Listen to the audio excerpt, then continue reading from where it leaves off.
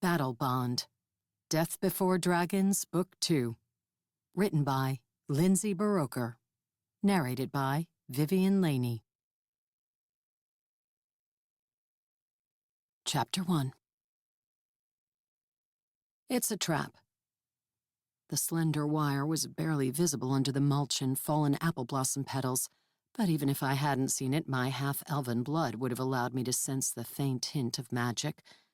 I'd taken 3 laps around the sprawling orchard, rows of trees stretching across dozens of acres, and it was my only proof that someone magical was in the area, or had been in the area.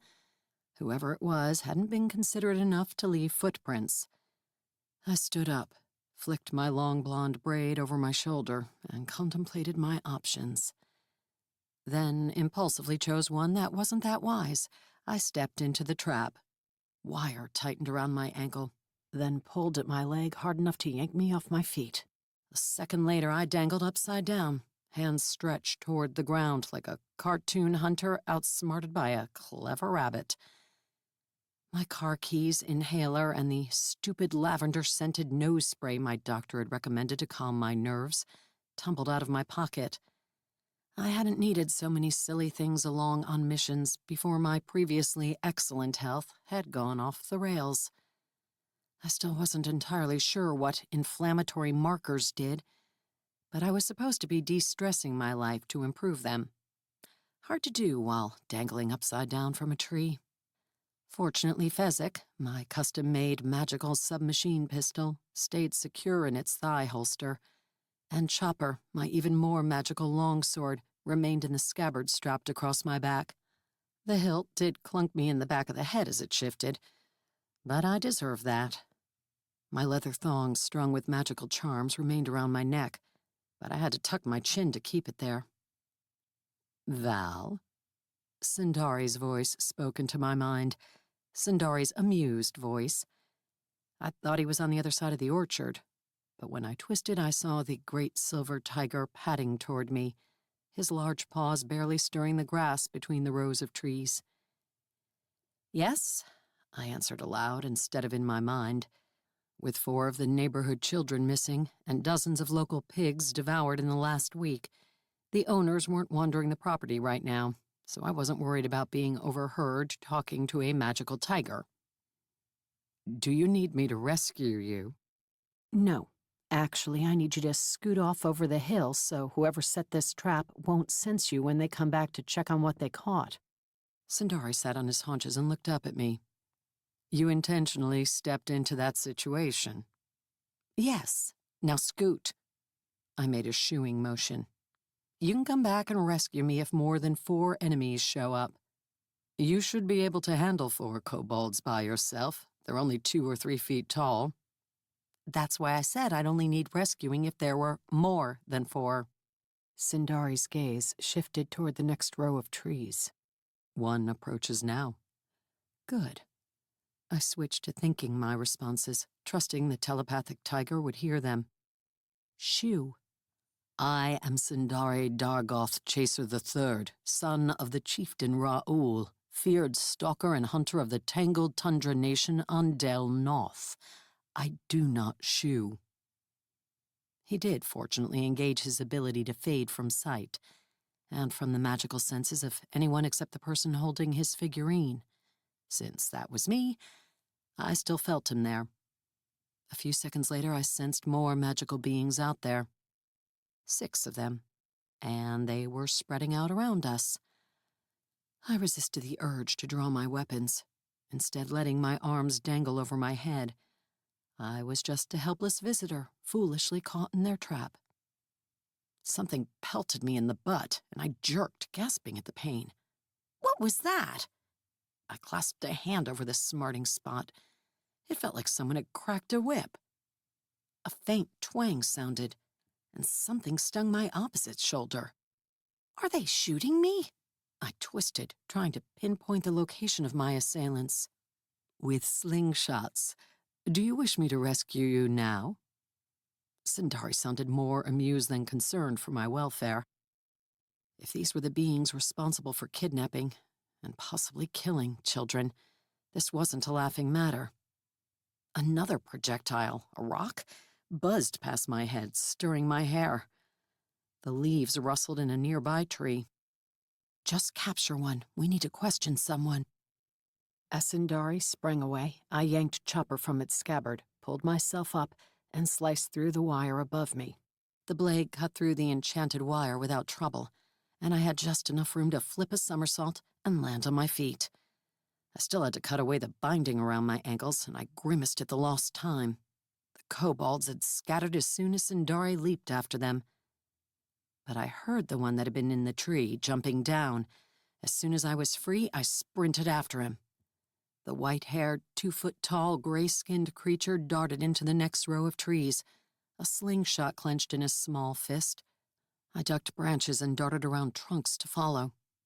My father's blood gave me better-than-human agility, but thanks to my mom, I also carried the blood of ancient Norse warriors in my veins, and they'd conspired to make me 6 feet tall.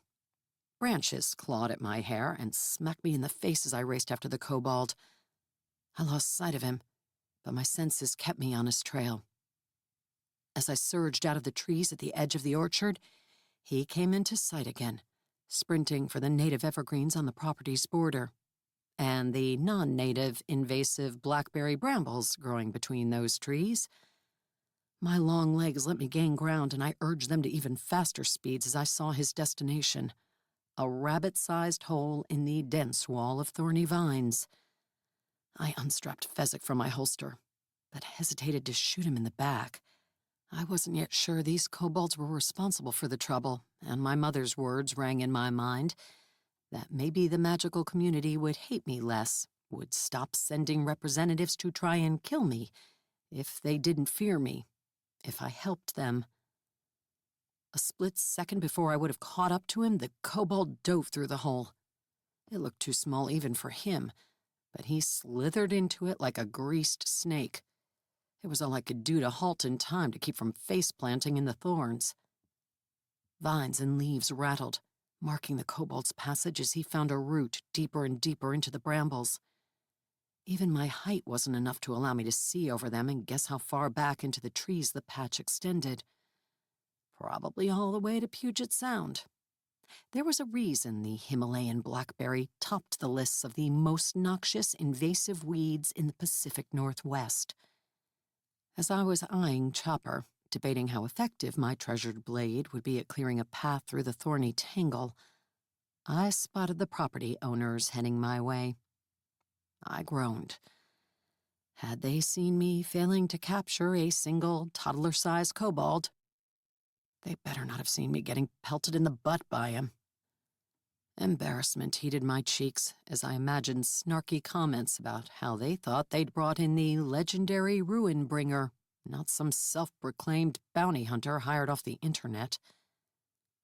"Sindari," I asked silently as the middle-aged man and woman approached, "any chance you've captured the rest of them and tied them up with a bow for me?" Surprisingly, Sindari didn't answer. The cat-shaped charm on my necklace that could call him into this world warmed through the fabric of my shirt. Then it went ice-cold, sending a chill through me that had nothing to do with physical sensation. "Sindari?" I touched the charm. Nothing. Chapter 2. "It got away?" the man asked as he and his wife stopped, glancing at the blackberry brambles. Worried about Sindari, I struggled to focus on him. "Yeah, sorry." The middle-aged couple didn't look much like my mental image of farmers or orchard owners. He wore a Microsoft t-shirt and glasses, and she was in yoga pants and a hoodie displaying a stick figure doing the splits under instructions to stay flexible. Ayush and Laura were their names, I reminded myself. Colonel Willard had given me information on them, and their lavender farm, apple orchard, cider house, winery, when she'd given me the job. "I told you we should have cleared all this." The woman pointed to the brambles and frowned at her husband. "And I told you we'd need 100 goats and a skid steer with a brush saw attachment to make any headway. It's been an epic battle just to keep them from encroaching on the orchard." I didn't object to the idea of goats. she murmured. Just the $40,000 machine? Yes, that's not in the budget. But goats are?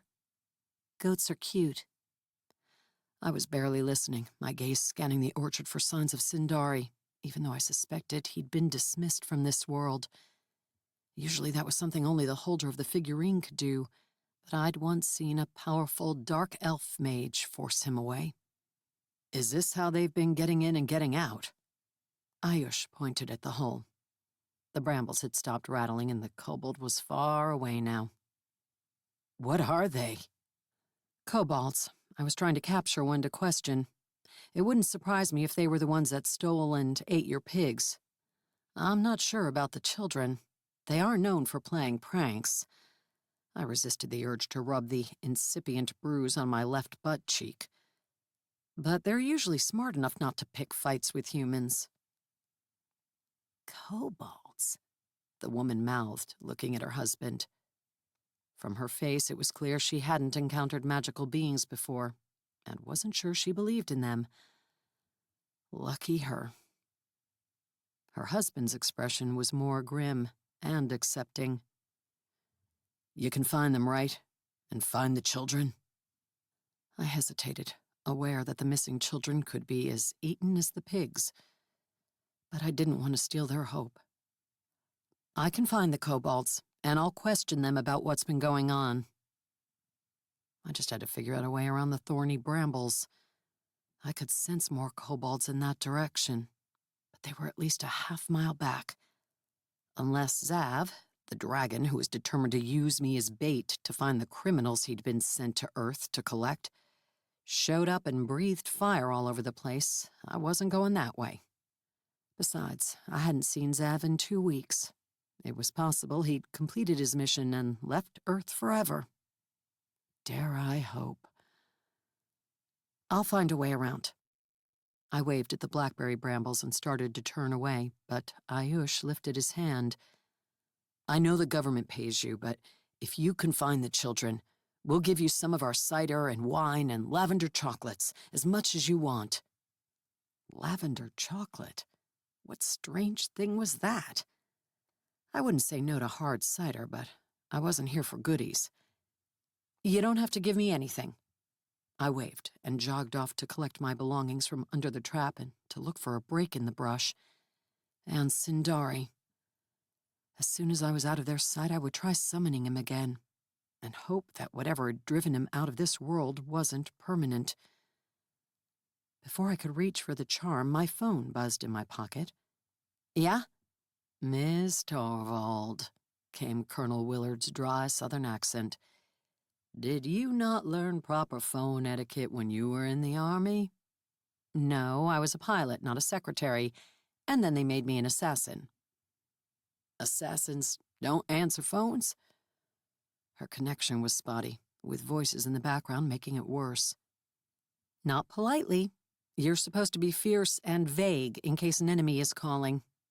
Do you have something new for me? I'm hunting kobolds. Since the property owners were out of sight, I wrapped my fingers around the cat figurine and mouthed, Sindari, to summon him back. I hoped. I do have new intel. I've lost touch with the forest ranger who was trying to find the kobold's den, but the snitch in Port Townsend who first told me about the trouble has updated me. She says they may be taking orders from a leader and not necessarily acting of their own free will. Yeah, I guess that. The silver mist that always formed and coalesced into Sindari was slow to appear, as if it were fighting against some invisible force determined to quash the magic. You've encountered him or her? Willard asked. Not yet, but someone knocked Sindari back to his realm. Try to find that person instead. Have you killed any kobolds yet? No. This time I did rub my butt cheek. I just spotted them for the first time. The mist thickened, and I exhaled in relief as Sindari's familiar features formed. It was taking longer than usual, but he was coming. Avoid killing them unless you can confirm that they're responsible. We're trying to create less animosity among the magical community for both our sakes." There was a grimace in her voice. "I know, I will."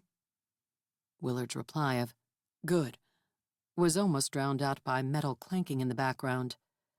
"Colonel, are you at the gym, or are you recycling aluminum cans?" "I don't drink anything that comes in a can." "That's what I thought." I frowned my disapproval at the phone. "Shouldn't you be resting?" "I'm doing some walking and light stretching." "In the weight room." "I've been cleared for exercise, Thorvald."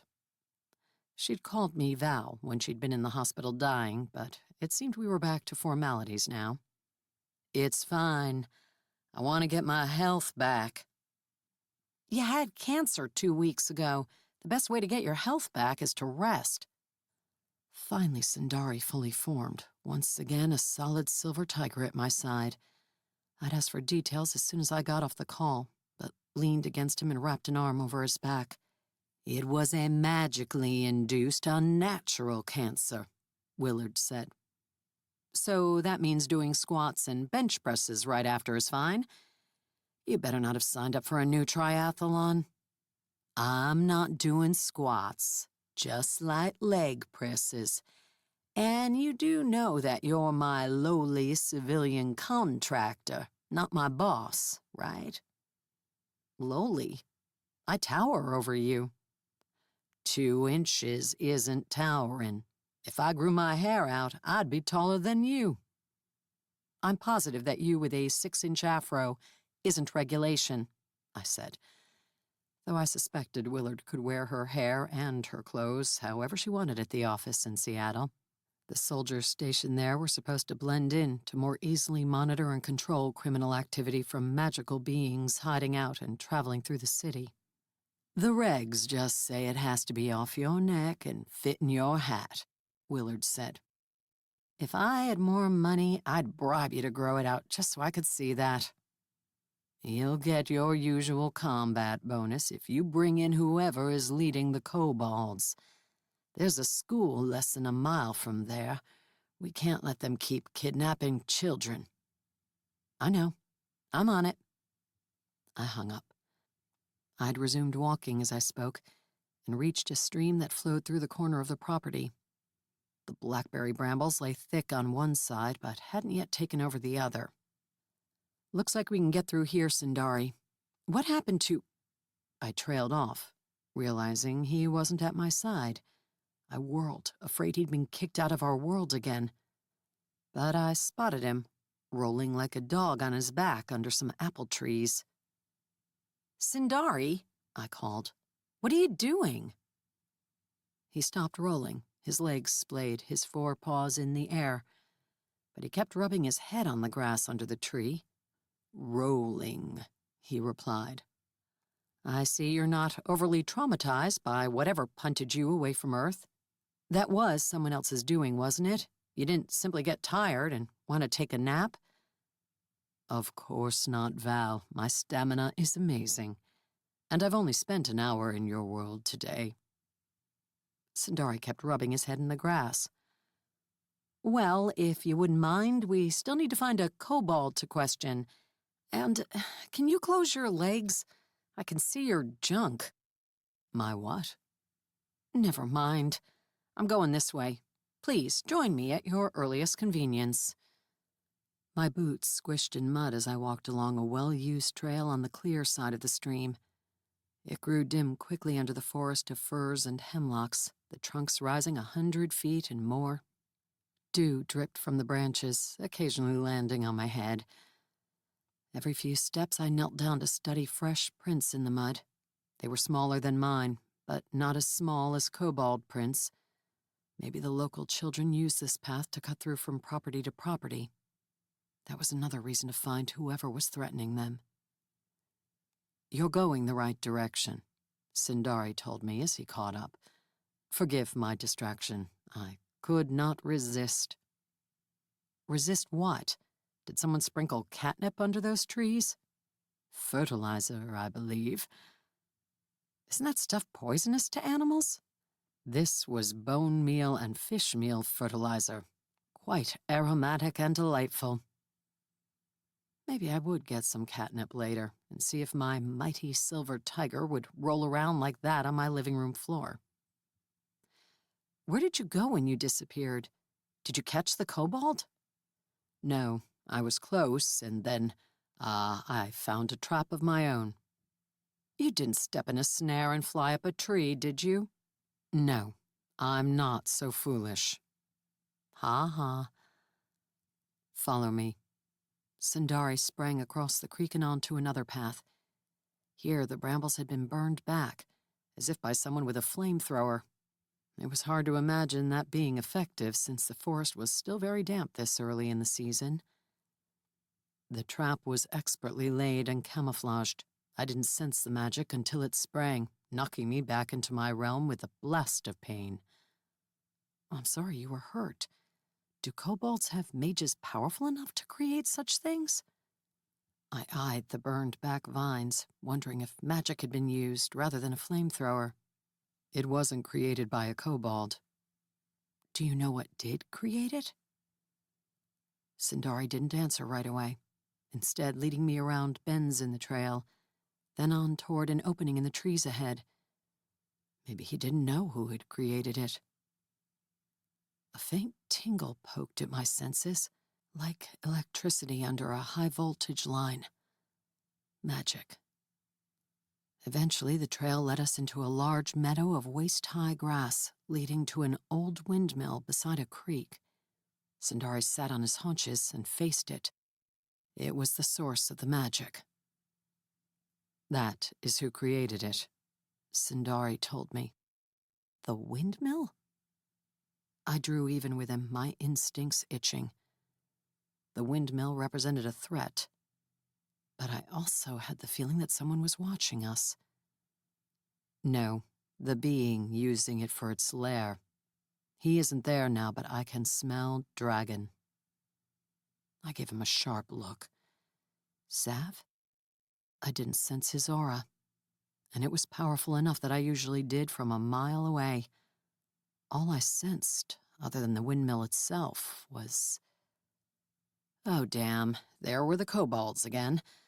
I'd almost missed their auras since the windmill radiated magic. They were out in the tall grass, all 6 of them. Had they spotted us yet?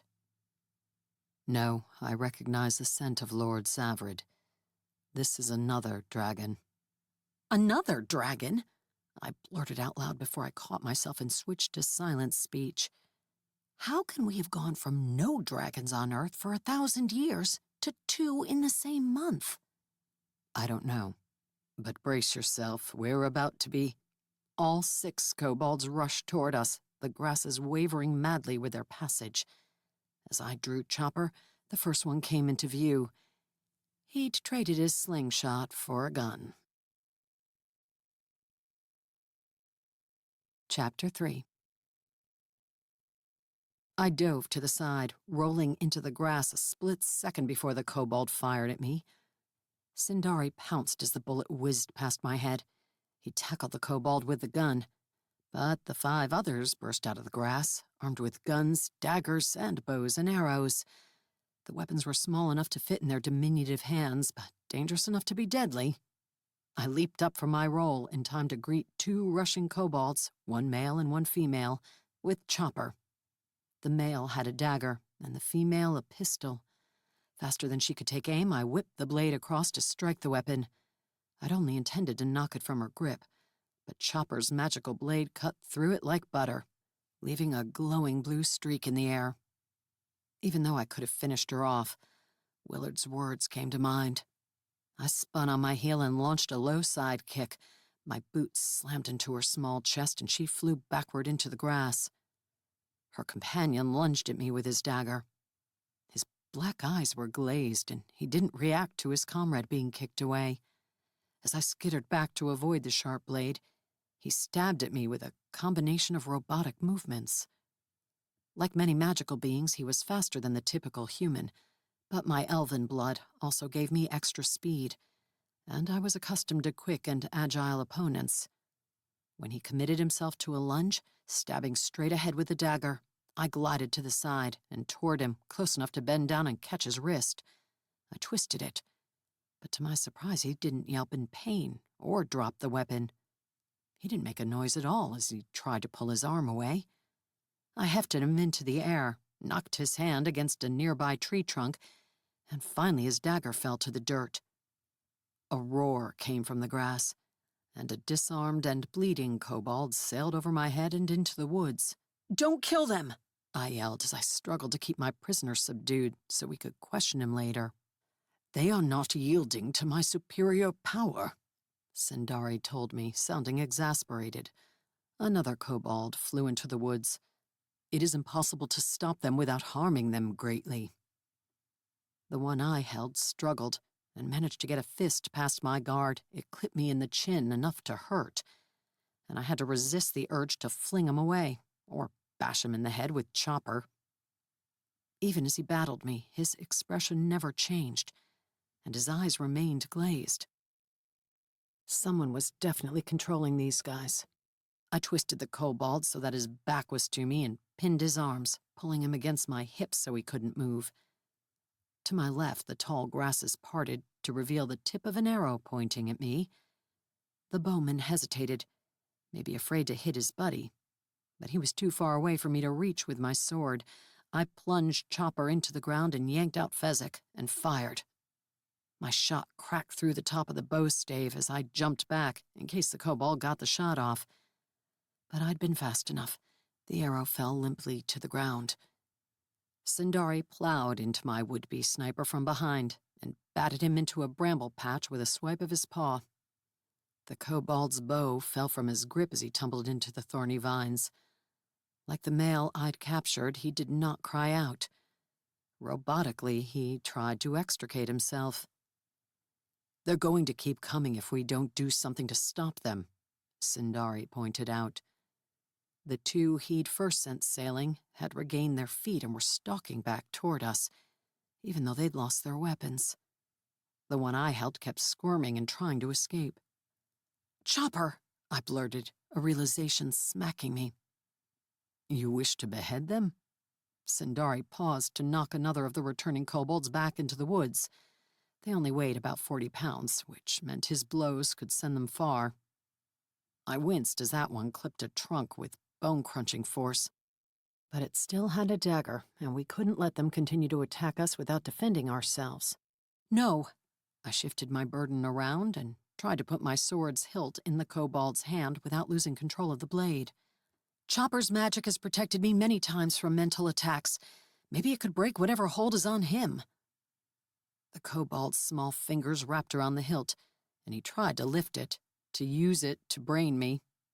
I was stronger than he was, but he made a valiant effort, and I started to think I had made a mistake. Until he blinked in surprise and stopped struggling. He gaped at me, glanced around, and screamed. It was right in my ear, and I almost dropped him just to get him away from me, or make it stop. But I needed to question someone. "Stop," I said. "I'm not going to hurt you, and if you answer some questions, I'll let you go." I hoped he understood English. Most of the magical refugees that had been on Earth and in America for years knew enough to get by, with some being experts at blending in, but newer arrivals often didn't know the language. He screamed again. I couldn't tell if he didn't understand me or he didn't believe me. Sindari sprang close and roared at the kobold. "That's not going to help anything," I said. But the kobold, eyes widening even further, stopped screaming and wet himself. I groaned and held him out at arm's length. "Gross, Sindari." My apologies. I didn't anticipate that result. "What usually happens when you roar at people?" Stupefied acquiescence. "This probably qualifies. He got my hip." "Perhaps you can roll in the fertilizer on the way out." "I don't see how that would help." "It would mask the odor." "So I'd smell like blood and fish instead." "Yes, Those are far more appealing scents. If you say so. I pulled my sword out of the kobold's grip before realizing that might allow the mind control to reassert itself. But the glaze didn't return to the kobold's eyes. He struggled weakly, nothing like we had before, and stared at Sundari. 2 more kobolds, still under the mind control influence, rushed at us. Once again, Sundari knocked them back into the brush. Though bruised and bleeding, they rose and came at us again. "I will keep that one from escaping," Sundari said. "You're going to have to let them all hold your sword to break the spell." I didn't hesitate to thrust my unwelcome and damp burden at him. As I trotted forward to catch the closest returning attacker, Sundari flattened our prisoner to the ground with a paw. He was kind enough to retract his claws. It took several long moments to go through the process with the other 5 kobolds, and I grimaced at one holding a broken arm and limping. But Chopper successfully shattered the mind control compulsion on all of them. As soon as they realized where they were and who they faced, one of them whispered my most common moniker, Ruin Bringer. They fled. Since we had a prisoner already, I didn't try to detain them. I had rope back in the jeep, but I assumed the kobolds would cease to be a problem once we took care of whoever was controlling them, or whatever. I glanced at the windmill, an ominous, dilapidated gray structure that looked to be 100 years old, worried about Sundari's warning about a dragon. "I hope we kept one who understands English." I walked up to Sundari, the prisoner still pinned on his back under a paw after the others disappeared into the trees. I hadn't missed that they had all run away from the windmill rather than toward it. "I understand," the kobold whispered, staring up at me. He had a split lip that was bleeding. "You are the Ruin Bringer. We didn't do it." "You didn't kill the pigs?" He hesitated. "We didn't take the children. We didn't want to take the children." "But you took the pigs of your own free will." Another hesitation. "No, we were forced." "Why do I think you're lying?" He probed his bloody, puffy lip with his tongue. "Pigs are delicious." "He's not wrong," Sundari said. "On Del North, we have wild boars that are succulent." "Your kind would have an easier time hiding out in this world if you went vegan," I said. "You don't think the locals would also object to carrots being stolen from their gardens?" Sundari asked. "They might blame rabbits." The kobold looked confused. "Kobold, what's your name?" Again, I thought of my mother's advice to make friends with the magical, with those who weren't criminals. I supposed I could at least be more polite. Maybe if fewer people loathed me, that would help with the issues I was reluctantly working on with the therapist. "Bob." I raised my eyebrows, suspecting another lie, but this one didn't matter. "Where are the children, Bob? Are they still alive?" His eyes rolled toward the windmill. He couldn't have seen it through the tall grass, but he was looking in precisely the right direction. As a full-blooded magical being, he would sense its magic even more easily than I. "We took them there," he said. "I do not know if they still live. He may have eaten them." "He who? Who's been controlling you?" I should have asked that question first, but I dreaded the answer. "The dragon," Bob whispered. "If you go there, he'll control you too. Or he'll kill you like the other human who went there." Uh-oh. Was that the forest ranger contact Willard had mentioned? "Was it a black dragon?" I asked. It didn't make sense that Zav would be killing people when he'd pointed out more than once that he wasn't a criminal and that he was only here to take criminals back to his own realm for punishment and rehabilitation. But I would prefer to deal with the dragon I knew rather than some mysterious new dragon. The kobold shook his head. "He's silver and as big as that windmill." Bob lowered his voice. And meaner than a Dragothor. Is that as mean as it sounds, Sindari? Yes. He'll kill you. Bob grabs Sindari's leg. Please let me go. He'll kill me if he finds out I talked. I waved a hand for Sindari to release him. Unfortunately, I didn't think the kobold was lying anymore. I wished I had a way to contact Zav. Not that he would deign to give me information about his fellow dragons, or about anything. But he had given me a sample of his blood after I'd recovered his artifact for him. We hadn't parted on antagonistic grounds. Never mind that he wanted to cart me around the world as his slave bait to lure magical criminals to him. What's the plan? Sindari asked as the kobold scurried away.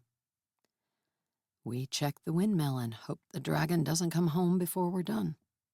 And if he does, neither of us is strong enough to kill a dragon. I know. We're going to optimistically hope for the best. I marched resolutely through the grass. Sindari glided past me to take the lead. An interesting stance from someone with P on her hip. I'm not sure I believe that you didn't anticipate that result. His look back was not convincingly innocent. Chapter 4. As we reached the entrance of the windmill, its original door long rusted off, I looked one last time at the cloudy sky overhead. I didn't sense a dragon, but that didn't mean he couldn't be on his way. There is an enchantment on the doorway. Sindari twitched his tail as he gazed into the dim interior, where rotten rails and planks from a decaying staircase littered the stone floor. Will your charm work on it? I stepped close and gripped what I thought of as my lock-picking charm, but it had actually been designed to nullify enchantments just like this. No, not just like this.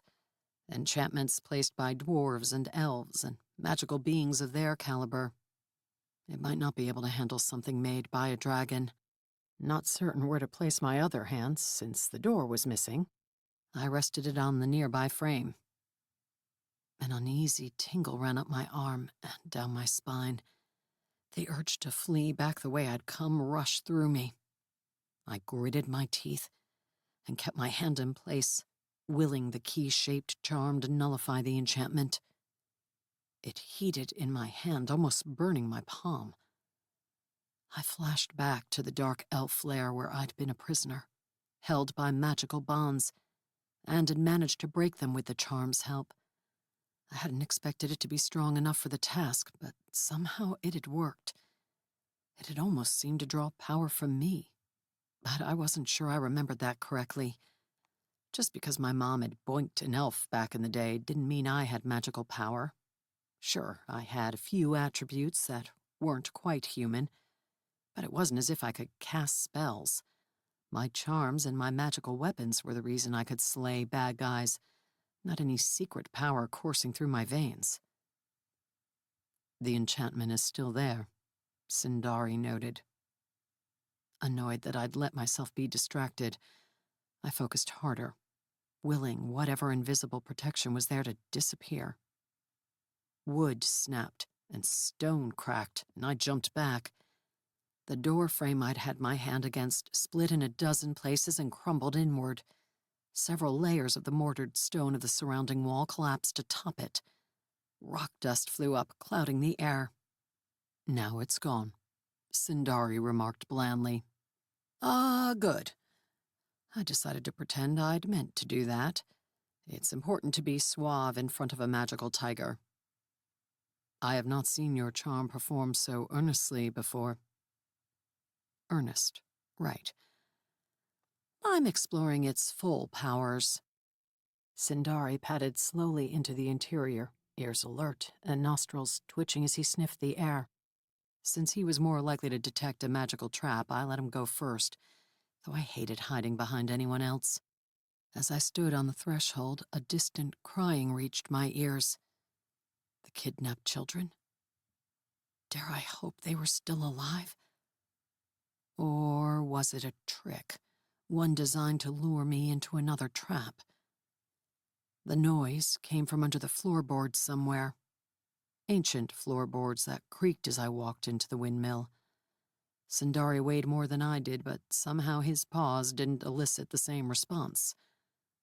I searched slowly around the voluminous ground floor of the windmill, looking for a trap door or steps to a lower level. There were upper levels too, but it would take some climbing to reach them. The wooden stairs that had once spiraled up the circular wall had collapsed, and the floor above was 30 feet up. As I explored, I passed ancient wheelbarrows with wooden wheels, a rooster-shaped windmill weight, and millstones resting flat on the floor or leaning against the walls. One of the larger stones had fallen through the floor at some point, leaving a jagged opening to a dark basement. What kind of windmill has a basement? I muttered, pulling out my phone and tapping on the flashlight app. I also had a night vision charm, but there was too much daylight filtering in through the doorway and holes in the walls for me to use it here. Val, over here. Sundari's tone was grim. He was on the other side of the cavernous room, behind a pile of rusty farm tools that looked like they'd been ordered back when the first Sears catalog had been mailed out. I shined the light down into the basement, spotting nothing but more millstones and a stack of wood boards, then headed toward him. As I rounded the pile of farm tools, I almost tripped on a boot attached to a leg, attached to a body without a head. I'd seen plenty of grisly sights over the years and didn't react to this one other than to sigh. The man was wearing a blood-drenched green and khaki Jefferson County Ranger uniform, and I knew right away this was Willard's missing contact. I wish the guy had waited for me instead of trying to find the children on his own. Where's the head? Sundari sat beside the body. This was what he'd brought me over to see. It's not here. Judging by the stump of the neck, it had been bitten off with one powerful chomp. There weren't many animals I knew that could have done that. I remembered how large Zav had been in his dragon form while standing on the rooftop of my apartment building. A dragon's maw was definitely big enough for the job. Do dragons eat humans? I shuddered at the idea. Not typically. They prefer fat herbivores of substantial size, but they're certainly capable of eating just about anything, and anyone. The dragon could have done this to make a point, or as an efficient way to kill the man for snooping in his windmill. Is it really his windmill? I looked toward the exit, the only way in or out, unless there was a big hole somewhere on a higher level. How would a dragon fit in here? The only hole in the wall was the one I'd made. They have long necks. I thought he was joking, but Zav's neck had been long. Elegant, but long. Could his big head have fit through the doorway to kill this man with a bite? They can also shapeshift into smaller creatures, as you've seen. True. I shook my head. I would let Willard know what had happened to this guy. But the children were why I'd been sent. Sundari. I returned to the hole in the floor and pointed him toward it. Can you tell if anyone is down there? He sniffed the air over the hole. That distant crying came again. No, not distant. Muffled. Maybe there was a door and another room down there. It may be another trap, I admitted. If he didn't smell anyone, I would assume it was, that the dragon wanted to lure me down so it could later bite my head off. I do detect other humans down there, several of them. Stay here, I will look. He disappeared into the darkness, dropping 20 feet and landing among the millstones without trouble. I dropped to my stomach and shined my light around below, hoping to spot a way to climb down, or climb back up if I jumped down. Next time, I wouldn't hop out of the Jeep without a rope. The circular stone wall of the windmill extended all the way to the flagstone floor of the basement. The area down there wasn't simply some pit that had been dug out after the initial construction. It actually looked like the original ground level of the mill, and that the earth outside had been built up to cover it.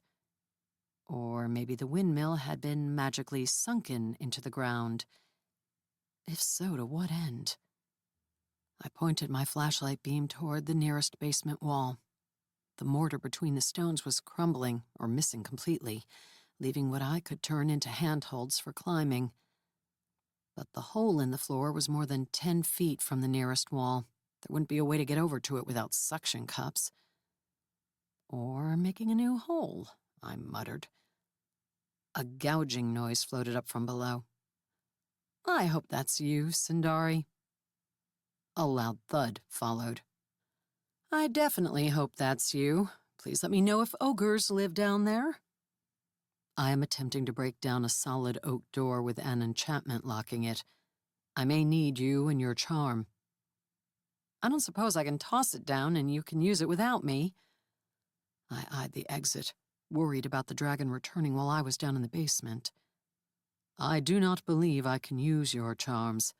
Also, when you used it on the doorway above, you did something beyond the intrinsic power of that charm.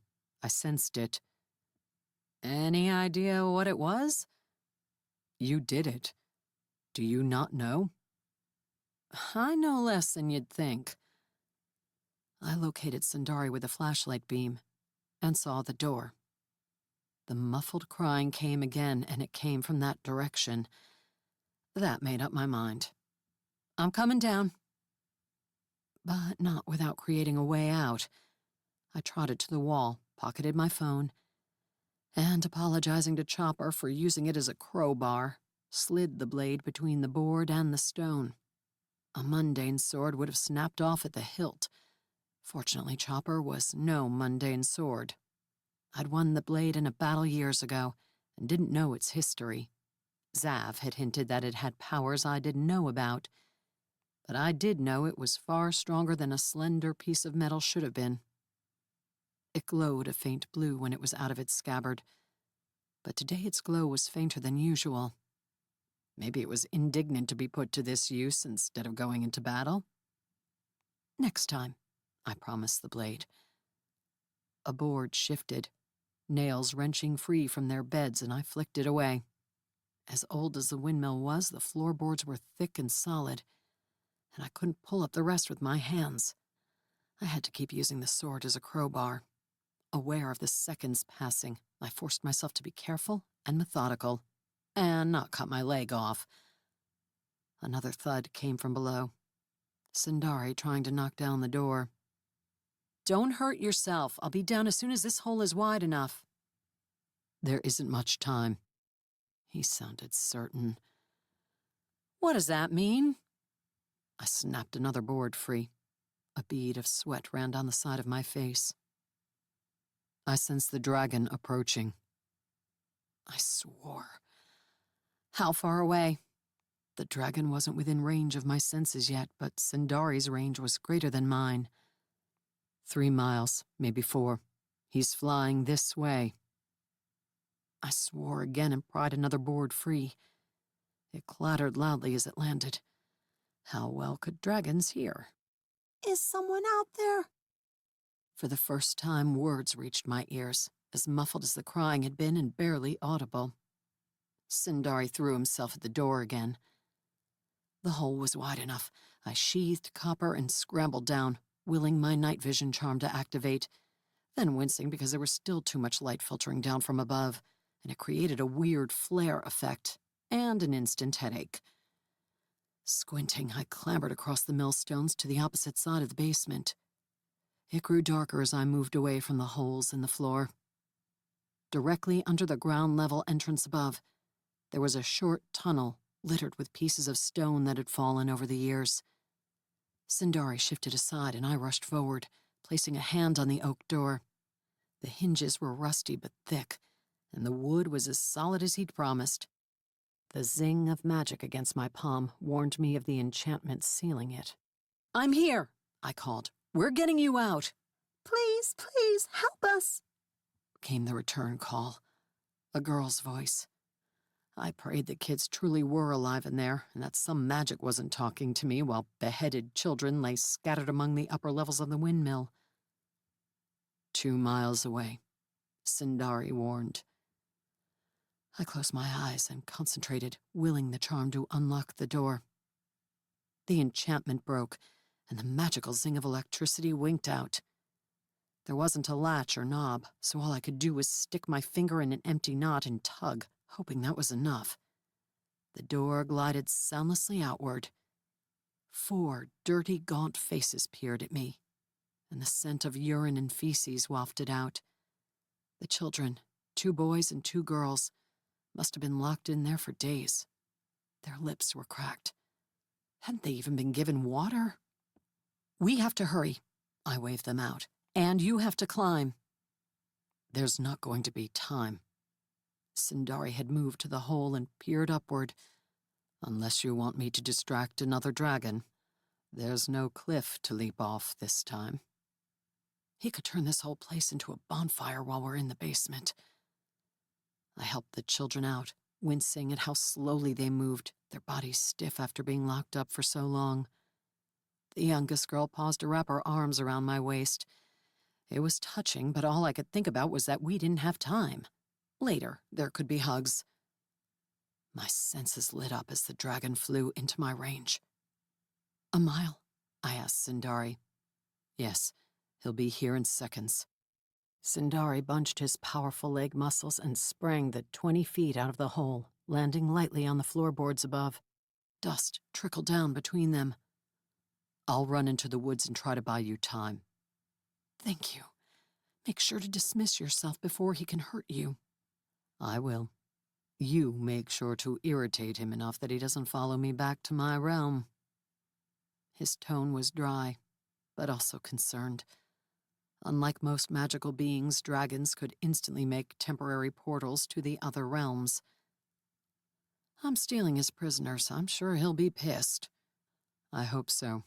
If he's taking prisoners, he's not going to be as easy to deal with as the other dragon." I almost scoffed at the idea of Zav and his cocky arrogance being easy to deal with. But Sindari was right. However arrogant he was, Zav believed he was one of the good guys. He hadn't raised the city of Seattle to get to his dark elf targets when he had the power to do so. I half pulled, half carried the children to the wall. "We have to climb, up that." They stared at the vertical wall with wide eyes. "It's easy," I promised them. "Lots of handholds." They turned their wide eyes on me, as if I were nuts. Maybe they would have been less daunted if they hadn't been weak from days without food, and only whatever rainwater might have leaked through to them. "Never mind. Here, climb on my back, one at a time." They liked that idea better. I was halfway up the wall with one of the boys hanging from my shoulders when the roar of the dragon reached my ears. "Thieves! Intruders!" The children gasped, which meant the telepathic words were broadcast rather than drilled into only my mind. "He's going to hurt us. He's going to kill us like that man." "No, he's not," I promised, hoping I wasn't lying. "My friend is leading him away. Did you see the tiger? He's amazing." Since Sindari didn't comment on the last, usually he would agree, I assumed he'd already run out of earshot. Even now, the dragon might be diving down on him, like an eagle plummeting to snatch a fish out of a lake. I climbed faster, reaching the opening, and shoved the boy off my shoulders and onto the floorboards.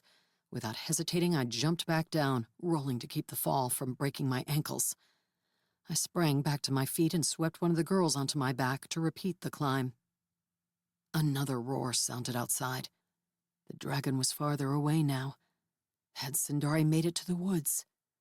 The tall, densely packed trees would make it harder for an aerial foe to swoop down on him.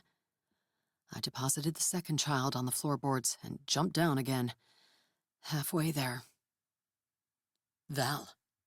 Sindari's voice sounded distant in my mind. He had to be close to the end of our range. He could only travel a mile from the charm before the link would break, sending him back to his world. "Yes?" I climbed up with my third hitchhiker. I made it to the woods and he followed me part way, but now he's leaving. I think he's going back to the windmill. Ugh, he must have realized what you were doing. I'm running back to you, but he's faster than I am. He'll get there first. The second boy joined the other two children. You three start running, I ordered as I jumped down again. Run back to the orchard. Do you know the way? Yes, the older boy said. Is it safe out there? No. It will be for a bit, but you have to hurry. As I swept up the last girl, I again hoped I wasn't lying. The idea of making it all the way here and finding the children, only to lose them, was heart-wrenching. Would the dragon capture them again? Or would he incinerate them as they fled across the meadow? Why had he kidnapped them in the first place? When I reached the top, I climbed out, not bothering to pull the girl off my shoulders. Panting from my exertions, I sprinted for the exit. The first three children were running across the meadow toward the woods and the trail, but the high grass impeded them. The dragon flew into view over the treetops, heading straight toward the windmill. He was as large as Zav, but with silver scales instead of black, with a fist-sized black onyx stone embedded in his chest. Instead of violet, his eyes were silver blue, and I could see their angry glow from hundreds of meters away. They were boring right into me. I ran after the children.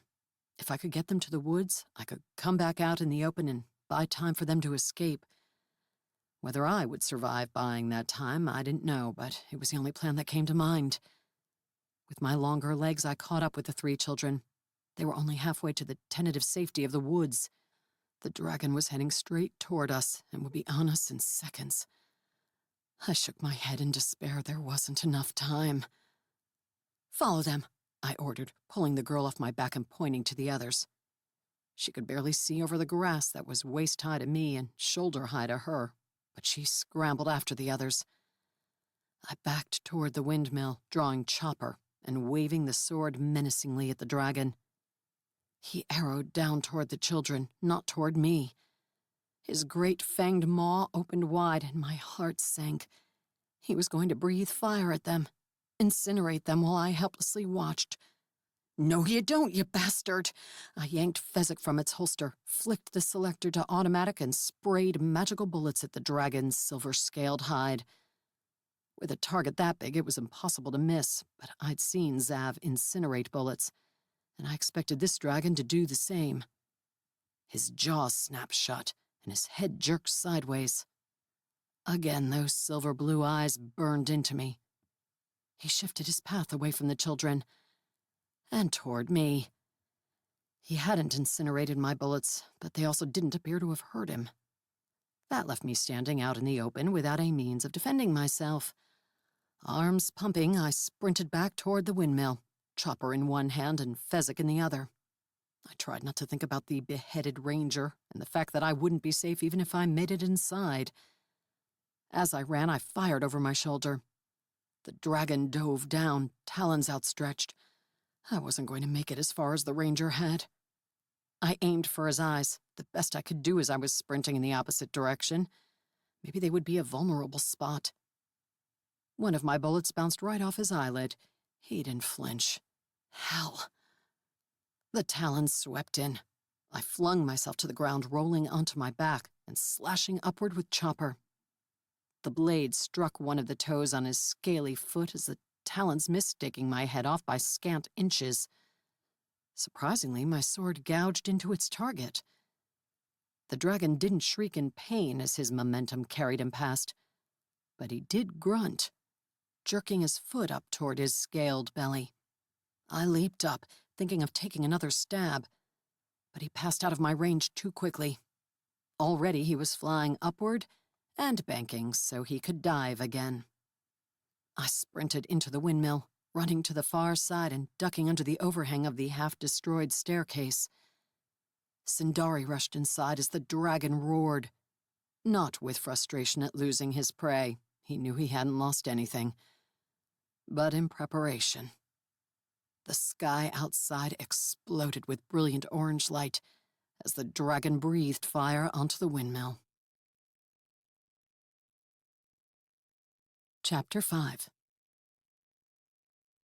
I crouched beside Sindari at the back of the windmill, fingers wrapped around my fire protection charm as flames obscured the exit. The wood frame that I'd broken earlier charred and incinerated in 2 seconds. Much of the exterior was made from stone, but the heat was so intense that those stones were exploding or crumbling to ash. After 20 seconds under the dragon's fiery assault, the windmill already felt like an oven inside. My charm protected me from direct flame, but I doubted it would keep me from roasting alive. "Think it'll be cooler in the basement, or worse?" I silently asked, trusting Sindari to read my thoughts. "Possibly worse."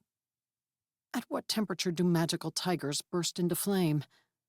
"The same as half-elves, I suspect." "You better go back to your realm." I tapped the cat figurine. It was so hot to the touch that I jerked my finger away. If Sindari burned to death here on Earth, would any part of him survive to return home? Or would he die as surely as I would? "I'm not leaving you here alone." Sindari pointed his nose toward the exit, the flames still roiling down at it from the dragon's maw. "I'll run out. Maybe he'll chase me again and you can get away." "I don't think he's going to fall for that twice." Smoke filled the interior of the windmill and made me cough. My airways tightened predictably, and I wondered if there was any point to digging out my inhaler. Did it matter if I died of suffocation before being burned to a crisp? The flames in front of the exit disappeared. I sensed the dragon standing right outside, so I knew we weren't safe. He was probably inhaling for another round. "Hey, dragon," I called, mopping my brow. "Let's talk.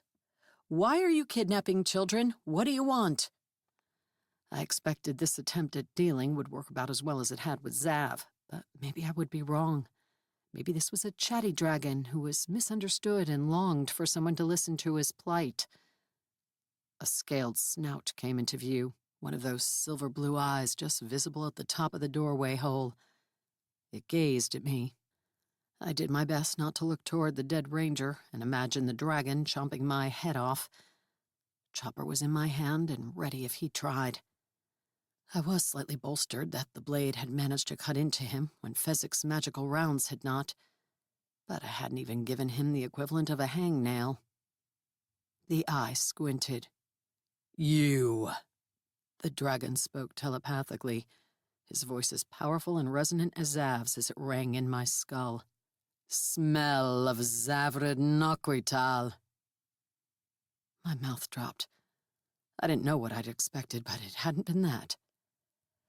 "That can't be. I've showered and scrubbed myself dozens of times since I saw him last." The eye continued to squint at me. "I hoped to lure him here with my antics, but it's been days, and I grow weary of this game." "Antics? Wait, you've been commanding the kobolds to kidnap children hoping to attract Zav's attention?" "Zav? Surely he does not permit a mongrel to call him by that diminutive name." "I can't pronounce his undiminutive name." "That's pathetic." "Sorry, I'm half human." "Yes, I can tell." Even through telepathy, dragons could manage to be supercilious. "I am Dob Sorin, the most magnificent." Great, he's even more pompous than Zav. I meant the words for Sindari, but the dragon's visible eye opened wide. "I can hear you when you think words to your stolen dragon slave." "He's not a slave," I said, as Sindari put in his own objection, an indignant roar that filled my ears. "The Janevari are promised to dragons. You have no right to that charm." "Uh-huh. Why did you say you wanted to lure Zav here?" I asked, hoping to distract him from his new interest in Sindari. The last thing I wanted was for him to take the figurine away. "And why are you kidnapping children to do it? He thinks humans are vermin and is only here to get criminals that fled from your worlds." "He is insufferably righteous and resents those who prey on the small and weak, as if the small and weak are worth paying attention to. Dragons are gods in comparison to all the lesser species. Gods should not concern themselves with those who are so clearly inferior to us. But I knew Zavarid Nokwital would come to challenge me if he found out I was meddling with the peoples of this world. I am disappointed by how long it's taking him to respond. I know he is here on this overpopulated, scum-infested planet. It's a big planet. He could be anywhere. I suppose. But he has seen you recently enough to leave his mark on you. Will he come to see you again? I didn't mean to hesitate, but I had to consider the answer. Reluctantly, I admitted that Zav had found me useful several times now, so he probably would hunt me down again. Belatedly, I said, "No." A lie. Your human half makes you weak and easy to read. Thanks for the analysis, but I already have a therapist that I pay for that. No need for dragons to butt in. Have we not discussed the foolishness of irking dragons, Val? Sindari asked. Yes, but you can hardly talk. You roared at him. He called me a slave. That is worse than being called a pet. Perhaps you will do. The dragon, Dob, whatever, studied me with new contemplation. I'd liked it better when he'd been breathing fire at me. Deliver a message to him. Tell him that my family does not appreciate his sanctimonious meddling, and that I have been sent to put an end to it. Permanently. Deliver a message? I'm not a post-it note. I couldn't imagine anything more dreadful than being pulled into what sounded like dragon politics. Other than dying, I suppose this was a step up from that. And with luck, the children had made it safely back to their homes by now. Tell him, or I'll flambe this structure with you and your tiger in it. I'll let him know. Excellent. The dragon backed away, sprang into the air, and flew off to the east.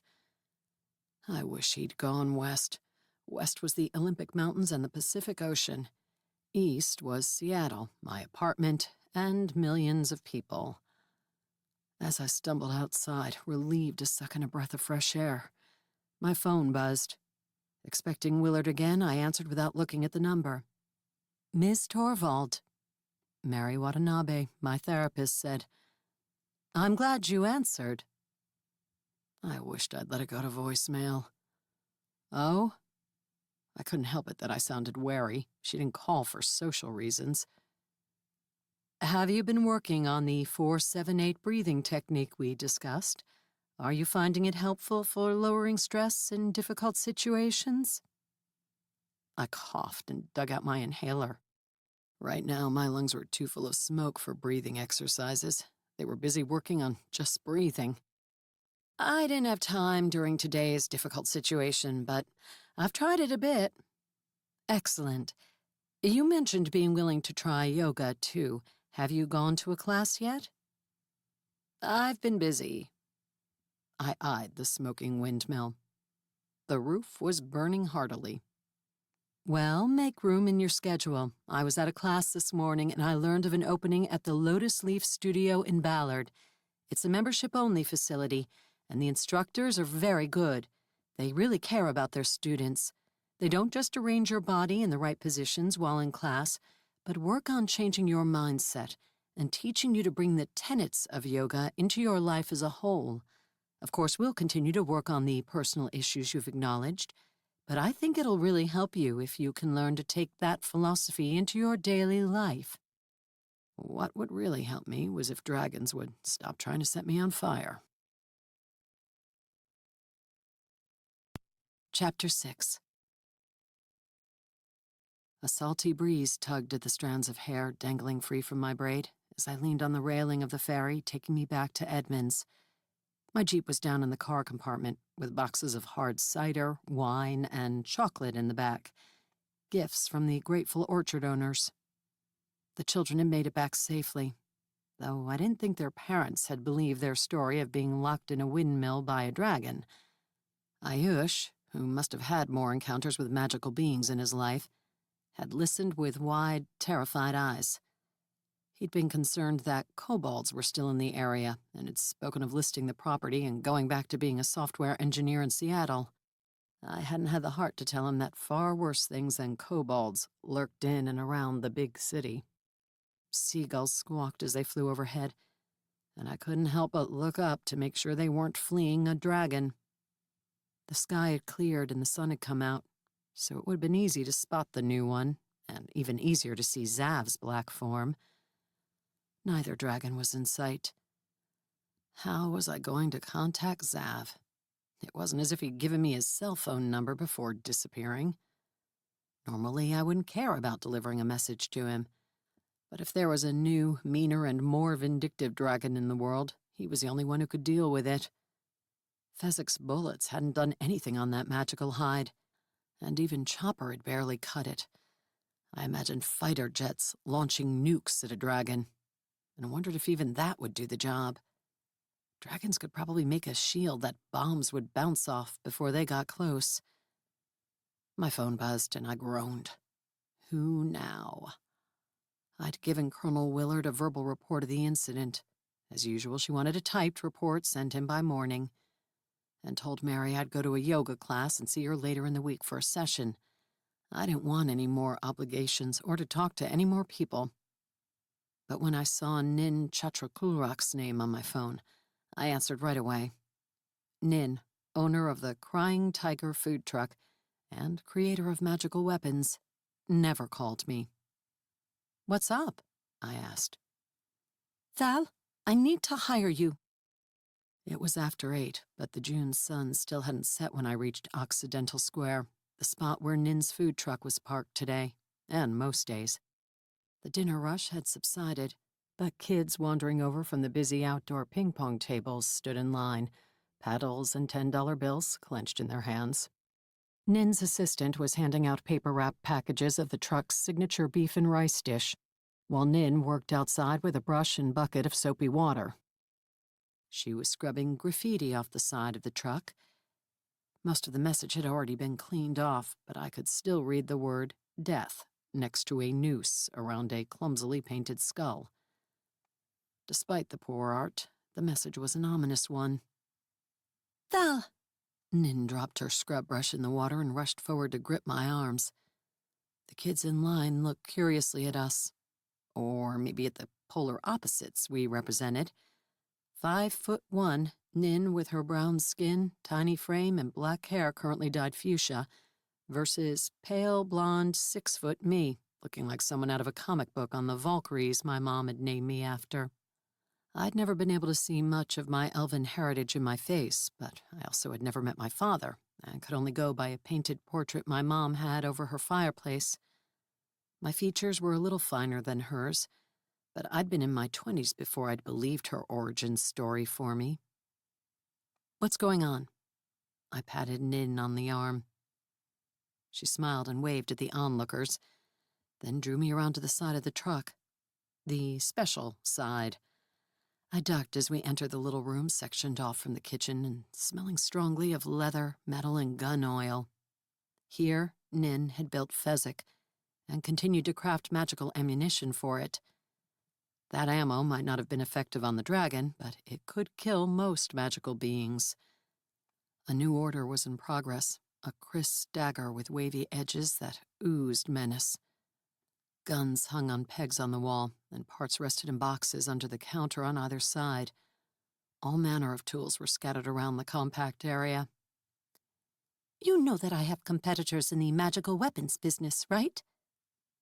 Nin spoke in her usual precise, calm English, but worry burned in her dark eyes. "Sure. Before you showed up, I had a pistol made by Grifford down in Tacoma. I think he's still in business." He is. He specializes in small arms. And have you heard of the Pardis brothers?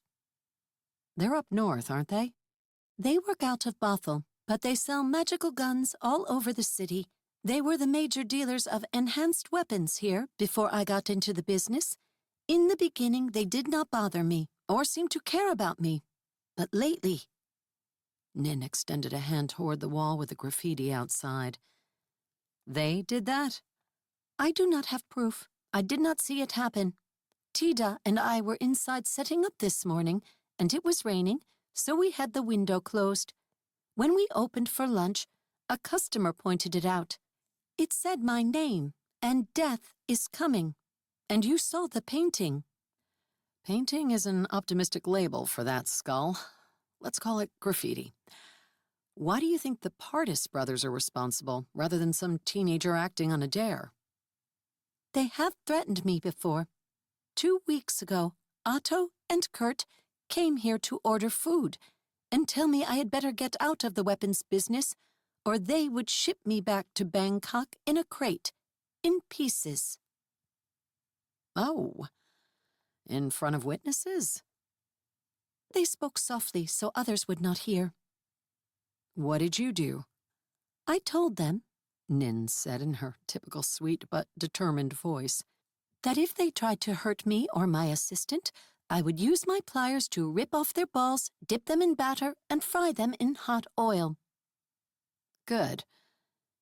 They were not convinced. They said I had better close my other business, or they would return. They are angry because lately some of their clients have left them and are purchasing weapons from me. You know my grandfather was a gnome tinkerer who learned his trade from a dwarf mastersmith, right?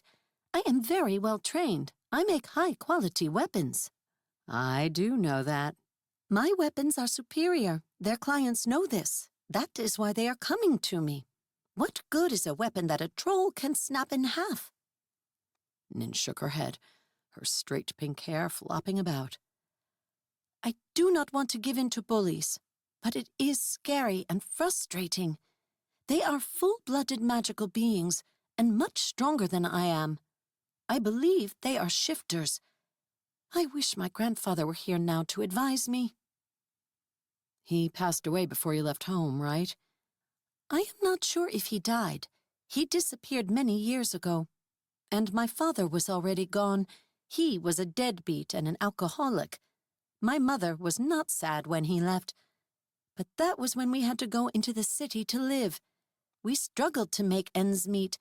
That is why I want to earn enough here as a businesswoman to bring my mother and all my sisters to America and buy them a house. That part of the story I'd heard before, and I nodded and patted her shoulder. You will. You are good. I'm sure many of your clients would be happy to help you convince those guys to leave you alone. I would like you to help me, Val. You are the best, and you are my friend. The words touched me more than I would admit, but they worried me too. As I told my therapist, I made it a point to avoid developing friendships, lest people be hurt or used against me by my enemies. It was a lonely life, but it was safest for those around me. Thank you. I patted her on the shoulder.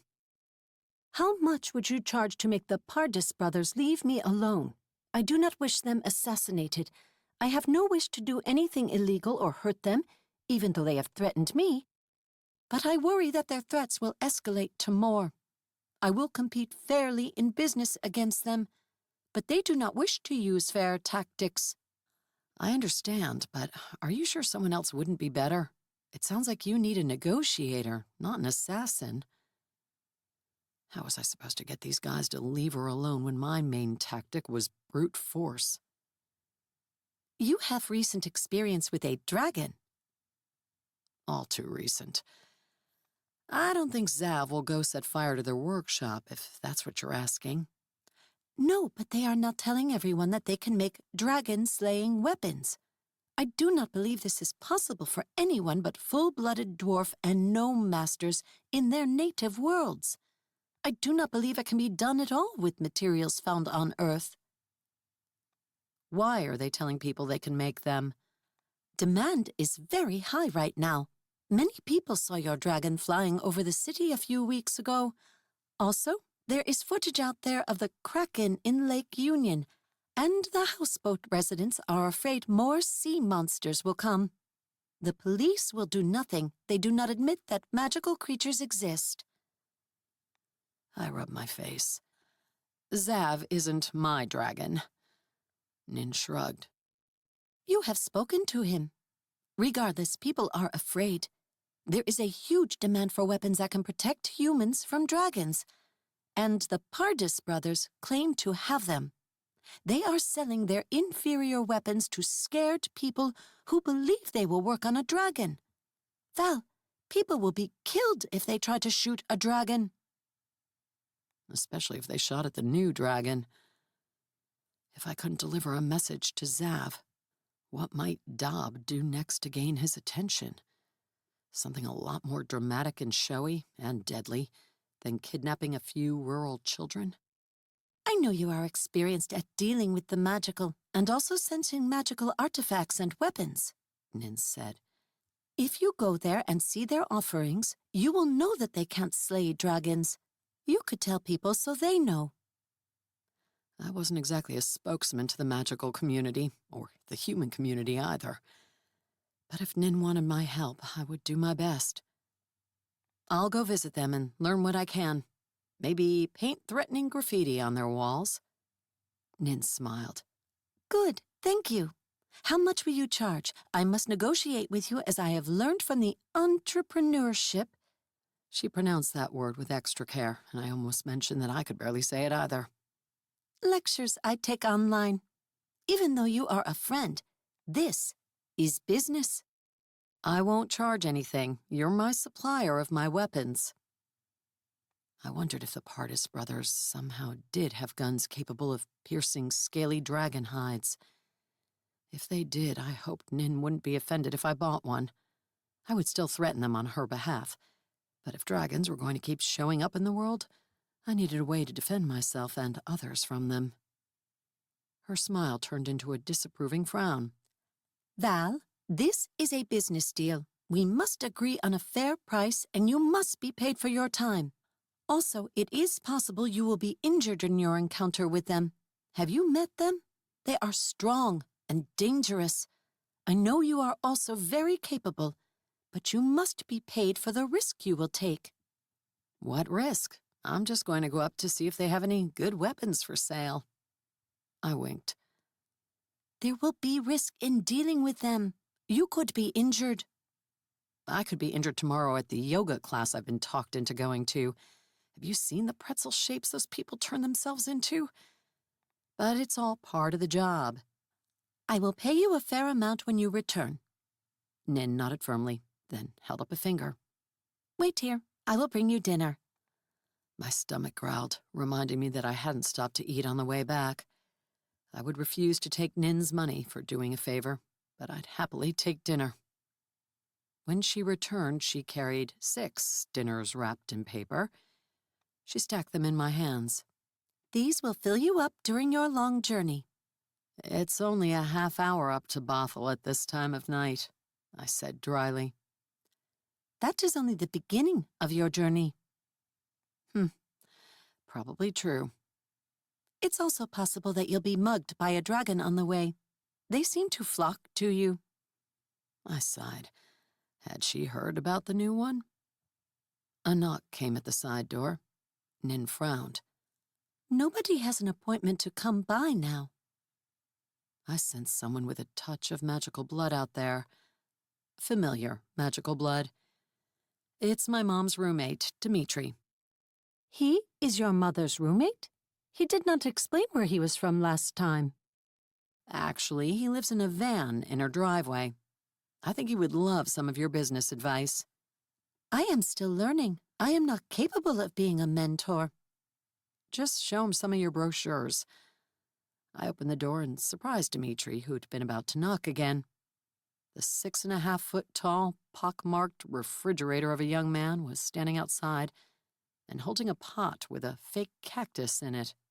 "Hello, Val," he rumbled in his deep voice. "I didn't expect to find you here." "Am I in the way? Did you come to court Nin?" Dimitri's eyebrows flew up, and he almost dropped his pot. "No, nothing like that. I already met someone in town here, at the club." Looking flustered, he glanced at me, then at Nin, then back at me. I just wanted to thank her. He looked back at Nin. To thank you. For what? Nin looked puzzled. I've been watching your videos online for your food truck and figuring out some things I can do to help sell my yard art. I'm going to start recording videos for the internet, but I could use some help. My landscaping boss laughed when I asked him. He thinks my yard art is goofy. And Val, your mom only got footage of her nostril hairs when I tried to get her to use my phone to record me showing off one of my sentinels. This one, as a matter of fact. He hefted the pot. She's not that experienced with technological gizmos. I eyed the blue metal faux cactus. Since I'd seen his work before, I had a feeling those barbed thorns could shoot out and fill someone with holes. It was just my phone, Dmitri said. Have you seen her phone? The one where you pick up the receiver and make circles with your fingers to dial numbers by hand? Yeah. It's called a rotary phone. I promise you can't record nostril hairs or anything else with it. I know. I figured I might be more able to find help up here. He lowered his voice and glanced around the square. I've also been talking to Zoltan. I started to ask why, but remembered the vampire alchemist supposedly had a huge internet presence, one by sharing videos of himself making potions. I drove up here because I got a booth at the farmer's market in Woodinville. I'm going to sell my yard art and also some of his wares. In exchange, he said he'd show me how to get started building a platform online. Did you bring your cervical collar for protection? I was joking. That wasn't going to stop the fangs of a determined vampire. But Dmitri nodded gravely. I needed to make a trip to see Zoltan at some point, too. I still had the notebook I'd taken from the Dark Elf Alchemist's lab, and I was curious if there was anything useful in it.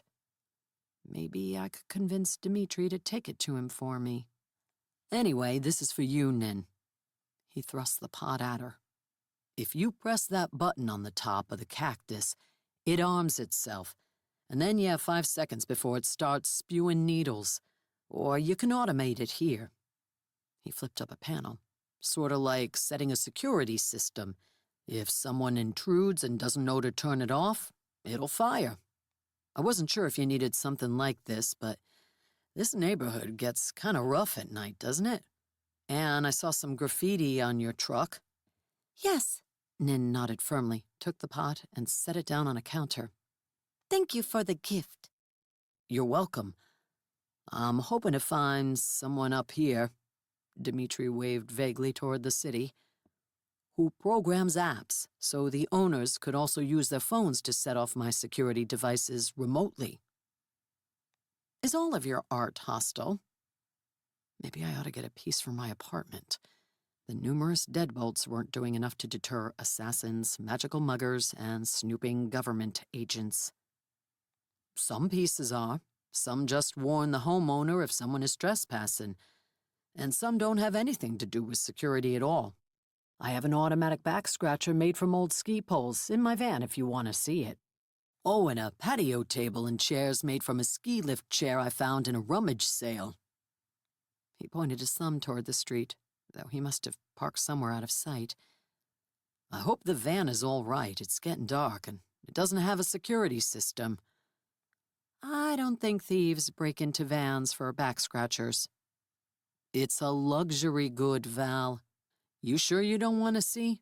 Nin, I have a whole bunch of cool stuff I'm going to sell this weekend. Do you have any tips on negotiating?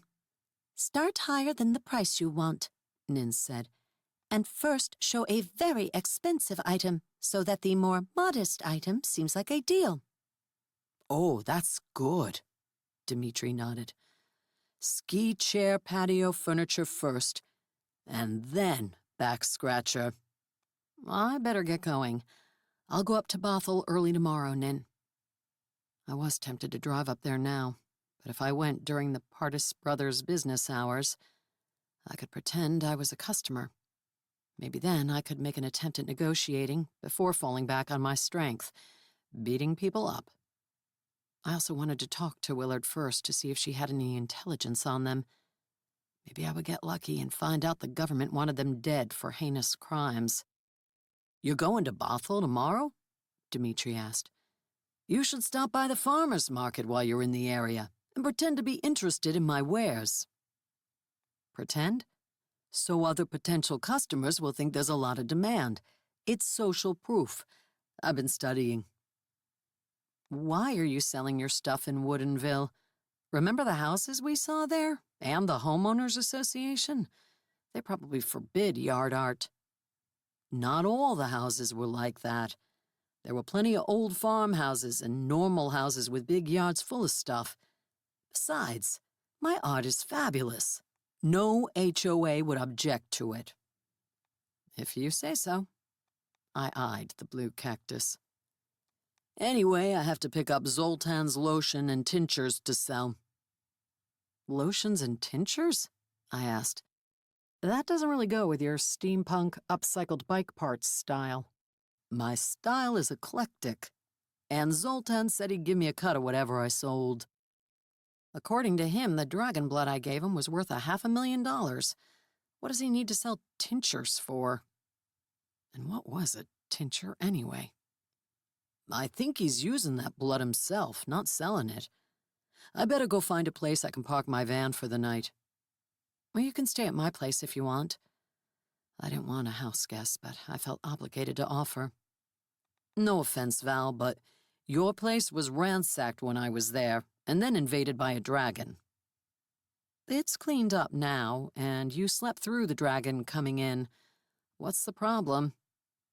"I was creeped out later when I learned he'd been there making threats while I was sleeping. What if he saw me drooling or scratching my balls?" "I promise he wouldn't care. He thinks humans are vermin and beneath his notice."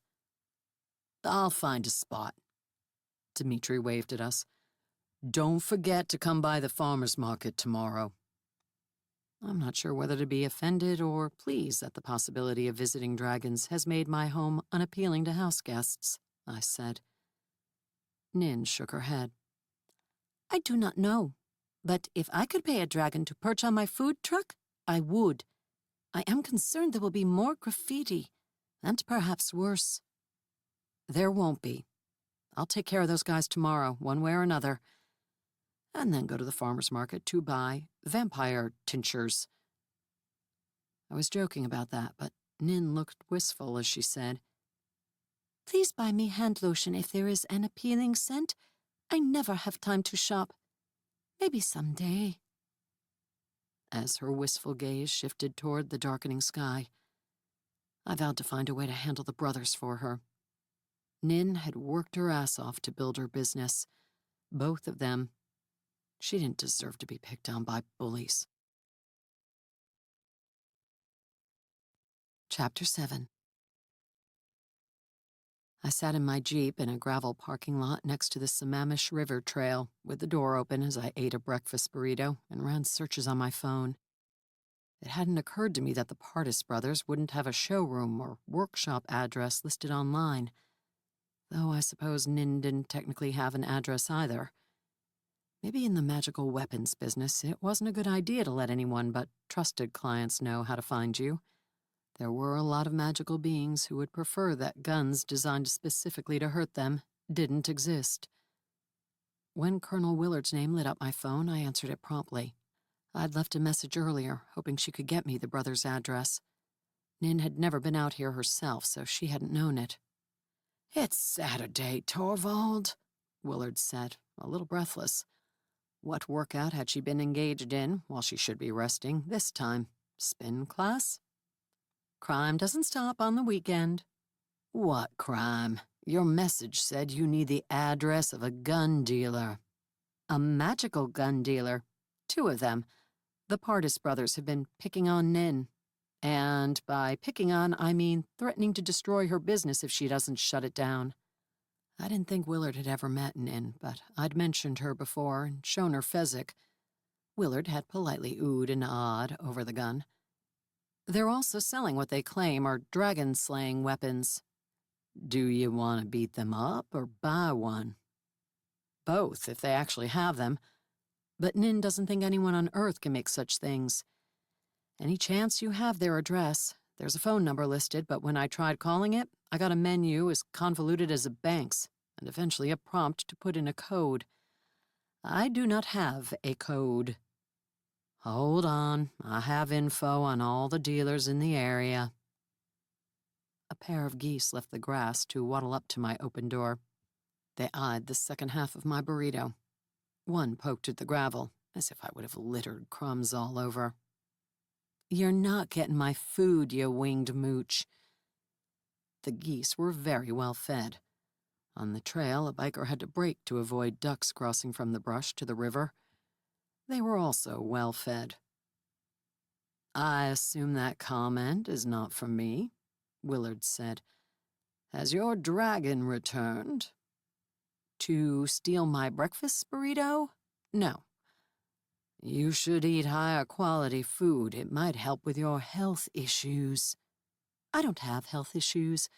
Just an obnoxious case of intermittent lung inflammation that pops up at inopportune times, such as when evil alchemists hurl noxious potions at me, and when dragons try to light me on fire.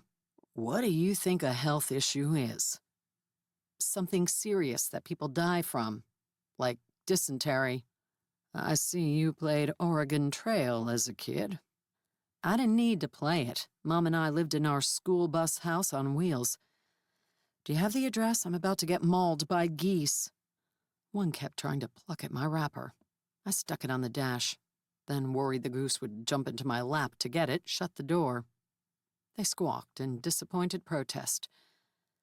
Feeling guilty, I tore off some of the burrito and threw the pieces out the window. Yes, I'll text it. It's in Bothell. I know that. I'm already here. I'm popping in to deliver threats on my way to purchase vampire-made lotions at the farmer's market. Zoltan has a stand? How does that work? Doesn't his skin turn to ash if he sees sunlight? Dmitri has a stand and is selling Zoltan's products for him. Tell him to watch his veins. He'll be fine. He has a cervical collar and decorative metal cactuses that launch darts. Silver-tipped darts? You're thinking of werewolves. The cactus would have to hurl wooden stakes to hurt Zoltan.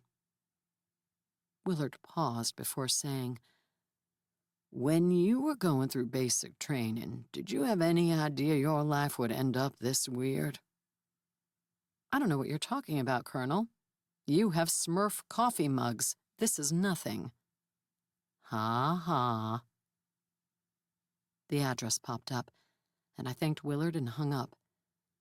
It was only a few blocks away, in a neighborhood right on the river. That was surprising. Maybe their magical weapons business did a lot better than Nin's. If so, it was doubly obnoxious of them to harass her. After looking up the directions and how much traffic was clogging the streets this sunny Saturday morning, I decided to walk. The river trail would take me most of the way there. The geese had multiplied by the time I got out of the Jeep, fastening Fezzik in my thigh holster and making sure Chopper was secure in my back scabbard. A hint of magic made it so normal humans, mundanes, wouldn't notice the weapons, though I got a few odd looks from bicyclers and walkers as I strode down the trail in combat boots, my brown leather duster, and a utility belt out of a military supply store. Regular belts weren't sufficient for carrying ammo pouches. I'd experimented before. Unfortunately for my antisocial tendencies, the trail was as busy as the streets. As the skater zipped past closer than I preferred, I thought about bringing out Sindari. His presence usually created questions I wasn't interested in answering, but I knew nobody would dare brush me on their way by. Further, people might entertain me by skating off the trail and into the slow-moving, shallow river. I chose maturity over whimsy, turned off the trail before it crossed the river, and trekked down a couple of streets. The noise of the nearby freeway grew audible, and I laughed as the posh riverfront neighborhood I'd imagined came into view. It was a mobile home park. as I wandered in, following the map on my phone, toward a manufactured house near the river. I wondered how this place had avoided being razed and sold to a builder of overpriced luxury homes. The traffic noise was noticeable, but waterfront property was waterfront property. Judging by the tenants wandering past, older ladies walking small barky dogs, it was a mobile home park for seniors. The Pardis brothers were either older than I'd expected, or had a granny tied up in a back room who they pulled out whenever they needed to prove their eligibility to live here. My senses picked up magic as I neared a drab, gray and green house with the siding falling off and moss growing on the roof. It looked to be one of the original homes placed in the neighborhood, though nothing here screamed new and modern.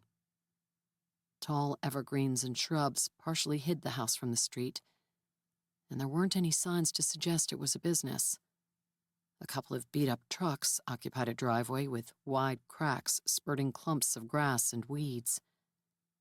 As I approached the front door, I was able to refine my overall sense of magic to pick out numerous artifacts, weapons likely, and 2 magical beings inside. No, 3. 2 were on the ground level, and one felt like he or she was on a lower level. But a manufactured house couldn't have a basement, could it? Maybe the lot sloped down behind the house and there was a shop back there. The doorbell was broken, with wires dangling out. I opened the rusty screen door and knocked.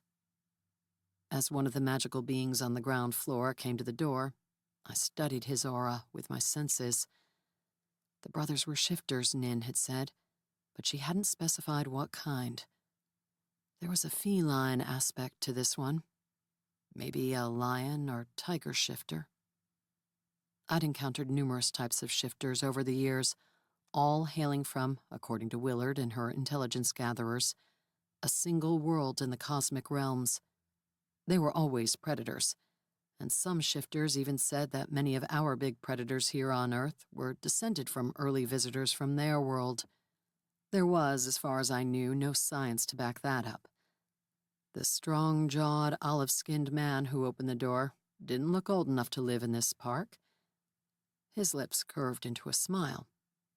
If he was surprised to see me, he didn't show it. But a full-blooded magical being would have sensed my aura before I sensed his. He'd probably felt me coming as soon as I turned into the neighborhood. "Well, well," he said, looking me up and down, his smile turning lewd as his yellow-brown eyes fixated on my chest. "What brings the mythic murderer to our humble abode?" "A coupon? I hear you're selling dragon-slaying weapons." "We might be, but I assure you there aren't any coupons out there.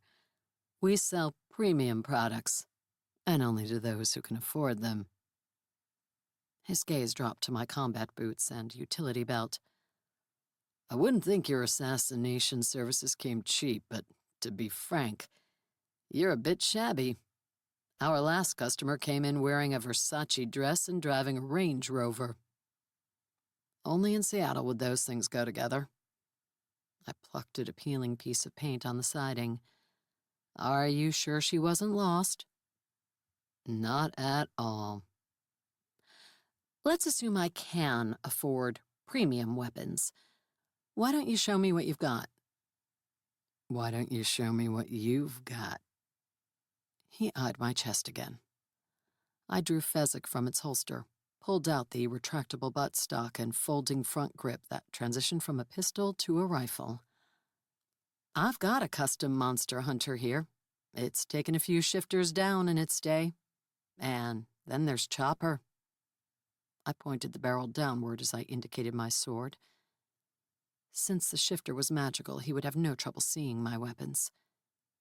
His gaze shifted from my breast to the gun, and his smirk disappeared, his face growing hard and unfriendly. "That's one of that Thai girl's dinky little guns. I'm surprised you would carry something so inferior." He squinted into my eyes. "Maybe you're not as dangerous as I'd heard." There was a challenge in his gaze.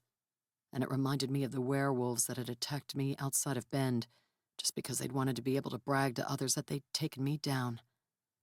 I slid the stock back in and held Fezzik up with one hand. If he attacked me, I would be within my rights to defend myself, and if he died in the process, that would be unfortunate. But these things happened in this line of work. "You're welcome to find out," I said. His lewd smile returned. "I could kill you, but I could think of more fun things to do with you than fighting. I do love blondes, you know, and so does my brother. Why don't you come into our lair and meet him?" "I'm more interested in meeting your Dragon Slayer weapons. What did you say your name is?" "Kurt. My brother is Otto. And if you like guns, we have 'em. It sounds like you've got a fetish. We don't mind that. We don't judge." Kurt looked back as he headed inside, flashing white teeth that were more pointed than normal for a human. "Otto," he called, "we have a visitor." "A visitor or a customer?" a gruff male voice said from a back room. The living room, complete with wood paneling and old green fabric couches, was covered in gun magazines, metal and rock posters, and racks of weapons.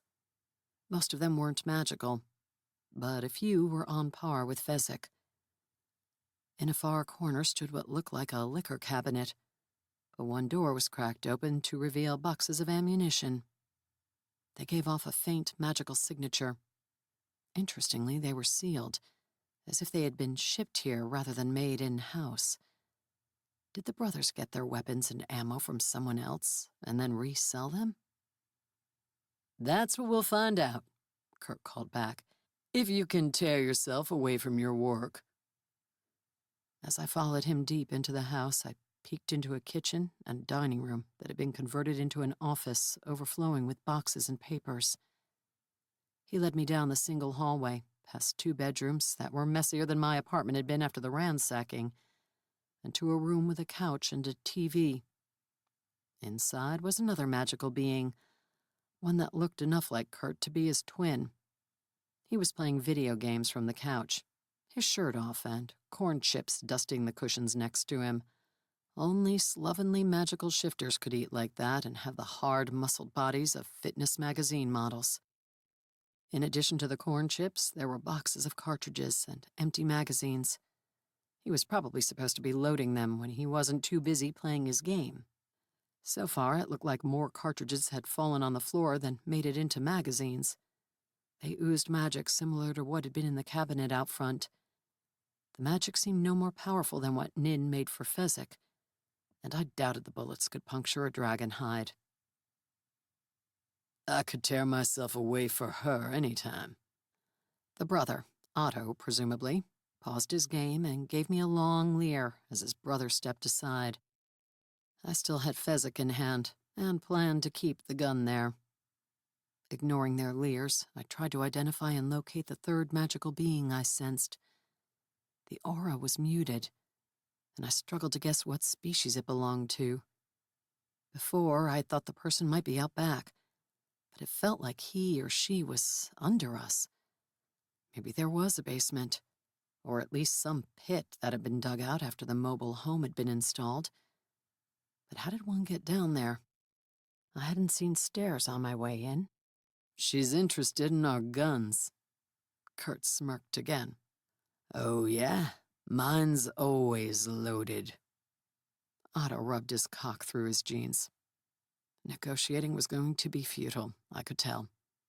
I was starting to wish I'd driven by, tossed a Molotov cocktail on the roof, and gone to buy lotions and potpourri at the farmer's market.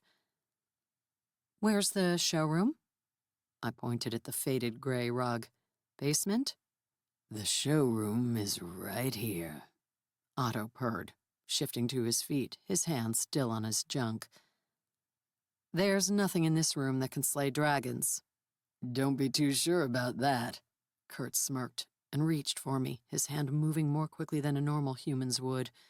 But I was used to dealing with that kind of speed. I caught his wrist before he could touch me and glared into his eyes. "Oh, I'm sure." Not surprisingly, he wasn't daunted. He smirked wider, as if pleased with the development. "The ruin bringer doesn't want to have some fun before making a purchase?" Otto asked. "That's disappointing. Maybe we could give her a discount if she spends the day with us." "You ever do two guys at once, pretty girl?" Kurt asked. "Or maybe a man and a panther?" He shifted, his wrist melting out of my grip as he transformed into a large black panther. My feline guess had been right. As he shifted, I took the opportunity to touch my cat figurine and summon Sindari. I would fight 2-on-1 if I had to, but if these guys were as strong as their auras suggested, I wouldn't walk away unscathed. Evening the odds made sense, and Sindari always enjoyed a fight. "I can't say that I have," I said as Sindari materialized in the hallway behind me. "Do you actually have urges and find humans attractive in that form? I've heard that shifters are only attracted to what they've shifted into." "Not necessarily true." Otto strolled closer, coming up to rest a hand on Kurt's feline back. "We've hosted some killer parties here and experimented a lot." Kurt's long black tail swished in the air, and then demonstrated some possibilities for those who drifted toward bestiality. Otto laughed uproariously. What were the odds that I could get any decent information out of them, or think of a way to convince them to leave Nin alone? "Put away your tail, furball." I took a last stab. "I want to see one of these dragon-slaying guns. I've had run-ins with a dragon lately. I'm a serious buyer." "Later," Otto purred, loosening his belt and stepping forward. "If you sell something good to me, maybe I'll put the word out to others. Then you won't need to threaten other people in your industry." Kurt's tail stopped swishing, and he stared at me, speaking telepathically. "Other people in the industry can either join us and work under us, or they can get the hell out of the city. Did she send you here?" "Stay away from her." The protective part of me regretted bringing up Nin, but I had come to convince them to leave her alone. With as much ice in my tone as I could manage, I added, "Or you'll deal with me." "We'll deal with you now. Pleasure before business." Otto's gaze flicked past my arm toward the hallway. They must have sensed and smelled Sindari's appearance right away, but neither seemed concerned. "Your cat can play too. I don't suppose that's a female." Kurt's tail went back to swishing suggestively. "We're going to have a fight, Sindari." I assumed so from the lewd tail gestures. "Do you want to handle the panther while I tangle with the human?"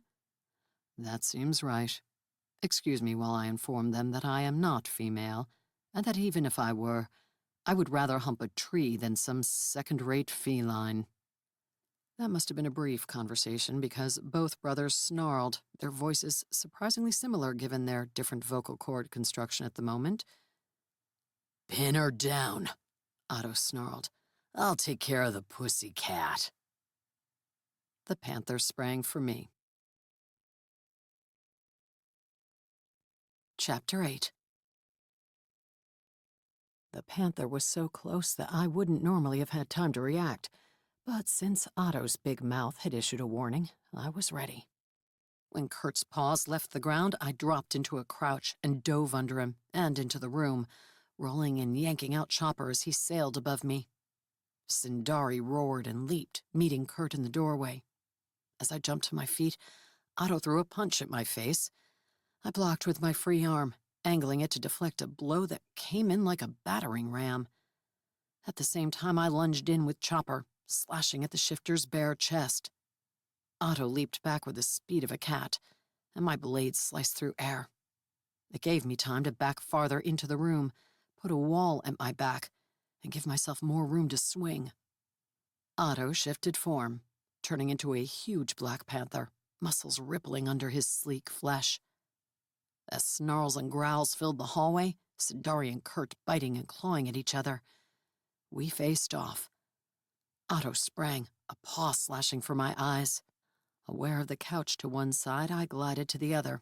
I feinted, as if I meant to cut off his paw, then shifted the blade mid-swing and changed targets. As he was busy jerking his paw out of the way, Chopper sliced upward toward his belly and vulnerable internal organs. Otto tried to twist in the air as he landed, raking his back claws at me. My sword gave me the reach to avoid them while cutting into fur and flesh. It wasn't a deep wound, and Otto didn't cry out. As soon as he landed, he whirled to face me again. But shifters were always fast. I wasn't fazed. It would be a battle of attrition. It often was. This time, Otto ran straight toward me instead of springing into the air. White fangs dripped saliva, and his intent was clear. He meant to ram me against the TV stand and sink his teeth into my neck. I didn't dodge. With speed and strength, I thanked the father I'd never met for. I slammed a straight kick into his chest as I thrust with Chopper, aiming the point into the panther's open maw. The ball of my foot struck with the blade, driving Otto backward as I gouged the side of his face. He whipped his head aside before the blade could sink into his throat. Bleeding, he jerked away and backed up. Fury glowed in his yellow eyes, and he sank low, looking like he would spring again. But as he met my gaze, he threw a mental attack at me, one I hadn't expected from a shifter. They were known more for brute force and magical regenerative powers than psionic finesse. Power raked at my mind, evoking pain as if he were using physical claws on my brain. An image forced itself into my thoughts, one of me dropping to my hands and knees and letting the brothers have their way with me. Though startling, it was a clumsy attack. I walled off my mind, pushing the pain and the crude images away. Even without Chopper and its assistance with repelling mental threats, I could have fought this idiot off. He leaped for me again, coming straight in. Did he expect me to be so stunned by his mental attack that I wouldn't be ready? I had plenty of time to spring to the side and swing Chopper at his neck. "More coming, Val," Sundari warned me from the hallway. The announcement startled me, and my blade sliced into Otto's shoulder instead of his neck. It struck bone and glanced off. Otto crashed into the TV. I would have laughed when it hit the wall, then fell forward, glass shattering all over him. But I abruptly grew aware of more magical auras in the area. 4. No, 6. Allies to the brothers? A couple of them were coming from the direction of the river, but others were running down the street from the entrance of the neighborhood. And they were coming fast. Even as I finished counting to 6, more magical beings surged into range of my senses. 10? They were all similar to Otto and Kurt, shifters of one kind or another. I sensed this one calling them, but I could not stop him in time, Sundari added, pausing to snap his jaws as Kurt, bleeding from a dozen wounds, charged at him to continue their fight. "They're converging on the front yard. You better go out the back. I'll keep these two distracted so you can get away." Sundari was fighting as he communicated with me, so I didn't respond. I didn't want to distract him. Besides, there was nothing to argue about.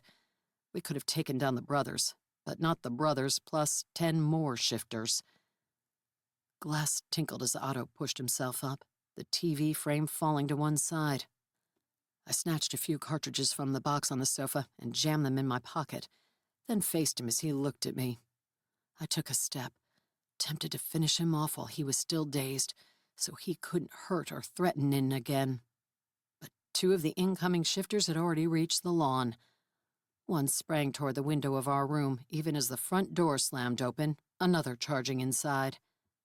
I raced into the hallway and jumped over Sundari and Kurt, the massive felines clawing and thrashing on the floor, their blood spattering the rug. Sundari had the advantage, with his powerful fangs embedded in Kurt's thickly muscled neck. It wasn't smart, but I paused long enough to jab Chopper down into Kurt's haunch. Or at least that was my intent. He twisted as he tried to tear away from Sundari, and all I got was the tail. My blade sliced through it at the halfway point. "You won't be using that for your perverted sex shit again," I growled, then ran into a bedroom facing the backyard as another massive cat, a female jaguar this time, rounded the corner and entered the hallway. She sprang through the doorway after me. By then I had Fezzik out and I fired at her. Bullets tore into her chest and she jerked back out into the hallway and out of sight. "Don't linger," Sundari ordered as I rushed through the bedroom and slashed all the glass out of the windows with 4 precise strikes from Chopper. It clinked outward, and I leaped after it, landing in mud and weeds outside. My senses told me more shifters were pouring into the front of the house. I hated to leave without any real answers, but there was no choice. I ran parallel to the river, leaped a hedge, and rushed through yards and common areas as I ran back toward the trail. "Sundari," I glanced back. "You're getting out of there, right?" He could dismiss himself from this world any time, but he was doing his best to buy me time. As much as I appreciated that, I didn't want him to get himself killed fighting 10 powerful cat shifters at once. It was possible for him to die if he took too much damage before he traveled the magical pathway back to his own world. "Sundari, have you made it back to your vehicle yet?" he asked. "Yes," I lied. Running through muddy yards and leaping fences and hedges wasn't the fastest way to travel, but the bridge and the busy trail were in sight up ahead. I doubted the shifters would chase me through such a public area during the day. I ran across the wide lawn of an apartment building, ducks quacking and paddling away from the bank as my passage disturbed them. The quacks grew uproarious, and several ducks took flight. That was when I realized that it was more than me bothering them. A bloody silver tiger was running after me. Fortunately, nothing was running after him. "You have not made it back to your vehicle," Sundari told me sternly. Before I could reply, an unfamiliar voice spoke into my mind. "Help me." The brothers' house was no longer in sight, but I was positive the telepathic words came from that direction. Had it been one of the brothers? I couldn't imagine them asking me for something. More likely, it was a trap designed to lure me back. "Did you hear that?" I asked. Sundari had caught up with me and ran by my side. "No, what?" A telepathic voice spoke to me. It came from back there. There was another magical being, not a shifter, under the house. "I know. Do you think that's who's reaching out to me?" I had the telepathic abilities of a rock, but I tried to open my mind and project back toward the house. "Who are you? What kind of help do you need?" A brown panther and a lion leaped over hedges and into the yard of the apartment complex as we ran out onto a street on the other side. "Flee, ruin bringer," one of them taunted me. It was not the same voice that had asked for help. "Flee with your pussy cat." "Yes," a female voice purred into my mind. "Run away from the power of the Northern Pride. Let it be known that the supposed scourge of the magical wets herself at the first sign of real might." "There's only 2 following us, right?" I asked Sundari. "Yes, the rest remain in the house." I stopped in the street and turned to face the panther and the lion. They were loping lazily across the lawn.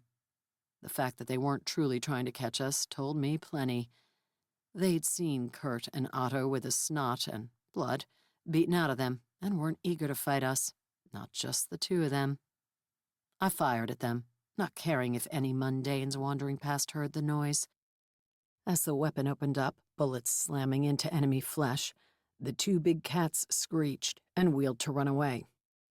The lion ran across the lawn and jumped, trying to clear the river in one leap. He didn't quite make it.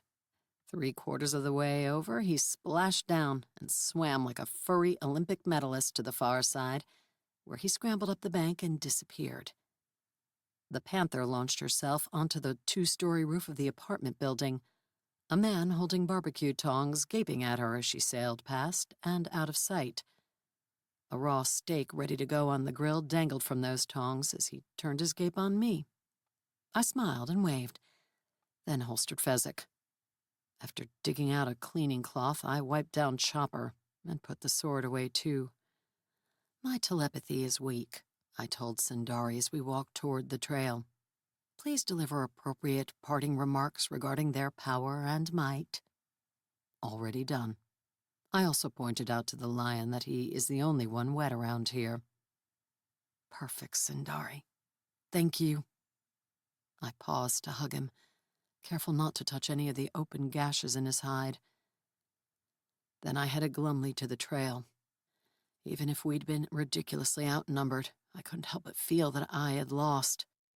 I hadn't confirmed whether the Pardis brothers did or did not have weapons capable of hurting dragons, and I definitely hadn't done anything that would keep them away from Nin.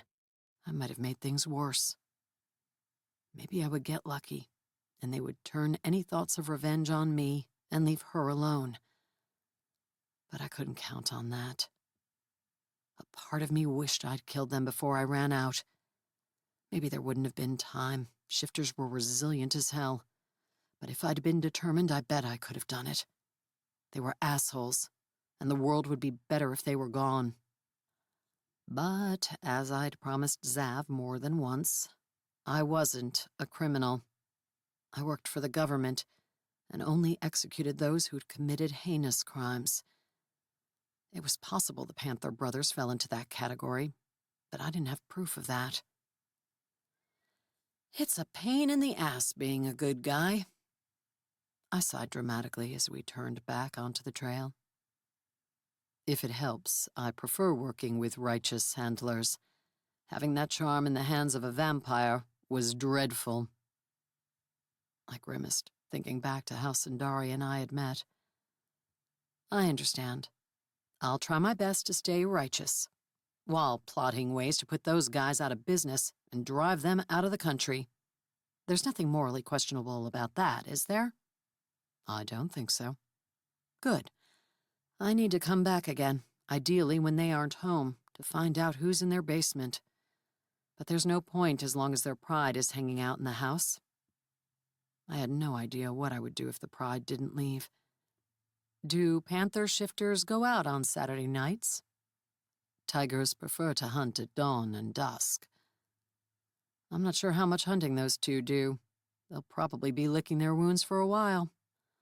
Unfortunately, I'll have to mull over our options while I'm shopping for lotions at Dimitri's stand. I halted, the memory of the boxes in that living room cabinet coming to mind. I had swiped some of their cartridges. Maybe I could find out who was supplying them to the Pardis brothers. I wonder if Zoltan knows anything about Kurt and Otto and this northern pride. These guys aren't operating that far from his home. Zoltan might also be able to use his alchemy to tell who'd crafted the ammunition.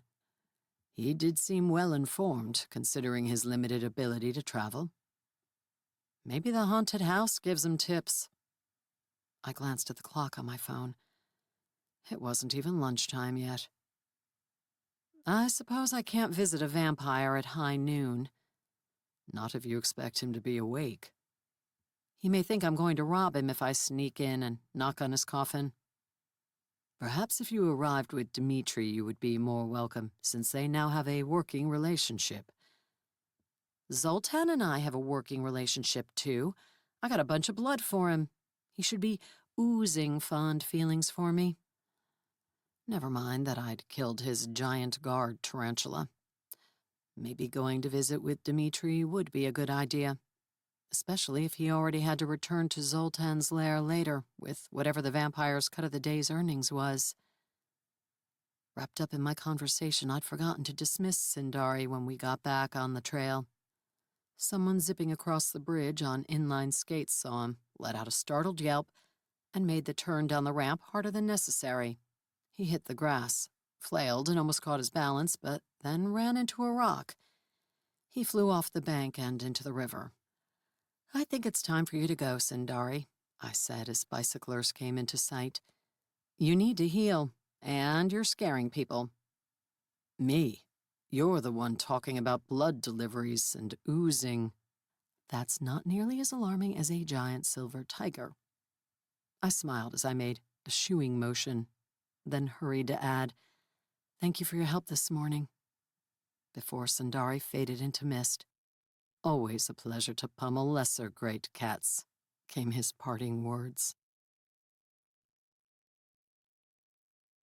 Chapter 9. I passed people selling early-season vegetables, fresh-cut flowers, and local honey, and found my way to Dmitri, who stood like a brooding giant under a white awning stretched over his table of yard art specimens. More of the metal statues crowded the ground around the table. A few people gave him curious looks as they passed, but nobody came close to admire his goods, which was probably why he was brooding. "How's business?" I asked, walking up. "Deplorable." His shoulders slumped. "Nobody even comes up to ask questions about them. They only glance from the walkway and hurry past. I don't know what the problem is. I've had some luck selling them from my website." "I hate to break it to you, Dmitri, but..." I reached up to put a hand on his shoulder. "You've got a face for internet sales." "What does that mean?" "You're big and scary looking. If you smiled more, that would help. But when you're standing there being broody, you look like someone's mafia bruiser." I wasn't sure smiling would make that much of a difference, but it couldn't hurt. "Oh, you're not telling me anything I don't know, but why would it matter for selling art?" "Do you see anyone else manning these tables who looks like a security guard?" I waved to the predominantly female vendors, including 2 women at a soap table who had a box of puppies. I wasn't sure if they were for sale or only there to bring people in. A lot of exclamations of, "Oh my God, they're so cute," came from that shop, and the handmade goat milk soaps were flying off the table. "You think you could do better?" Dmitri squinted. "Me?" I gestured to my assassin-on-the-job couture, including a few tears where flying shards of the broken television had sliced through the fabric of my shirt. Given how the morning had gone, I was lucky I didn't have black eyes and broken ribs. "I'm not dressed for sales." "That place across the way has all women's clothes. I bet that floral midi dress would fit you." "Floral what?" "Midi dress. You know, the hem at mid-calf." "I don't know. How do you know?" No, I squinted at him. "I'm an artist, Val, not a mafia bruiser, even if my father would have been more approving of that line of work." He shooed me toward the clothing stall. "I'll buy it for you if it's less than $20. "Wow, you're a regular sugar daddy. Also, you have to stay for an hour and see if you can sell things better than I can." I was about to tell him that I wasn't a sales clerk or here to work for him, but then I remembered my reason for coming. "I'll try to sell some stuff for you if you do a favor for me. I need to talk to Zoltan tonight. Are you going to take him his money when this is over?" "His money, or with the way things are going, his inventory back. Yes." "Good, you can take me with you." "I agree to this scheme, but why can't you go without me?" "The last time I walked into his place, he sicked a giant woman-eating tarantula on me. I proceeded to kill it. I think we parted on decent terms, despite my ravaging his security system, but I'm not positive I would be welcome to return. If I walk in at the side of his new business partner?" "We're not business partners. I'm more like his gopher, or maybe his apprentice." Dimitri's eyes lit at this more prestigious title. "He's already given me some tips for growing a following online. I bet he'd approve of me using a pretty girl to sell my stuff." I snorted. "He'd be better off with a 20-year-old ingenue. I don't have one of those. I have you. And that dress." Dmitri pointed. "Go get it before someone else does." "You'll throw yourself in front of me if there's a new tarantula?" "Deal." He had to point me past 3 dresses to the one he'd had his eye on. The floral wasn't as bad as I'd feared when he'd said the word. There were roses on the ivory fabric, but they were sage green, a color I didn't usually look ridiculous in. I was less enamored with the buttons up the front. They seemed too much of an invitation for some thuggish panther shifter to unbutton. But the Northern Pride didn't likely do business at the farmer's market. Judging by the women pushing strollers, this wasn't a gun-buying clientele. "Are you interested in that dress?" The vendor strolled up. "It's vintage from the 90s. It'll look fabulous on you. What great height you have." Hearing that something from the 90s was vintage now made me feel old, and I was pretty sure vintage also meant it was used. But I guessed it would do for selling yard tchotchkes. Besides, it was getting warm, and being in something sleeveless might feel good. The price was right. Dmitri had made a good guess, though the vendor was disappointed that I wouldn't try on any of her sandals. The table would hide my combat boots. They wouldn't matter. A few minutes later, changed, and with my weapons stashed under the table, I listened to Dmitri tell me what his gizmos were and what recycled bits and pieces they'd been made from, and attempted to look personable to anyone who wandered past. That wasn't my strength. He should have held out for an ingenue. Still, as soon as he faded into the shadows at the back of the stall, interested people started coming up. "How much for that big fish made out of wrenches?" asked a bearded man in green plaid who was clearly practicing the lumber sexual look. He wasn't as flagrant about checking out my chest as the Panther brothers had been, but his gaze skimmed past on the way to the metal fish statue. Dmitri hadn't given me prices since he was standing nearby. After taking in the latest iPhone sticking out of the guy's pocket, an Apple Watch on his wrist, and a BMW logo on the car keys he dangled, I said, "300. Dmitri sputtered. Because the price was too low or too high? I hoped he hadn't brought $1,000 pieces of art to hawk from a tent. Green plaid guy lifted his eyebrows. "How much for your number?" I grabbed one of Dimitri's business cards. It had the name of his business, Sculpted Rain, rather than his name, along with a website and phone number. Perfect. I held up the card. "It comes with a purchase." "I'll give you 200. "The price is 300, my friend, but I'll throw in the scorpion stinger lotion. It's got a nice zing." "All right." He pulled out a wallet thick with 20s and 100s and counted out the money. "Don't forget the number." He paused, noticing Dmitri in the shadows for the first time. Is that your partner?" "Nope. He's the hired help. This stuff is heavy.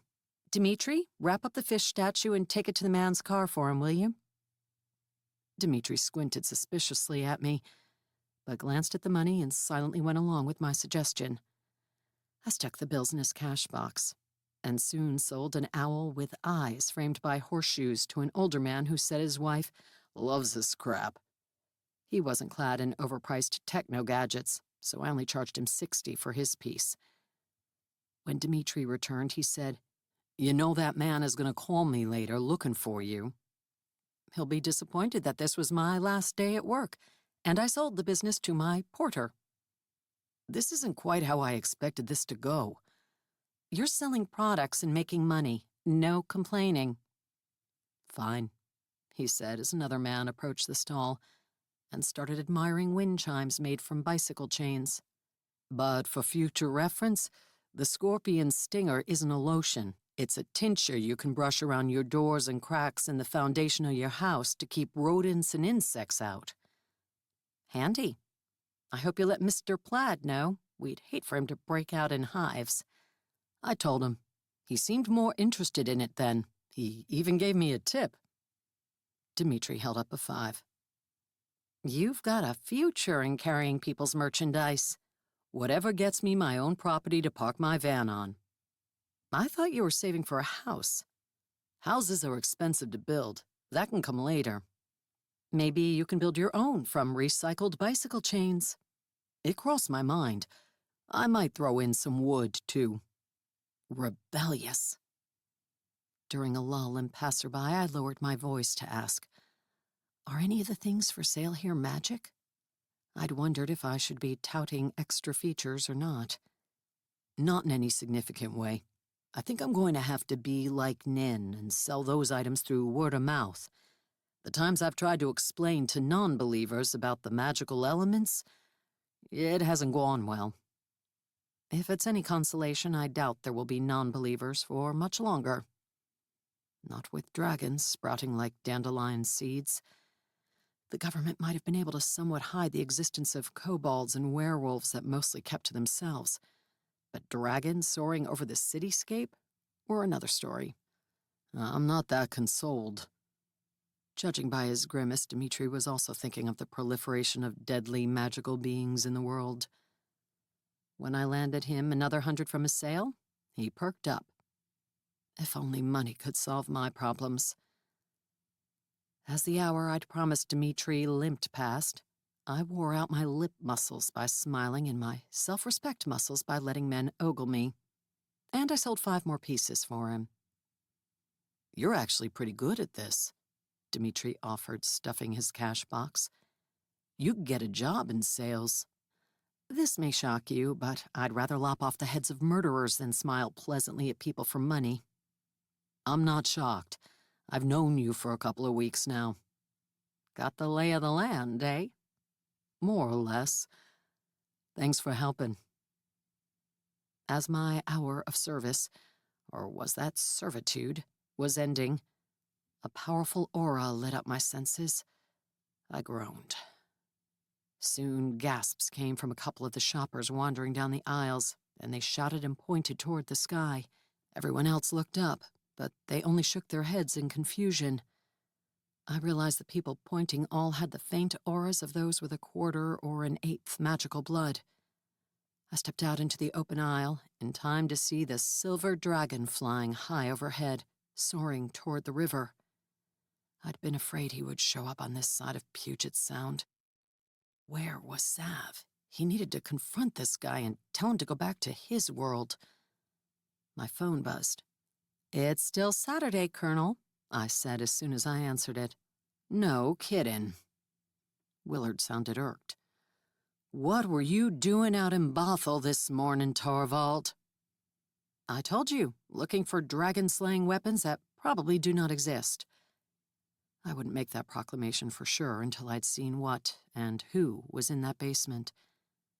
I also got in a fight because I didn't want to have sex with strange panther shifters.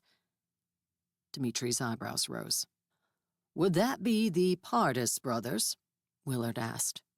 "Yes." "Respected officers in the Northern Pride?" "Respected? Are you sure?" "I ask," she said without answering my questions, "because the Pride's lawyer called our office to lodge a verbal complaint. He said you broke into their house, threatened them, and busted their television when they refused to back down." "That's not how it went. They threatened me. When Sindari and I defended ourselves, the TV was an innocent bystander." "The brothers say they have video footage of everything. Highly edited, I'm sure. If you don't stay away from them and their house, the lawyer is going to call the police and press charges." "The lawyer? What kind of panther shifter brutes hire lawyers?" "The ones with a lucrative business. Look, I believe you, Val, but don't go back to their house. If Nin needs protection, tell her to hire a bodyguard. Stay out of trouble this weekend. I'm collecting some intel, and I should have a new assignment for you next week. The Dark Elves have disappeared, at least out of the sections of the tunnels that were revealed by the sinkhole. But I'm hearing that they've been bribing members of the magical community. They may still represent trouble." Of that I had no doubt. The alchemist had said she'd wanted me and Willard's office out of the picture because of some plan her people had. She was dead now, but the 2 dark elves Sav had been hunting weren't. And there could have been hundreds more living in those tunnels. At least. "Fine, but here's an intel tip you might not have yet. There's another dragon in town, and he's flying around looking for trouble." Willard digested that for a long, silent moment. "Maybe you should try to find a real dragon-slaying weapon. If the dragon starts attacking people, we're going to be called on to deal with it." "By we, you mean me?" "Very likely." "Wonderful." Chapter 10. The headlights of the van brightened the for sale sign at the driveway of the upscale residence in front of Zoltan's haunted, dilapidated carriage house. It had been amended since our last visit, and a blue rectangle on the bottom now promised the sale was pending. Maybe Zoltan sold the dragon blood after all, I mused as we drove up in Dimitri's van. I'd left my Jeep at a park in town, trusting that we wouldn't need to go off-roading tonight. Dimitri shook his head, his neck already armored in his white cervical collar. He didn't. The real estate agent must have finally found a sucker, and cleaned up the blood in the driveway and the slightly exploded playhouse in the back. Maybe the owners dropped the price. A lot. It's not a bad house. Dimitri looked wistfully at it as he parked on the opposite side of the street, even though it didn't look like his style. I mean, it's a hideous amalgam of architectural styles, and those nubs on the roof don't make any kind of structural sense. But I'd take it anyway. It's peaceful out here, but not that far to Seattle. You could build a huge workshop in the back. Dimitri grabbed a toolbox and a canvas grocery bag with the remainder of Zoltan's merchandise from the back of the van. His bed and belongings were covered in unsold yard art, but I'd helped him move quite a few pieces. He'd been flummoxed by my method of pricing objects based on what I guessed people could pay, but it had evened out by the end of the day, and I hadn't shorted him. Dusk was settling as we strolled past the house. Fortunately, neither the real estate agent nor any HOA patrollers were around to stop us. And to the vampire's dominion. I eyed the broken door warily, but Dimitri went around to the back, where there was a secret entrance to what had once been a root cellar. He nudged a root in the grass to open it, then clomped down wide earthen stairs, ducking low to keep from hitting his head. Any security systems on this side we need to worry about? I considered summoning Sindari as I followed Dimitri down. I didn't sense any dark elves this time, or any other magical beings lurking around the property. So the only trouble might come from Zoltan himself. His aura placed him in the laboratory I'd visited before. He said they wouldn't bother me. Will they bother me? I'm unexpected. In all senses of the word. Dimitri smirked back at me. Ha. I'm debating if I should summon Sindari. Cats like spiders. It had been more than 12 hours since our battle that morning, so he should have had time to magically heal the majority of his wounds. Including giant tarantulas? He's always up for a challenge. Dimitri used his phone's flashlight app as he walked past dusty shelves filled with jars of what I at first thought were tomatoes and pickles from some long-past harvest. But they were fetuses, organs, and who knew what other disgusting things a vampire alchemist collected. Did he do biology experiments too? I didn't want to know. I walked past quickly, also not wanting to know if they were human. Great place to bring a date on Halloween, I muttered. If the girl you met at the club likes being scared, I highly recommend it. He gave me a weird look over his shoulder. What? Is there a girl? Or did you make that up because you're not interested in Nin? I think you could just tell her. She's got a lot going for her. It's not like she'd be crushed if you're not interested. I never said it was a girl. What do you mean? Sometimes I was exceedingly swift. I mean, Sindari would be closer to my type. Animals? Guys. This time he gave me an "are you dense?" look over his shoulder. Oh. I followed him through a secret door and into a dark tunnel. In that case, you shouldn't have been upset about the BMW lumberjack calling you later. He wanted to call you. You're the one he gave $5. Maybe he swings both ways. I couldn't even interpret the third look. I touched my charm and summoned Sindari, more because I needed a rescue from my bumbling half of the conversation than because I expected another tarantula. Dimitri had reached the door to Zoltan's abode, but he waited while the tiger formed. Is it time for another battle? Sindari asked as soon as he solidified.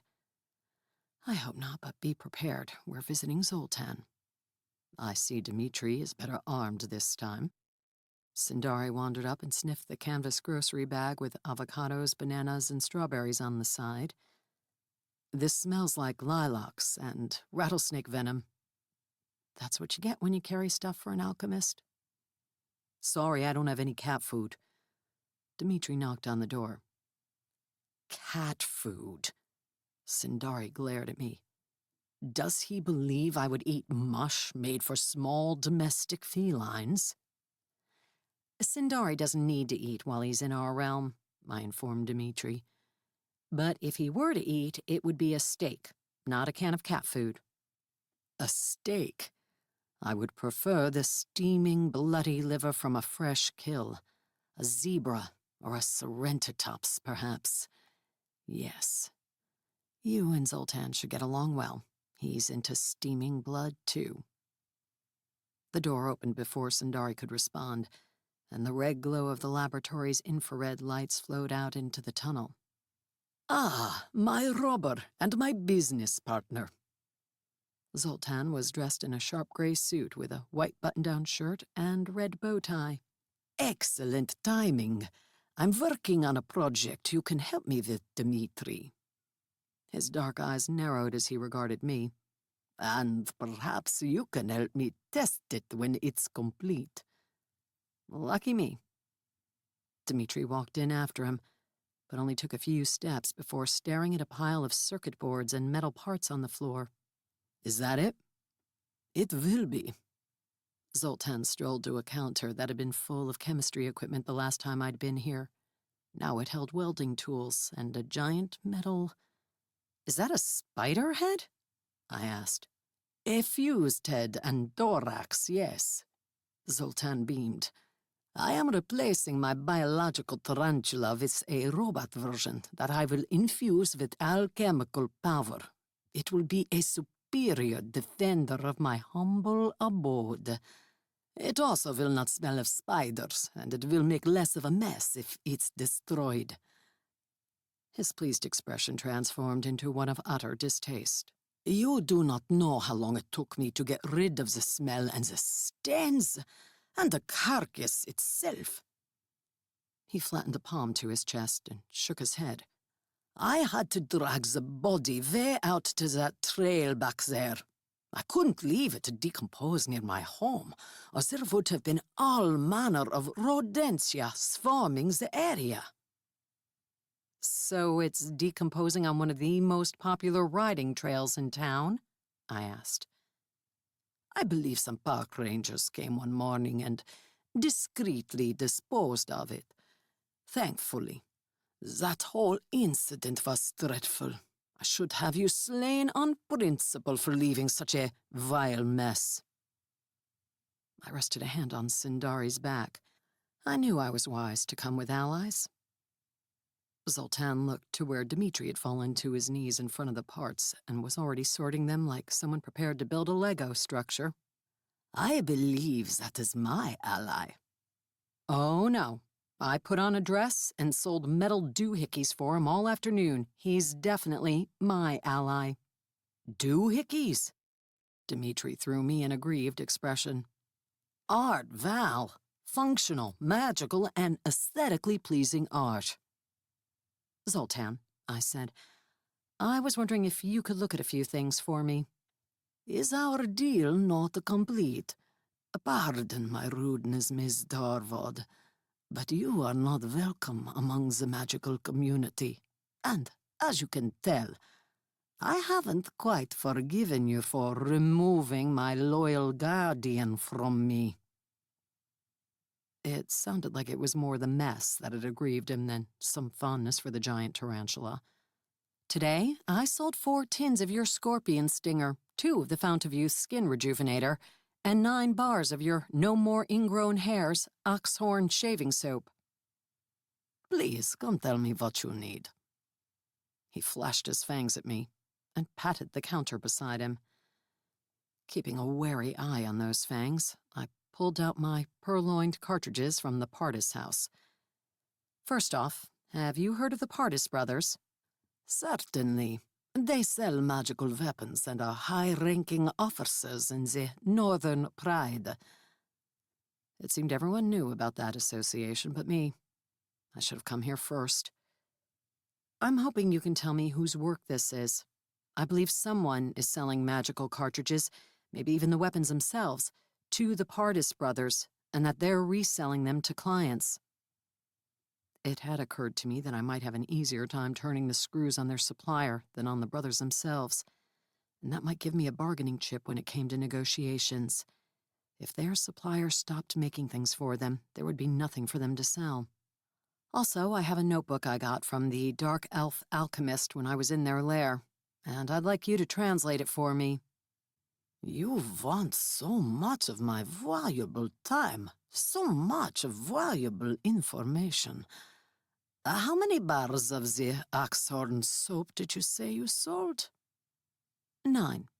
All in all, I made $200 for you. By yourself? Zoltan looked over his shoulder. Is this true, Dmitri? Yes, apparently I have a face for internet sales. Zoltan's smooth, pale brow wrinkled. I also got you that vial of dragon blood, I reminded him. You mentioned it was worth slightly more than $200. Indeed, so it is. I was delighted to show my interweb proteges how to make lingurium with it, a stone capable of healing everything from gallbladder stones to jaundice. There's much misinformation about lingurium on the interwebs. Many sources say it solidified Lynx urine. Can you believe? But dragon blood is the true key ingredient. My instructional video has already been watched over 1 million times. There are that many people with jaundice. Gallbladder stones, my dear Robert. Unfortunately, none of my young acolytes have access to dragon blood. Yet. I am considering starting a mail-order ingredients business. For the right price, I could part with a few drops of that liquid gold. Zoltan pressed his fingers to his lips and kissed them flamboyantly, then tapped the cartridges. I recognize the signature of the enchantment melted into the metal of these projectiles, yes. There's a local enchanter who works for a fence company here in Woodenville. They install enhanced wrought iron and chain link barriers designed to keep out werewolves, zombies, and other savages. Given how easy it is for assassins to intrude upon my domicile, I may have to consider purchasing one of their fences. Don't you think the new homeowners will believe it odd if their carriage house is behind bars? I asked. Oh, I'm sure they won't be here for long. They never are. Strange, isn't it? I'm a charming neighbor, and a deterrent to riffraff. Most riffraff. Zoltan gave me a pointed look. Only the mythic murderer would wander willingly into a vampire's abode. Not only, I pointed to Dmitri, who was now using pliers and a wrench to make a spider leg. He's an invited guest, not riffraff. You found someone who isn't intimidated by your stature, Dmitri. I pulled out my phone to look up the fencing businesses. Is this it? I pointed to the only one in the list that mentioned enhanced offerings. It is, yes, Zoltan said distractedly. He'd pulled over the notebook to study. Assuming it took a while to translate a language, I made myself wait patiently for an entire minute. Anything interesting? Perhaps, but I'll have to dig out my academic tomes on languages to find out. Unlike that sigil you brought me, these pages aren't in the dark elf alchemical language. One of the other 3. I remembered him explaining that the dark elves had 4. Yes, the one reserved for religious ceremonies, I believe. It will not be a simple matter to translate it. Zoltan straightened and looked at me, his gaze drifting to my neck. How many bars of shaving soap do I have to sell to make it worth your while? You're not getting my blood. No? That's unfortunate. I can tell you've been in the presence of dragons again." His dead eyes gleamed like wet marbles. "More than one. Amazing. It's like you're a magnet to them." The only thing amazing is how inadequate my loofah is.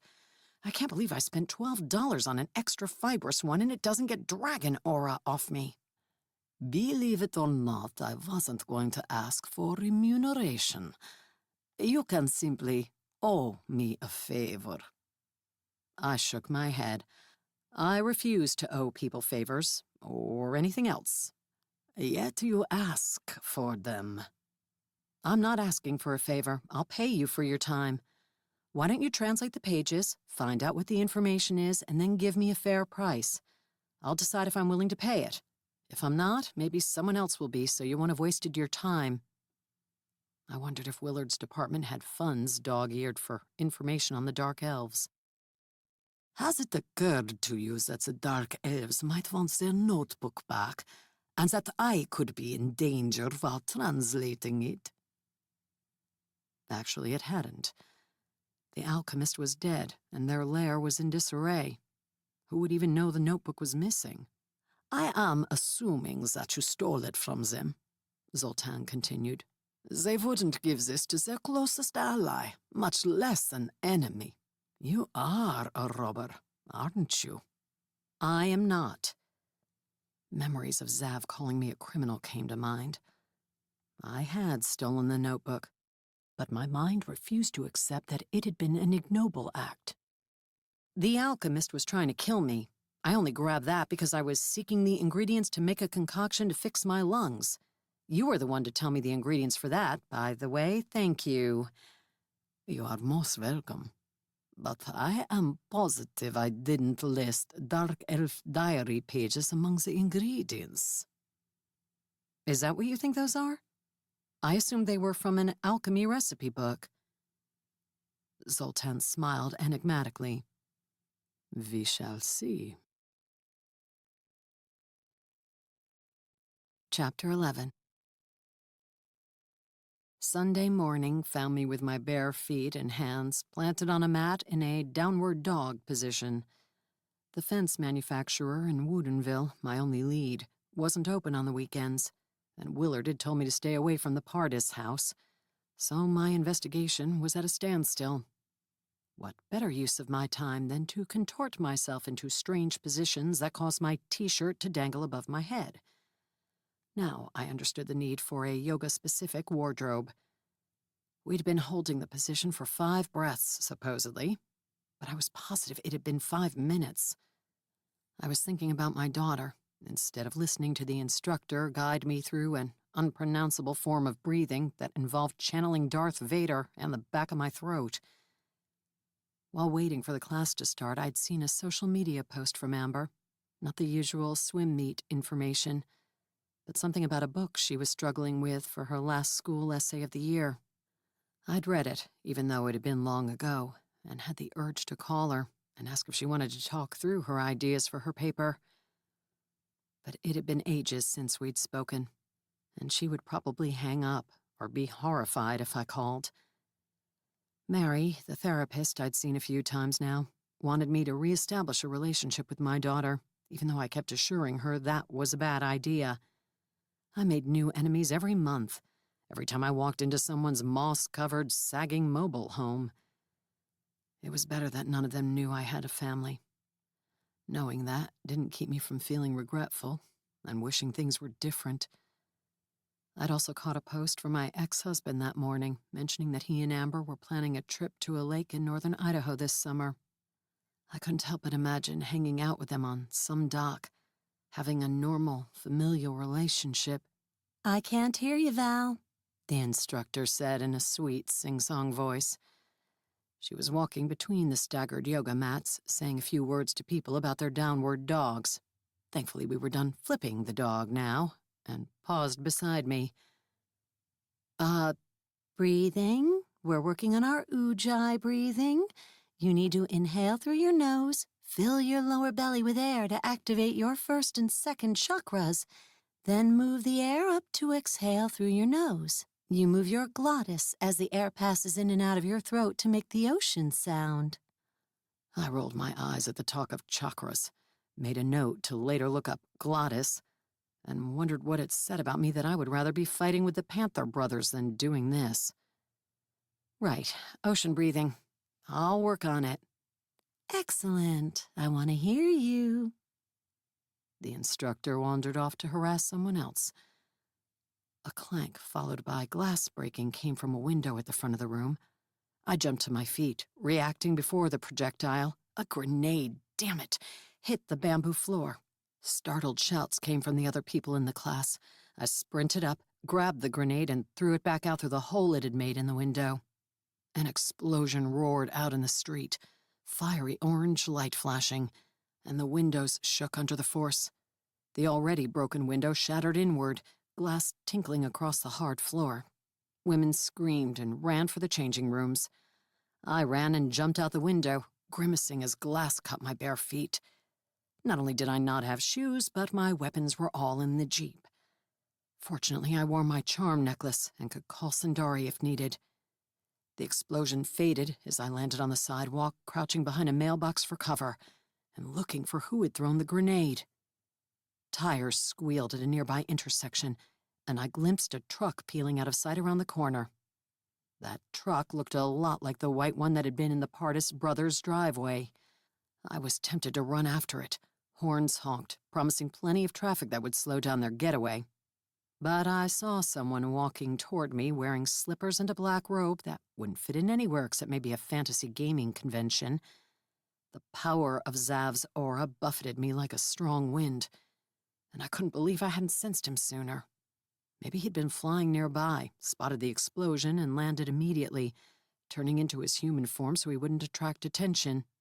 "What are you doing here?"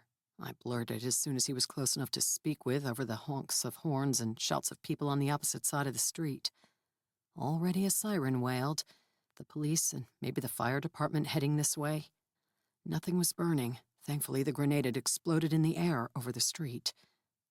"I know you didn't come to get your chakras aligned." "That is not the proper way to greet a dragon." Zav looked me up and down, his gaze lingering on my bloody feet. "Nor is this appropriate attire for battling criminals." "I'm not battling criminals. I'm exercising and contorting my throat to do ocean breathing." His forehead creased. "You must always be prepared to battle criminals. They are attracted to you. That is why I keep telling you that I will use you as bait." No kidding. A police car turned onto the street, and some of the yoga students were peering out the broken window and the front door. "Look, I've got a message for you. Let's go over there." I pointed to an alley. I hurried to it.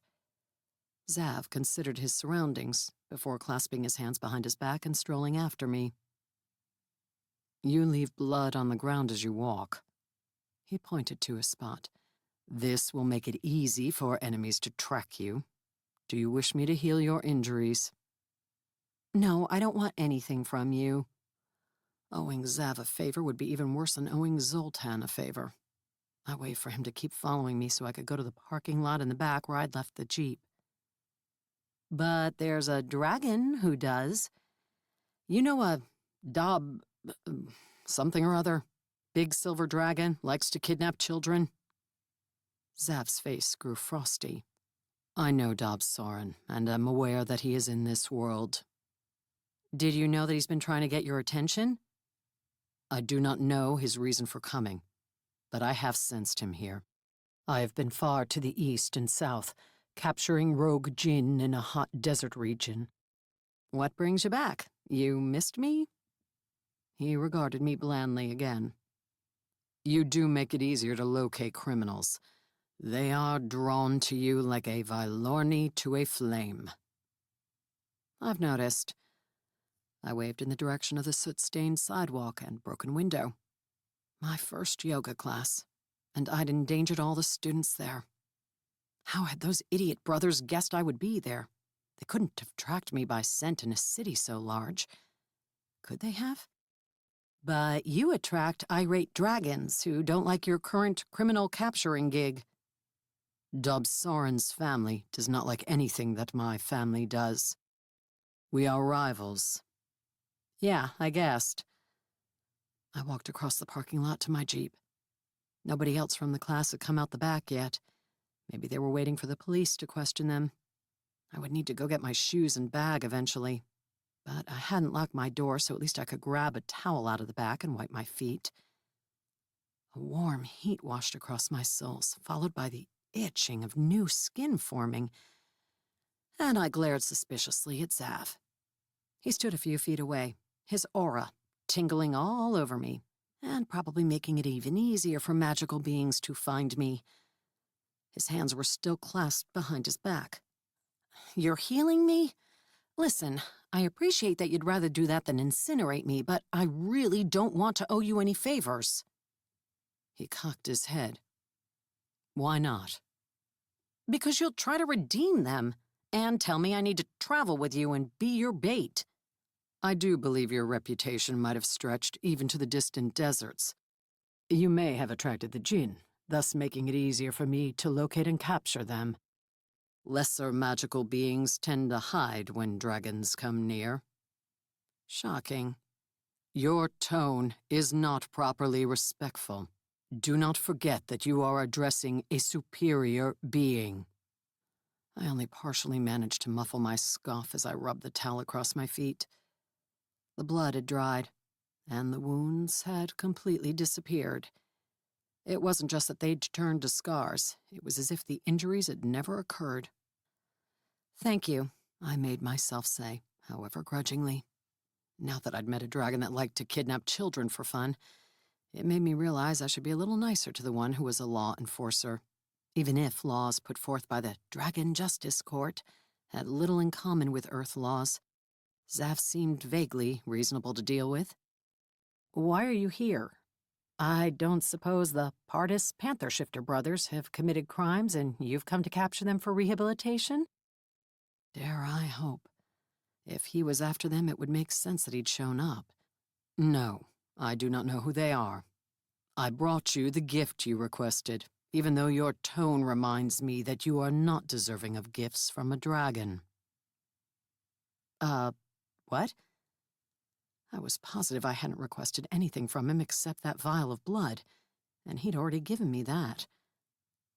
"A poster of myself that you can throw hatchets at." "You're joking, right?" "I am not." Zav drew, seemingly out of an invisible poster carrier attached to his back, a rolled-up tube. Had he actually found a print shop and had one made? I couldn't believe it. I squinted at him as I accepted it, still expecting a joke. "I suppose dragons aren't known for their senses of humor," I said when I didn't find any sign of amusement on his face. It was a handsome face, with a strong, angular jaw and high cheekbones, everything enhanced by a perfectly trimmed beard and mustache. But it was a haughty one. It had to be hard to laugh when one's haughtiness mask was affixed so tightly. "Who told you this lie? Dragons have riotous senses of humor, but we only tell jokes among our own kind. Inferior species would not have the necessary mental acuity to grasp them." So much haughtiness. "Oh, I bet." As I opened the tube and tipped the poster out, I noticed a 12 or 13-year-old boy with a skateboard under his arm, eyeing us from across the parking lot. He was watching, but pretending not to be watching. Maybe he liked Zav's robe and wanted to know what Etsy shop he could order it from. "I also came because Dub Soren told me he left a message with you." Zav's violet eyes narrowed. "He was exceedingly coy when he spoke to me, and it was from a great distance. I know he is here in this geographical region, but I cannot pin him down." He gazed at the walls of the buildings around us, as if he could see through them to the snow-capped Cascades to the east and the Olympics to the west. "I believe some magical artifact is assisting him in evading my senses. He taunted me with his words, as if he had some knowledge that I did not." The only knowledge I have is that he wants to kill you for sanctimonious meddling, and he's a dick. I already know this. Zav paused. What is a dick? The thing hanging between your legs. I unrolled the poster, but almost lost my grip when Zav bent to look down. Did he think I meant his robe? The sex organ that's there if you gave yourself all the human parts when you shapeshifted. I guess I don't know if you did. And, I hurried to add, I don't want to know. Zav straightened. I would not shapeshift into an ill-considered, amorphous blob. When I am in human form, I am anatomically correct. I'm so glad for you. I held out both sides of the poster. It wasn't the big black dragon I'd expected. It was a blown-up photograph of Zav with his familiar, haughty, and handsome face, and wearing the same black robe with silver trim. He was posing with one leg propped on a chair, and his chin on his fist, his elbow on his knee. I assumed it had been the photographer's idea. It wasn't a bad one. The photo was attractive. If he wanted to retire from enforcing dragon laws, he could easily get modeling gigs here. Or if he was as anatomically correct as promised, a career working in the sex industry. I have to admit I was imagining throwing hatchets at the dragon form of you. The dragon form of me couldn't fit in the booth, and the photographer was unsettled. He would not consider going outside with me. I decided not to magically compel him. People don't do their best work under such conditions. Imagine that. I turned the poster, wondering at the plausibility of setting up a hatchet-throwing arena in my small apartment. And if I could truly bring myself to hurl blades at his face. Mangling someone who looks human seems sadistic. You would not consider it sadistic to mangle a dragon? Nah, it would be like operating a crane with a wrecking ball and swinging it into a building marked for demolition. Satisfying. Zav gazed at me. Something about it made me feel guilty, like I was morally wrong to find the idea of mutilating a dragon appealing. It wasn't my fault he was so pompous and annoying. His arrogance invited fantasies of mutilation. Across the parking lot, the boy was still not watching us. Do you have any idea what that kid wants? I asked, to change the subject. And because I was curious. Zav shouldn't have been able to see the boy from where he stood, but it didn't surprise me that he knew what I meant. He wishes to deliver a message to you, but he's not certain if I am your mate and will drive him off in a fit of jealous rage. Zav's forehead crinkled. His thoughts are alien to me. It's possible I might have misinterpreted them. Yeah, I think so. Don't sweat it. Teenage boy thoughts are alien to other humans, too. I looked over at the kid, caught his gaze before he could pretend not to be looking, and waved for him to come over. I truly need the message that Dob Soren delivered to you, Zav said earnestly. If he is here to openly challenge me, this is unprecedented, and something must have changed between our families. I must warn my kin. His gaze drifted from my eyes upward to my forehead. Well, that was better than all the guys whose gazes went down to my boobs. You are not wearing your magical sword. It is interesting that I have difficulty reading your thoughts. You're probably distracted by my great beauty. His gaze drifted downward, more considering than interested. And I wasn't positive he'd even been aware that I was female. Not that the baggy t-shirt I'd chosen for this class was form-flattering. Never mind, I said. Look, he kidnapped some children, and he said it was because he wanted to get your goat. He didn't say why, just implied that he would kill you. That's really all he gave me. He spent most of our time together trying to flambe me. My goat. Your attention. If he wishes my attention, he has it. If he wishes to challenge me, I am not afraid to battle him. Why would he use you to deliver this challenge and then hide? How would I know? I didn't even know he existed until the other day. Zav frowned at me. It is true you are ignorant of politics in the cosmic realms. Yes, I am. I'd like to stay that way. And also not to be incinerated by dragons trying to get your attention. The boy had skated over and was close enough to hear that last sentence, but he didn't react to it. I think you're the one, he said. I'm sure that's true. I eyed him again, hoping the kid wasn't here to take revenge for a parent I'd killed. That had happened before. But there wasn't a drop of magical blood in his veins. This close, I would have sensed it. So he couldn't be descended from any of the magical beings I'd assassinated. One for what? A guy paid me $5 to deliver a message to the big blonde chick that he said would run out of the yoga studio after an explosion. He said she'd probably be on fire. I'm tall, not big. Don't call women big. They don't like that. I held out my hand, already imagining the idiocy this message would contain if it had come from the Panther brothers. If you are big, people will fantasize about hurling wrecked balls at you, Zav informed the kid. Wrecking balls? I gave him a weird look. The kid gave him an even weirder one. I wasn't sure if Zav was trying to be personable, but he'd been less alarming when he'd simply been calling humans vermin and telling me how deplorable this planet was. Let's have it, I told the kid. He'd taken out a wrinkled envelope, but he hadn't given it to me. The guy said you'd also give me $5. He said I'd do that while I'm on fire? His face screwed up as he considered the logic. Yes? I snatched the letter from him faster than he could jerk it away, then shooed him back across the parking lot. Thanks. Go, spend your big earnings at the arcade. He looked like he wanted to object, but Zav frowned at him, made his eyes glow violet, and the kid jumped and ran away. Nicely creepy, I said. I think the villains in Stargate SG-1 did that. It is sometimes a warning among my kind, sometimes an indication that power is being used. Zav turned his scrutiny to me. I had a feeling he thought I knew more about his dragon nemesis than I did. I had no idea how to convince him otherwise. Are you stronger than Dob is? I tore open the envelope. The law and the righteousness of my beliefs will aid me against him.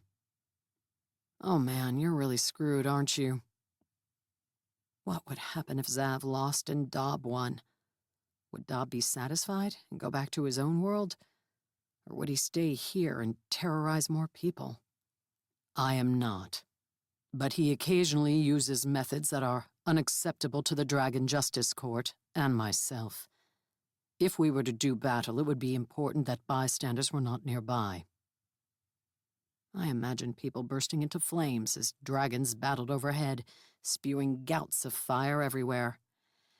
Yeah, if you're going to fight, please lure him away from the city. That will be my goal. But I must locate him first. That is why I'm questioning you. I knew you didn't just come to give me the poster.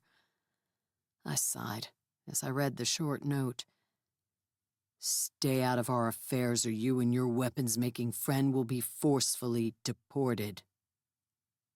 It wasn't signed, but it wasn't a big mystery who'd sent it, and tried to bomb the yoga studio. Are you sure you don't have a couple of Panther Shifter brothers named Pardis on your list of people to send through a portal back to your court? I asked. I do not. I don't suppose you'd like to punt them through a portal anyway. Not if they have not committed a crime against the tenets of dragonkind. They are advertising that they can make weapons to slay dragons. I assume that is untrue. From what I've been told, probably. But don't you think such claims might offend your court? Zav tilted his head. Why do you not slay them yourself? This is what you are known for, is it not? Assassinating the magical. Judgment oozed from his tone. Only if they've committed crimes, specifically murder. I don't get sent out against magical beings unless they've been killing humans. There was also the matter of the 10 shapeshifter allies the brothers claimed. At least 10. Who knew how many were in that northern pride? Maybe I could get Willard to send me what the office had on them. If you cannot give me further information on Dobbs Soren's whereabouts and intentions, I must go. Zav looked to the sky. You have another dragonkind irking deadbeat on your list? I must find Dobbs Soren. His gaze returned to me, speculative. I do wonder. He was thinking about dangling me out in the woods to attract the dragon, I could tell. But Dobb wasn't from Earth, and he shouldn't have had time to build up a grudge against me, so I doubted that would work, even if I were willing. He's after you, not me, I said. Don't even think of putting a compulsion on me or whatever you did last time. I'm my own free person, not somebody's puppet. I must consider the needs of the court over the needs of one mongrel. Must you call me that? My name is Val. I'm a capable warrior. Of mongrel heritage. Be pleased that your mixed blood gives you an advantage over the typical vermin that inhabit this foul, infested place. You're a dick too, FYI. But I'm still going to give you something. I opened the car door and pulled out the wine that I had no interest in drinking. The cider and chocolate I could find a use for, even if it was weird huckleberry cider and lavender chocolate. But wine was only slightly more palatable to me than coffee. Try this. I shoved the case of 12 bottles into his arms. Probably in human form. Maybe you'll like it. Oh, wait, here. On a whim, I grabbed one of the boxes of chocolate and put it on top. I'd been given enough to share. That too. I bet if you sample the offerings of this vermin-infested planet, you might agree that we come up with some good stuff. Doubtful. Zav wrinkled his nose as he surveyed his gifts. Humans love chocolate. Good chocolate is a delicacy. Is it made from meat? No. Do dragons only eat meat? Meat and occasionally fish. Nothing with any fiber. How do you stay regular? He gave me a blank look. It was just as well. I couldn't believe I'd brought up toilet habits with a dragon. Never mind, just try it. And if they're awful, you can pelt Dobbs Soren with them. I will pelt him with fire and brimstone. Also acceptable. I'm going to find my shoes. I waved and headed for the door. Wait. Zav spoke in a normal tone, but power laced the word. I froze, my body unwilling to disobey him. As I knew from past experience, it wouldn't have mattered if I'd had Chopper with me. As he strolled up with the boxes, walking around my unmoving form to face me again, I gritted my teeth. I wanted to curse at him and his presumptuousness, but my lips and tongue weren't working either. You know how to research the locations of magical beings in this world. Can you locate Dobbs Soren for me? Zav flicked a finger and muscle control returned to me. Maybe, I said slowly, realizing someone from another world and without a phone and a cell plan would have a hard time using the internet on the fly.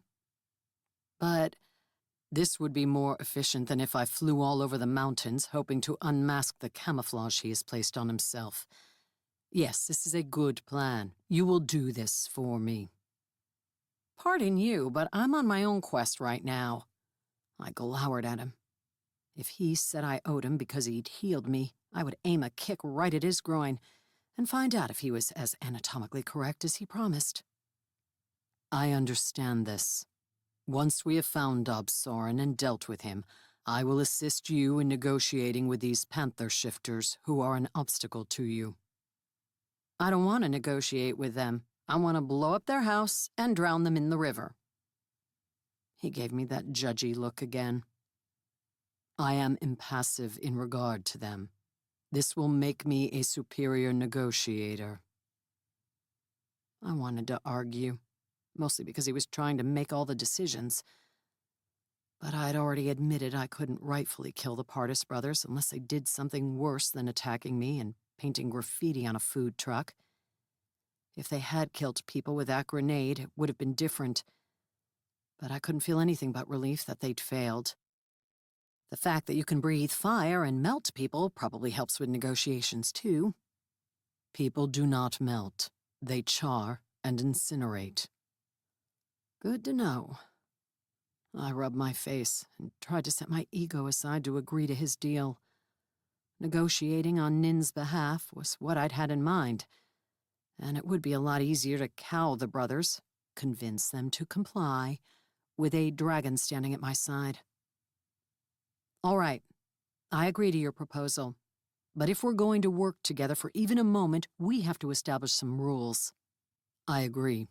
I am bound by the laws and regulations of the Dragon Justice Court. You will swear an oath to uphold the same laws. That's definitely not what I had in mind. I'm talking rules, boundaries between me and you. I imagined Mary talking about the distance I created between myself and others, and almost laughed. You promised to stay out of my head. None of that magical compulsion bullshit. No freezing me in place while you stalk around me and touch my stuff. No using me for bait to get this silver dragon to come calling. And finally, no making me want to obey and please you. I still wasn't positive the compulsion he'd put on me weeks earlier had faded. Maybe I was only here talking to him because he'd made me want to be nice to him. Zav gazed at me. I couldn't tell if it was a thoughtful and considering gaze, or if he was ignoring my speech while making a mental to-do list. Whatever that looked like. Clean the cave, pick up fresh sheep to eat for dinner, compel innocent maidens to service him. I find you a surly mongrel, he said, and do not care for this manipulation. Tough. You want me to research your silver nemesis? You agree to my stipulations, or forget it. His eyes narrowed. They were glowing a soft violet, and I remembered what he'd told the kid. It occurred to me that he might be able to magically compel me to go do that research for him while massaging his feet and pumicing his corns, especially since Chopper was in the Jeep instead of in my hand. Listen, I lifted my hands in a placating gesture that probably worked better on humans than dragons. I'm my own person, and I'll do my best work if I'm a willing participant. If you were in my shoes, you wouldn't want someone with superior power manipulating you, would you? It is the way of the realm that those with superior power use it to maintain their dominant positions. Yeah, survival of the fittest. But you wouldn't like it if someone more fit than you manipulated you, right? It happens. That is the way. It's happened to you? Zav lifted his chin without answering. Great. Did that mean that some other more powerful dragon could come along and compel him to do things? Like Dobbs Soren? I will agree to your terms for the duration of this time that we are working together, Zav said. But you may wish to rescind your rules if we encounter Dobbs Soren. If you are under a compulsion from me and under my control, it will be more difficult for him to put a compulsion on you. I'll risk it. Besides, I'm researching where he is, not going with you. You will come with me to make certain we can find his lair and deal with him. No, I won't. Zav tilted his head. You already agreed to this. I reviewed the moments of our conversation, wishing I'd thought to record it. Already it looked like he was treating this as a binding agreement. As I thought about it, I realized that, yes, he'd said he would help me with the Pardis brothers after we found Dobb and dealt with him. Damn it. Why do you want me along? Won't I just be in your way? His eyes went from a faint violet glow to full-on beaming. You will be in his way. Chapter 12. When I walked up to Nin's food truck, the graffiti had been removed or painted over, and she was outside on a ladder installing security cameras while men in the lunch line offered suggestions. There weren't as many customers as on a weekday, but they all had opinions about installing cameras. Nin thanked them politely, smiled, nodded her head, and ignored them in favor of carefully following the instructions. "Hello, Nin." I wished I had better news for her. "I visited your competition, found them unpleasant, handsy, and with unexpected allies. I'm in the process of researching and regrouping and coming up with a plan B. I can't openly go back to their house since they had their lawyer complain to my boss, the whiny gits."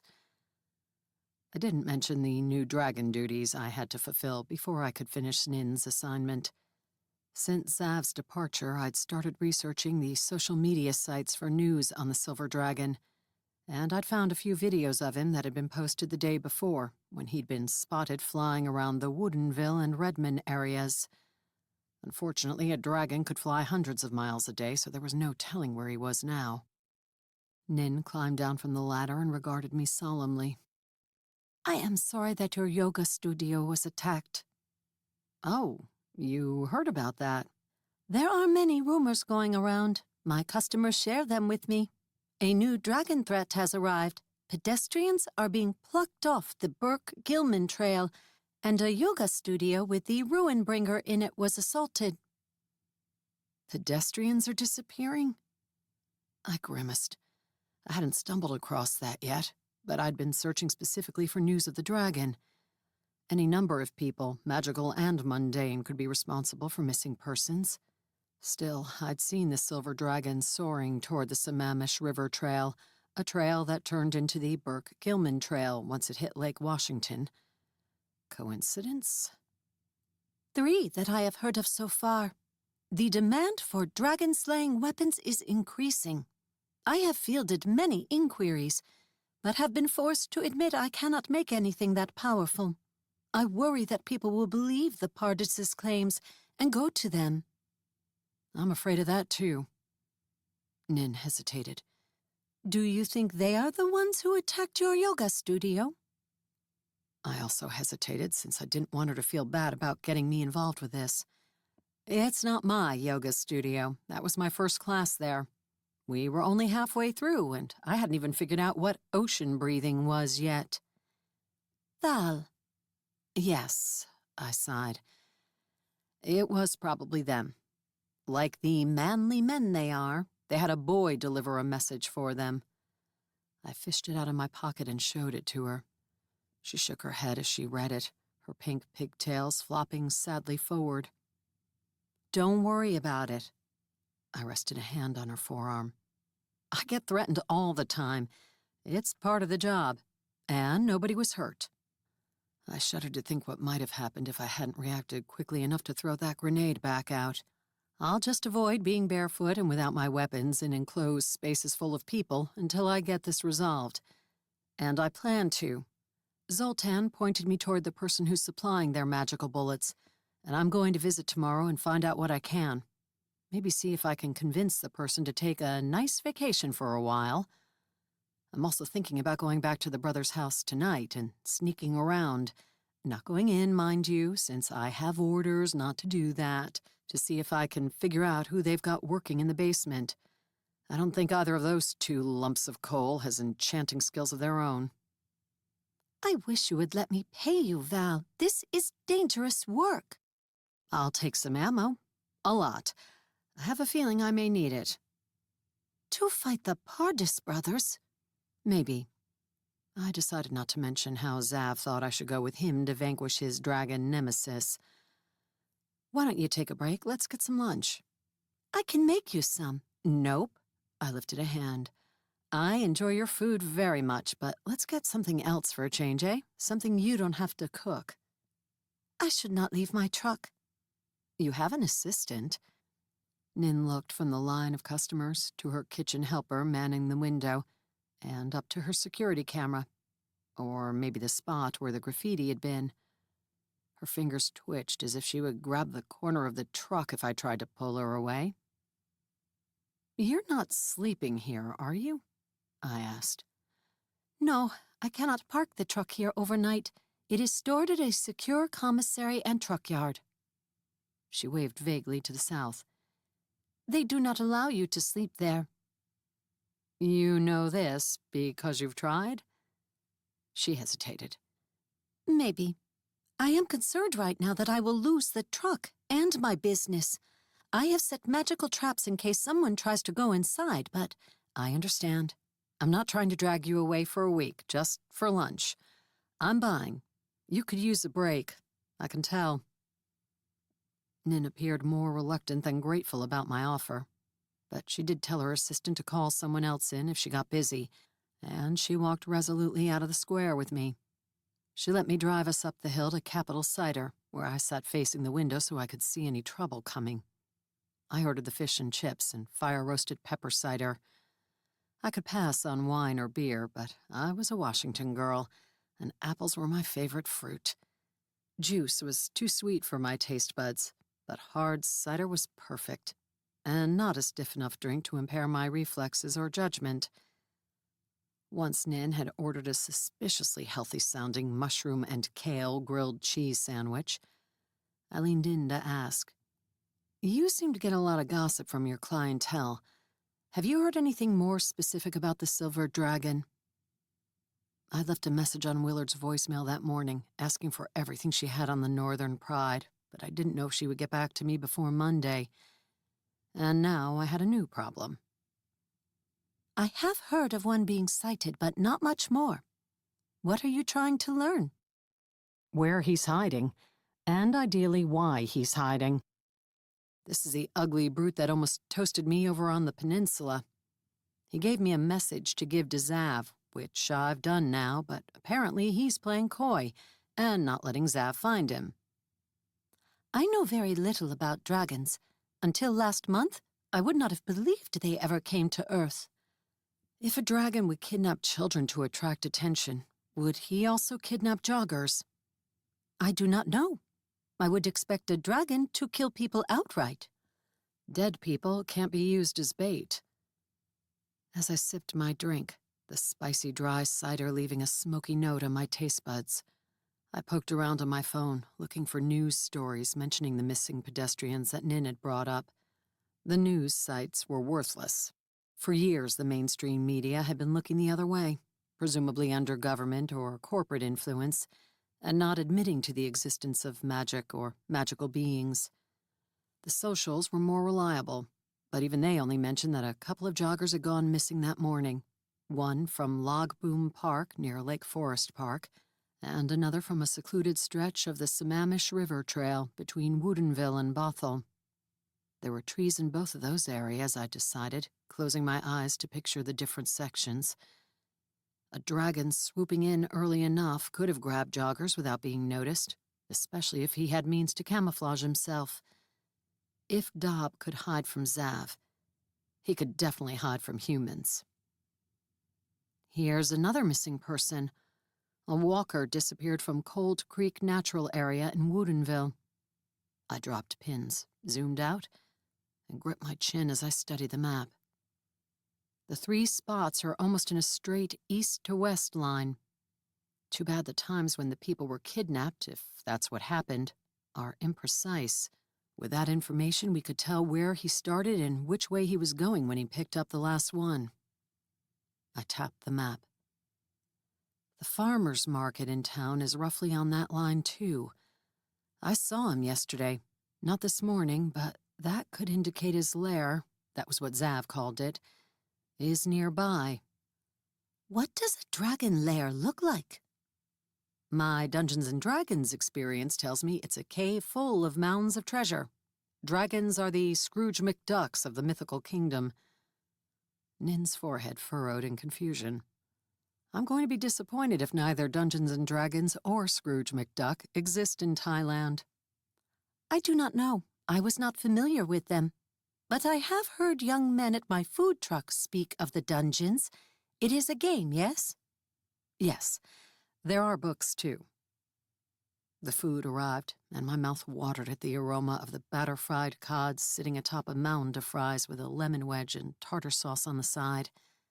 I hadn't eaten before going to the yoga class, so this was my first food of the day, and I stuffed fries in, determined to set my phone down and appreciate them. but I couldn't keep my gaze from straying back to the map. To the west of the first missing person location, Logboom Park was the populous suburb of Shoreline and eventually Puget Sound. Unless I was way off on what dragons liked for lairs, it was hard to imagine a promising spot existing among the houses and apartment buildings of the area, or out in the Sound with the krakens and dolphins. I suppose the dragon could be shape-shifting and staying in a hotel, but if he was kidnapping people and not eating them, storing them at a Motel 6 would be tricky. I scrolled to the east, my finger drawing an imaginary line. Somewhere around Duval, maybe. There's a lot of farmland out there, but also a lot of forest, and eventually you get up into the foothills of the mountains. There are some hiking trails, old logging roads, and an access road to the Tolt River Reservoir and the water treatment facility out there. But not much more. Some topography to the area. I typed in a search to see if information on any caves popped up. Has your colonel assigned you to find this dragon? Nin was nibbling at her sandwich. Not yet. She promised I'd have an assignment coming, but I think it was related to those dark elves, not dragons. That was before people went missing. I set down the phone, realizing Nin might be wondering why I was obsessing about this rather than researching her problem. I ran into Zav this morning. Or maybe I should say he stalked me down. We made a deal. I'm helping him find the silver dragon, and he's going to help me negotiate with the Panther brothers. Assuming I succeeded in assisting Zav in dealing with his foe first, and the silver dragon didn't kill us both. Negotiate? Are dragons good at that? He mentioned hurling fire and brimstone as a tactic. I wish the Pardis brothers would simply leave me alone. I have no wish to see anyone burned or otherwise harmed. Remembering the brothers' willingness to force me to have sex with them, I had no such objections. We'll figure something out. Promise. Good. I like it here, and I am making progress at saving up the money I need. I do not take any days off because I am working toward a goal. Nin, you should take days off. People who don't know how to relax develop health issues and end up being prescribed a bunch of drugs and being tortured by breathing loudly through their glottis because their therapist insisted. She gazed blandly at me. I do not know what a glottis is. I don't either. I think it's in here, somewhere. I waved at the front of my neck. Take it from me, you need to enjoy a day off now and then. Nin pushed her plate to the side, her sandwich only half eaten, and linked her fingers on the table. I want my family to come to America. I am appreciative that technology lets me see and speak with my mother and sisters, but their lives are not good. They are cramped in their apartment because work that pays well is so hard to find there. And I am missing something in here. She touched a hand to her chest. Because I am not with them. I grew up with all my siblings and my mother and grandmother. It is difficult not to be with them. She blinked moist eyes. You must have a family. Do you understand? Our situations are a little different. A pang of self-doubt and regret filled me as I thought of Amber again, of her working on a book report this weekend while I was tramping around the city, dealing with hostile shapeshifters and arrogant dragons. But I understand. This is why I must work a lot, and this is why I cannot let the Pardis brothers drive me out of the city. After many years, I am established here. To start over would be very difficult. It would delay everything. I know it. I get it. They're not going to drive you out of the city. Thank you. The waiter brought boxes for our food. I hadn't finished my mountain of fries, and I paid the bill, then reached for my phone to look at the map again. My fingers paused midair. Did I really need to spend my day researching for Zav when I knew exactly where the people who were threatening Nin were? Yes, Zav would make a good ally were I intending to negotiate with them. but I'd handled dens of shifters on my own before. With some high-powered grenades from Nin and the element of surprise, I could take out the Pardis brothers and their house and weapons supply. It wasn't as if I hadn't killed magical beings before. I just didn't make a habit of doing it if they hadn't been condemned as criminals, and someone wasn't paying me, usually the government. Freelance stuff was iffier, but I'd always been careful to stick to criminals where footage or other strong evidence showed their evil doing. I'd never counted crimes against myself as a justifiable reason to kill someone, since they all hated me. But was there truly any doubt about the Pardis brothers? They'd threatened Nin, not just me. The glottis, Nin read from her phone, saying the unfamiliar word carefully. is the part of the larynx consisting of the vocal cords and the opening between them. I shook away my musing and smiled. Yes, that sounds right. Thank you. Perhaps I will recommend it to my Word of the Day apps. Is that how you learned English? I took night school classes. I thought I knew English when I came to America, but nobody could understand me. It was strange. I'm sure. My phone buzzed. Hey, Willard. Some people address me as Colonel Willard. I could do some research, learn your first name, and call you by that. Willard is fine. I thought so. Did you get my message? Yes, and even though it's Sunday and I'm relaxing and recuperating, I went to the office to do some research for you. You were at the gym again, weren't you? I was doing a leisurely bike ride along the Burke-Gilman Trail. If it's more than 20 miles, you can't count it as leisurely. You're a nag, Thorvald. I know. Watch out for dragons while you're on that trail. I eyed the phone. You weren't looking for the new one, were you? No, I only found out about the missing joggers when I came in. You think this silver dragon took them? He's into kidnapping. I'm trying to pinpoint the location of his lair, especially if those joggers may still be alive in it. Good. Your next assignment may get preempted if there's a hostile dragon to deal with. I grimaced. I don't have a weapon capable of dealing with a hostile dragon. Point the other one at it, open the chute door, and slap him on the ass. The chute? Zav isn't a bull. Also, your countryness is creeping me out. I can't help it. I was stationed in Texas for 6 years. Just be ready. If we have to find a way to deal with him, you're going to be our best bet, especially if he's lurking around the city. We can't send bombers to drop nukes in the suburbs. I'll try to get him out of the woods. Did you get my request on the Northern Pride? Yes, I'm putting together a file for you with everything I have on them, and I'll email it over. But tread carefully around them, all right? Or avoid them altogether. There are a lot of those cat shifters in the North End. They're well-financed, and it's going to be a legal hassle if we irk them. Nin had been reading on her phone, not trying to listen, but she must have heard enough, for she looked up and frowned. In other words, I said, don't get caught if I blow up the Pardis house. Willard sighed. You can't blow up a house in the middle of a mobile home park. I can if there are 10 crabby shifters inside. Don't do anything unwise, Val.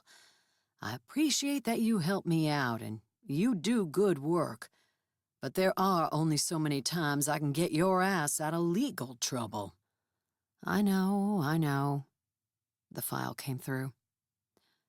Maybe I'll point Zav at their house and try that open the chute thing. Don't forget the ass slapping. I'm sure that'll excite him. I'll expect the wedding invitations by next spring. Ha ha. Later. I pocketed my phone, grabbed my little box of fries, and waved to the door. I've got some files to study. Let me give you a ride back down the hill. Nin nodded and headed for the door. Out of habit, I trotted past her so I could go out first. A dirty white van squealed around the corner at Broadway and Pike, almost mowed over two pedestrians in the crosswalk, and sped toward us. The side door flew open, and two masked figures with guns leaned out. Chapter 13. "Get down!" I yelled, aware of people dining at sidewalk tables to either side of the door. As I shoved Nin back into the restaurant and dove behind a parallel parked car, the two gunmen hanging out of the van fired. Those gunmen had the auras of magical beings. Glass shattered and wood splintered as bullets hammered into the building and parked cars. But from the way the masked men twisted and leaned out the door to track me, I knew I was the target. I reached for Fezzik as the van sped past, but there was no way I could open fire on the busy street. Instead, I sprang out from behind the car and yanked out Chopper as I sprinted after the van. They would have to switch from the side door to the back door to target me, which could happen, but I planned to catch up with them first. The van did its best to peel away at breakneck speed, but traffic didn't move fast on Pike at the best of times. They made it to the next block and roared up the sidewalk to go around a car and make a right turn. They knocked one of their mirrors off on a stout wooden lamppost peppered with flyers, and their wheels wobbled as they dropped back down into the street. I cut the corner closer and caught up with the van. The men leaned out the side door to fire again, but I sprinted and leaped onto the back fender before they could target me. As the van picked up speed on the straightaway, I pulled myself onto the roof. When the driver zigzagged in his lane, trying to hurl me off, I plunged Chopper through the metal roof to create a handhold. Someone inside shouted. Realizing I was vulnerable if they fired through the roof, I started to crawl to the right so I could swing down through the open side door. But the driver veered again, taking us up on another sidewalk and knocking over a trash bin. The roof tipped as the wheels on the right side ran along the curb. The van shuddered as it crunched into a newspaper vending machine. Metal squealed, and if not for my grip on Chopper, I would have flown off the roof. Before I could pull the blade out and swing down into the van, a low-hanging tree branch almost took my head off. Swearing, I flattened myself in time to avoid being clubbed. My enemies chose that second to open fire at the roof. Hot, fiery pain blasted my side as a bullet sank in. I swore, pulled out Chopper, and rolled sideways, flipping down and through the open door. My boot centered first, and I adjusted my swing to ram each of the sturdy gunmen in the chest. My momentum knocked them backward against the far side of the van. The seats had been removed, so we had an open arena. Good. My side hurt like the fiery circles of hell, and I wanted to take it out on someone. Using the pain to fuel me, I plowed into the gunman. There wasn't room to swing Chopper, but I punched and kicked and bashed skulls with a weapon's hilt. And my enemies had thick skulls. No matter how hard I hit, the masked beings didn't cry out in pain, only grunted and snarled. Orcs, I guessed, though the driver was masked too, and I couldn't tell for sure. When I stunned one of them with an uppercut, Chopper's hilt cracking his teeth, I almost threw my back out, hurling my foe out of the van. 300 pounds of solid muscle. The other one leaped toward the back of the van, trying to give himself room to aim his rifle at my chest. But I didn't cooperate. I found the room to slash Chopper into the weapon before the gunman could fire. The blade cut through the barrel as easily as it had the roof, and it almost shaved his knuckles off with it. The orc cried out and threw the destroyed rifle at me as I lunged in, the point of my sword leading. I dodged, and the weapon sailed past, cracking against the back of the front seat. The driver grunted and veered down an alley, the van going up on two wheels as it turned too fast. My opponent was hurled against the side. I sank low, keeping my balance, and used the opportunity to grab him and throw him out the door as we veered onto another street. He swore, twisting in the air and catching the edge of the door. I launched a side kick at his fingers. He let go and bounced 3 times before landing in a heap on the sidewalk. I was alone with the driver. He kept glancing back, kept swerving as if doing it hard enough would also hurl me out of the van. It didn't. I lunged up to his seat and pressed Chopper into the side of his neck. "Park it," Cursing, he tried to jerk away from the cold kiss of my blade, and managed to run the van up on the sidewalk again. It clipped a telephone pole before slamming into a tree. I grabbed the seat with my free hand, sinking low for balance. The van pitched sideways and landed on its side in the street. Keeping my feet under me was like staying up on a surfboard in a tsunami. We had been heading down a hill, so the momentum carried the van half a block, metal squealing and smoke pouring from the hood before it slowed to a stop. I sliced the driver's seatbelt strap, grabbed him, and tried to haul him out of the van. But even with the strength of my father's blood, 300 pounds was too much for me to lift from a dead stop. I pressed Chopper's blade against his neck again. "Get out. We're going to have a chat." I glanced through the broken windows, expecting the other orcs would come running up. "Got nothing to say to the ruin bringer," the orc growled. I yanked off his ski mask, revealing blue-tinted skin and a short snout full of pointed teeth, including 2 tusks that hung over his lips, giving him a lisp when he spoke English. "You attacked me just for fun, or were you after something else?" I could question him here as well as anywhere, but the wail of sirens in the distance promised it wouldn't be long before the police showed up. I kept my ears and my senses open so I would know when the other 2 orcs came close. "Not for fun. To kill you." "I take out some relative of yours?" I'd killed 2 orc rapists the winter before. They'd sworn a biological imperative forced them to take women to breed and repopulate their species here on Earth. But none since then. "You hunt the magical, you traitorous bitch." You shouldn't use vocabulary words too big to get out around your tusks. And I'm not a traitor. Earth is my home, and these are my people. I'm protecting them. I thought of the people dropping below their tables and wondered how many had been hurt in the shooting. Hurt because these jackasses had been after me. I pushed my blade deep enough to draw blood. "What prompted you to shoot me today?" "The pride's got an extra good bounty out on your head. Freshly issued. You better stay out of town, bitch." "Thanks for the tip. Very magnanimous, considering you were trying to shoot me 30 seconds ago." I started to lean back. I could sense the other 2 orcs coming, only 2 blocks away and running toward us. But I paused. "You know where that silver dragon is living?" "Screw you!" I dug Chopper in deeper. Not enough to sever an artery, but I bet I was tickling his glottis. He hissed with pain. "I have no qualms about killing someone who opened fire on a restaurant and probably put people in the hospital, if not the graveyard. But if you give me a lead on the dragon, I'll let you live." "How should I know? Dragon lairs are in caves, not in cities. You want a lead? Go for a hike." He jerked his head away, banging it against the window hard enough to knock out the already shattered glass.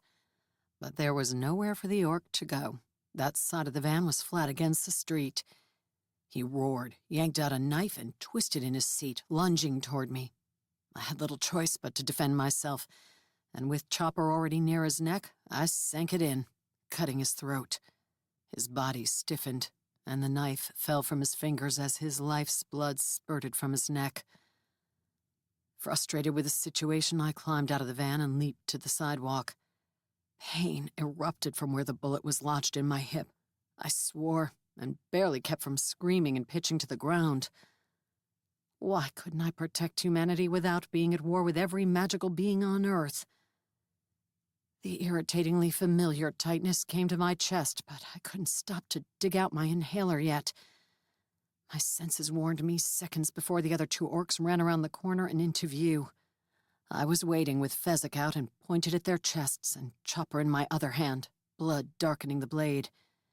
It glowed a soft blue, always pleased when it had the opportunity to do battle. I kept my injured hip turned away from the orcs, hoping they wouldn't notice it, though I knew they would smell the blood. They should smell their dead comrade, too. Maybe that would make them pause.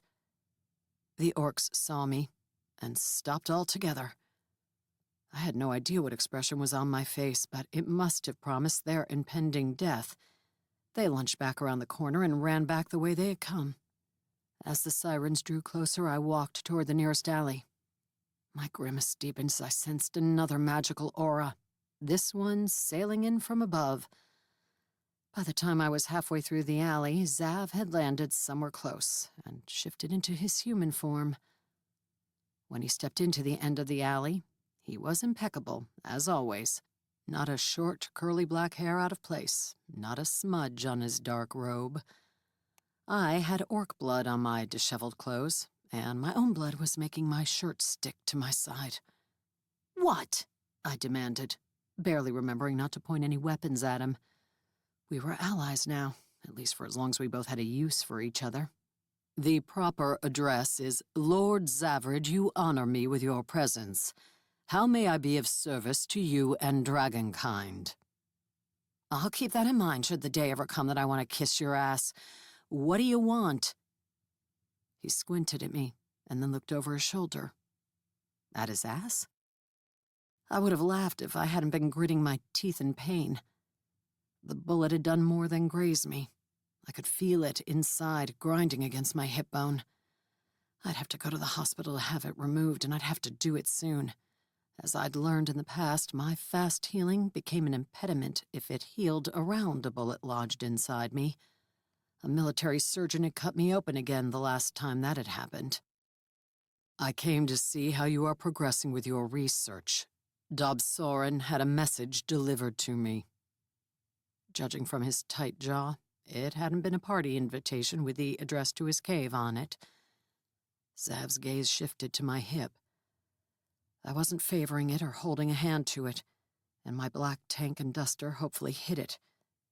But his sense of smell had to be at least as good as an orc's.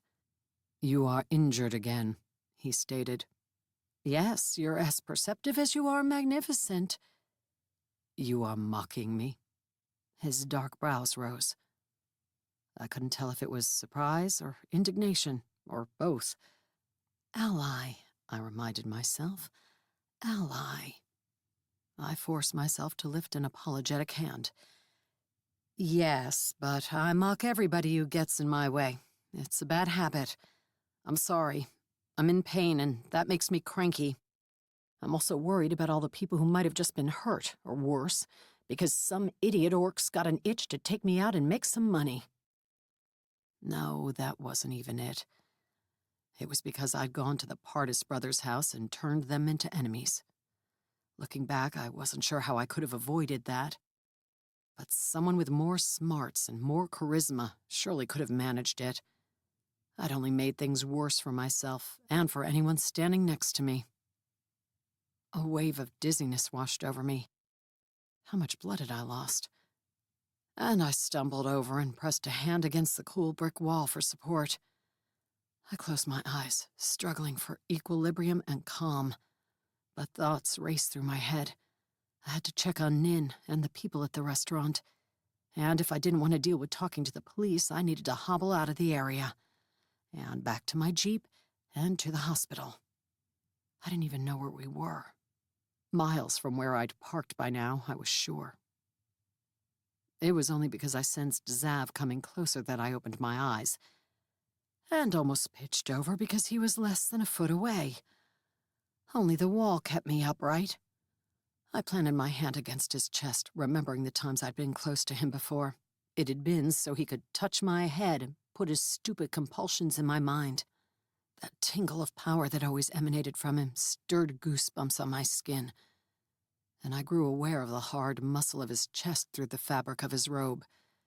He was another shifter who opted for the bodybuilder persona when in human form. "What you doing?" I asked, as casually as I could manage, though having him so close unnerved me. He looked down at my hand, a faint glow to his violet eyes. He was probably appalled that I was touching him, presuming to touch him. "There is a metal projectile lodged in your hip." "No kidding, I hadn't noticed." "I must remove it to heal you." I wanted to push him away and say something flippant about how nobody had asked him to heal me. But a wave of hope washed through me at the notion of having the pain taken away now, instead of hours later in the hospital after a surgery that I would have to pay for since my self-employed freelancer insurance was lousy. But was it worth it to owe him another favor? While I was waffling with indecision, he pushed my duster open and rested his hand on my hip, right on the hole in my tank top. And my flesh. I expected the touch to bring another blast of pain. But some cool magic flowed from his palm, curling gently into my wound and numbing the hot snarl of agony. It was like one of those cough drop commercials promising soothing relief, and I could almost hear the angelic choir in the background. A quick burst of heat punctured the relief, and I bit my tongue to keep from gasping in pain. I wasn't gasping in front of some dragon, damn it. What was that? I withdrew the projectile. He held up the flat, bloody bullet, then flicked it onto the ground. It burst into flame and disappeared, incinerated. Now I will heal the wound. Is it hard to heal humans when you're used to dragons? I imagine we're rather anatomically different. I glanced at his face, meeting his eyes briefly, then looked over his shoulder. Looking him in the eye from this close seemed too intimate. Besides, I needed to pay attention. We were standing in a public alley. Those orcs might wander down it at any moment. Though that was unlikely. They would sense the aura of a dragon from even farther away than I had. But the police could show up. We weren't that far from the wreck. Oddly, nobody entered the alley. Nobody even walked past. Was he oozing some magic to deter people? You are half-elf. I have spent time with elves. They're not as loathsome to you as humans. They are among the most powerful of the lesser magical beings. Lesser, I snorted. So you rank people and decide who's worth spending time with by their power? By their power, by what they do with their power, and by how obnoxious they are to be around. I could feel his gaze upon me and knew exactly what he was implying. As if he wasn't more obnoxious than I was. In his arrogance, he didn't even see it. Warmth replaced the cool, and my flesh tingled with intensity. I sensed the muscles knitting together, the chipped bone being regenerated, and the skin regrowing over the wound. Even though the power came from him, my legs grew weak, as if some of it was also drawn from my own body. When he removed his hand and stepped back, I slumped against the wall. I wanted to slump all the way to the ground, but my pride, and the old pieces of gum stuck to the cement at my feet, kept me upright. Thanks. For someone who hated being beholden to others, I was thanking him a lot. I didn't like that. Maybe next time I'll greet you with some ass-kissing. His eyebrows flew up and he took another step back. I do not wish to be intimate with you. That's not what I meant, but thanks for clearing that up. When you talk about kissing someone's ass, it's an expression. It means you're sucking up, currying favor. There we go. The way to define an idiom is by using a bunch more idioms, right? I just meant that maybe I'll call you Lord Zavrid the next time you plop down in front of me. I rubbed my face, more embarrassed than I should have been at explaining that I wasn't interested in his ass. Why couldn't I keep my sarcastic tongue clamped down? And why did it bother me that horror had flashed in his eyes when he'd made his announcement? It wasn't as if he hadn't been perfectly clear that he thought humans were vermin. And it wasn't as if I wanted to sleep with him. My mind hurt at even imagining how that would go. It was more the implied insult that humans, that I, wasn't good enough for someone as lofty as a dragon. That would be a wise policy to adopt. Not all dragons are as lenient as I am. He'd recovered from his surprise and reaffixed the haughty expression. Tell me what information you have learned about the location of Dob Soren. It's only been 3 hours. He gazed at me expectantly. Look, I have some ideas based on where he's been seen flying and where people have disappeared, but I'm going to need more time. Zav clasped his hands behind his back. I should have gone to see the lava golem, but Dub Soren is in this territory, not her territory. I thought you might be a more logical researcher. Sorry to disappoint. If you give me more than 3 hours, I can dig more up. I didn't know I was on such a tyrannical deadline. He looked thoughtfully at the sky. We will go to see her. Grima? The only lava golem I'd met had been on the trip to Oregon to see my mother. And what do you mean, we? Grima, yes. You will come with me to speak with her and give her the information you have gathered. Together, you may more effectively pinpoint Dob Soren's location. He squinted at me. Assuming you have gathered information, have you? I glared at him. I told you I had. I've got the points on a map where 3 joggers were kidnapped, and I have some ideas about where his lair might be. Granted, it was all supposition. I didn't even know for sure that Dob Soren had been the one to kidnap the joggers. His face smoothed. Yes, I remember. You do not lie. Good. Not strictly true, but I knew what he was talking about. The conversation I'd had with Greenmaw while he'd been hiding behind a wall and listening in like some police interrogator. How about you fly down there and ask her about it yourself?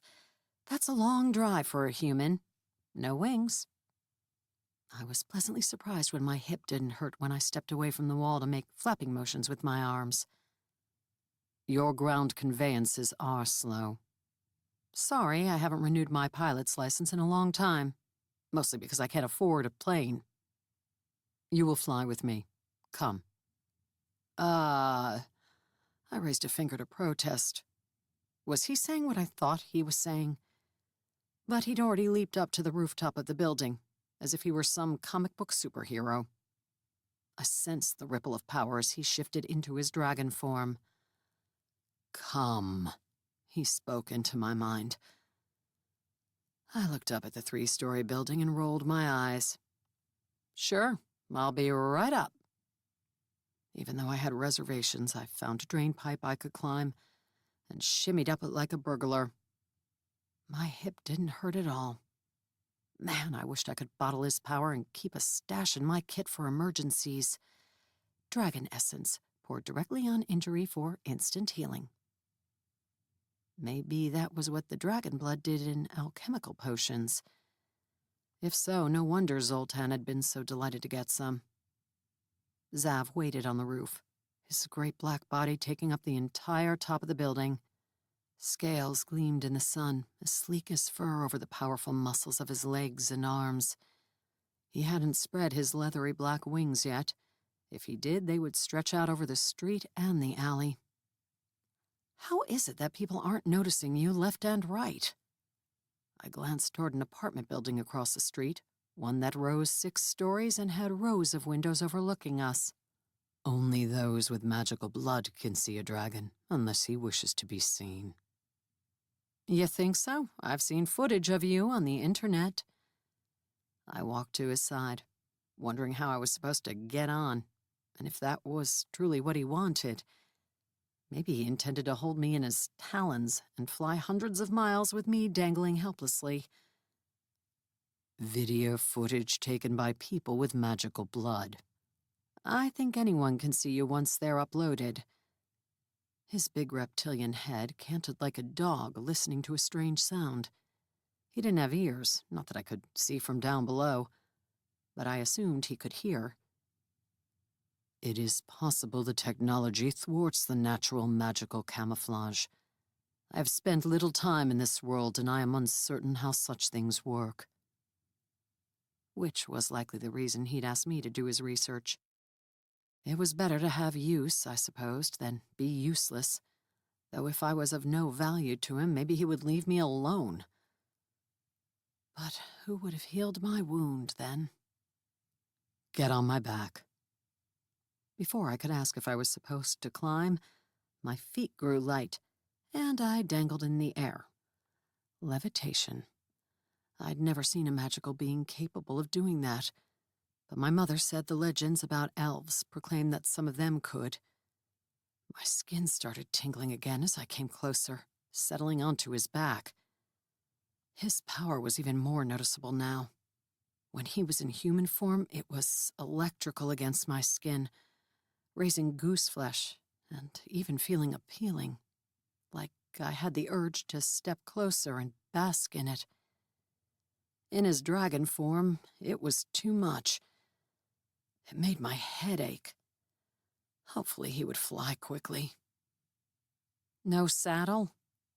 I'd envisioned this being like riding bareback on a horse, but his back was too broad for that. If I had a picnic blanket, I could have laid out a basket, champagne glasses, and a charcuterie tray. A what? His voice thundered in my head. Such indignation meant he knew the word. He just didn't find the word appropriate. Is it less offensive if we call it a harness? The next sound echoing in my mind was either a grunt of disgust or a dragon hawking a loogie. A seatbelt? Except that there's not exactly a seat. I patted the smooth scales, positive I would pitch off as soon as he jumped into the air. Why had I agreed to this? Why did I suggest this? He asked. I have no idea. Sindari has never offered to let me ride him. The Delnoth tigers are not unwise. I'll let him know you praised him so profusely. My magic will keep you in place. What if you're distracted? I envisioned the silver dragon zipping out of the mountains and attacking us. A second before I could change my mind, slide off his back, and tell him to visit Greenmaw on his own, Zav sprang into the air. I flattened myself against him, arms spread wide, positive I'd made a huge mistake. But as he flapped his large, powerful wings, quickly gaining altitude, the air barely stirred around me. Right away, he took off to the south, flying over the buildings of Capitol Hill. I expected the breeze to tug at my hair and clothing, but it either streamed past, his head blocking it, or some bubble of power kept it from disturbing me. He did seem to radiate even more power as he flew, its presence surrounding me and filling my senses. I felt overwhelmed, like the time I'd gone to a laser music show as a teen, colored lights flashing all over the domed ceiling while Dark Side of the Moon boomed from the speakers and the floor vibrated underneath me. I closed my eyes. This was going to be a long flight. Chapter 14. It wasn't as long a trip as I'd expected. After an hour, we soared over Bend and toward the forest near Paulina Lake that held Greenmaw's hidden valley sanctuary.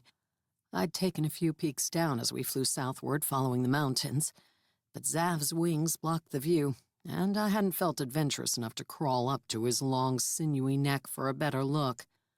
Heights didn't usually bother me, but the lack of a seatbelt kept me from risking rocking the dragon boat. Also, I'd been busy watching the sky behind us, worried about what would happen if the other dragon showed up and we had to fight. A part of me had been tempted to summon Sindari, if only so he could see the world from up here. But I'd envisioned my leather thong of charms somehow slipping off my head if I fiddled with them, and I hadn't dared. I'd flown countless hours in numerous models of planes and helicopters when I'd been undergoing my army training, and somehow this was nothing like any of it. Mostly because I had no control, and didn't trust the being who did. "Do you really fly 300 miles an hour?" I asked, guessing the distance from Seattle to Bend in my head.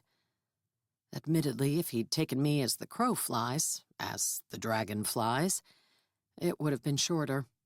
"I am not familiar with your units of measure," Zav responded telepathically as he pulled his wings in, his head dipping toward the ponderosa pine forest below.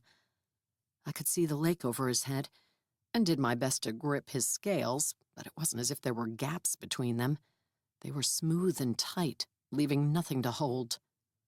For my sanity, I closed my eyes as he arrowed down, only spreading his wings at the point where collision seemed a certainty.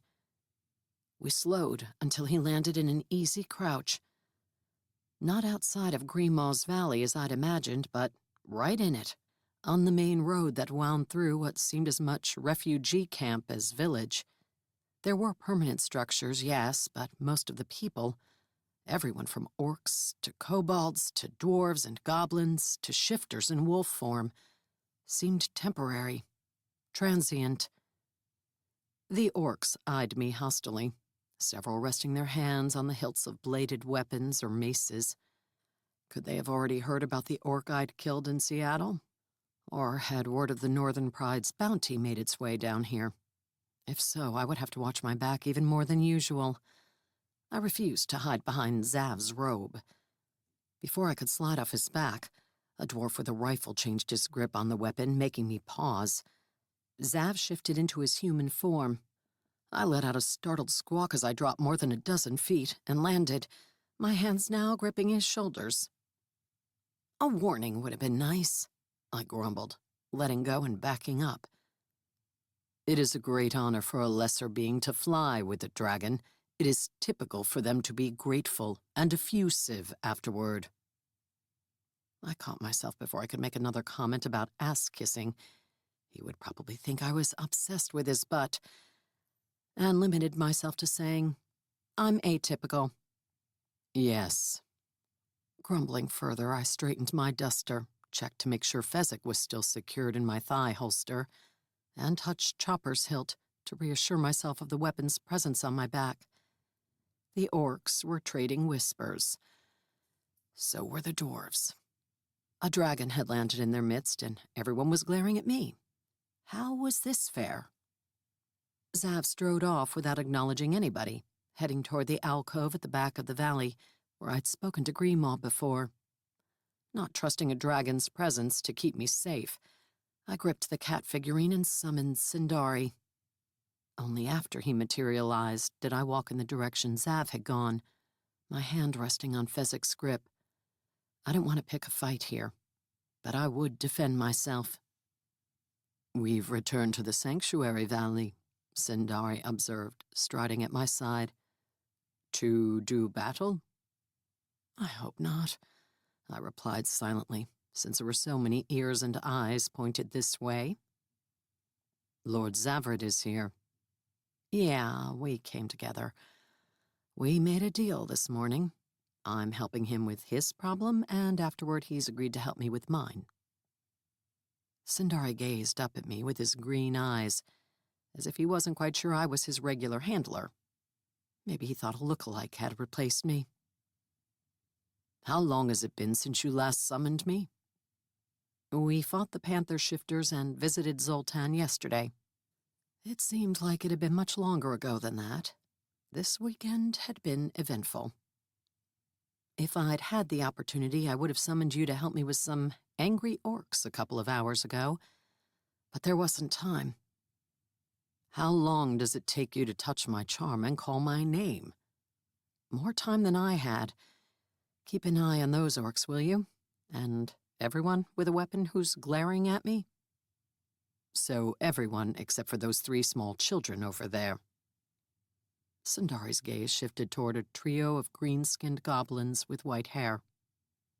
One of them has a slingshot. Ah, yes. So only the toddlers fighting over that orange foam tube are safe. It's a pool noodle, and yes. The last time I'd been here, I'd seen a few pool toys and an inner tube in a pond in the tunnel leading in. They weren't the only things here that looked to have been salvaged after floating away from their owners on the Deschutes River. Imagine my embarrassment at not knowing the correct terminology. Do tigers actually get embarrassed? I do if I fail to perform adequately or fall and don't land on my feet. We followed a bend in the only real road through the valley, leaving the last of the dwellings and market stalls lining it, and Greenmaw's alcove came into view. The moss-haired, gray-skinned lava golem sat on her conference table-sized bench and towered over Zav, who stood in front of her, already speaking. He seemed almost puny next to her mass, but I sensed their auras, the potential for power that each carried, and it was easy to tell that Zav was far stronger than anyone here. That was why these detours were worth it. He could probably walk into the Partis brothers' house, tell them to knock it off, and they would. Whereas I'd have trouble achieving that without starting a war. That made me bitter. But if Zav was willing to help, I would bury my resentment. Whatever it took to keep Nin safe was what I would do. An elf approaches, Sindari informed me. I turned, hand tightening on Fezzik's grip as I followed his gaze. Sindari's tone hadn't warned me if he was only making an observation or if the elf represented trouble. The tall, lean, and powerful elf glided over the packed earth toward me, a bow and quiver on his back, and a short sword belted at his waist. If he were human, he would have been roughly 40, but purebred elves reputedly live centuries, so maybe he'd been alive during the Crusades. A torque of gilded woven twigs wreathed his neck and emanated power. But the rest of his brown and beige clothing was ripped and stained, as if he'd been on the road for a long time. I remembered seeing an elf when I'd been here with my mother weeks earlier, but I hadn't gotten a good look at his face and wasn't sure if this was the same person. He lifted a hand to stop me. I glanced at Zav and Gremaw to make sure they weren't looking back expectantly and waiting for me. Neither of them was looking in my direction at all. Glad I made the trip, I muttered. The elf stopped a few feet away and bowed to me. I had 0 bowing experience, so I lifted a hand and said, "What's up, Legolas?" He straightened and regarded me curiously. "I guess you haven't been on Earth long enough to get signed up for Netflix," I said. "I have recently arrived on this world. I chose to help some refugees escape the wrath of the Silver Claw clan, and now I am waiting and hoping to chance across someone who can create a portal so that I may return." His gaze shifted toward Zav, then back to me. He touched his chest. "I am Cyran Moonleaf." That sounds about right. I held back a quip about the probability that an internet fantasy name generator would spit that out within the first 5 tries. He wasn't holding any weapons or glaring at me like he wanted to drive a sword through my gut. I could be polite. "I'm Val Thorvald." "Thorvald. That is your mother's name? Good guess." With the certainty of a fist connecting with my nose, I realized this guy knew who my father was. He hadn't said that, and I couldn't imagine how he would know, especially if he'd just come to Earth and hadn't heard anything about my reputation. But that question, what else could it mean? Moonleaf was studying me with more than his eyes, I sensed, as a hint of magic brushed my awareness. All the curiosity I thought I'd long ago given up bubbled to the surface, and I wanted to know everything he knew about my father. It's Norse. It means Thor's ruler. My first name is even better. Valmajar. It means battle maiden, or corpse maiden. My mom named me that, and then was surprised when I became an assassin for the army. Weird, huh? Did you know my father? Moonleaf blinked. The color of his silver-green eyes reminded me of the lavender leaves on the plants potted at the front doors of my apartment building. "I traveled with him once long ago when we were diplomats and explorers, serving the 3 kings." Moonleaf smiled wistfully. "That was before our fates veered onto different paths." "Is he still alive? What's his name?" I knew the name my mother had given me, and figured it would mean something if this elf gave me the same one. If not, Moonleaf could have mistaken me for someone else. How could he tell from looking at me who my father was? "Oh, he is most certainly still alive. I would tell you to visit him, but I fear there are few here who know how to make portals to the cosmic realms. I was warned about that ahead of time, but I didn't quite realize how barren of magic this world would be." And here I'd been thinking about how many more magical beings were in it lately. "I am debating what I could offer a dragon to send me home." Moonleaf looked at Zav again. "But one does not presume to ask favors of dragons." "No, I assume you're probably in trouble if you owe a dragon a favor, too. It depends on the dragon. The Stormforge family has always been fair. Moonleaf waved at Zav, his fingers long and elegant, exactly what one would expect from an elf. It is unfortunate that their hold over the Dragon Justice Court is not what it once was, and that so many crueler and more insular dragons are working against them to steal their positions. That is why so many refugees have been forced to flee to this world. It was, a place that nobody believed dragons would come. Not anymore. So I've heard, Moonleaf said grimly. Val, Zav called, power in his voice as he looked over. As he summoned me, it was the first time I remembered him using my name, and I had the urge to trot over obediently, which I refused to do. I planted my feet in stubborn rebellion, held a finger up to him, and finished my conversation with Moonleaf. Would a half-human be welcome in the place where my father lives if she were to show up? Not that I had plans to leave Earth any time soon, even if it somehow became a possibility. It wasn't as if I could hunt down a portal charm. At least I assumed not. But I was curious and wanted to know. Few humans have ever been taken from this, pardon me, but this is how the rest of the sentient species feel about it, savage world and into the cosmic realms, so I could not say for certain. Moonleaf glanced at Zav, lifting a hand in a fingers down gesture that seemed like an apology. He was speaking quickly. But humans as a whole have not traditionally treated the other races well when they've visited this world. So there may be grudges. Yes. And such a trip would be dangerous. Probably so. But if you ever get the chance... His blonde brows rose as some new thought occurred to him. Does he know you exist, your father? I don't know. My mother had told me that he and his kind had left before she'd known she was pregnant with me. She'd never allowed me to voice anything negative about him. Using the phrase deadbeat dad when I'd been about 10 had gotten me slapped.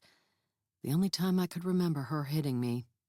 She had never agreed with me that it had been an asshole thing to choose to leave Earth with his people instead of staying with the woman he had supposedly loved.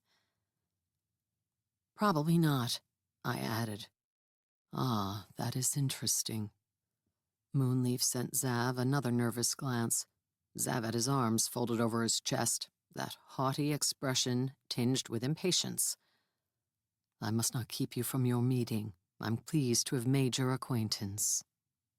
He bowed again and turned toward the other end of the valley, toward the exit tunnel I'd originally come in through. Wait, I blurted. If I ever get a chance to go looking for him, where would I start? There are a lot of worlds in the cosmic realms, right? Like 17? Yes. You need only ask to be taken to the Sylvan Court of the Elves. There are many portals that lead there from all the worlds where elves have colonies. I thanked him and started toward Zav and Greenmaw, but noticed that two of the kids who'd been watching had scooted closer. Their dirty faces were lean, and they looked hungry. I reached into one of my inner duster pockets and pulled out the box of fries I'd stuffed in there as I'd left the restaurant. It was smashed after the battle with the orcs, but the fries ought to still be edible. When I tossed it to them, they snatched it out of the air together and raced off behind a tent. Are you delaying on purpose? Sindari asked. Your dragon looks cranky. He's not my dragon, and he always looks like that. True. Trusting I'd made my point, that I would not be summoned like a slave, I joined Zav and Greenmaw.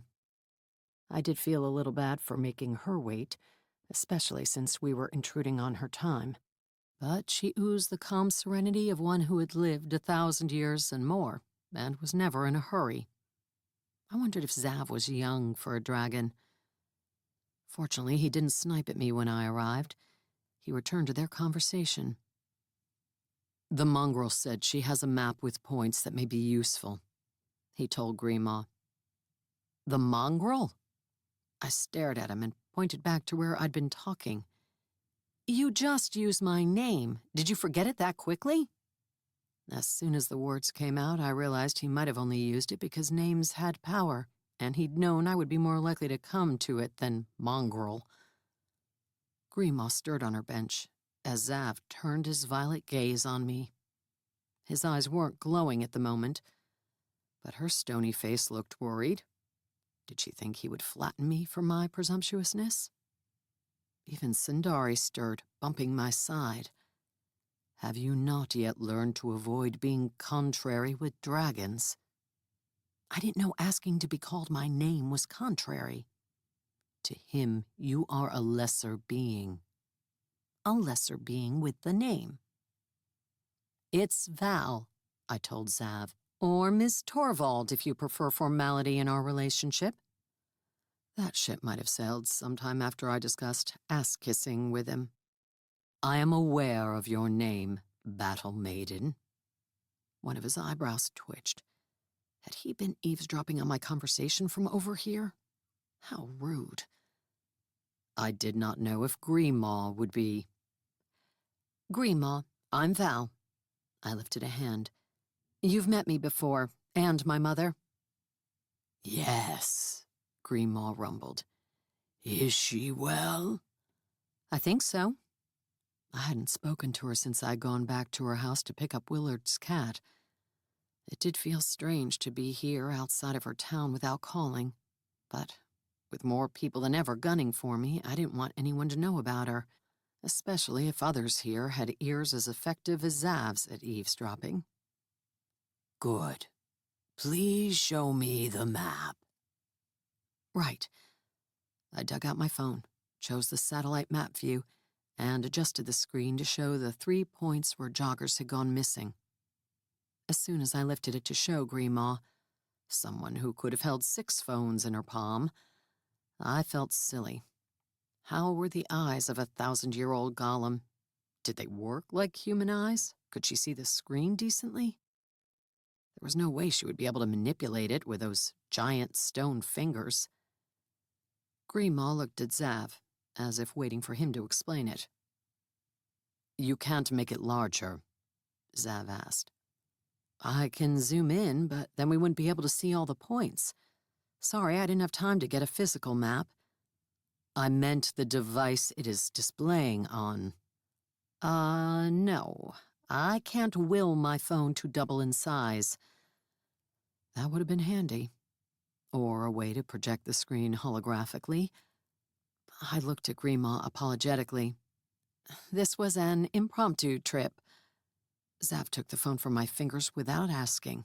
I resisted the urge to yank it back, though I feared he would hurl it into a rock wall out of some frustration for the stupidity of human technology, or vermin technology as he would call it. But I hadn't seen him truly angry since we first met, when he flung my jeep into the treetops. He studied the screen, then handed it back to me and crouched, resting his palm in the dirt. Back up, Sindari warned me. I glanced around, making sure nobody had a gun aimed at me. Because of dragon magic, not assassins, he added, his telepathic tone dry. There's a difference. Innocent bystanders can be taken out by both. I scooted off to the side of Grima's alcove and stood beside Sindari. Zav hadn't moved, but I could sense him doing something. The packed earth rippled and shifted, as if it were water instead of dirt. Parts rose up to form tiny mountains, while others sank to show valleys and gullies with rivers flowing through them. Flat sections represented farmlands, and tiny dots the buildings in the towns of Bothell, Woodinville, and Duval. About 6 feet by 6 feet, the map was impressively detailed, and much larger than what displayed on my phone screen. Show me again the locations the humans disappeared, Zav said, rising, the fine dirt on his hands trickling away and leaving them clean, even though he didn't dust them off.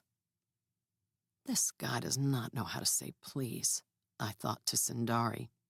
Right away, Lord Dragon. Zav's eyes narrowed and glowed violet. Val, Sindari warned, why do you not simply accept that he is extremely powerful and should be respected, if only because he can squash us like insects? Because power isn't what makes someone deserving of respect. I pointed to Zav. See, isn't it better to be called by name? You call me Val, and I'll call you Zav. My name is Lord Zavrid Nakwital. My tongue would fall out if I tried to say that. How unfortunate that would be. I grinned at him before I could catch myself. Maybe it was petty, but having Lord Zav getting snarky with me felt good. Like I was rubbing off on him. Or he was becoming more human. A thought which would surely make him projectile vomit. The grin must not have been the response he expected, because for a split second a flustered expression crossed his face. It disappeared so quickly I might have imagined it.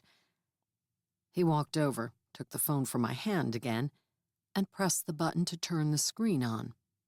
I was impressed he knew that much, since I assumed this was his first cell phone. Judging from his exasperated look, he didn't know what to do with the lock code prompt that came up. Don't watch. I leaned over, covered my hand with my other hand, and tapped in the code. I don't want you getting lonely in the middle of the night and ordering naughty videos with my banking information. He didn't comment, only looked at the map and thrust the phone back at me.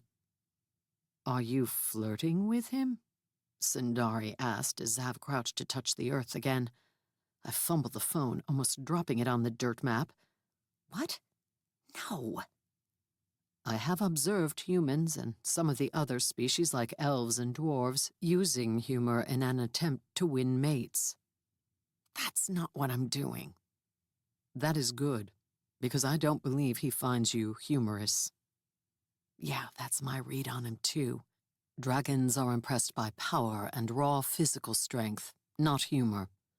I'll be sure to hit the gym later and work on my bench press. You know I want him to find me sexy. Sometimes I don't know when you're joking. I'm joking, but thanks for the advice. Maybe if I ever meet a non-arrogant dragon who likes mongrels, I can put it to use. You are welcome. I believe if you call him Lord Zavrid and refrain from sarcasm, he will treat you, us, fairly. I'll keep it in mind. As I watched Zav pluck up little hills of earth to show the spots where the people had disappeared, I silently admitted that Sindari was probably right. I might be able to have a cordial, business-like relationship with Zav if I stopped giving him grief. The problem was my aversion to having anyone boss me around. I'd struggled with it in the military, and it was even harder now that I was older and used to calling the shots. I worked for people, but I didn't bow and scrape. They either hired me as I was, or they could find someone else to fix their problems. When Zav was done, I stepped forward and pointed to the forested hills east of Duval. This is where I'm guessing his lair is. He could have picked up someone here, and here, and then continued east to a cave. I think that land is either owned by the state or by the big logging companies. There's a lot of wilderness out there, plenty of places for caves. He could be farther up in the mountains too, but I assume there's a limit to how far a dragon would want to tote people.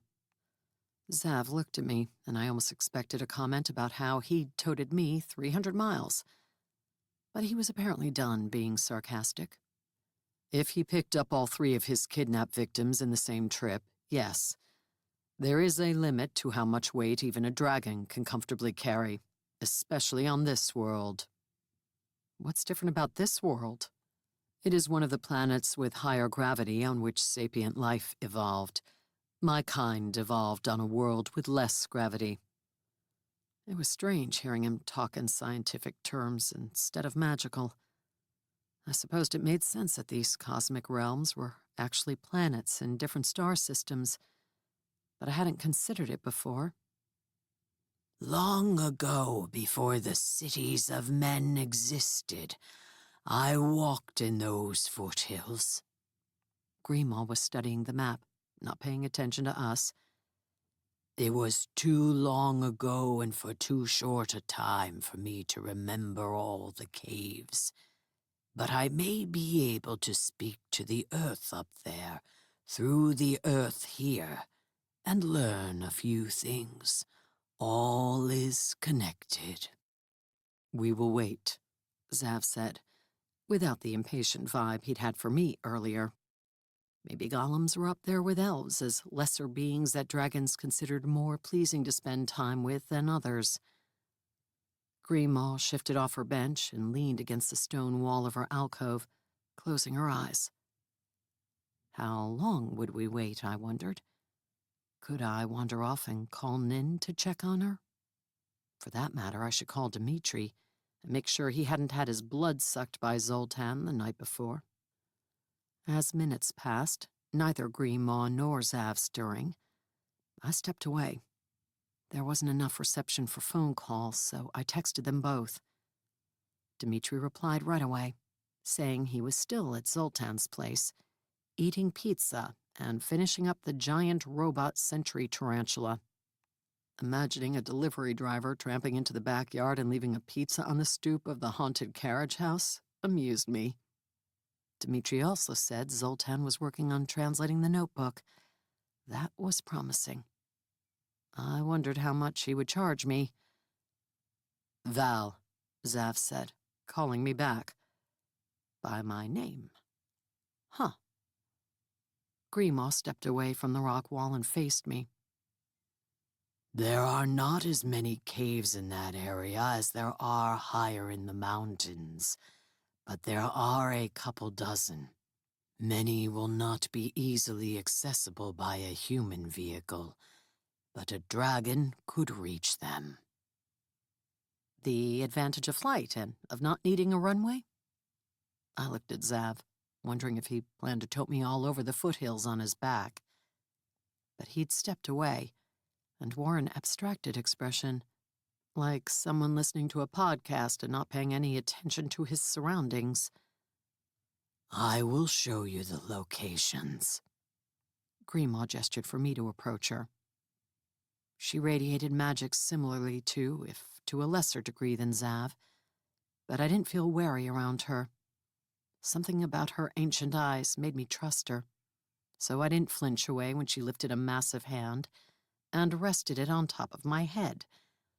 When Zav had intruded on my thoughts, he'd left desires to do his bidding. Greenlaw gently placed locations in my mind.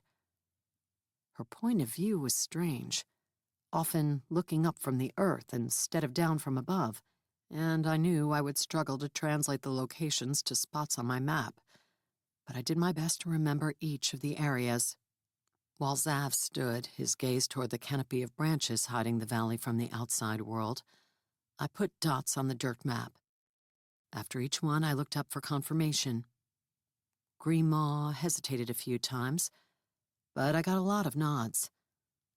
Once we'd marked all of the spots, I took a picture of the dirt map with my phone. I must go for a time, Zav said. Go? I asked. Back to my home. He looked at Greenlaw. Family matters. I thought of Moonleaf's words of how Zav's family was struggling to maintain control. Does Dob's presence here have something to do with it? I asked, even though he was looking at Greenlaw, not me, and probably didn't want me to butt in. Zav looked sharply at me. It is possible he was sent to distract me, or to vanquish me here where there would be no witnesses. Ugh, I thought to Sindari.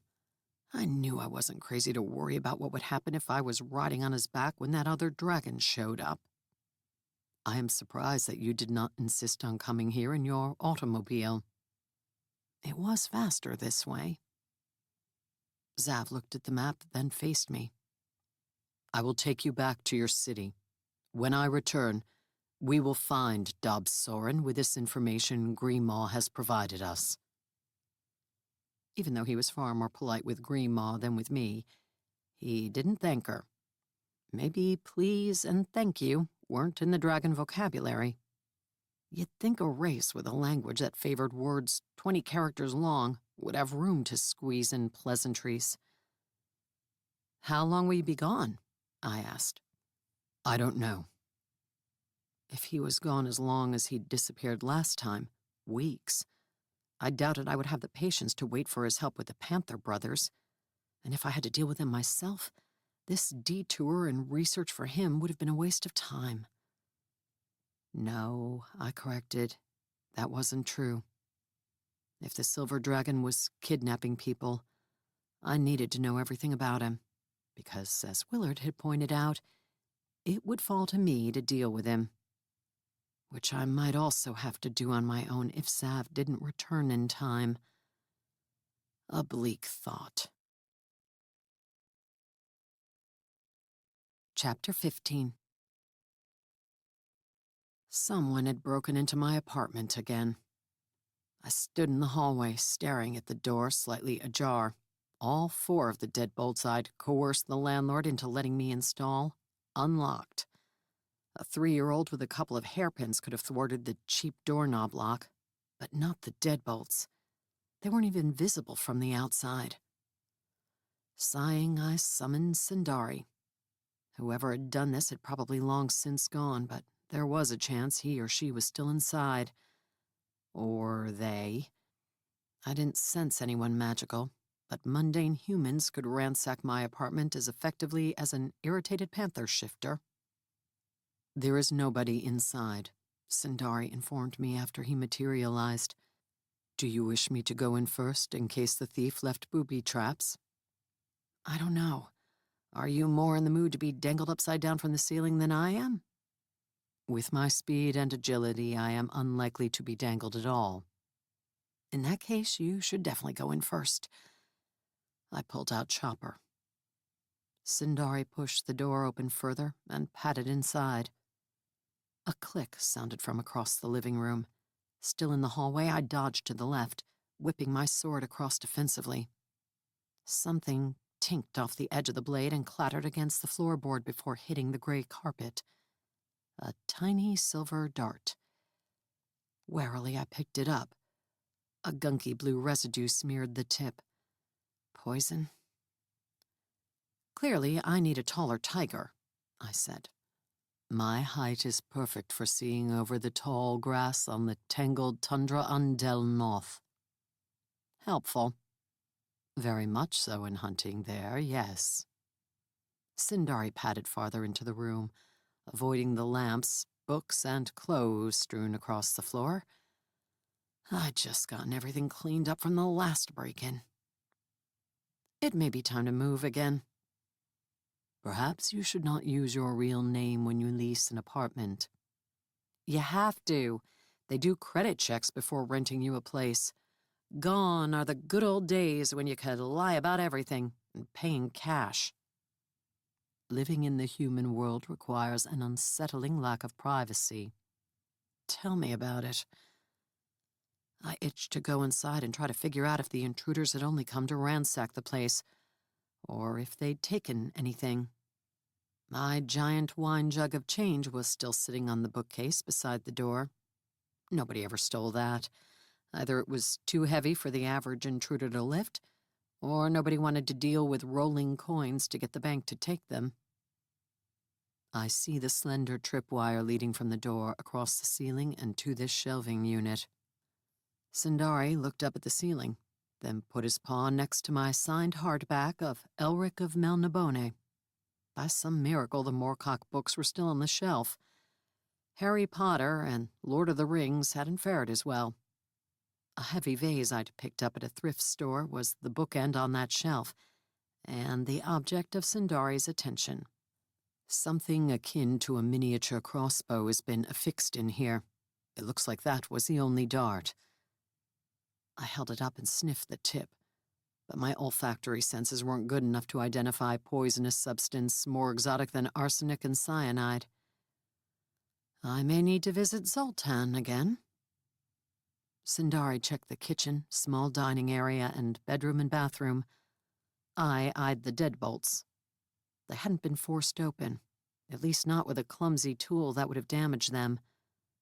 When I squinted across the apartment, I saw that the sliding glass door to the balcony was still closed, and the recently added wood board that kept it from being forced open was in place.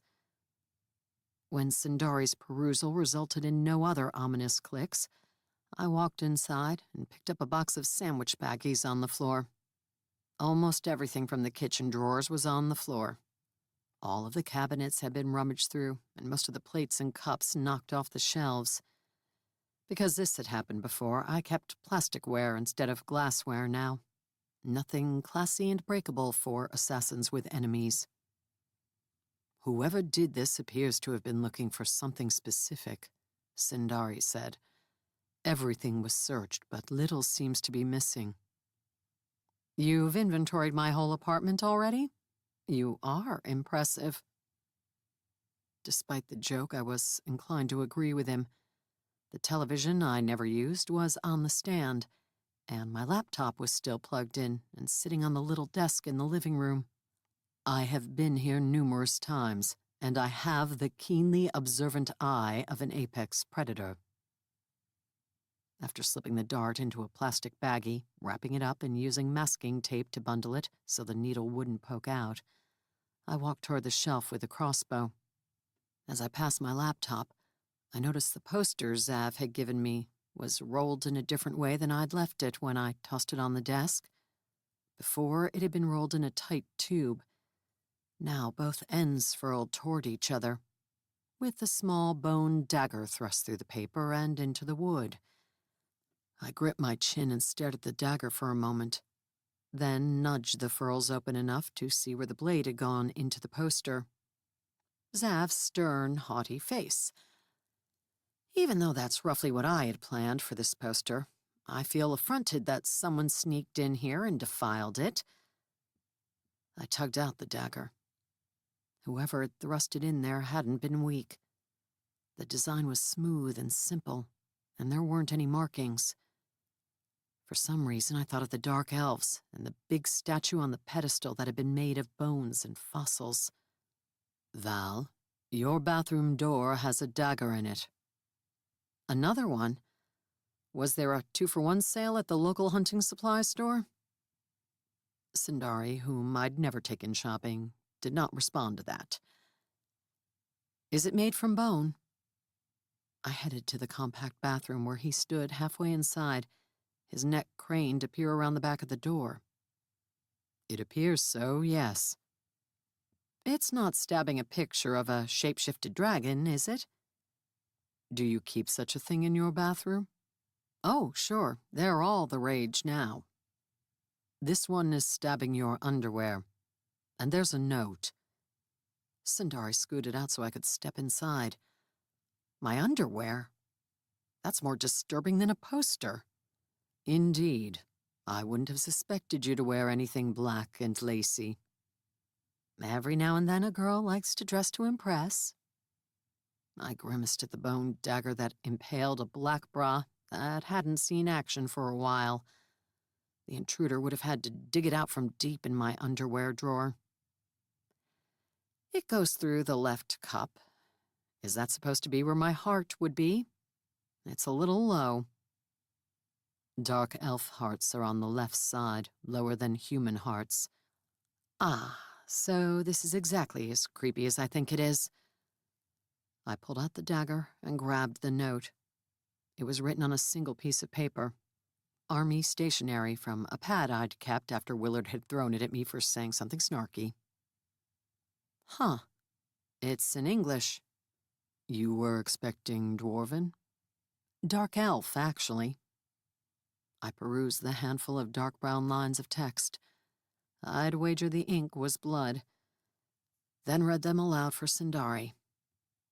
Do not believe you have defeated us, or that we did not notice that you stole something of value. Return it, or we will slay everyone dear to you. Did you steal something from the Dark Elves? Just the artifact they supposedly stole from Zav's people. You wouldn't think they'd be so uptight about something that wasn't theirs to start with. I gazed toward the living room and the poster of Zav. The message had to be for me.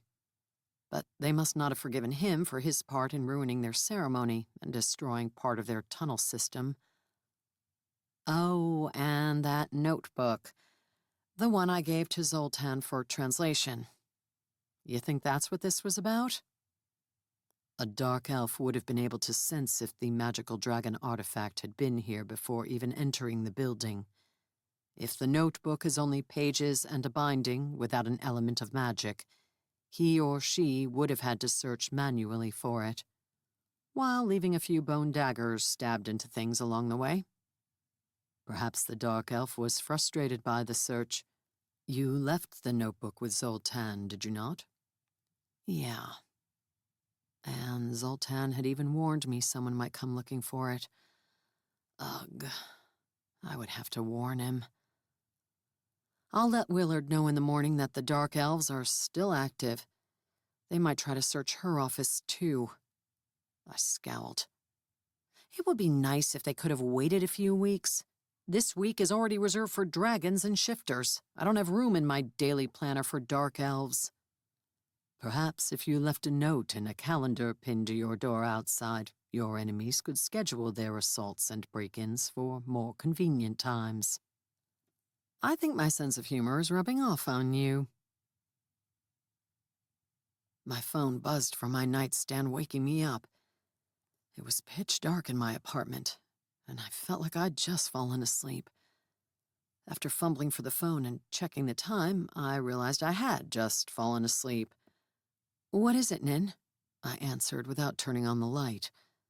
Val, I got a call from the commissary yard where I park my truck. Somebody I do not know said it is on fire. Shit. I was going to kill those shifters, whether I had evidence that they'd committed these crimes or not. Will you meet me there? Yeah, send me the address. I threw the covers aside, climbed out of bed, and grabbed my clothes. And don't go in without me. Whoever started it could still be there. If they are there, Nin said, her voice as hard and determined as I'd heard it. I will shoot them. Good, but wait until I'm there to do it. If you kill someone and get arrested, you'll spend the rest of your life in jail, and your family will never get over here. She hesitated. What if you kill someone and get arrested? It won't be the first time. The address of the storage yard popped up on my phone. I'll be there in 20 minutes. Don't go in without me, I repeated. Thank you, Val. I will be there. Nin hung up. She hadn't confirmed that she wouldn't go in without me. Cursing, I dressed as fast as I could, shoving my feet into my boots and grabbing my weapons. My gaze snagged on the military flak vest hanging in my closet, the supposedly bulletproof Kevlar still riddled with holes from magical projectiles and claws. I'd worn it consistently for a while, but I'd found out during 3 encounters in a row the sturdy material didn't do much against magic. Still, getting shot earlier in the day almost made me grab it anyway. No, I'd asked Nin to make me something magical if we both got through this. She'd mentioned something about branching out into armor, and with the way my month was going, I had a feeling I'd need some. Badly. Chapter 16. The address Ning gave me was on the southern end of town, near the old Rainier Brewery. That meant it was a lot closer to her apartment than mine. Even with little traffic, it took me more than 20 minutes to get there from Ballard, and I worried that was enough time for Nin to have gotten in trouble. Who had called her anyway? Someone she didn't know, she'd said. The police? The fire department? Someone laying a trap for her? Plumes of smoke floated from behind the obscured security fencing of the compound, hazing the city lights as they rose to mingle with the cloud cover. Surprisingly, there weren't any police or fire trucks at the front gate when I pulled up. How could this not have been reported? It wasn't a residential area and everything was closed for the night, but still, the smoke had to be visible from I-5. As I parked my Jeep outside the gate and hopped out, the tingle of magic washed over my awareness. I couldn't tell if whatever artifact or charm I sensed was keeping the outside world from knowing about the fire, but it was a possibility. I also sensed the aura of a magical being. Several of them. Nin's pale blue Volkswagen Beetle was also parked out front, but she wasn't inside. Damn it. She hadn't waited. "Where are you?" I texted her as I approached the front gate. It was ajar, not enough for a vehicle to drive in, but enough for a person. The lock had been melted off. "Val?"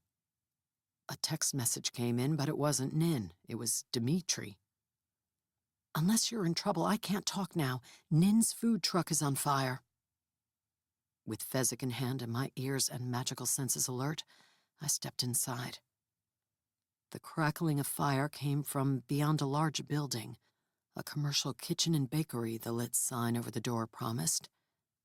20 food trucks were parked in parallel spaces across from it, and a few more were in the back where the smoke was coming from. I opted for following the fence instead of going straight down the wide center aisle. One of the magical beings I sensed was close to the fire, maybe crouching atop the fence and looking down. The others, I picked out 2 more beings, were on the far side of the compound. Nin would have gone straight to her beleaguered truck. When I stepped into the shadows between the commissary and the fence, I paused to summon Sindari. "Can you take me to Nin?" I asked as soon as he materialized. With only 1/4 gnomish blood, her magical aura was very faint. I wouldn't be able to pick her up until I was standing next to her. But Sindari could smell her. "Yes. Are we going into battle?" My grip tightened on Fezzik. "I hope so." "Excellent." Sindari continued along the fence, padding silently through the shadows. "Is Nin in danger?" "She may be. She didn't wait for me outside like I told her to." And she hadn't answered my text. What if that shifter, or whoever was looking down on the facility, had captured her? Oddly, Dimitri hadn't responded to my text either. I didn't want to have a conversation while we were sneaking up on an enemy, but the lack of a prompt reply was puzzling. Maybe that magic I felt was a spell that isolated this fenced compound from the rest of the world. I'd messaged him from outside, and then stepped inside. As I trailed Sindari, the crackling of fire was the only thing I heard. Before entering the gate, I'd been able to hear the freeway traffic a few blocks away, and a horn from a train passing through the city. In here, we had quiet isolation. "You sense the magic around this place, right?" I asked silently. "Yes, an insulating bubble covering the same area as the fence." "An insulating bubble that would keep anyone from seeing or hearing what's going on in here, and keep calls from getting through?" "That is a possibility. I smell kerosene." The light of fire bathed the fence ahead, and reflected orange on Sindari's silver-furred head. We were almost to the burning truck. A gun fired from that direction. From atop the fence, someone returned fire. Sindari sprang up to the fence and ran along the top. I rushed forward, using the building as cover, until I saw Nin's food truck. The roof and backside were burning, despite the material not looking like it should be flammable. What had been white with cheerful signage was now charred. The back door was open, and someone crouched there with a gun in one hand and a hose in the other. Nin. Charred boxes had been thrown out onto the pavement, bullets spilled all around them. Because they were ignitable? A squawk came from atop the fence, the figure obscured by the smoke, followed by a feline roar. Sindari had reached whoever had been firing at Nin. As I rushed forward, I called her name so she would hear me coming and wouldn't turn her gun on me. "Val, here, take this." Nin handed me the gun and claimed the hose in both hands, going back to what she must have been doing before her attacker had fired. Flames burned inside the kitchen, and she sprayed them down, even as she lifted her hand against the heat roiling out of the truck. "Let me trade you." I thrust the gun back at her and took the hose. "I've got protection from fire. But be careful out here. Sindari is after the shooter, but there are 2 more people on the other side of the compound." I know. There were 3 here when I got here. Dimitri's cactus thorns drove 2 of them away. I punched that one. She pointed at an unconscious man slumped against a dumpster. One of those cactus thorns protruded from the fence above him, but he didn't appear to be perforated himself. I hadn't seen him or sensed him as I'd come up. You punched him? With what, a tire iron? He's out cold. He wasn't magical, so he wasn't one of the 3 I'd been counting. I also hit him with a cast iron frying pan, after he laughed at my punch. That would do it. Then I grabbed one of my newest rifles, the bear grinder, and threatened him with it. He ran backwards so fast, he tumbled into the dumpster and cracked his head on it. You are a fearsome woman. I am a mad woman. Val, my truck. We'll get it put out. You've got insurance, right? I jumped into the middle of the kitchen fire, spraying water on anything that looked like it could be put out that way. 2 empty fire extinguishers already lay spent on the floor.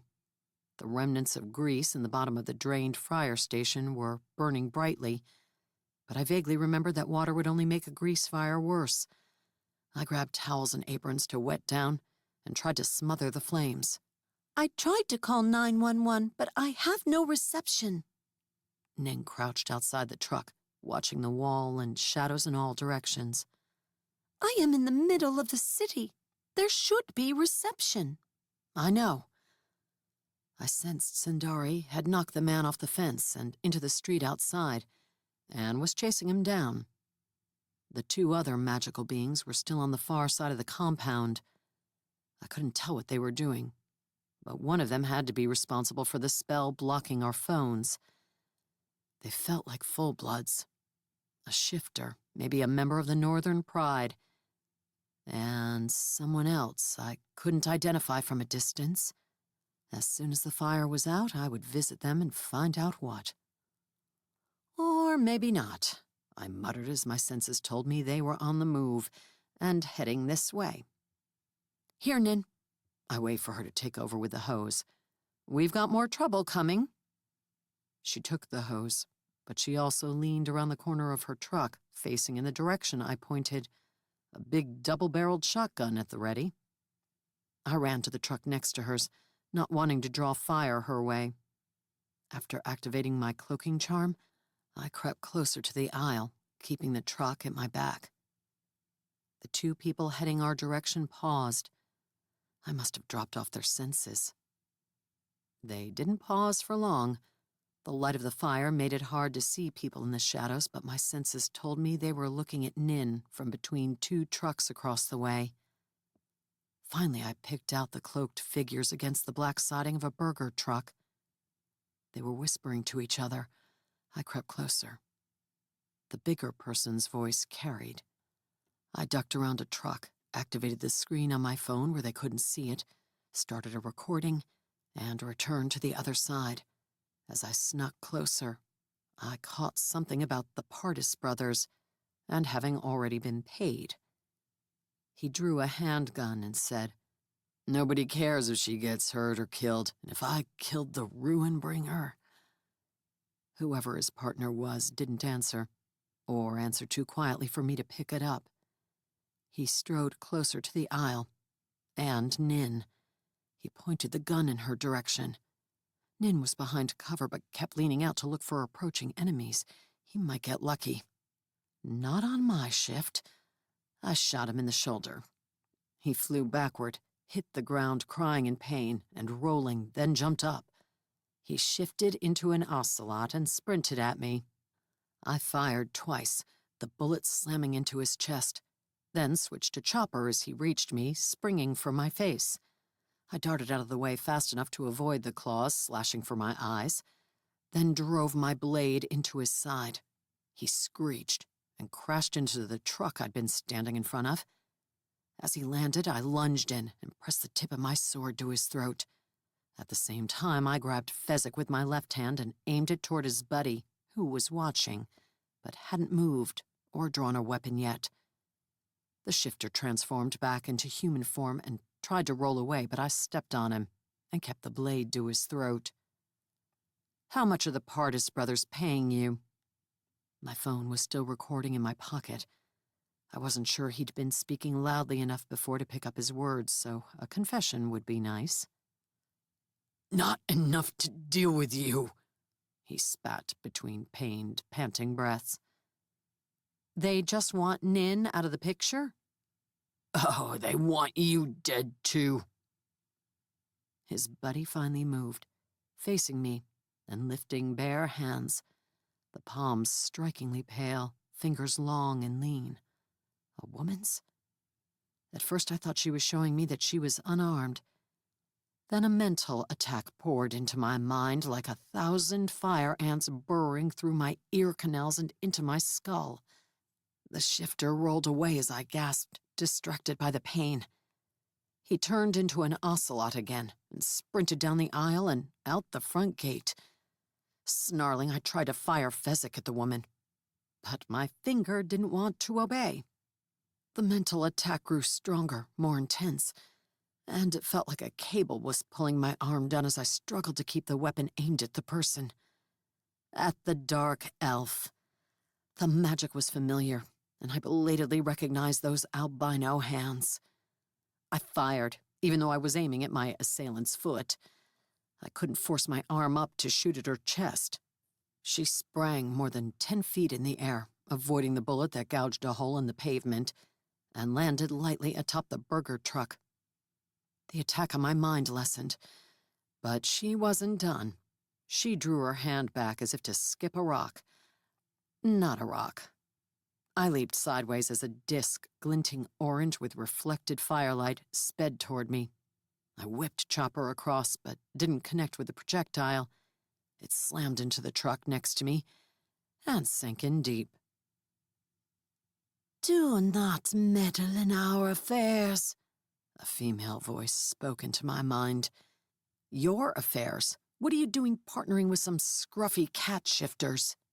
The time of humans infesting and destroying this world is coming to the end. All who do not stand with us shall perish along with them. Are you offering me a chance to switch sides? I wouldn't, of course, but I was curious. You chose your side long ago, mongrel. Yes, I did. The weight pulling my arm down had faded when she shifted from a mental attack to a physical one, so I aimed Fezzik and squeezed the trigger. But she waved her hand, and the bullets slowed as if they were flying through molasses instead of air. Before they reached her, she dropped off the other side of the truck. I sensed her run to the far fence and leap up and over. She didn't go the same way the shifter I'd shot had gone, nor did she head toward the one that Sindari had chased off. So maybe that meant they weren't truly working together, just that for some reason she'd lent her magic to them tonight, in exchange for a favor.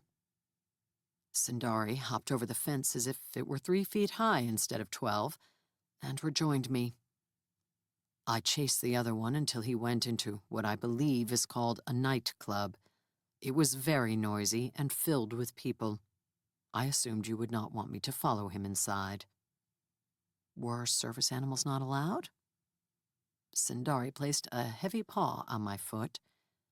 If you're partial to this, you'll remember that I am not some servile animal. If you tear off my foot, I'll have a hard time battling dark elves. He squinted at me. I thought I sensed an elf or dark elf. What was he doing here?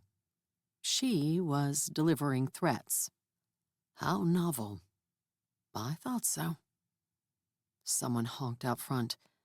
Maybe the police or fire department had finally figured out what was going on. You all right, Nin? I checked on her, found her finishing hosing down the last of the flames, and got a thumbs up. Hello? Came a familiar call from the entrance gate. Back here, Dimitri. Fairly confident we'd dealt with all the trouble. Sindari would alert me if more showed up. I stepped out into the main aisle. Are you alone? Who else would be with me? He pushed the gate farther aside and stepped in. Your hot date, Jeremy from the club? I haven't had time to get together with him yet. Zoltan, I said dryly. He doesn't leave the premises except to hunt, and he said he stays local for that. Dmitri strode toward me, frowning darkly when the charred and smoking food truck came into view. Fresh, local food, that's his preference. His mouth twisted. He wasn't wearing his cervical collar, but I wagered it was still in the van.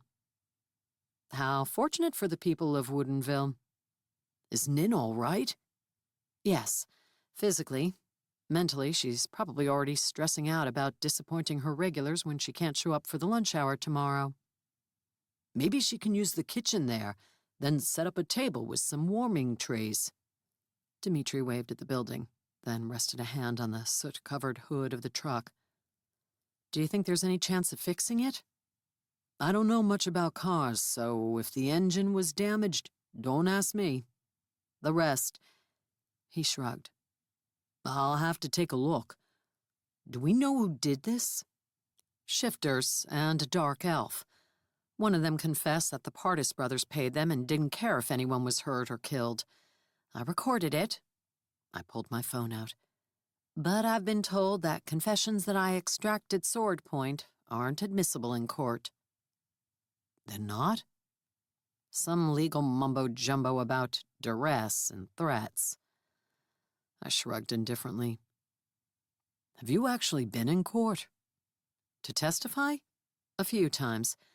Colonel Willard has learned to pull strings to keep me from being subpoenaed. Are you an unreliable witness? I'm a sarcastic witness.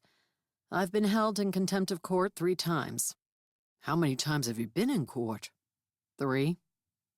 I can't believe you said I'm the surly one who shouldn't be hand-selling my wares. I'm pretty sure I just implied you weren't quite as cute as the box of puppies next door. Who is? Nobody. Sundari came to sit by my side, his shoulder reaching as high as my shoulder. Please tell Dmitri good evening, and let him know he may pet me if he wishes. He may, like it's an honor for him. It is certainly an honor. We have discussed my status and importance among my people, and that I am essentially an ambassador here. Ambassadors get assigned by other people, not summoned through charms. You'll find that as you travel to different worlds and learn different languages, the definitions of words are nebulous and imprecise. Are you sure? I think the definition of bullshit is universal. That's because you are unworldly and untraveled. Is he talking to you? Dmitri looked from me to Sundari and back. Yeah, he says he wants you to scratch behind his ears. Sundari narrowed his eyes at me. Also, that you should feel honored when you do it. I always do. He's soft. Dmitri stepped to Sundari's side and rubbed his ears. Soft. Assure him that I am made from fang and sinew and akin to the hardest metal alloy your people have discovered. He likes belly rubs too, I said. I am thinking of chewing your arm off. I need my arms to wield my weapons. Chew off something less vital, please. A kneecap? I'm partial to those too. You are a difficult handler. I know. Sundari pretended aloof indifference to Dimitri's behind-the-ear rub, but I caught him leaning in for better access. While this was going on, Nin came out, her face smeared with soot, her shirt torn. Her eyes were moist with tear tracks streaking her dirty cheeks. Her forlorn expression made me want to beat the crap out of the brothers' minions again. Thank you for coming, Dmitri and Val. Nin hugged me and then hugged Dmitri. She paused and looked at Sundari. Does your tiger like to be hugged? Sundari lifted his chin. She may embrace me. He says it's okay. Nin hugged Sundari, who was looking quite pleased by all this attention. I'm sorry I didn't get here in time to do anything, Dmitri said. I was way up in Woodinville. Is the farmer's market not over for the week? Nin asked. Yeah, but I'm forging a new business relationship with Zoltan. You will become an alchemist? No, I'm assembling something for him, and he's teaching me about building a following on social media. I could teach you about these things. Your cactus shot one of my enemies in the scrotum. I blinked. We usually just say balls, Nin. That is imprecise. Also, it was the word yesterday on one of my Word of the Day apps. Once I use it 5 times, it will be mine forever. She nodded with the determination of one seeking to master the entire English language, including the anatomy part of it. What kind of Word of the Day app pops up scrotum? Dmitri asked. It is medical-themed. Nin pulled out her phone. Do you want the sample sentence and definition? No, Dmitri and I said together.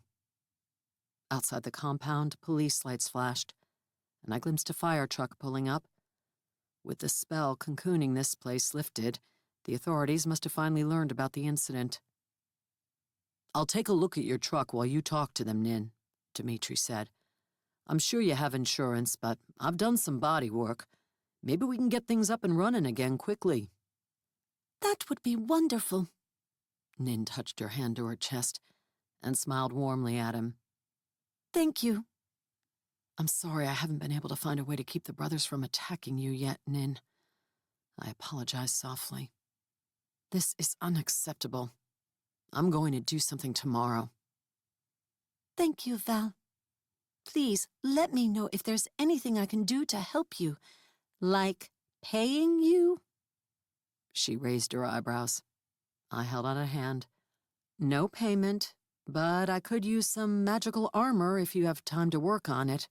There are officially more days in the week now where I'm being shot at than when I'm not. Oh, yes, I would be pleased to make you something lightweight, yes? That is important. Very much so. I have some prototypes, but I will design something new for you. Thank you. I would still insist on paying her for her time and the materials, but I didn't mention it now since she looked relieved to have something to trade. Another vehicle rolled up outside the gate and a car door slammed shut. I patted Sindari. You better disappear before the police see you. Your people need to learn to accept that there are many beings that exist beyond those native to your world. Yes, they do, but not tonight. As he faded into nothingness, I braced myself for the inevitable questions. I was tempted to disappear as well, but I wanted to make sure they didn't give Nin a hard time about anything. She had a permit for the food truck, but my understanding was that one couldn't get permitted for selling magical weapons, since the government didn't admit that magic existed. Everything in the back compartment of her truck was hush-hush. I endured the police questioning with a minimal amount of sarcasm. It wasn't their fault they had shown up late. The sorceress dark elf had been the problem, and it worried me more than a little that she'd been working with the Pardis brothers' thugs. Tomorrow, I vowed, I would figure out how to deal with them, one way or another. Chapter 17.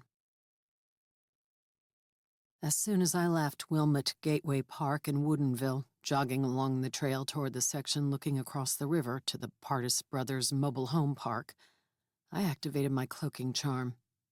A bicyclist heading in my direction swerved, face screwing up in confusion as I seemed to disappear to his eyes, but shrugged and continued past. I ran to the side of the paved trail so I wouldn't be in anybody's way. Freeway traffic zipped by to my right, but my attention was focused to the left, across the water.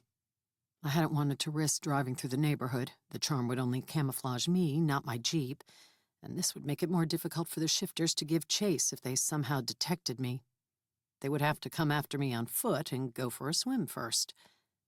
As the house came into view, half hidden behind brush and trees in the little lot's backyard, I sensed the auras of the brothers and 8 more magical beings. My shoulders slumped. What were they doing? Running an Airbnb for shifters? After last night, I ached to take those two jerks down. But I couldn't fight that many shifters, and definitely not on their own turf. By now, the brothers had to expect me, and they'd likely added magical fortifications. I could still sense the aura of a magical being in the mysterious basement that shouldn't have existed, but it seemed weaker now. The memory of the plaintive call for help came to mind, and I longed to go over there and rescue whoever was down there. If I'd spotted a window or entrance to the basement, I might have tried sneaking in, but there wasn't anything visible to indicate there even was a basement. The entrance had to be in the house. A spotted leopard wandered out the back door and onto the unkempt lawn. I didn't know if he'd been assigned patrol duty or was going out to take a leak, but the shifter's presence deterred me from thoughts of rescues, at least for the moment. I had to figure out a way to even the odds first. The spotted feline, easily 3 times the size of a normal leopard, wandered to the river's edge and sniffed the air. I wasn't moving, but I stood even stiller.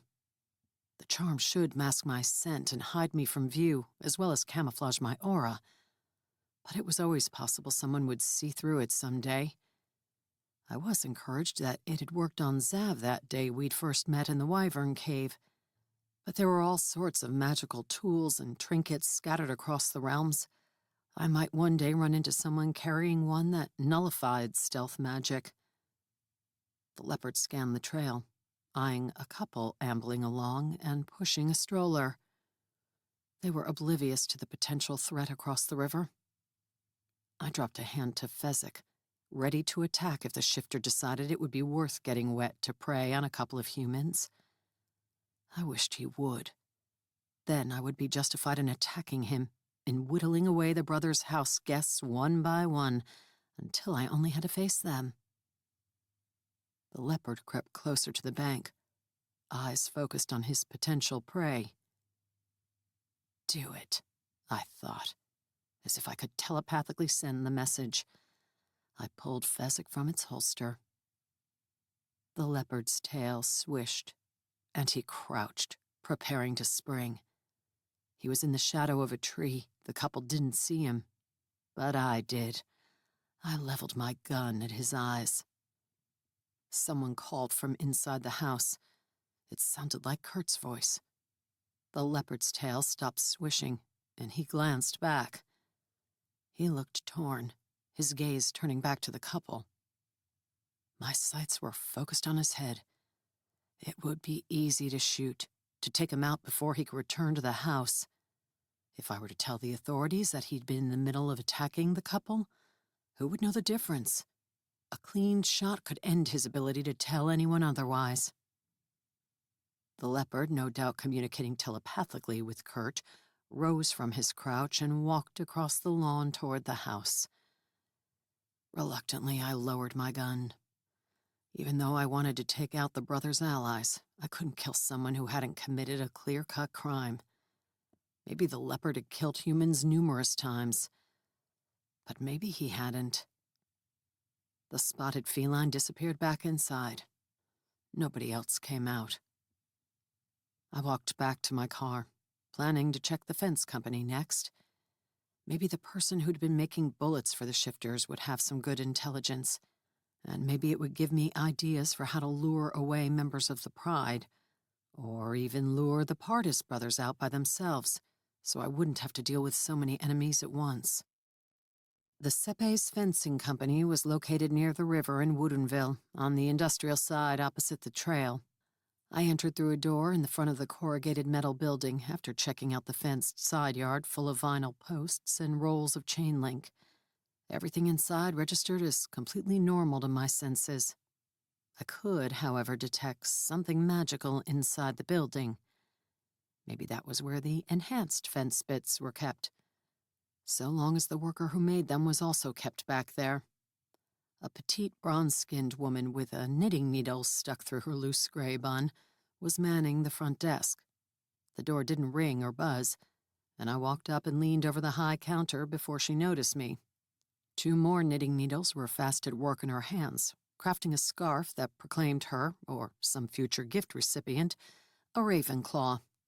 "Can I help you?" She looked up without pausing her knitting. "Are you interested in a fence?" Home security is a concern for me, I said without lying.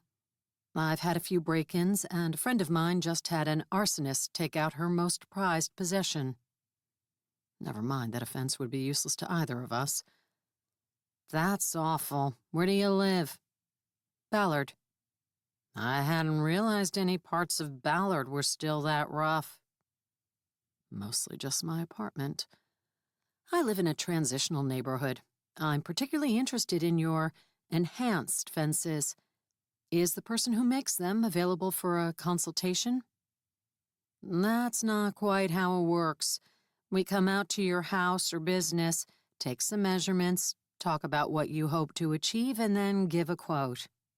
I'd like to see if your fences are truly enhanced before going through all that hassle, and talk to the person who does it. Her eyes narrowed, and she set aside the knitting. "The people who do our in-house builds aren't the ones who interact with customers.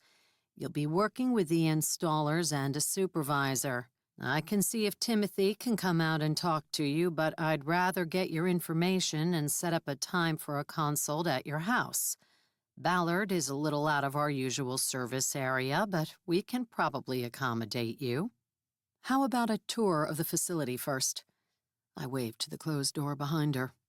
The grinding of metal being cut emanated from the back. "We don't give tours." "Can you make an exception?" I pulled out a 50 and laid it on the counter. I would prefer to bribe the woman before resorting to threats, especially since she was my mom's age, or breaking into the facility and risking being caught by a security camera. "It's not typical." I laid another 50 on top of the first. "Are you sure? I hear good yarn is expensive." She slid the bills off the desk and stuffed them into her bra. The blue dress she wore must not have had pockets. "I suppose it wouldn't hurt to show you around. No recording allowed, though. We create some custom fencing materials that our competitors would love to know about. We can't have the videos getting up on the internet." I understand completely. The 3 people who would watch a video about fences could ruin the company. "This way. What's your name?" "Val." "I'm Martina." She glanced at me, up at me, as I rounded the desk to join her. "You've got great height. Are you in the market for a scarf? I know it's only June, but this is the time to order." "Not really." "I can customize it. I have an Etsy shop." She handed me a card. "Please look at my reviews. People are very satisfied." Everyone was an entrepreneur these days. "Do you know what house you're in?" she asked. "Pardon?" "You know, for Harry Potter. Those are my most popular scarves."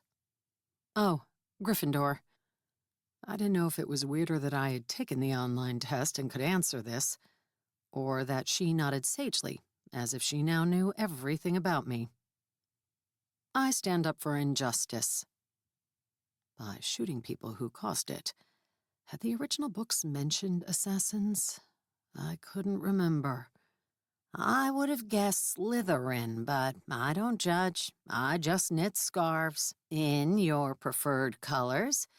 You would look fabulous in a vibrant red." Good to know. Slytherin. That was what I got for bribing her. The grinding noise was much louder inside. Martina headed toward the man making it. He was cutting wrought iron rods to uniform length. But my gaze went to a tall, stout woman in the back who looked like a female version of Dimitri. There was a hint of the magical about her, and I guessed her a half or quarter blood. But of what species? Dwarf, like Dimitri?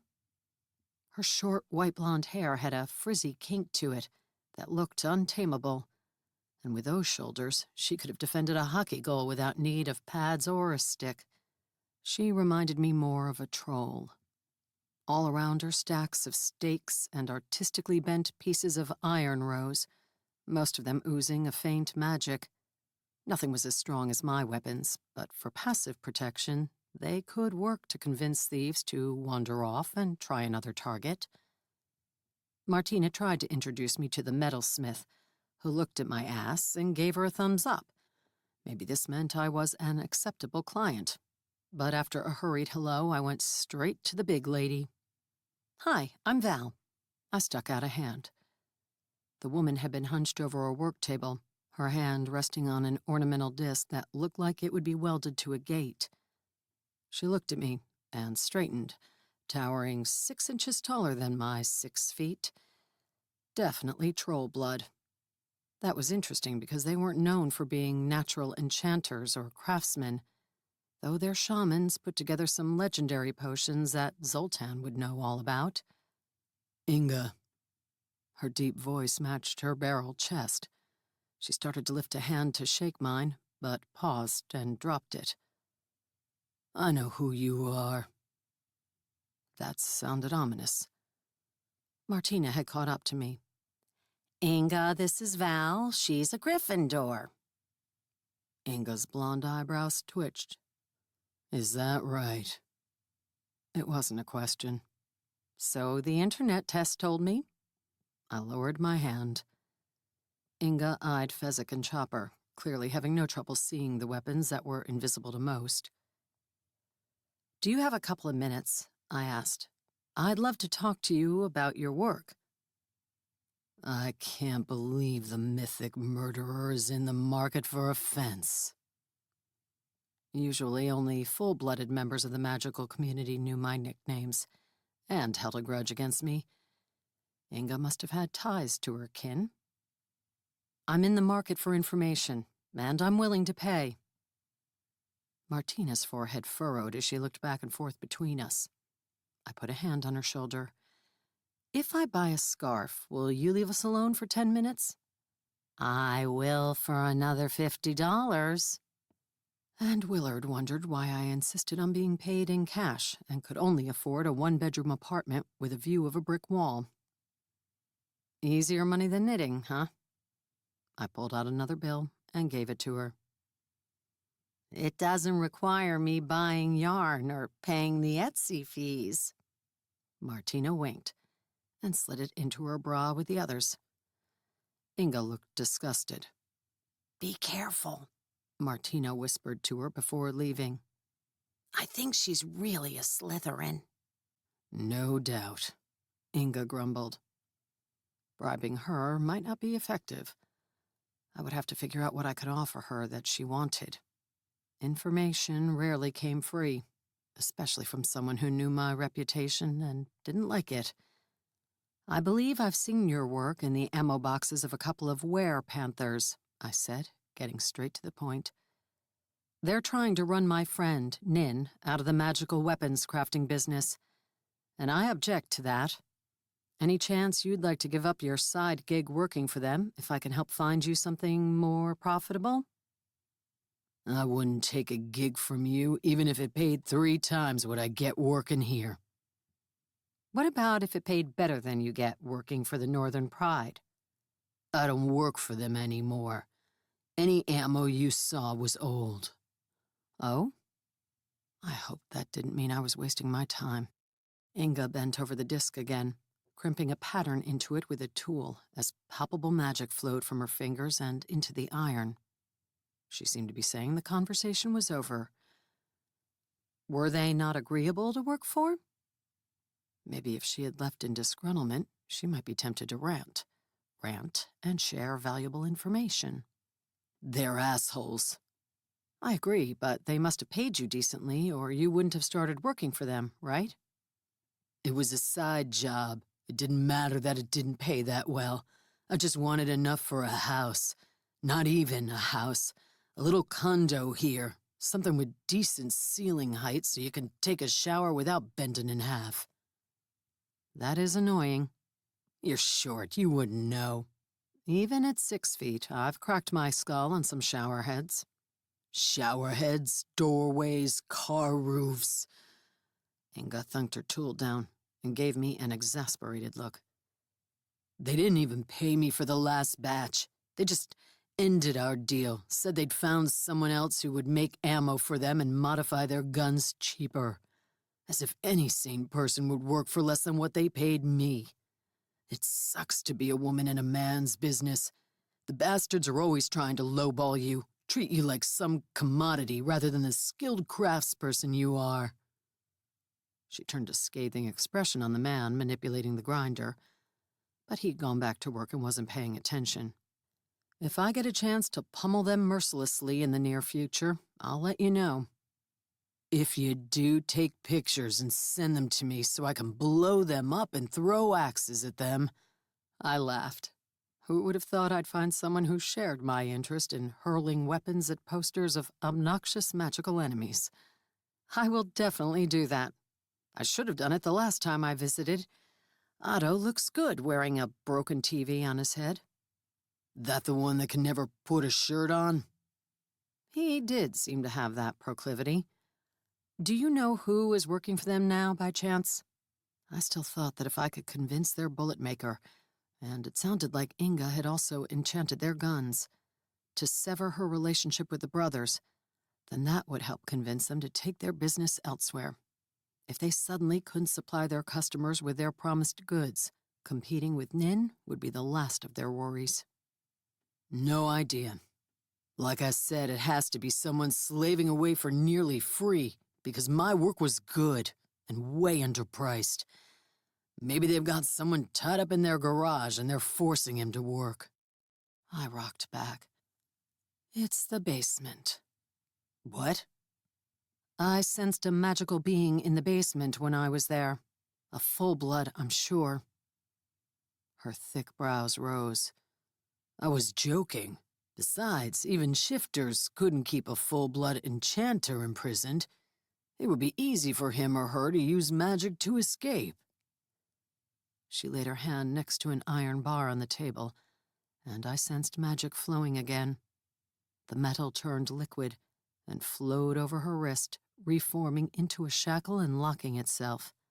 A second later, it unformed and returned to its original shape on the table. So whoever is in the basement is an ally and being paid? I asked skeptically. I remembered that telepathic request for help. That's my guess, even if it's hard to imagine those two with allies. Still, they've got all those other cat shifters that visit their place. They must have some mysterious allure that's unfathomable to me. Maybe it's their sex parties. I grimaced, remembering the brothers' suggestions. I can't talk to that. I don't get invited to a lot of those. She sounded more wistful than happy about that. I don't think those are parties that any sane woman would want to be invited to. All right, Inga, thanks for the information. I wasn't sure how she would react, but I laid $150 on the table. It didn't seem right that the receptionist should make more than the person I'd come to talk to. I don't want your money, mythic murderer. It's the government's money. Technically, it wasn't anymore, since this was part of my combat bonus from the Wyvern job. But I had a feeling Inga would be more likely to accept it if she didn't think it came out of my purse. She snorted and stuffed it in a pocket. You're definitely Slytherin. I shook my head and walked out. I needed to work on my reputation. Chapter 18. Tuesday morning found me in a grumpy mood as I sat in Mary's waiting room with the magazine tidier I'd met before, and another patient who was wearing running shoes, a hoodie, and spandex shorts that left little to the imagination. His leg hair would have put Chewbacca to shame. Google had promised me that normal people went to therapy, but I hadn't seen evidence of it yet. What did that say about me? But I'd long ago given up any notion that I was normal. Normal women didn't spend their nights battling pyromaniacs in food truck parking lots, or having nightmares about all the people they'd killed coming back to life and mauling their family members. I rubbed my gritty eyes, wondering what it was like to sleep well and through the night. My joints ached, and my lungs were tight.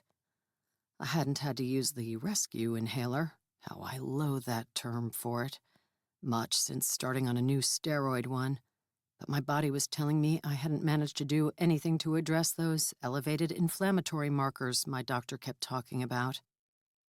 How was I supposed to de-stress my life and lower inflammation when my attempts to do so ended up in yoga studios being bombed? Ironically, the place on my hip where I'd been shot didn't take. Dragon healing magic had to be the best in the galaxy. I wondered if it could work on chronic conditions. Even if it could, there was no way I'd admit to Zav that my lungs were anything but sublime, nor would I ask him for help. My phone buzzed, and Mom's name came up. Worry flashed through me. There wasn't any reason she should be in danger, but I couldn't help but imagine the worst. "Hi, Mom," I answered. "What's up? Everything okay?" "Yes." She sounded puzzled that I'd asked. Her dog barked in the background, and she added, "Rocket Mrs. Maggie."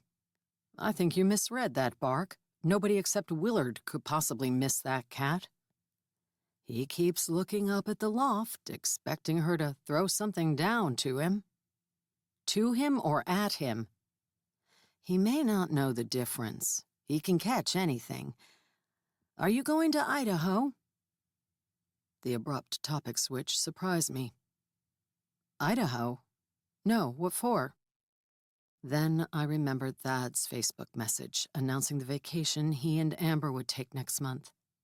"Thad and Amber are going to get a cabin on Lake Coeur d'Alene in July. They invited me." Oh. I should have said something more articulate, but I felt a numb disappointment that was completely illogical. They hadn't invited me. But of course they hadn't invited me. I hadn't spoken to either of them in years. They probably didn't even know where I lived and worked in the state, or that I'd gone to several of Amber's swim meets and her 6th and 8th grade graduations, always standing too far back to be noticed. I rested my forehead on my knees, regrets and sadness settling on my back like a 100-pound barbell. Maybe if I could somehow finish dealing with Nin's shifters and get all the dragons out of my life, it would be safe to take a trip to northern Idaho. I'd only had a few assignments over there, so I shouldn't have too many enemies in that state. Maybe if I visited for a few days, no bounty-hunting orcs would show up to pester me. Maybe it would be safe to walk up to Amber and Thad and say hello, and say, I was sorry I hadn't been around. Thad knew the reason why. I'd told him before I left. But I doubted Amber remembered. She'd been so young at the time. And I had no idea what Thad had told her in the interim. Had he made me out to be a deadbeat and a villain? Or just explained that my work was dangerous, so I couldn't stick around? Either way, I couldn't imagine a scenario in which Amber would understand and forgive me. It was almost better not to get in touch, and never to know for sure how she felt about me. That would be less painful than walking up to the face of anger and rejection. "Val?" I sat up. "Yes, sorry. You should go." "I will." Mom paused. "You should go." "I'll think about it." My phone alerted me to another incoming call. "My boss is on the other line. I need to go." "Tell my roommate his rent is due soon if you see him. I think he's in Woodinville working on a project for someone. His van is there, too. Can you charge someone rent if he's never there?" "Of course you can. He has a lease." "Right." I said goodbye and switched over in time to catch Willard's call. "It's about time," she said. I like to keep people waiting so they're extra eager to talk to me when I pick up. "You weren't sleeping, were you?" "No, I was talking to my mom. Her dog misses your cat." "Really? Nobody's ever said they missed Maggie before. A screech sounded in the background.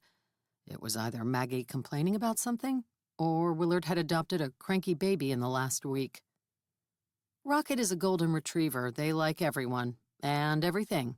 It's in the genes. I have bad news for you. You're sending me after the dragon, aren't you? How'd you guess?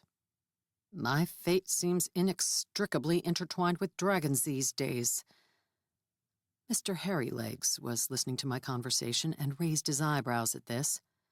I resisted the urge to threaten him with a weapon, and instead walked over to the window and spoke more quietly. Inextricably intertwined? Willard asked. Nice vocabulary words. If I didn't know better, I'd think you went to college. I read books now and then. From what I've been able to dig up, the Silver's full name is Dobbs Sorin of the Silver Claw clan. He introduced himself to me as Dobbs Sorin, the Most Magnificent. I'm sure. According to my informant, his family is reputed to rule over the second most powerful clan among the dragons. None of my snitches have any idea why he's here on Earth. Do you? And do you know for sure if he kidnapped those joggers? I don't know that for sure, but he seems to be here to harass Zav. Maybe even kill Zav. So why kidnap kids and joggers? To irk him, or lure him into a trap, maybe? I have a map of some possible locations of caves where Dobb might be staying. I can go out today to look for them. I'd been hoping Zav would return so we could do that together. It wasn't as if I could take down Dobb alone. But who knew when he would be back? Maybe I could find the lair, sneak in and rescue the kidnapped people, and then point Zav to Dobb when he returned. Then they could fight it out in a dragonly way, mano a mano. Good, do that. This Dobbs Sorin was caught on a video yesterday evening. I'll send you the footage. He swooped down and killed 4 horses and riders near Catherine Taylor Equestrian Park in Redmond, right on the Tolt Pipeline Trail. She hesitated. It's grisly. I'm used to grisly. I know. The dragon isn't in the video. This was taken by the police in the aftermath. But 2 witnesses saw him and confirmed the scales were silver. They ran into the woods to the side of the trail when the dragon showed up. Others who were interviewed said they couldn't see him, just people being torn to shreds, seemingly by nothing. Zav said that only those with magical blood can see dragons, unless the dragons want to be seen. I pulled up Catherine Taylor Equestrian Park on my map, and a weird knowing feeling twisted my gut. It's not straight east from the spots where the joggers were picked up, but it's very close. Just a little jag to the southeast. I've been theorizing that he's got a cave out in the woods east of Duval. For some reason, all of his kidnapped joggers were on an east-west line from there. Maybe he likes to take a morning dip in Lake Washington. That was a joke, since there were plenty of rivers and lakes closer to where I thought he was staying. But Willard said, maybe. Or maybe he fishes there in the mornings. There's a big variety in there, I've heard. Do dragons like fish? Zav said they eat fish and meat. He was skeptical about the lavender chocolates I gave him. You're giving him chocolates? Val, it works the other way around. The man gives the woman chocolates. I'm trying to get him to believe humans don't suck, and that there are some good things on Earth. By wooing him with chocolate. I'm not wooing him. I must have spoken too loudly, because the eavesdropper was looking my way again. Either that, or my half of this conversation was the most interesting thing going on this morning. I scrutinized him briefly, making sure he didn't have any magical blood. The last thing I needed was some spy from the Northern Pride giving the brothers another location to bomb. I didn't even buy it. The people I helped on the peninsula gave it to me, along with a case of wine.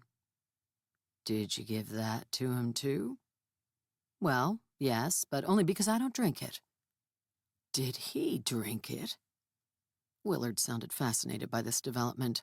Maybe some secret, girly part of her heart wanted to attend a dragon half-elf wedding. How should I know? I grimaced as the video she'd promised popped up on my phone. I was used to death and gore and violence, but that didn't mean I enjoyed watching footage of it. Are you officially putting me on assignment to get this dragon? Yeah.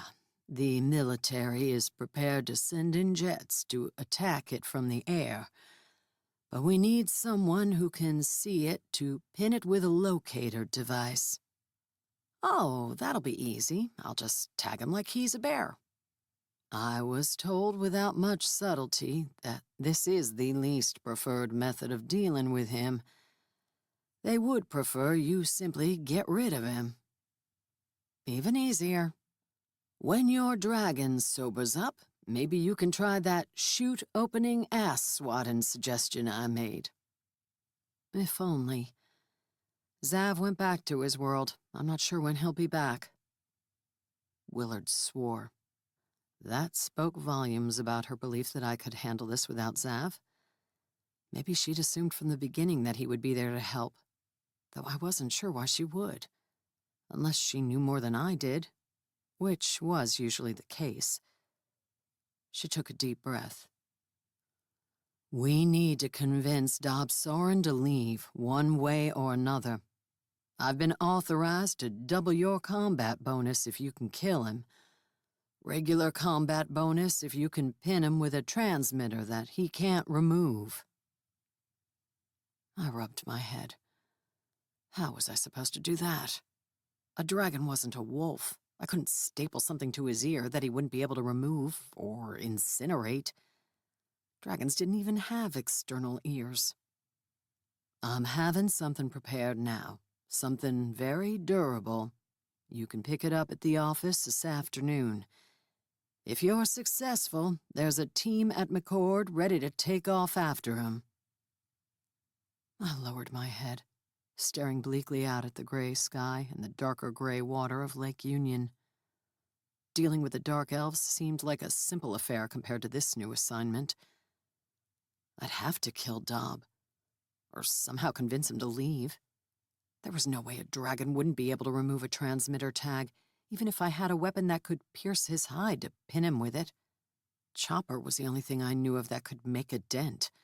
A tiny dent. You have the option to say no, Willard added quietly. I hadn't spoken for a long minute. You're not sworn to follow orders anymore, she added. Yeah, but if I don't do it, who will? Nobody as good as you. That's what I was afraid of. I'll be there soon. As I hung up, Mary leaned out of her office.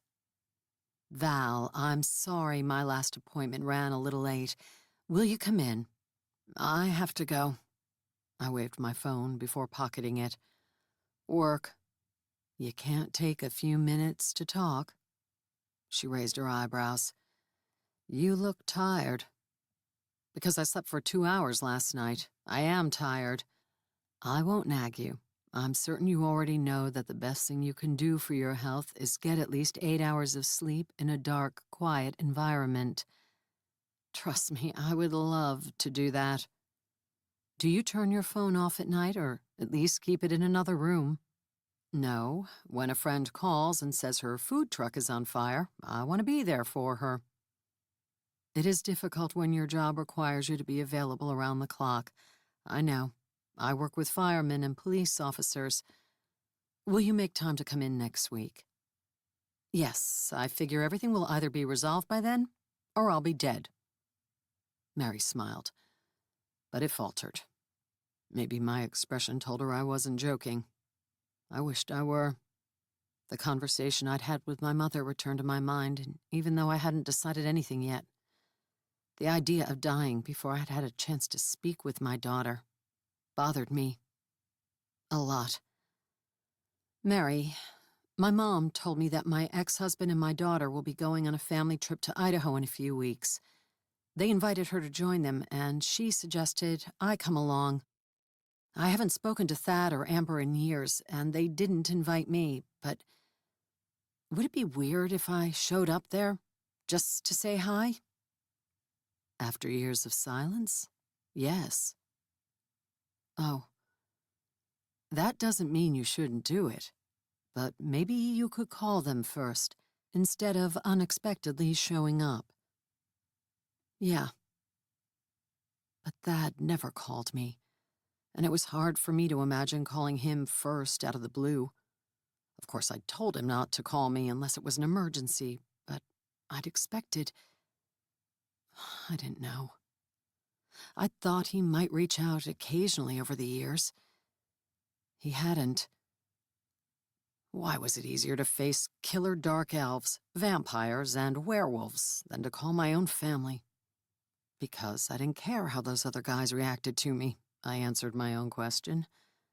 More than that, I expected them to be hostile. I could deal with hostility from strangers. Hostility or even indifference from people I should have had a relationship with. Oh, that was different. Or email, Mary offered. Couldn't you email them without people realizing you have a connection? So long as none of the magical people who want me dead are hackers or get a hold of my computer or phone. Yes. Is that likely? It's not an impossibility. My apartment gets broken into often. Someday I'm going to hunt down a trinket that can keep everyone out of there. I sighed with longing, having heard that artifacts like that weren't uncommon in other worlds. Dimitri's cactus home security doodad wasn't quite in the same league. Maybe with a little encouragement, he could learn to create something more useful. Get in touch with your family. Mary put a hand on my shoulder. Whatever reception you fear is probably the worst possible iteration of what will really happen. Even if they reject you, at least you'll know. That would be easier than living with the uncertainty. I wasn't sure about that. As long as things were nebulous, there was still hope.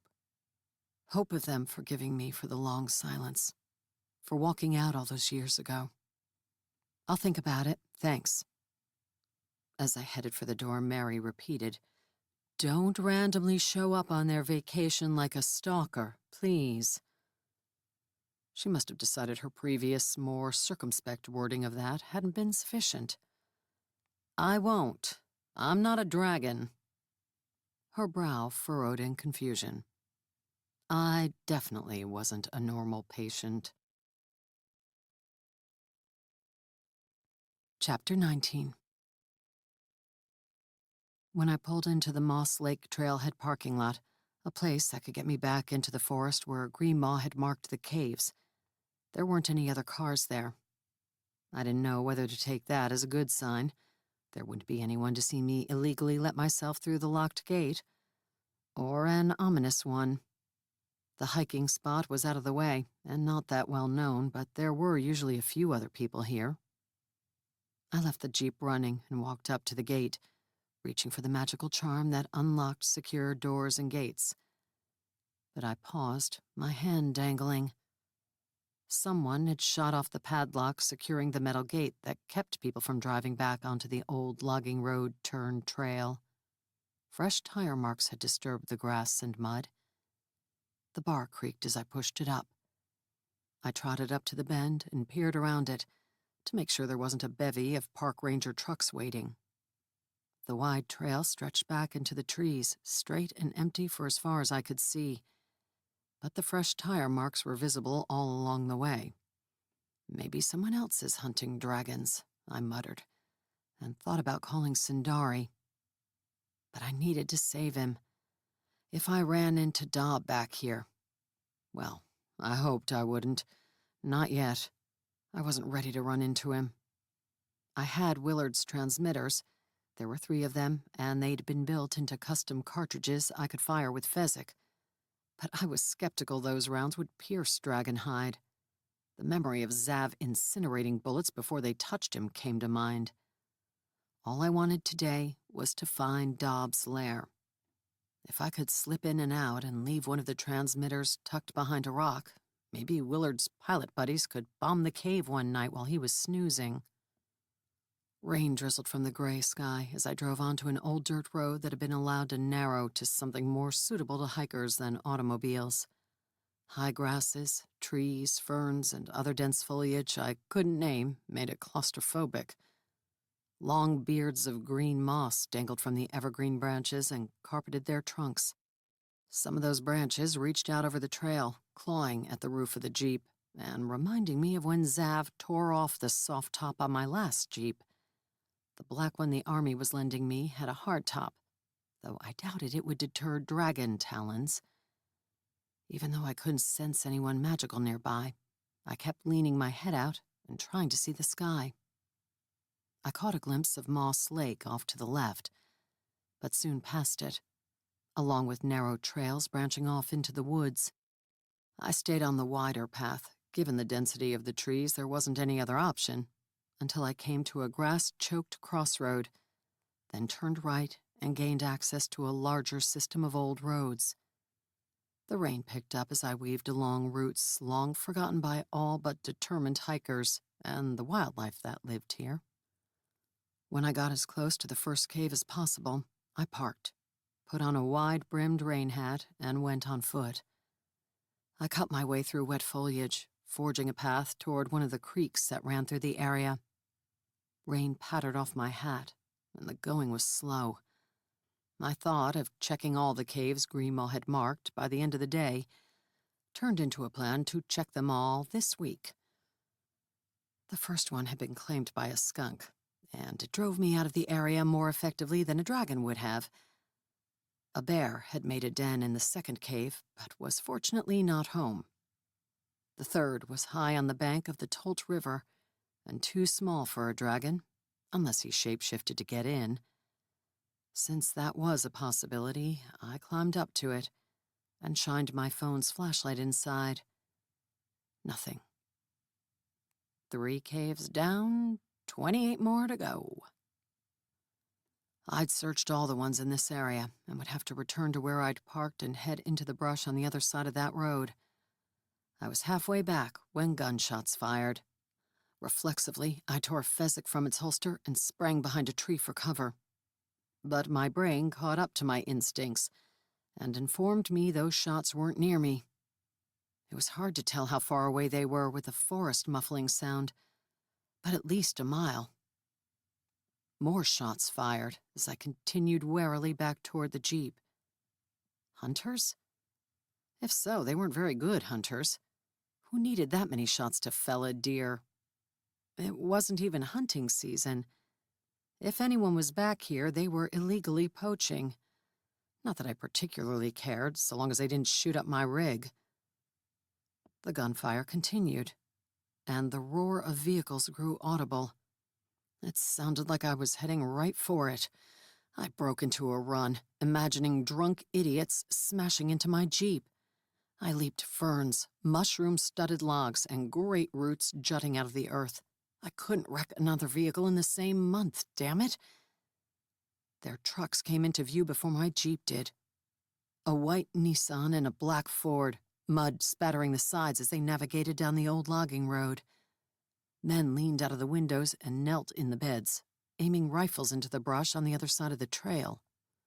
Just as I was thinking that any deer would have long ago fled at the noise, I sensed magical beings in the woods in the direction they were shooting. A half-dozen of them at least. I couldn't identify their species by the auras, but they seemed smaller than humans. More kobolds? Goblins?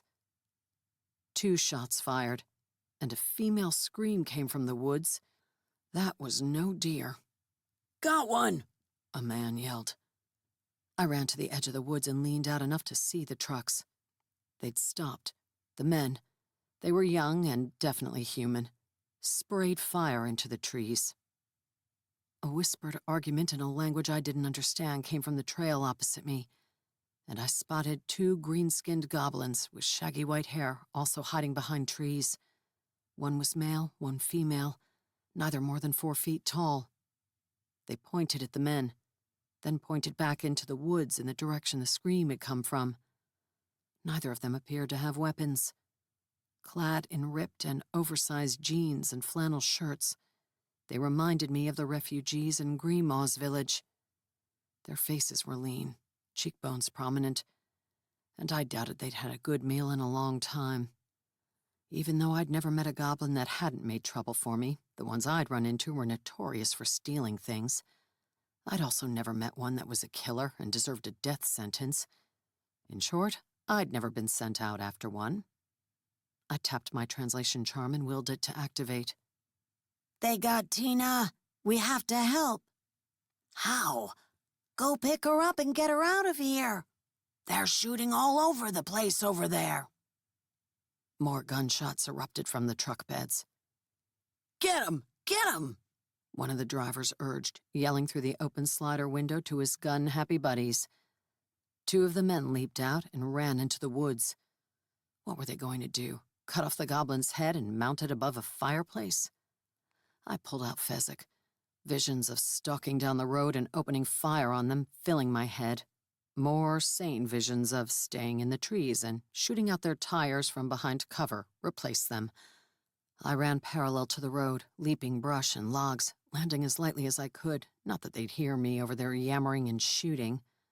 Once I was close enough, I found a stout red cedar to hide behind and leaned out. Though I was tempted to randomly rain fire on their trucks and maybe sink a few bullets into their asses, I calmly and methodically aimed for their tires. Still firing their own weapons, it took them a minute to even realize they were being shot at. Shit! One of the drivers called out the back. One of you jackasses hit my tire. That's impossible. I'm losing tire pressure. The driver pointed to some warning indicator on the console. You probably ran over some glass. My tires are losing pressure too. The driver in the second truck hollered. Man, these guys were geniuses. It's the goblins, one of the men in the bed said. They must be shooting back at us. You said they wouldn't have guns. All of the men in the truck beds dropped to their bellies, only their heads and rifles visible over the sides as they fired into the woods again. My senses told me that the goblins had managed to get their comrade and were carrying her out of the area. But the idea that these guys had come out here to hunt prey that couldn't fight back, intelligent prey, not animals for the dinner table, pissed me off. I fired again, this time aiming for their rifles. My shots knocked 2 guns out of their hands before the rest of the men spun in my direction. Over there! They finally returned fire in the right direction. I ducked behind the tree and touched my charm to call Sindari. Their bullets flew all over the place. None of them had seen me or knew exactly where I was. You're supposed to summon me before you enter into a firefight, Sindari said as he finished forming, the silver mist fading. Is that how it works? I do struggle with the order of operations problems. You must have been a pox to your mathematics instructors. Shall I go rip off the legs of the men firing vaguely in our direction? As tempting as that is, I doubt the police would appreciate it if we mutilated poachers in the woods. Especially goblin poachers. As far as I knew, it wasn't a crime to shoot magical beings, since the government didn't acknowledge they existed or give them rights. I thought of my mother pointing out that this kind of thing wasn't uncommon down in Oregon. Maybe it wasn't here either. I just hadn't known because I lived in the city. But do me a favor and scare them, will you? Gladly. Bonus points if they wet themselves. I'll give them my special roar. I knew you knew your roar could elicit that response. Sindari grinned back at me, inasmuch as tigers could grin, as he bounded toward the road. His innate stealth kept the gunman from seeing him until he sprang into the bed of one of the trucks, knocking men and their rifles over the side. He must have kept his claws retracted, because nobody screamed when he struck them with his powerful limbs. But the men did shriek and yell at the drivers to get them the hell out of there. I trotted out as the trucks rumbled down the road, the poachers who'd been knocked out running after them. Sundari sprang from the roof of one truck to the bed of the next, knocking over more people. They couldn't shoot at him without risking hitting each other, though that didn't keep a few from trying. They weren't even close to fast enough to graze Sundari with a bullet. I could have shot out more of their tires. The ones I'd hit were deflating with impressive speed. But there wasn't much point. Sundari had them on the run. So, being the mature person I was, I took out my phone and recorded their flight as Sundari leaped back and forth, evading the men stupid enough to still be in the truck beds attempting to shoot him. I was fairly certain my stoic, regal tiger was deliberately taunting them, and having fun doing it. By now, most of them had lost their weapons. Once the wobbling, lopsided vehicles turned onto the road that led to the parking lot, I stopped recording. Maybe it's time to start a YouTube channel, I said. Nin and Zoltan would call it marketing. Who wouldn't want to hire me after they saw how delightfully effective Sundari was? As I turned, trusting he would be back, and strode up the trail toward the jeep, I sensed the goblins scattering deeper into the brush. Soon their auras faded from my awareness. If they felt any gratitude or cared that I'd stepped in, I would probably never know it. That was fine, though there was a wistful part of me that wanted them to know. It would be nice if some members of the magical community believed I was a good person and only hunted the legitimate criminals among them. As I got closer to the jeep, I noticed something on the ground next to it. Ugh, had those idiot poachers done something to it? The tires weren't flat, and I didn't see any bullet holes. Was that a paint bucket? And brushes? When I stepped around to the driver's side, I found myself staring at stick figures painted in red on the door. My first thought was that it was mindless graffiti. But there was a definite message being conveyed. A stick dragon with a round belly was knocking a stick person, someone with a braid of long hair, into a ravine. At the bottom of the ravine, the stick person was duplicated, this time lying dead among jagged rocks. Sundari caught up to me as I considered two words written next to the stick figures in an unfamiliar language. "How's your goblin?" I was positive the truckers hadn't done this. "I understand many languages. That's your name. Val? Mythic murderer. Wonderful.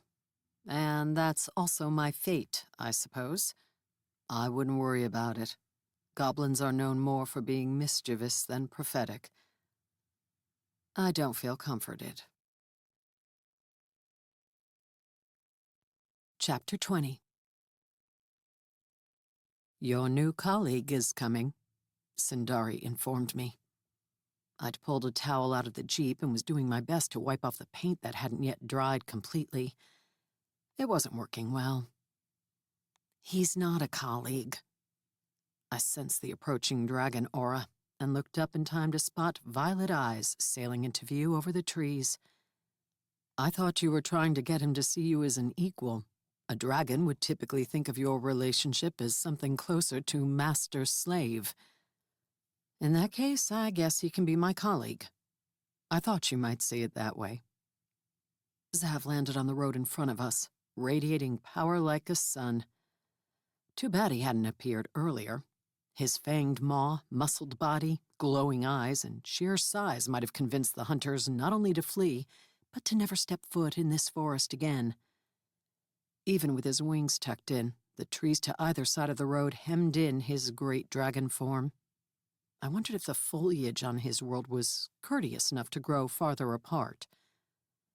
Zav shifted into his human form, opting for his usual silver slippers and black silver-trimmed robe. The rain, mud, and puddles all around might have suggested hiking boots and a poncho, but maybe shifters could only change their forms, not their clothing. If so, that was too bad. Zav wearing a vibrantly colored Mexican poncho would have amused me vastly. As he walked toward me, wind blowing damp leaves off the trees and batting at his robe, I debated how to admit my lack of progress without sounding like I'd been slacking off these last 2 days, or like I was incompetent. Willard had only given me this assignment this morning, but I'd been researching it longer. I'd hoped to be able to hand in the location of Dobbs' lair, but all I'd found were poachers tormenting goblins. "You're early," I told him.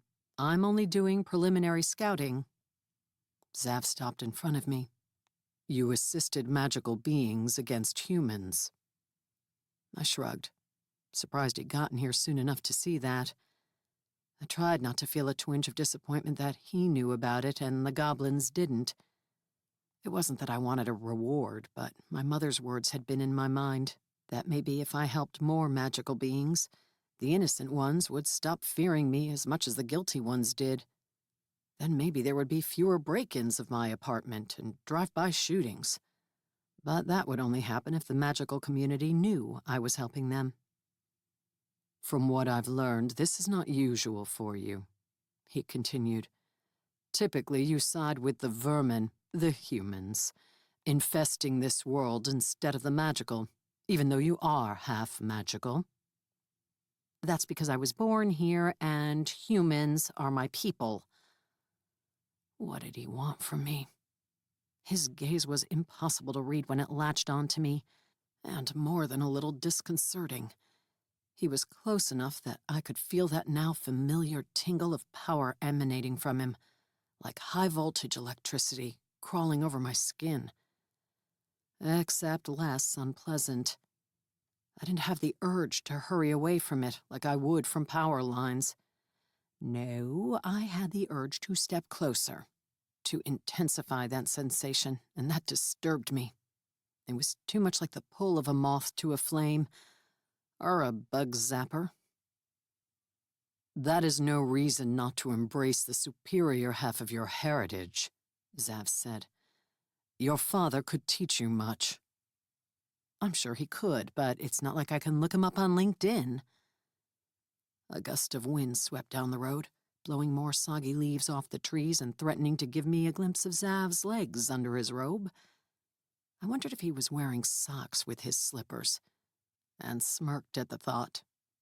He frowned, no doubt thinking my twitching lips indicated some disrespect or another. "He has left this world?" "All elves did, and dwarves, 40-odd years ago.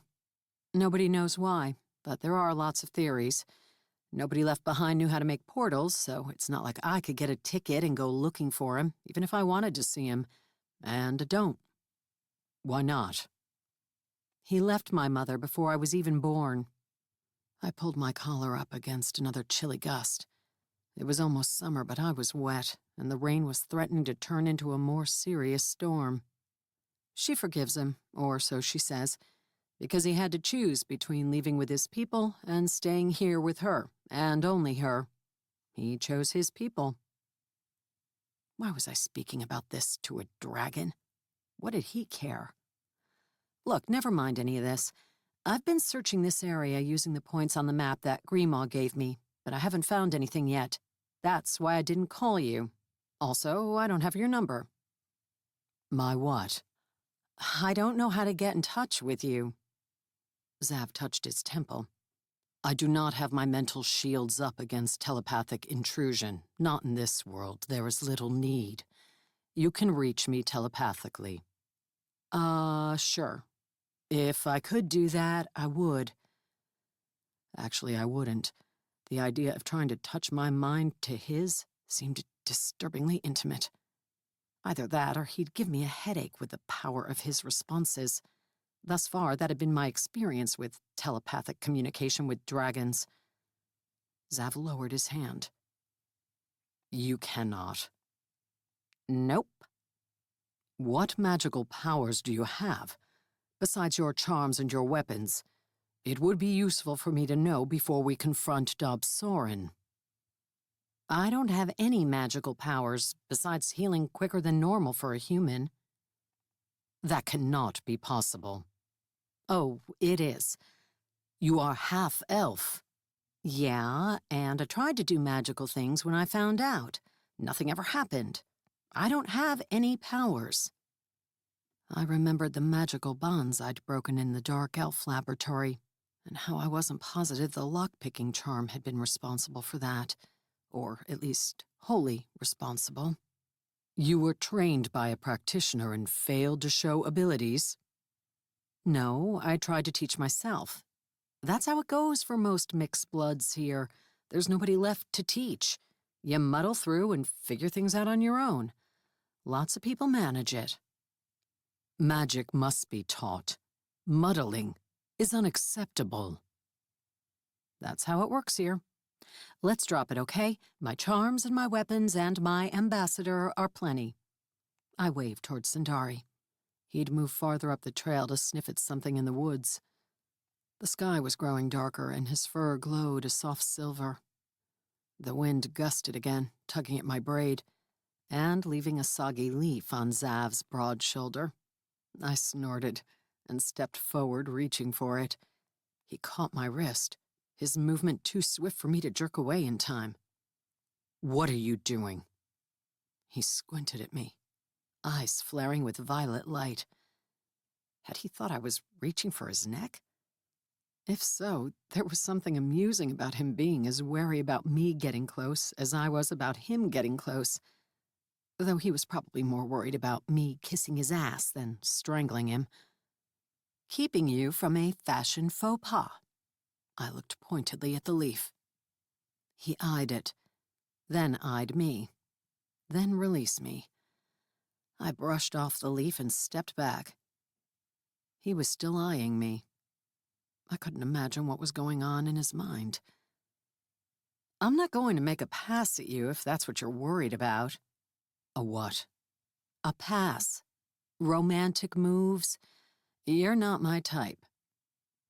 That was a lie. He was exactly my type, at least going on looks and that hard chest I remembered feeling. But I couldn't forget that he was an obnoxious, haughty dragon who thought nothing of mentally compelling people to do his bidding. Besides, he'd made it clear I wasn't his type from the day we met. Maybe he thought I would be so overcome by his virile masculinity that I wouldn't be able to keep my hands to myself. "I see." Zav clasped his hands behind his back and nodded toward the woods. "Let us walk. One of the caves is near, but I believe the forest canopy would make it difficult to find from above, nor could your conveyance fit between the trees." I guess that means we're using Chopper as a machete. I didn't point out that a cave that was hard for him to see from above would have been equally hard for another dragon to find. I'd planned to check all of Grimaw's locations regardless. Zav glanced at the hilt over my shoulder. "That is not a fitting use for that blade. I am capable of clearing brush if necessary." "Can you breathe fire when you're in human form?" "I can make fire in this form." I imagined him crouching with flint and steel and dried pine needles. A snort escaped my lips. It was almost a giggle, but I am a mature woman and do not giggle. I hadn't meant for it to sound sarcastic or dubious, but Zav's eyes narrowed, then glowed violet. I'd been walking at his side, but I paused warily, expecting something of mine to burst into flame. A long beard of moss dangling from a nearby branch caught fire and burned within a second. The rest of the tree was not damaged. No flint and steel required, eh? No. Zav veered off the muddy road, and I made a mental note of the jeep's location and nearby landmarks in case he disappeared again. There wasn't any cell reception out here, so the GPS map was useless. Zav took the lead. Along the way, not much burst into flames, but the ferns and bushes leaned away from him to make our passage easier. It was still slow going. The roar of the river drifted to my ears, but I didn't know if we were 5 minutes from it or 30. "What made you help those goblins?" Zav asked, without looking back. Surprised he was bringing it up again, I shrugged. "I don't like big guys picking on little guys." He kept walking, still not looking back, and I wondered if he thought I was insinuating that dragons did that. Given your reputation, I wouldn't have expected you to help the magical, size regardless. He sounded like he was trying to work through a puzzle. Reputation is what other people believe about you. It isn't always an accurate reflection of who you really are. But it's damn hard to alter the perceptions of others. That is true among all the races. Zav stopped, framed by 2 towering cedars, and faced me. You will probably not believe that I also do not like big guys, picking on little guys. His emphasis on guys was careful, as if the word wasn't familiar to him. It probably wasn't. What dragon, freshly arrived from another world, could have fully mastered English in a few weeks? Actually, I do believe that. Ever since you told me you were a cop. A what? Police officer. Or your world's equivalent. That is not precisely my position. But I do help my clan uphold the law. I have not made it a secret that I find this assignment. He waved to the forest. Or maybe the vermin-infested planet in general. Unappealing. It is beneath me. It must be hard being so magnificent. You and your trinkets could do what I am doing. Just when I think you aren't a complete asshole, you get all arrogant and superior on me. I expected him to glare, and maybe flare his eyes at me. But he only gave me a considering look. Dragons are long-lived, but not fecund as a species, so there are not many of us. We must serve where we can be of the most use. Those of us who actually care about serving something other than megalomania. My abilities are needed back at home. So you're frustrated? Yes. He looked at me as if this should have been evident from the start, as if I knew anything about dragon politics and his clan. Yes, he said, more quietly, more reserved. Zav turned and resumed walking. I was tempted to ask him for more details, but I doubted he would give them to me. It sounded like he was low man on the totem pole back home. Who would want to admit that to some scruffy mongrel? What ranking did Dob have, I wondered? Zav had been evasive when I'd asked if he was stronger than Dob, and it might be telling that he'd dragged me along. Maybe he wanted me to be a distraction if they fought. Or a sacrifice. Comforting thought. Zav had drawn ahead, but he paused and looked back. Just wondering what the odds are of me surviving a battle if we actually find Dob. You need not risk yourself. You said you were taking me to get in his way. Zav smiled faintly. I was hoping there would be another windmill, and you could convince him to burn down his own hideout again. I see you got the details from someone. One of the kobolds. It pleased me that you vexed Dob Soren. He turned the smile on me, and my stomach did a weird little flip-flop. Oh no, Val. You are not attracted to the dragon. Especially the dragon who calls you a mongrel and grabs your wrist if you presume to touch him. But it doesn't please you when I vex you, I noted casually, ignoring his smile. And my stomach's theatrics. I prefer it more when your biggest weapon is pointed at someone I detest. My biggest weapon? I raised my eyebrows and touched Fezzik. Your mouth. Ugh, I'd walked right into that one. Had I truly been pleased earlier that my humanness, my sarcastic humanness, was rubbing off on him? If my mission places you in danger, Zav added, I will protect you. That would have made me feel better if I wasn't certain that Dob could kick his ass. Zav returned to the walk. Come, we are close to the first cave. I didn't point out that I'd already investigated 3 caves. Zav paused, lifting his nose in the air like Sindari. I cannot sense him, but I smell dragon. Chapter 21.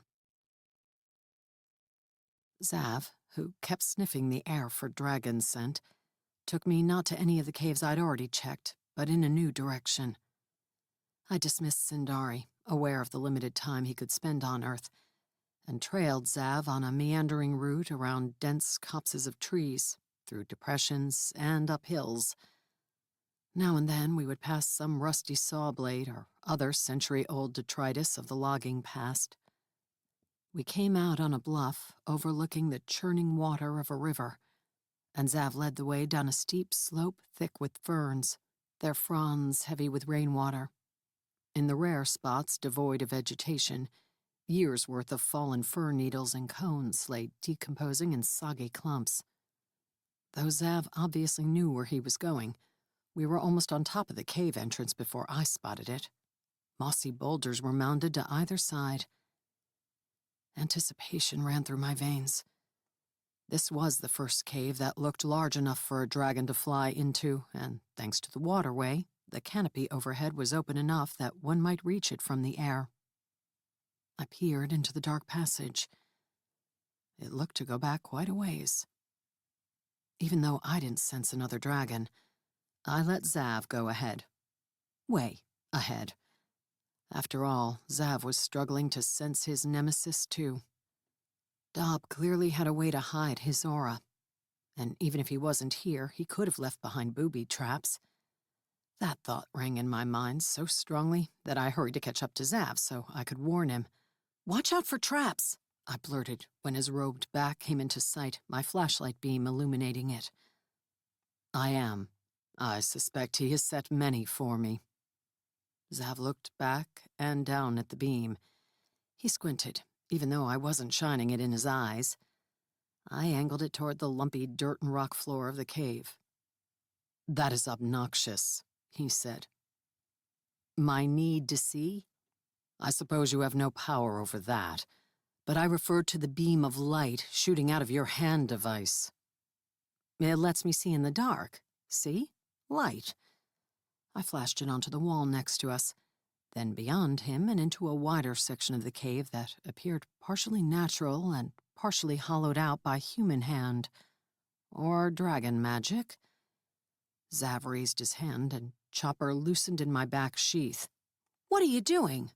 I reached for the hilt, catching it before he could levitate it away. His eyes narrowed, but he didn't try to force it out of my grip.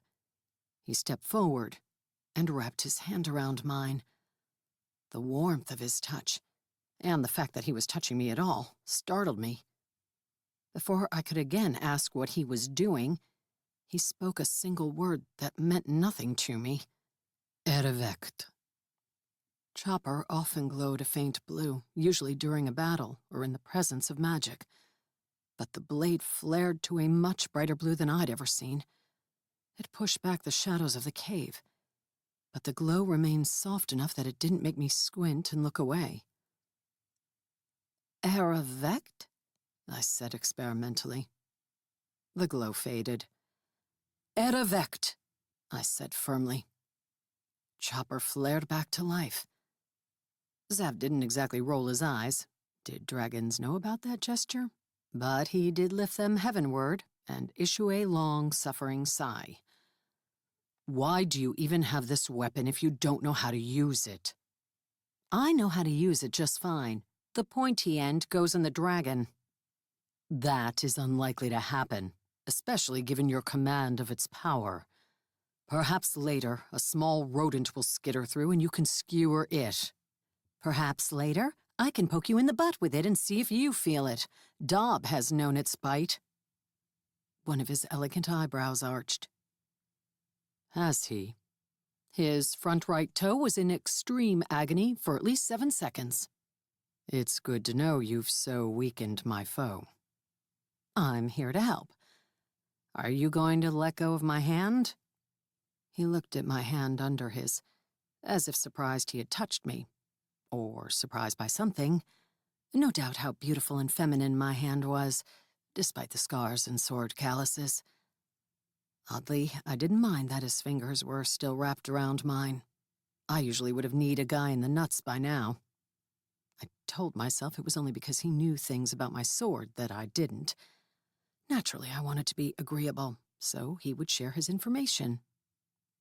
Still, I couldn't help but add, because among humans this would definitely be considered making a pass. He released me immediately. And here I thought you'd overcome your aversion to humans and wanted to woo me. No, I'm crestfallen. Meanwhile, what's the deal with that word? And do you know how to spell it? I flipped my phone to the notepad app with my free hand. I'm sure a phonetic spelling will suffice. It's Dwarven. What's it mean? Light. That's not as imaginative as I would have guessed. Dwarves are a prosaic people. It takes someone with power of their own to activate one of their enchanted blades, the word notwithstanding. Oh? I lowered Chopper in disappointment. So it only worked because you were holding my hand. No wonder he'd kept the grip so long. His eyebrow drifted upward again. Just the right one, like Mr. Spock. Maybe he'd stayed in a motel and caught some old Star Trek episodes when he'd been away hunting criminals. No. Zav extended his hand toward the sword. An invitation to try it again? I was starting to feel self-conscious, and more than a little dumb for not knowing activation words for a sword I'd carried for 10 years. But it wasn't as if I had any dwarf acquaintances who could have told me. Erevect, I said. It worked. I grinned at Chopper's new feature. It was a big, goofy grin, but I couldn't help it. I expected Zav to lift his gaze heavenward again, but the faintest hint of a smile curved his lips. Are there other things it can do? If we were going to fight a dragon that was stronger than he was, any extra advantage I could find would be great. Many things, likely. I'm not familiar with that blade specifically, but most dwarven weapons are enchanted with that command. You may be aware that dwarves usually dwell in tunnels. They can see in much dimmer illumination than humans, but as with felines, their eyes do need a small amount of light to function. Even their simplest tools are enchanted with the power to create illumination. If there is time later, we can try other commands, but you should thoroughly research your sword. Oh, sure. I'll hit up the Seattle Public Library when we get back, the Magical Swords section. Good. Zav headed into the cave. Thinking again of traps, I lingered in the entrance to the larger chamber and peered around using Chopper's pale blue light. I supposed it was wrong of me to wish that Zav would fall into some kind of nefariously clever pit trap with magical bindings and dragon-eating lions, and that I could heroically rescue him and prove I wasn't an imbecile. Fortunately, or unfortunately, the ground didn't open up, nor did any obvious traps spring. Zav stopped in the back to stare at mounds of dried fur and cedar needles that might have been a very large bed. Not a very comfortable one. The mounds were low and didn't do much more than even out the lumpy floor. He slept here, Zav said. At least one night. No sign of kidnap victims, eh? I peered at the walls, remembering the niche under the floor of the windmill where Dobbs' young prisoners had been stashed. No. He lifted his nose in the air again. I wondered if he still had superior olfactory senses when he was in human form.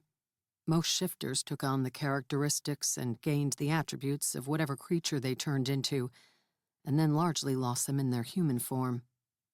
But I didn't think dragons were the same as werewolves and werecats and the like. Dragons were their native forms, not the other way around. Can you smell if any other humans were here? I asked. Only you. Do you know how long ago Dobb was here? Zav turned and gazed at me. Sorry, I'm annoying you. I'll stop asking questions. Carry on. Since no traps had enveloped him, I wandered in and poked around. There wasn't much to poke at, other than the mounds of needles that could have been brought in by animals, There was no hint that this was the home of an intelligent being. Even if it was temporary, I had expected more from a dragon. Something to suggest the cave was lived in by someone more sophisticated than a bear or badger. Like what? I mumbled to myself. A wall unit and a throw rug? Zav, who had been considering the needle bed with his chin in his hand, looked at me again. I started to apologize once more for interrupting his contemplation. But then I remembered. It was your idea for me to come with you for this. I didn't realize you would be so verbose. You didn't? The first time we met, I burbled nonstop in the hope of chancing across an argument that would keep you from killing me. You did burble, he agreed, then pointed toward the exit. Wait outside. I'm going to set a trap in case he comes back. Normally, I would point out that he should have added a please, but if he was going to make something that would spew fire from the walls at anyone inside the cave, I didn't want to hang around for an etiquette discussion. Outside, with the river rushing by below, I stood in the rain and worried that this whole trip would be a waste of time. Was there any point in checking more caves? Would Dob be stashing people in one, wrapping them up with some magical binding, and then sleeping in another, so they wouldn't get their human cooties on him while he dozed? As I gazed at the water, I realized there was no guarantee he'd kept those joggers alive. I'd been assuming it was a possibility since he'd kidnapped the kids. But then he'd slaughtered those horses and riders on the trail. Was all of this to keep Zav distracted from the criminal-capturing mission he'd been on? Or distracted from things happening back in his world? What had he learned when he'd gone back home for a visit? And who had called him back? I grew aware of more auras than Zav's, and dropped my hand to Fezzik's grip. There were several magical beings in the trees higher up the slope behind me. Knowing that made my shoulder blades itch, so I turned to face them as I glided behind a sapling growing up between two boulders. It wasn't much cover. A couple of the auras were familiar. My goblin graffiti artists were back, and they'd brought friends. To pick a fight? It was hard to imagine. As full-blooded magical creatures, they had to sense Zav in the cave. Unlike Dob, he wasn't doing anything to hide his aura. A few of the goblins shuffled down the slope, coming closer. 2 females and 2 males came into view, stopped and pointed at me, and my tree. Then they pointed at one another. One of the females was pointed at more often, and she threw up her hands and walked closer. The elected speaker. I activated my translation charm and hoped she understood English. If she didn't, I would be able to understand her, but unless they had similar devices, they wouldn't understand me. Mythic murderer? The female goblin said in guttural English, stopping about 10 paces from my tree. I hadn't drawn Fezzik, but she glanced toward my thigh, so she knew about the weapon. You can call me Val. Goblins higher up the slope and hidden by the foliage chattered to each other too softly for my charm to pick out their words. I am called Work Leader Golgitha. I was chosen by my slightly cowardly kin to tell you about the dragon. My ears perked up. The silver dragon? Yes. Golgitha glanced toward the cave opening. Zav must have sensed the goblins out here, but he hadn't come out yet. Do you seek him? Yes. I saw no reason to make a secret of that. He sleeps sometimes in the woods out here, but he has also been seen frequently in the water factory. Water factory? Oh, the Tolt water treatment facility? I'd biked out to it once years ago. It was at the end of the Tolt pipeline trail, which we weren't that far from now. I was positive the old logging roads winding through the area could take us to it. It had been locked up the time I'd reached it, and I assumed the public wasn't invited inside for tours. If memory served, the facility oversaw a big reservoir farther back in the foothills that supplied a lot of water for the city. An uneasy feeling wound through my gut as her words sank in. The water treatment facility would be the kind of place a terrorist wanting to wreak havoc on Seattle might target. But would a dragon from another world think to mess with the city's water supply? Maybe. It is a large building with many tanks and pipes of water rushing through, Golgotha said. I have been inside a couple of times at night on acquisitions quests. I gathered that meant stealing tools and materials that might be useful for goblin projects. But not recently. Several days ago, one of our acquisitions teams did not come back. We believe the dragon killed or captured them. Golgotha shook her head, her full lips, yellow eyes, and bulbous nose forming a grimmer expression than I was used to seeing from goblins. Most likely he killed them. Their kind believe goblins have no worth. I think dragons feel that way about everybody who's not a dragon.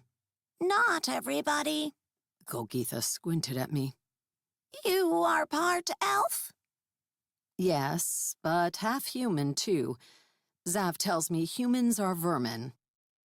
She mouthed Zav, as if she couldn't believe I'd called him by such an ignoble moniker, but she didn't otherwise comment on it. Yes, then perhaps you understand. The silver dragon hides his aura, but we have seen him flying in and out of that place. Once he was carrying a human in his talons. How long ago? 3 days, perhaps. That was when the joggers had disappeared. Do you have any idea what he's doing inside? I asked. Just storing captives or something else? And how has nobody from the city noticed him? There's a staff that works there, right? I'm sure it's not completely automated. Actually, I wasn't sure of that. I remembered seeing a utilities truck parked there the time I'd ridden close. But it was possible everything was automated these days.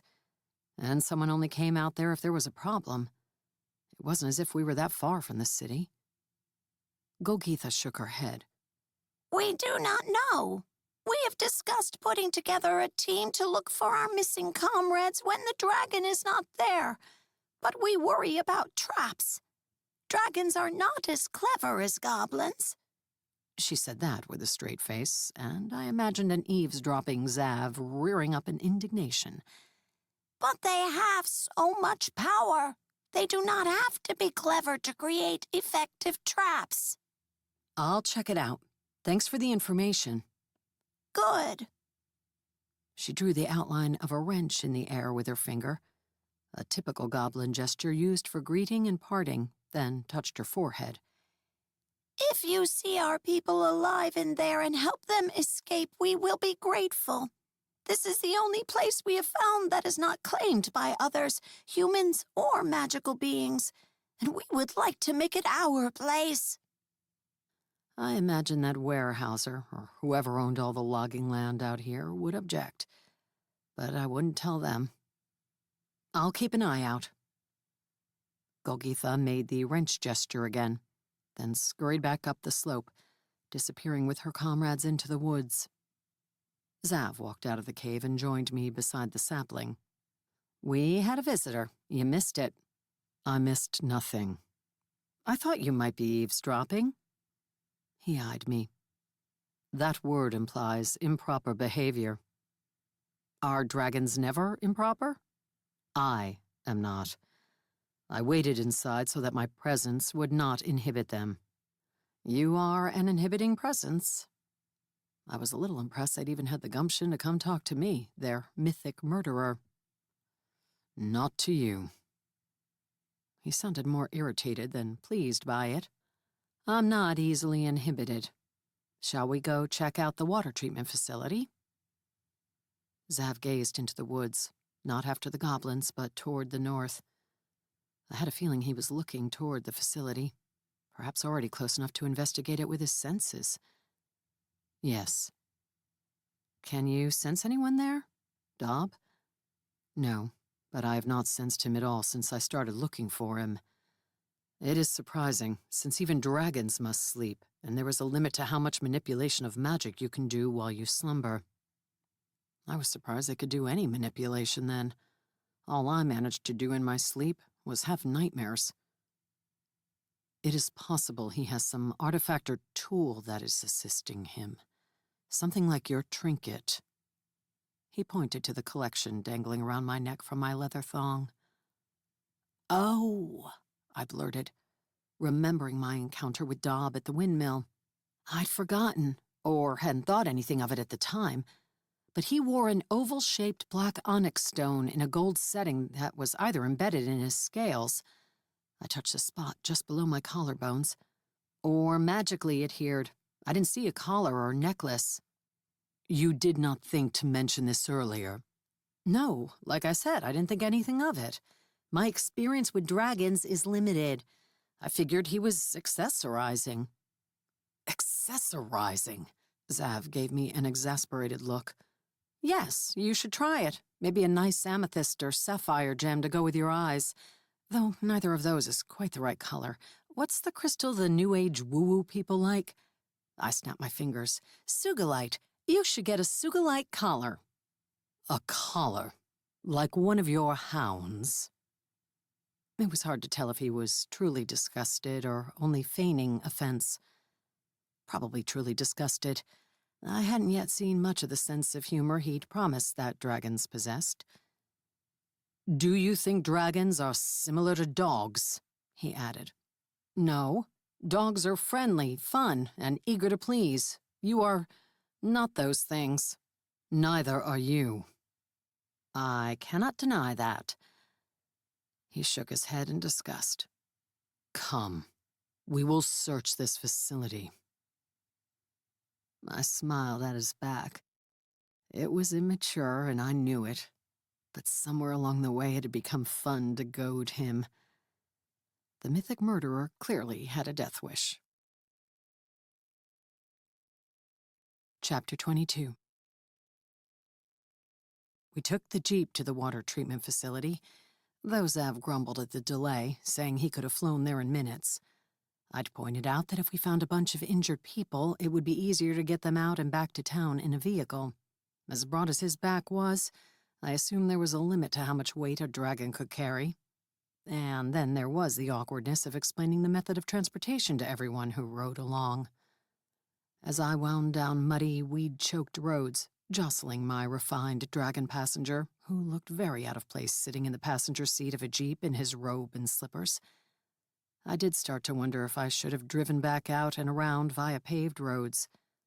The thought had seemed silly since we were only a couple of miles from the facility, but this was anything but direct. I glanced at the dyspeptic expression on Zav's face, not sure if it was for the bumpy ride, the delay, the company, or the overall indignity of sitting in a human vehicle.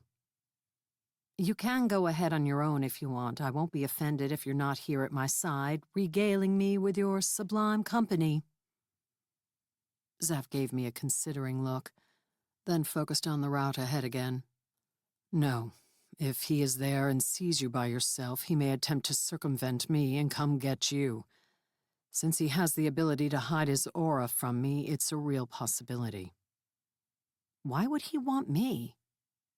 To irritate me. Everything he has done here has been to vex me. I would call Zav full of himself, except it had seemed true when I spoke with Dobb at the windmill. The only reason he hadn't killed me then had been because he sensed Zav's aura on me. That pesky aura that I never seemed able to scrub off. Why, though? Why would he follow you through a portal to Earth? Because this place is lawless. I am the only representative of the Dragon Justice Court. If he kills me here, there would be no witnesses who could go back and tell my family, so there would be no repercussions for him. Why does he want to kill you? I gunned the engine to climb up a hill that couldn't possibly be an acceptable grade for a logging truck. I wondered if there was a map anywhere that covered the snarl of old roads and trails back here. Because I support my mother. And she's important on your justice court? Yes. Zav didn't sound like he wanted to speak of this further, not with some nosy half-elf, but there was definitely more to the story than he was telling me. Maybe he and Dob had personal history that went way back. Didn't dragons live hundreds or even thousands of years? That was a long time during which to accumulate enemies. I knew. I'd accumulated plenty in the 20 years I'd been doing my job. The road flattened out, and we plowed into a surprise pond-sized puddle at the top. Mud sucked at the tires and the water lapped at the side rails under the doors. The Jeep sturdily maneuvered through without much trouble, and I was glad Willard had arranged a loaner almost identical to my old rig. "Just in case you're curious to know," I said, "I owe $18,000 on the Jeep that you threw up in the trees and that was too wrecked to repair. The insurance company refused to pay it off because dragons aren't considered an act of God." "Why do you tell me this?" Zev didn't look at me. He was peering at a hint of black asphalt ahead. We were coming to the road that led into the water treatment facility, and nervous flutters started up in my stomach. "In case you feel guilty now that we're allies and you want to pay off the loan for me." And because I would rather talk than think about the dead goblins we might find on the floor of this place.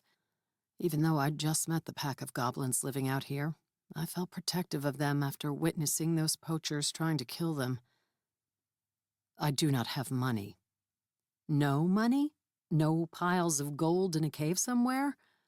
Our stories talk about how dragons hoard treasure. All kinds of knights went on quests to try to slay dragons and take their hoards." "That is ridiculous. Money is of no value to us. We value strength and power, and take what we need from nature." "I guess that means you're not going to chip in for gas money, then." This time he looked at me, but the look suggested he didn't know what I was talking about. "I'm afraid, good Zav, that you'll never star in a romance novel. In those, the women are always falling for the hunky billionaire who somehow manages to develop six-pack abs while working 80 hours a week to build his software company." I drove us out of the mud and onto the nicely paved road, looking left and right. To the far left, I could make out the bend I remembered that would lead down to a gate and the main road. To the right, the water treatment plant wasn't in view yet, but I knew it was that way, and turned in that direction. "Human women desire males with money." Zav parsed this. "Not always, but it's definitely a trend in romance novels." "Is this what you desire?" "No, I would have stayed with Thad if that were what mattered. He does well for himself." "You have been mated before." "If by mated you mean married, yes. I don't need a man with money, but a man who pays for something he destroys would be nice." He returned to studying the route ahead. "I am not a man." "But you say you gave yourself all the anatomical parts." I arched my eyebrows. I wasn't sure what I was angling for. I didn't truly expect him to pay off the loan, especially if dragons didn't have money. But an apology would have been nice. It was interesting that he hadn't objected when I called us allies. I'd assumed that no matter what he'd agreed to when we'd finalized our deal, he still considered me nothing more than bait to be used to lure in his enemies, like a wriggling worm on a fishhook. "You have acquired another conveyance," Zav said, rather than commenting on his anatomy. "It's a loan from my boss. I need to pay off the wrecked one before I can afford to take out another auto loan." He gripped the dash and leaned forward as a locked gate came into view with the large treatment facility beyond that. 2 city utility trucks were parked in the small lot. Everything looked normal from here. Maybe the goblins had been playing a trick on me. "I can open that with my charm." I nodded to the locked gate as I slowed, intending to get out. Zav looked at it, and the lock fell away. The chain-link gate rolled open. Never mind. I parked next to the trucks and got out, eyeing the concrete walls, metal roof, and large timber supports at the front of the building. It was more architecturally interesting than I would have expected. As we walked to the front, where the glass walls and 2 glass doors showed off a large empty foyer, Zav waved at my weapons. "I should be able to handle Dob Soren. The main reason he is a challenge for me is that he will use battle methods that kill innocent beings and destroy cities, whereas it is my duty to protect these things. Out here, I do not think that will be an issue. But stay close to me, and if you see an opportunity to even what he would doubtless try to make uneven odds, do so. Your gun will be useless on him, but the sword may injure him. You're certain he's in there? I glanced at the foyer visible through the glass doors. I thought everything looked normal. I sense people in pain inside. Maybe they don't like their jobs. No. I wave for him to go in, the flutters intensifying in my stomach. I was always nervous before a battle and tried to tell myself this wouldn't be any different from usual. It didn't work. The front doors weren't locked. As soon as we entered, I joined Zav in believing something wasn't right. The only light came through the glass doors. The wall sconces weren't on, and when I found a switch and flipped it, nothing happened. Without hesitating, Zav strode toward a metal door that led deeper into the facility. I hurried to keep up, and we entered a vast chamber full of tanks and pipes, with catwalks barely visible in the shadows overhead. In here, there were no exterior windows, and the lights were also out, though the walls of computers and machinery were working, their colored LEDs glowing in the darkness. I drew Chopper and thought about using my new dwarven word to brighten its dim glow, but drawing upon power might alert Dob that we had entered. Instead, I activated my cloaking charm and my night vision charm. There had been too much daylight to use that one in that forest cave, the trinket designed to work in complete darkness. But the red and yellow computer LEDs weren't bright enough to interfere. Zav paused and looked back, and I almost bumped into him. I took that to mean I'd disappeared from his senses.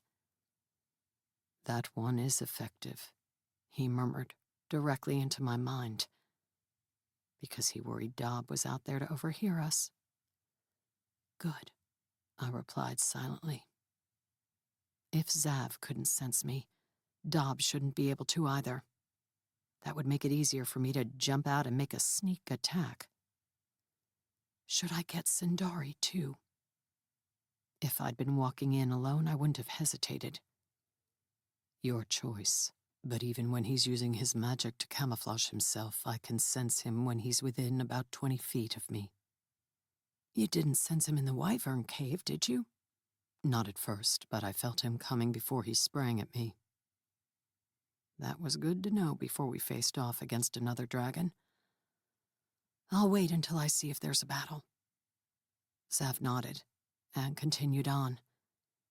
He'd surprised me by speaking gently into my mind, not the booming, headache-inducing demonstration of power I'd gotten from previous mental communications with dragons. After a few steps, he paused, lifting his nose in the air. He turned down a walkway between two big tanks. The sound of rushing water reached my ears, and we walked over grating in the floor with a channel of water running through, 10 feet below. To me, the air smelled faintly of chlorine, but Zav must have detected something else. He turned down another walkway, following it to the end, where the only choice was to climb a ladder up the side of a tank or go back. He crouched and scraped at something on the textured flooring. My night vision wasn't good enough to see what it was. Straightening again, he looked up, not at the tank, but at something hanging from the high ceiling. I swallowed and followed his gaze. 4 bodies dangled down from ropes tied to beams. Chapter 23. They're the missing goblins, Zav said. I nodded numbly as I stared upward. At first, I'd thought they were children. My night vision charm couldn't distinguish skin color well. But the ragged clothing was similar to what the other goblins had worn. Only it was more torn and dark with bloodstains. The victims' faces were mutilated, gouged by talons, and their throats had been slit open. I managed not to react with horror. I'd seen enough death to be somewhat inured to it. But I did spin a slow circle, searching the shadows above as I thumbed Chopper's worn grip. All those towering tanks would make excellent purchase for a predator, and what was a dragon but a massive predator, to spring down from. Zav turned, brushed past me, and headed back to the main walkway. I will attempt to lead us to the people who are still living but in pain. Good. Be wary. I suspect they were only kept alive because Dob Soren was laying a trap, as he had been doing with the children in the windmill. Had Zav been in the area a week ago, he might have walked into Dob's trap then. I'm always wary, trust me. I followed him past more computer equipment as we paralleled the water streaming through the canal under the floor. Any chance he left a trap but isn't here himself? Possibly. But I hope he is here. Better to face him here than in the middle of a populated area. I wasn't sure I agreed, but I kept scanning the shadows and eyed the top of every tank we passed. Zav hopped over the railing and off the walkway. He strode toward the grate above the canal, but it wasn't until he crouched down that I saw anything unusual. Pieces of rope were looped through the grate from below, attached to something out of sight. I came up beside Zav and tried to pick out what was in the dark shadows down there, mostly obscured by the grate. Something hung above the water. No, I realized as one of the shadows stirred. Someone. 3 humans dangled from the ropes, which were tied around their wrists to hang them from the grate, their feet dragging in the current. Their heads were bent forward, and I couldn't tell if their faces had been mutilated by dragon talons. If not for the movement one had made, I would have been certain they were dead. Were these the missing joggers? Zav touched the grate, but jerked his hand back. He put a protective ward on it, no doubt to delay me. Keep an eye out. I will. I stepped back a few feet so I could see up and down the walkway, and I alternated checking that and peering at the tanks all around and the catwalks high above. Even though I couldn't sense the other dragon, my instincts told me there was a threat here. Instincts that even humans had, the ancient genes that warned when something inimical was watching you. While I waited, I pulled out a fresh magazine for Fezzik. I fished out the 3 cartridges that Willard had given me, the ones laden with transmitters, and replaced 3 of the magical ones with them. Then I loaded my gun with a new magazine. I still didn't think it would work. Those cartridges or Nin's magical ones would pierce Dobbs' hide. But I owed it to Willard to try. One side reholstered Fezzik. I caught myself gazing toward an alcove between 2 banks of computers. It was dark, and I could barely pick out an open door there. Had that door been open when we'd first walked by it? The urge to investigate it came to me with startling intensity. I would find something in there. I was sure of it. I started to tell Zav that I would be right back, but he was busy trying to disarm that ward. I shouldn't disturb him. I frowned because that thought seemed to come from somewhere else. It wasn't like me. I had no problem disturbing Zav with my big mouth.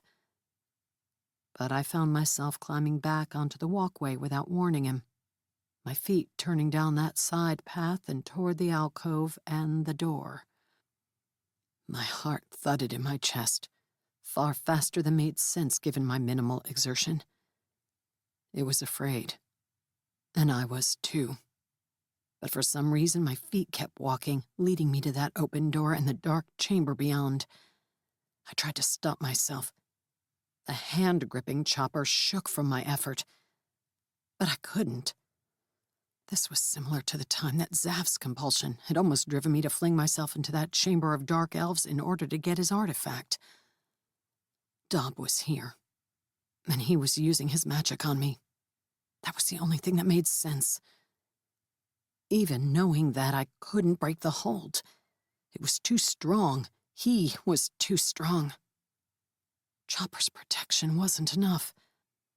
Dob was either more powerful than Zav, I'd feared that all along, or Zav had intentionally made his compulsion less strong. Maybe Zav hadn't been truly trying to get me killed. This guy was another story. I entered the lightless chamber. Soundlessly the door shut behind me, and locked. As my treasonous legs took me deeper into the dark chamber, farther and farther from Zav, I envisioned myself ending up gouged and disemboweled and strung up next to the goblins. I tightened my grip on Chopper, hoping I could overcome the compulsion for a few seconds when I needed to, and attack the bastard. Laughter rang in my mind. My hand lifted against my wishes and sheathed Chopper in the back scabbard. A yellow light started glowing nearby, gleaming off whitewashed walls. I squinted, pain lancing through my head because the night vision charm amplified the existing light so much. Thankfully, the charm detected the illumination level and turned itself off. As I blinked at blurry spots in my vision, Dob came into view. This time he wasn't a dragon. A male elf with flowing silver hair, wearing a green V-neck tunic and loose gray trousers, strolled toward me, a smug smile on his handsome face. Despite the guise, there was no doubt this was Dob. He had the same silver-blue eyes he'd had as a dragon, and that black onyx stone gleamed from the flesh below his collarbones. As my memory had suggested, it didn't hang on a necklace, but appeared embedded. Too bad. Maybe I could have found a way to knock off a necklace. Not that I could move a finger. I was rooted to the cement floor. Chopper put away and Fezzik in its holster. My fingers were a scant inch from the gun's grip, but they might as well have been a mile away. Dobbs stopped in front of me and smirked as he looked me up and down. He doesn't know you're gone. My mouth wouldn't move to answer him, so I thought my words, figuring he was as telepathic as Zav. How did you detect me through my charm? I have useful trinkets of my own. He touched his throat, then slid his fingers down to the black onyx. This close to him, I sensed a hint of his aura, but I couldn't sense the stone at all. It had to be what was cloaking him. And unlike some dragons, I'm not too proud to use external assistance to defeat my enemies. Dob prowled around me, his gaze probing. The first time I'd been in Green Moss Valley, Zav had done something similar, but Zav's gaze had been professionally assessing. Dob touched me a few times, and his eyes held sexual interest. He lifted the hem of my duster, checking out my ass, brushing his fingers against me, cupping me. I didn't let myself shiver in horror or flinch away. Not that my body could have moved anyway. Apparently, some dragons weren't so superior that they weren't interested in having sex with humans. Though I would have much preferred it if Dob didn't have that interest, especially when I couldn't do anything to defend myself. Frustration boiled up in me, but I couldn't even grind my teeth. I wasn't used to feeling helpless. Being hit on, sure, that happened, but I'd always been strong enough and fast enough to handle myself. This gave me a lot of sympathy for all those people who weren't, and it filled me with rage. Dobbs stopped in front of me again. Zavrin Nokwital has claimed you as a mate, yes? No, I thought. No? He twitched a finger. I found I could move my mouth and tongue enough to speak, but little more. He's made it clear humans are vermin, and he's not interested in me. No, Dobbs' eyes crinkled with laughter.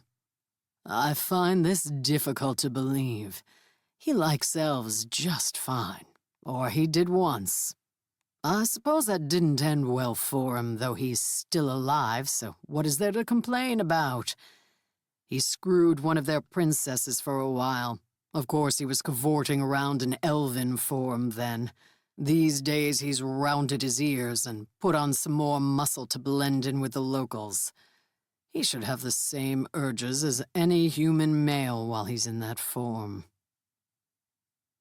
Why was Dob acting like he had all the time in the world to discuss this with me? Even if my cloaking charm was working against me, if I hadn't activated it, Zav would have sensed me being pulled away. Zav would eventually glance back, find me missing, and come looking for me. Any second now he would charge in here. Dob leaned in, brushing his knuckles down the side of my face. I think even an elf would find you worth mounting. I spat at him. Before I could be pleased that my muscles worked well enough to manage the act, my spittle struck some invisible barrier and never hit his face. Damn it. So feisty, too. Truly, I do not believe he has not claimed you. I am certain he wants to. Dob's fingers drifted down to stroke my breast. Such rage filled me that it blurred my vision. First the panther shifters, and now this. What was it? Bag a half-elf month? I bet you're wrong about a lot of things, asshole. His eyes flared with silvery light. Oh, how I wanted to whip out Chopper and slam the blade between them. I willed my arm to move, to let me reach up and grab the hilt. Zav had implied I had power. Why couldn't I use it for something useful, like braining this murderer? Smirking again, Dob lifted his hand and pressed it against my left temple. A new fear charged into my mind. Zav had done that when he'd compelled me to want to get that artifact for him. What would Dob try to make me do? Provide a distraction for me, will you, sexy elfling? I do not know why he brought you here, but since I'm positive he feels something for you, I will use that to my advantage. This will be even better than leaving wounded people in his way for his annoying noble self to heal. Images popped into my mind. Images that were not of my own making. I saw myself striding out there and seducing Zav. Having sex with him on the walkway while Dob did not show me what he planned to do. Bite Zav's head off while he was in the throes of passion? I couldn't believe this idiot thought that would work. He would have been better off putting me in danger. Not that I was going to speak and give him that idea. I will be curious to see if you are telling the truth. It's interesting that I can't read any of your thoughts except those you vocalize in your mind to me. Or if it's clear that you and he have rotted like animals before. Dob tilted his head. After he's dead, you'll come with me. I believe you'll find this encounter too brief to be satisfying, but I'll make sure you don't go away longing. He gripped my shoulder and turned me toward the door. Ah, but that won't quite do. He unbuckled Chopper's harness. Fresh horror filled me. I'd have an even harder time breaking his compulsion without the magical protection the blade lent me. Not that it was helping right now anyway. Asking it to stave off a dragon was too much. After Dob pulled off the harness, he tugged off my duster. My limbs moved enough to let him do so, but they still wouldn't respond to orders from my own brain. I felt like a doll being manhandled. He dropped the duster on the floor, then surprised me by putting the sword harness back on me. He would be suspicious if you returned without your weapons. Right, because me walking up and kissing him wouldn't be at all suspicious. Dob prowled around my front again, eyed my chest and lifted a finger. A long claw, or was that a dragon's talon, sprouted from it like a macabre press-on nail for Halloween. He sliced it down the front of my shirt. Not the whole way, but enough to show my bra and the tops of my breasts. I do not get paid enough for this bullshit, I growled, refusing to show any fear. Ah, that's enough talking. He patted my cheek, the claw clipping my ear and drawing blood. I don't want you doing anything but kissing that righteous bastard. A warm drop of blood ran down the side of my face. He smiled, leaned in, and licked it off. My stomach roiled. What would happen if it tried to vomit while none of my muscles were working? No clues to let him know you're anything but the eager concubine he's been working with all day. At least it was clear Dob hadn't been spying on us all day. Eager concubines didn't promise to shove swords in their masters' butts. He circled behind me again, swatted me on the ass, and whispered, "Go to him," in my ear. "Where will you be?" I wanted to ask it out loud, but as he'd promised, I couldn't move my lips again. Poised to take advantage of his distraction. He chuckled into my mind. My legs started moving, taking me toward the locked door. As it unlocked and swung open, I saw bodies wedged behind an equipment console. They hadn't been visible to me when I'd been walking in. My heart sank even further. They wore the uniforms of the staff. Dob had killed everybody here, aside from the few he'd left alive to distract Zav. And I was going out to distract him further. I shouted obscenities in my mind. Zav had warned me this could happen if I didn't let him put a mental compulsion of his own on me. I'd been too proud to even consider it. Now that choice might get us both killed. Chapter 24.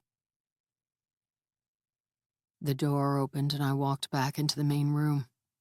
The cool air stirred gooseflesh on my bare arms and made me wish I'd chosen a sweater to wear under my duster, not a tank top.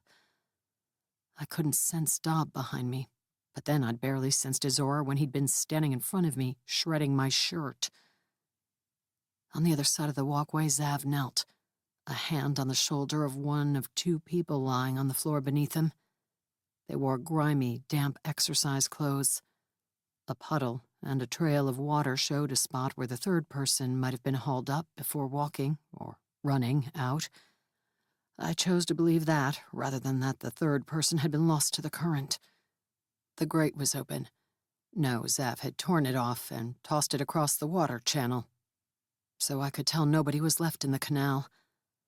I sensed him using his magic, healing the two men. Had Zav noticed I was gone? He must have. He glanced back at me as I approached and frowned. "Where did you go? You shouldn't have wandered off in here." Wandered off? He thought I'd decided to roam of my own accord? One of my usual sarcastic responses rose to mind, but what came out was, "I thought I saw something. I checked on it. I don't think he's here anymore." My tongue felt thick in my mouth, but the words came out sounding normal to my own ears, and my shoulder twitched in a shrug. Zav's first glance had been quick and dismissive, but he looked longer the second time. "What happened to your clothes?" His gaze didn't linger on my chest the way Dobbs had, but even the brief perusal sent a flash of hot desire through me. When his violet eyes met mine, that heat turned molten. My hips swayed as I drew closer. As if I ever walked like that. Would my puppeteer move my limbs for me for all of this? "I got hot," I said. One of the people sat up, but I barely noticed anything except Zav. A strong carnal desire coursed through me, urging me to get closer, to wrap my body around his. "Zav," I thought, my mind the only thing I was in control of. "Can you hear me?" He was scrutinizing me, but he didn't give any indication that he heard the words. Was Dob blocking my thoughts somehow? "What's going on?" the man asked, rubbing his shoulder and staring at me in confusion. The guy next to him groaned and rolled to his hands and knees, more out of it than his colleague. "You should be healed enough to get out of here now," Zav told them without looking away from me. "Go the way the woman did, and do not look back." His voice rang with power. Power that sent a shiver of desire through me, and the two men, though confused, hurried obediently away. Any chance you're hot? I smiled and stepped close enough to Zav to rest a hand on his chest. I've never seen you without that robe on, and I'm terribly curious what's under it. That cheesy line made me want to gag. Zav, I shouted in my mind. Listen to me. Can't you hear my thoughts? Dob is in the other room. Maybe he's in here by now, sneaking up behind you. Are you? He arched an eyebrow and let his gaze dip to my half-bared chest. He slid an arm around my back and pulled me closer, then gazed into my eyes. Dob wasn't right, was he? That Zav was actually attracted to me? It was ridiculous. Zav leaned closer, his forehead resting against mine. I see his compulsion on you. He spoke into my mind. Thank his scaly ancestors. My hand caressed his chest through his robe. I sure hoped he could tell Dob was making me do that and that I didn't want this. It was irritating as hell that his gaze and his hand on the small of my back were turning me on.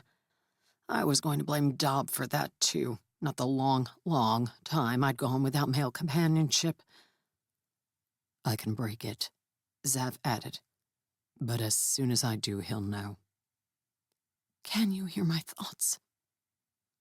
From the way he was peering into my eyes, as if seeking an answer there, I assumed not. Great. How was I supposed to tell him he was in danger right now? I envisioned Dob sneaking around behind him with some giant dragon-slaying weapon. Or would he simply shift into his regular form and snap down with massive fangs and break Zav's human neck? I assume he wants to catch me off guard and take advantage of my distraction.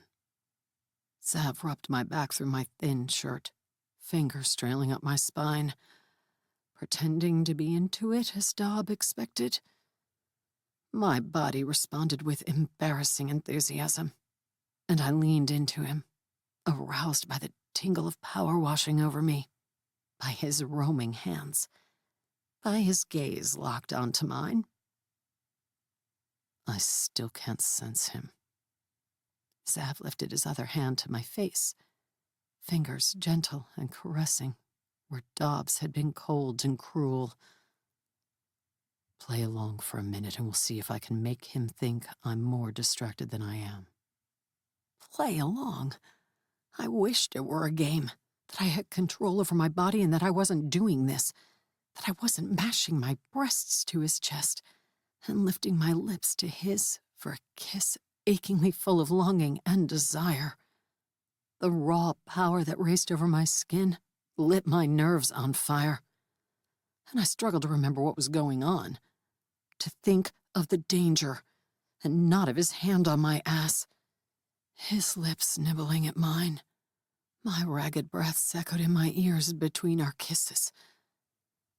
I hoped Zav believed I was only responding this way because of Dob, that I wasn't this pathetically into him, that I wasn't groping him through his robe, wondering where the seam was so I could touch real flesh and lean, sculpted muscle, that I wasn't pressing against him, tempted to wrap both legs around.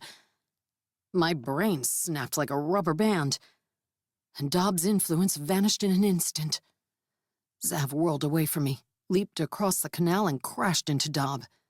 He was still in his elven form, and he'd been approaching with a glowing white sword I hadn't seen. I'd been too busy being horny. Snarling, I yanked out chopper and fezzik as Zav flung up his hands, and Dob was hurled 20 feet.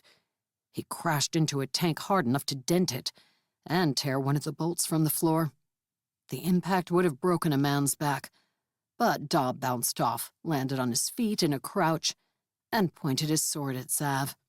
Already chasing after him, Zav dove to the side as a beam of white energy poured forth from the sword.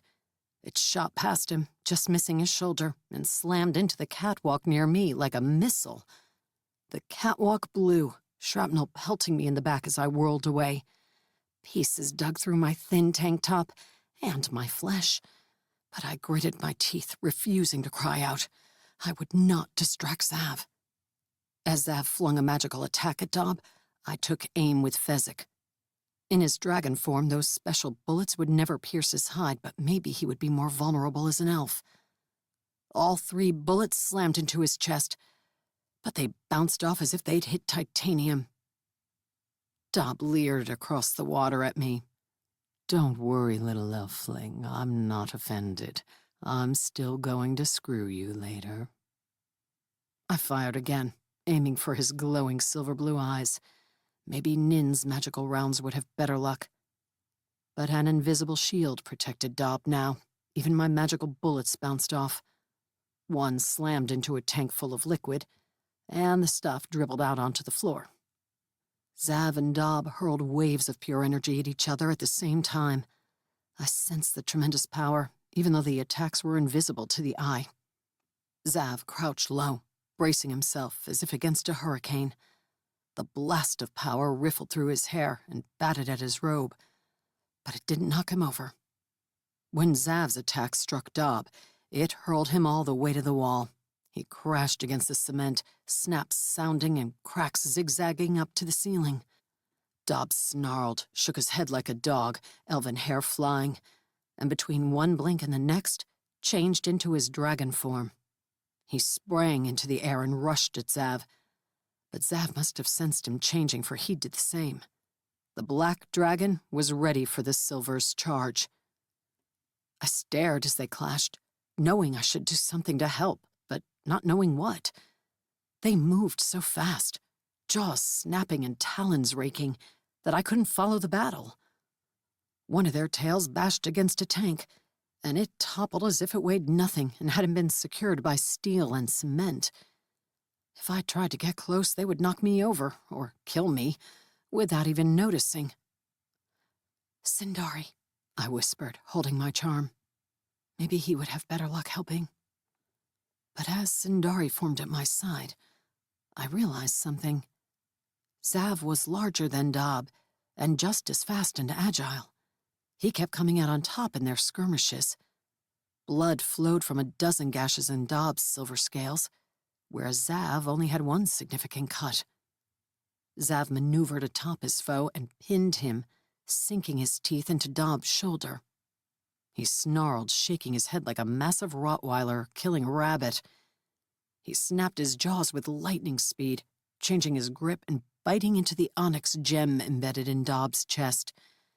Snarling savagely, he tore it out, along with a huge chunk of scale and flesh. Dob screeched and flailed, growing more desperate. His wild, pained eyes glanced my way, and I saw the threat an instant too late. I ran, diving behind the remains of the walkway. I expected him to hurl a fireball or a wave of pure energy. But he attacked my mind, his power lancing into it like a dagger to my brain. A scream escaped my lips before I could bite down and stop it. I curled into a ball, almost dropping my weapons. But at the last second, I tightened my grip. Chopper had always helped me repel magical attacks before, and I needed its help now.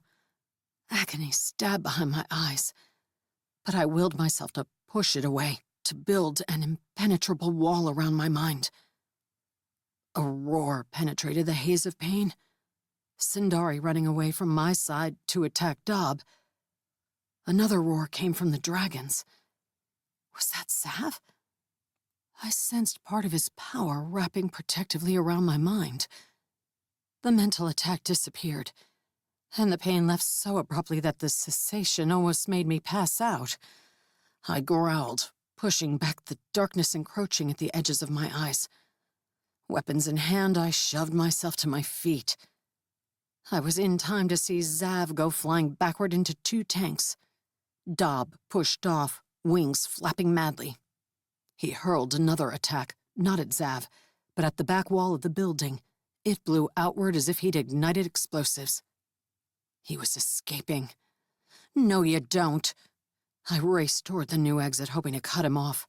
I jammed Fezzik in my holster as I ran. The bullets had done no good, but I kept Chopper. Dob banked right in front of me, struggling to navigate in a facility that was cavernous to humans but cramped to the great dragons. I leaped and slashed at his foot, lamenting that I couldn't reach a more vital target. The blade glowed a fierce blue as it cut through one of the dragon's toes. Dob screeched and glared back as he flew.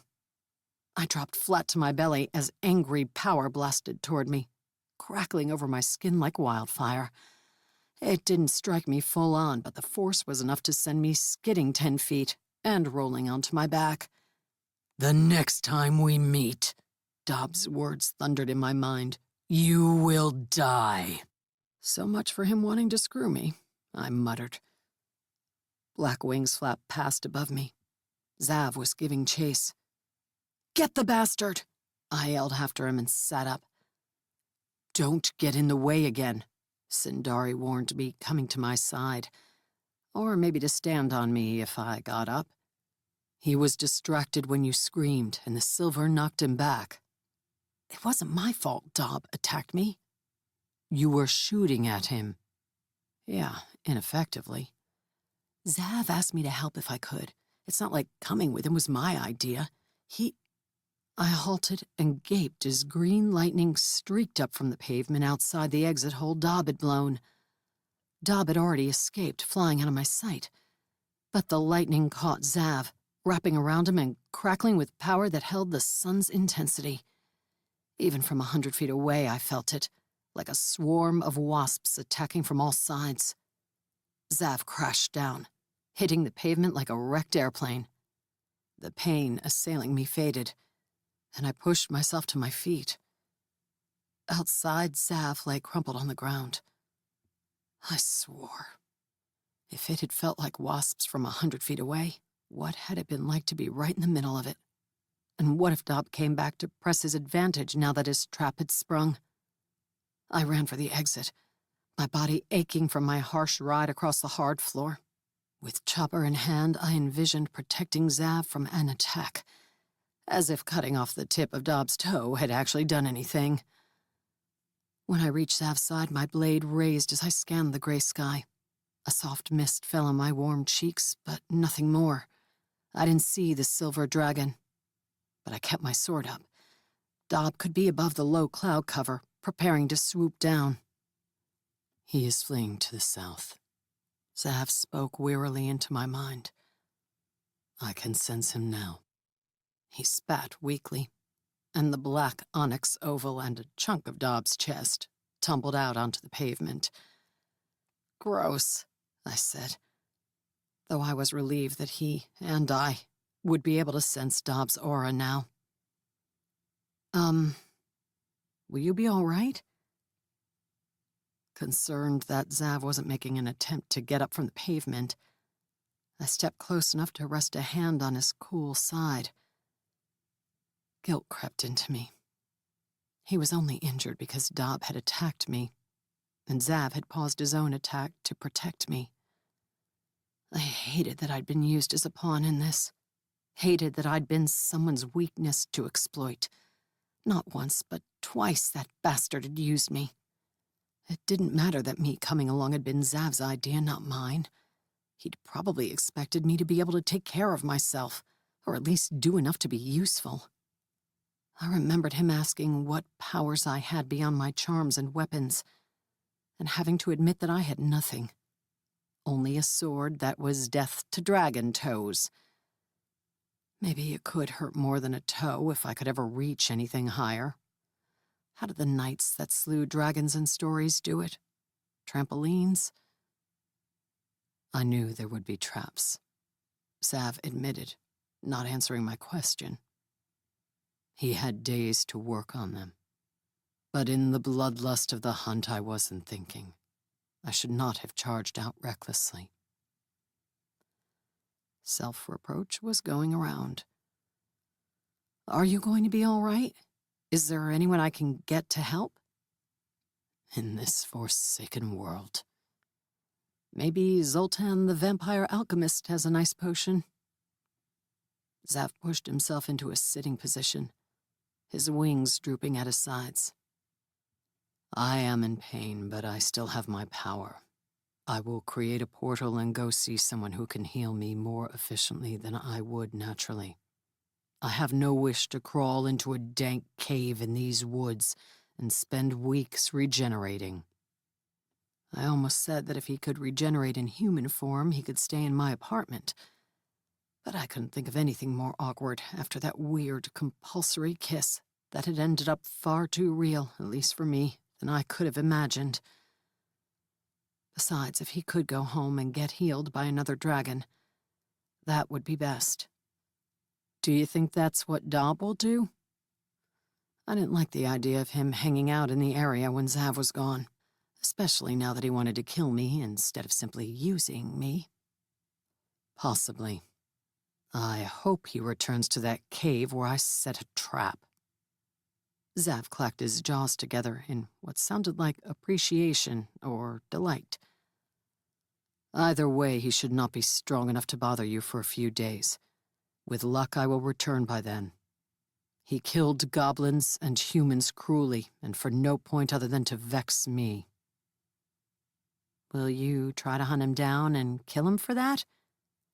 It is against our laws to kill dragons and dragonkin. It will be my duty to capture him for punishment and rehabilitation. Will that be as difficult as it sounds? Yes. Not because I can't capture him, but because his family has powerful allies on the Dragon Justice Court, and in prominent positions throughout the cosmic realms. It is likely they will, through political maneuvering, be able to have him set free without punishment. I didn't like the sound of that. Zav turned his gaze toward me. You will be able to make your way home safely. My cheeks flushed at the insinuation that I'd be helpless without my dragon bodyguard. But after my performance today, how could I expect him to think anything else? Yeah. I jerked the thumb toward the parking lot on the other side of the building, where my Jeep waited. No problem. I didn't ask him if he would come back and help me with my problem, not when we hadn't accomplished what I'd said I would help him with first. As I'd feared all along, I would have to figure out a way to deal with the Shifter brothers on my own. Sorry I wasn't more help, I added. And that you got hurt because of me. Zav continued to gaze down at me. I was still standing there holding Chopper. He probably thought it was silly that I'd run out, thinking I could actually do something to protect him. I asked you to come. It was my mistake. That made me feel worse instead of better. Pathetically useless. He opened a portal, a great shimmering silver puddle of energy in the air. But he paused before stepping through it. He transformed into his human form, and it was a startling reflection of the injuries he'd received as a dragon. His eyes held pain, his dark hair was tousled, and blood dripped from a gouge in his temple. Even his robe was shredded, hinting of wounds to his body. But he still radiated power, and seeing him in human form again rekindled memories of that kiss. More than memories. Even bruised and battered, and with Dobbs' influence fading, I wanted to step closer to him, to bask in his power, in that stupid, alluring aura of his that I couldn't wash off. It was definitely for the best that he was leaving for a while. As it was, I feared my dreams would be distressingly erotic for the next few nights. Zav stepped close and lifted a hand to the side of my face. I froze, afraid he was going to leave me with some new compulsion. But all he did was send his healing power through me, stealing the aches and pains throughout my body, and mending the tiny cut Dob had left on my face. Tears welled in my eyes. Why was he wasting his energy on me when he should use it for healing himself? Did he feel guilty because I'd been hurt trying to help him with his foe? Could a haughty, arrogant dragon even feel guilt? He rubbed my cheek with his thumb and gazed into my eyes as the healing energy faded. But my awareness of him and his touch didn't fade. The urge to kiss him returned to me. But that would be a bad idea. He would snort and remind me that he wasn't attracted to me. There would be no reason for him to play along a second time. He leaned his face toward mine, and for a startled moment I thought he would kiss me. But he pressed his forehead against mine instead, and murmured 2 words. Adio Shanti Shario. Was I supposed to say that back? Would it kill the moment to ask what it meant? More importantly, was he looking at my lips and thinking how sexy they were? Or was that my imagination? Definitely my imagination. He was probably disgusted that he'd pretended to be into me back in there. Though he didn't look disgusted. He looked contemplative. Zav shook his head slightly, as if he'd reached some decision, then lowered his hand and stepped back. Without another word, he walked into the portal and disappeared. I bit my lip, afraid my reaction, or non-reaction, had been the wrong one. I should have closed my eyes, leaned into him, and let myself appreciate his gesture. It had seemed meaningful. But my irreverent mind had been too busy yammering for me to realize it. Now with Zav gone and sweat drying on my skin in the damp air, I felt cold and alone. The moment seemed a representation of my life. Always alone. Never with someone to go home to, or go home with. I'd picked that life, but it didn't mean I didn't regret it. It didn't mean I didn't sometimes long for companionship. I rubbed my face, trying to push aside the funk. It wasn't as if I was missing Zav, the epitome of infuriating arrogance. I'd have to be nuts to want that in my life. You're losing it, girl, I muttered, and headed inside to fetch my duster. I didn't need any more dragon distractions. I had a friend to help. Chapter 25. Hammering noises came from the inside of Nin's no longer charred food truck. It was still parked in the same spot in the commissary compound, but I'd heard she'd successfully driven it around the block and nothing had fallen off. With Crying Tiger freshly painted in bright blue letters on the side, the truck was starting to look like it had before the fire. I knocked on the door, and Nin came out with a paint-stained rag. She smiled warmly at me, then waved at a security camera mounted under the awning. Is that a new one, or did it survive the fire? I asked. It is the old one, and it did survive the fire. Once I was able to get the footage downloaded, I learned that it caught the face of the person who started the fire. She pulled out a folded piece of paper and showed me a color printout. That's the leopard shifter I pummeled. Too bad it wasn't one of the Pardis brothers themselves. I'd have an easier time getting backup if they were being blatant about their illegal activities. Do you need backup? You had mentioned that the dragon might assist you with the negotiations. I know, but he got injured and is back in his world recuperating. Nin's eyes widened. What could injure a dragon? Another dragon. Specifically, a magical trap set by one. I waved in dismissal, not wanting to think about Zav or Dob. It was time to focus and complete this mission. I need to handle this without him. I shouldn't have been relying on some outsider anyway. I'm capable of dealing with shifters by myself. Though I do acknowledge that I'll need a few distractions. Things going on outside while I'm sneaking in. Why, you ask? Because when I drove by this morning, there were even more of those cat shifters loitering at the Pardis house. I'm honestly flummoxed. What could possibly be there that's so interesting? Sex, drugs, and rock and roll? Nin seemed earnest about the suggestion. Probably, but that can't be all of it. I shrugged. I don't care what they're doing. I just want to solve your problem. So, as I said, I'll need distractions. That's why I called this meeting. Let's wait until Dmitri and his phone get here before I explain things. His phone? Zoltan has agreed to be on a call with us. I glanced at the time. In 14 minutes. He was unwilling to wake up before his regular evening rising hour. "I will assist you in any way I can," Nin said. "Thank you. I've already made some arrangements, but you can definitely help by providing some weapons for—" My phone buzzed with a text message, and I nodded. Good. One of my distractions has been confirmed. Someone from Willard's office is making arrangements for the police to visit the Northern Pride's headquarters tomorrow at 9 p.m. They've got a warehouse near the freeway at the north end of Woodinville.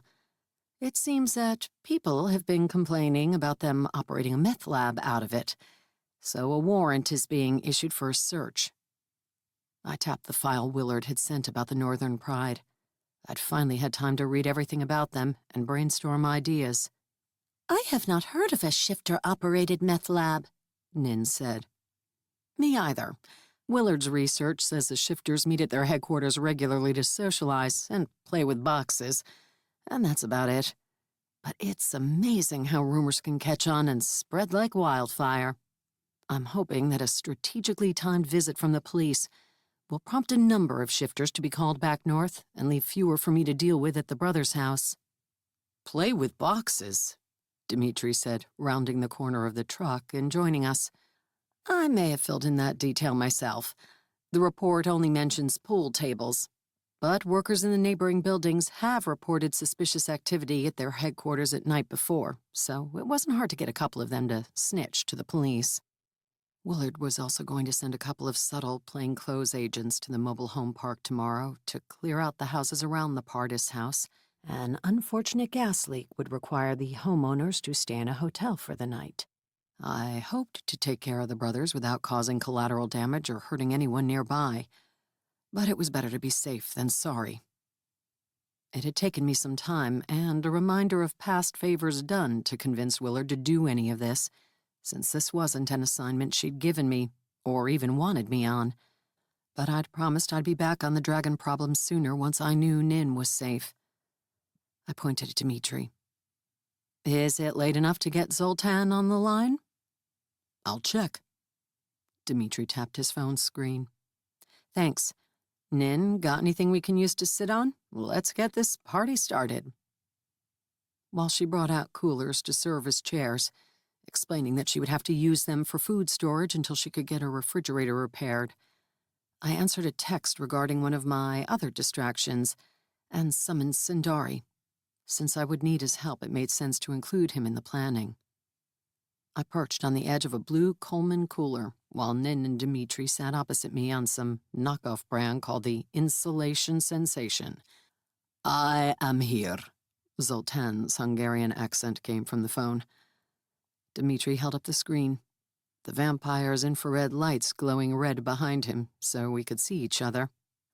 "Zoltan, I'm going to infiltrate a compound of panther, lion, and tiger shifters up in Bothell. One-on-one, I can usually handle these guys, but there have been at least 10 hanging out there every time I've gone by." "A shifter compound? I am not aware of such a thing in the area." "Technically, it's a manufactured house in a senior mobile home park." "How formidable."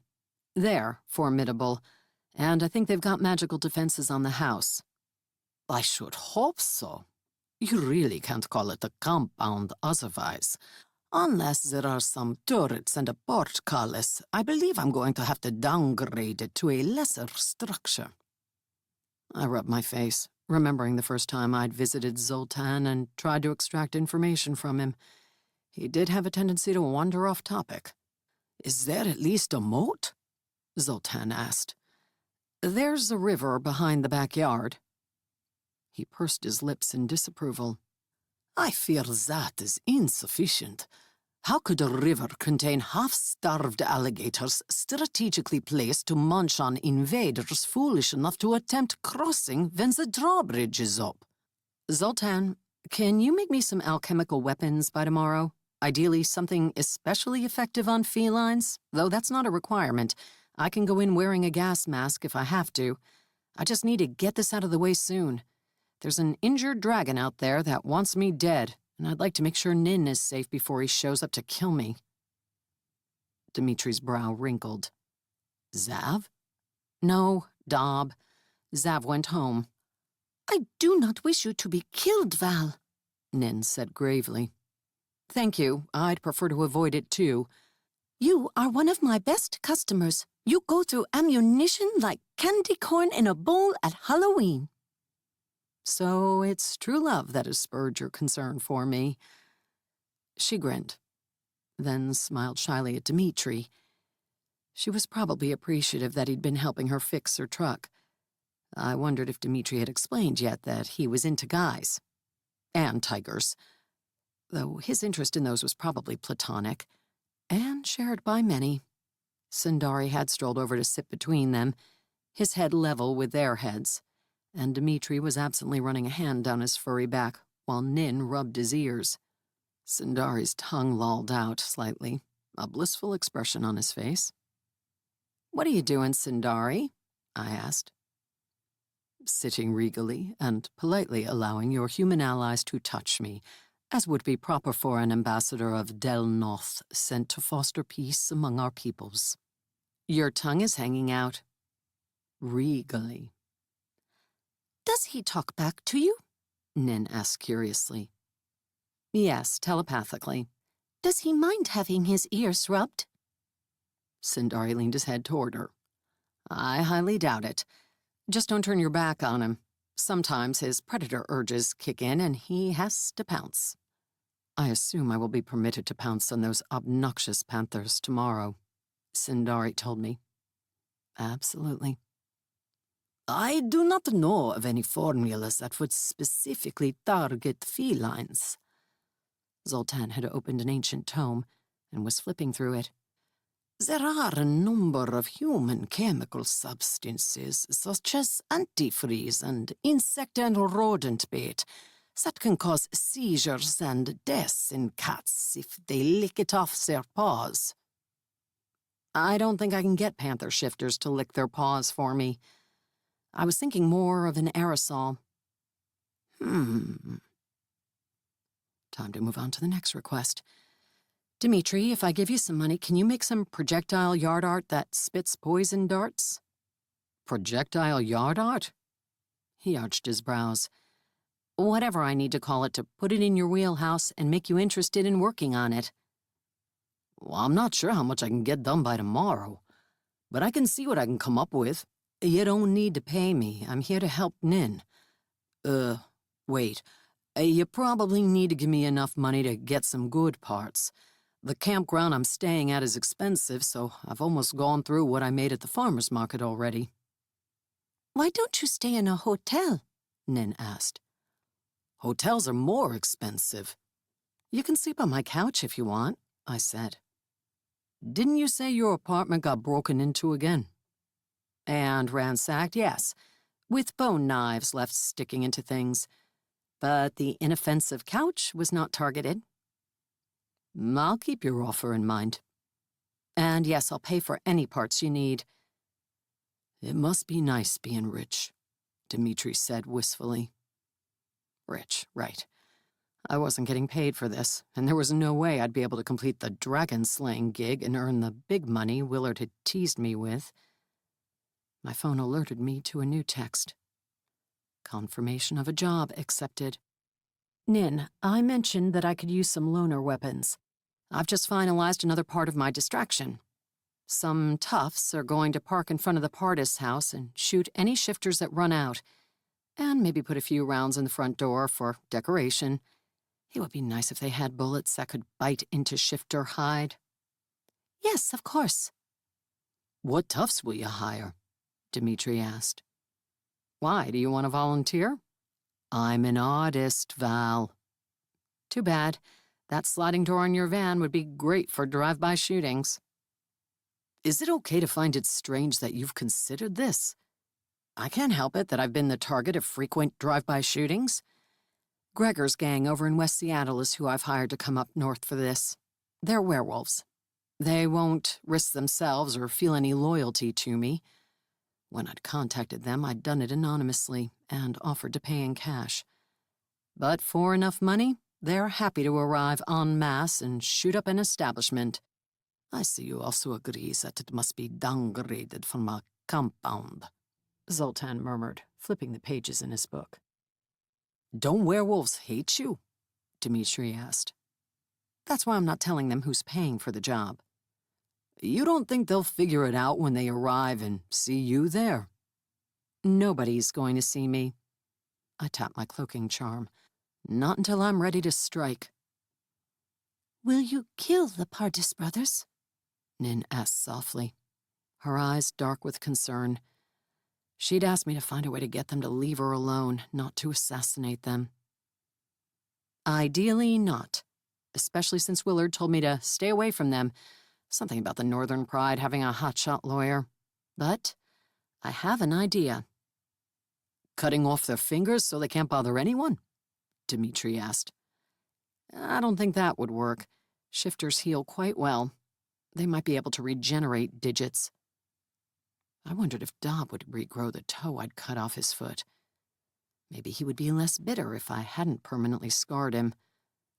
Probably wishful thinking. I'm going to assume, since I spent the greater part of yesterday in close proximity to Zav, that his dragon aura is on me, noticeable for those full-bloods who can sense such things. Oh, yes, Zoltan said in a distracted tone as he continued to read. I can smell it all the way over here. I started to ignore him, but frowned as I debated if that was possible. It couldn't be. He couldn't smell me from more than 10 miles away. Not even a cat or wolf shifter could do that. And a magical aura didn't travel over cell waves. Are you joking? I asked. Yes, but I trust I'm correct. Have you mated with him yet? It seems inevitable. Dmitri fell off his cooler. I rubbed my face and did not allow my mind to return to that kiss. No, but that's actually what I'm thinking about. Mating with him? Zoltan asked. No, but if you believe that and Dob believed that, then maybe the Pardis brothers will too. And instead of denying it, as I keep doing, what if I let them think it's true? I won't lie, just smile and let them believe what they will. Pissing off a dragon is generally regarded as a bad idea. Generally? Sindari asked. It's regarded unanimously in all 17 of the cosmic realms to be a horrific idea. Yes, thank you. So, wouldn't they be more inclined to negotiate with me if they think Zav could show up at any time and stomp them like the furry little maggots they are? As much as I hated the idea of pretending I had a super powerful dragon backer, it was hard for me to imagine an alternative other than killing the brothers. I wouldn't cry if that happened, but I'd hate to make trouble for Willard and her office. I also didn't want to earn the ire and the arrest warrant of the local police, which could happen if the Pride's lawyer was good and the Pardis brothers didn't yet have a criminal record. Besides, Zav kept wanting to use me. Wasn't it fair if I used him? Dmitri maneuvered himself back onto the cooler. He still looked stunned and didn't resume petting Sindari until Sindari looked expectantly at him. Well, Dmitri finally said, it would make me want to be in your good graces. And me as well. Zoltan closed his book and looked up. Nin nodded in agreement. Since cats of all types have extremely good noses, Zoltan said, and feline shifters retain that feature even in their human form, I believe a particularly potent gas could debilitate them. I happen to have here the odor of a weasel and the tears of a griffin. He pointed to rows of bottles on shelves behind him, which can not only take out a basilisk, but can be combined with a few other ingredients to make a sulfur-based chemical agent that causes severe burning of the eyes, skin, and respiratory tract. A cat's nose would be particularly susceptible. What about my respiratory tract? The last thing I needed was to have an asthma attack in the middle of the enemy lair. Again. I suggest a gas mask that covers your eyes, nose, and mouth. Memories of the gas chamber and basic training came to mind, of how hot and stuffy it had been under the chemical suits and masks we wore. I'd never had the delightful experience of being gassed in actual combat, but I could envision how fun it would be to fight in that getup. And then if the shifters managed to tear off my mask, there was the possibility that my lungs would be more susceptible than a cat's nose to the horrific stuff. I was about to ask Zoltan if he had anything else when he added, Alternatively, I can make you a small charm that would protect you from inhaled threats. That sounded much more appealing. I could always make room on my necklace for more charms. How much is all this going to cost me? Oh, a great deal. Zoltan beamed a smile at me. These ingredients do not come cheaply, nor is my exceedingly valuable time inexpensive. How much does odor of weasel go for? Dmitri asked. And how do you bottle it? You bottle the whole weasel, Zoltan said, and open the jar to let out the odor as needed. Ew. Did you think a horrific mustard gas could be made from something appealingly fragrant? I asked him. I guess not. Send me the invoice, Zoltan, I said. And keep in mind that I am a lowly servant of the government employed only on a part-time basis. Don't you also freelance? Zoltan asked. I'm freelancing right now, pro bono. Pro bono? That's horrific. What kind of entrepreneur are you? I squinted at the phone. Are you Slytherin, Zoltan? What? Google it. Send me the invoice. I wait for Dmitri to close the line. Nin stood up and hugged me. You must let me pay you for this, Val. How much will all this cost you? You're going to make me some snazzy magical armor, right? That'll make us even. She twisted her lips dubiously, as if she didn't believe that would be sufficient to make us even. I disagreed. Val, I would like to pay you. Nope. I patted her on the shoulder. Don't worry about it. If you want, you can throw in a few free lunches and some nice magical grenades for my incursion. Grenades are free of charge for my best customers. Nin, you have to count some of this stuff toward what you think you need to pay me. I will. The lunches. She nodded firmly. Free lunches for the rest of the year. At an average of $10 a meal if you come every day, that would be just under $2,000 in lunches. That sounds good. I traveled far too frequently to take advantage of that many days, and the armor and grenades would be a lot more valuable to me. But if it would make her feel better. Is it a deal? Nin stuck her hand out. Deal. Val. Dmitri sounded concerned. You're not going to ask me about mating with dragons, are you? Because I'm not doing that. I have no plans to do that, and I wouldn't know the first thing about it.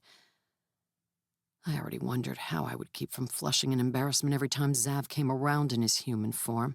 Was it wrong to be relieved that he'd had to leave Earth instead of awkwardly riding back to town in the Jeep with me? No, I was wondering what you should do when you're ready to get up, but there's a tiger sitting on your foot. Chapter 26. The next night, as the last of the long June daylight faded from the western sky, I crouched in the reeds by the river, looking toward the back door of the Pardis brothers' manufactured home.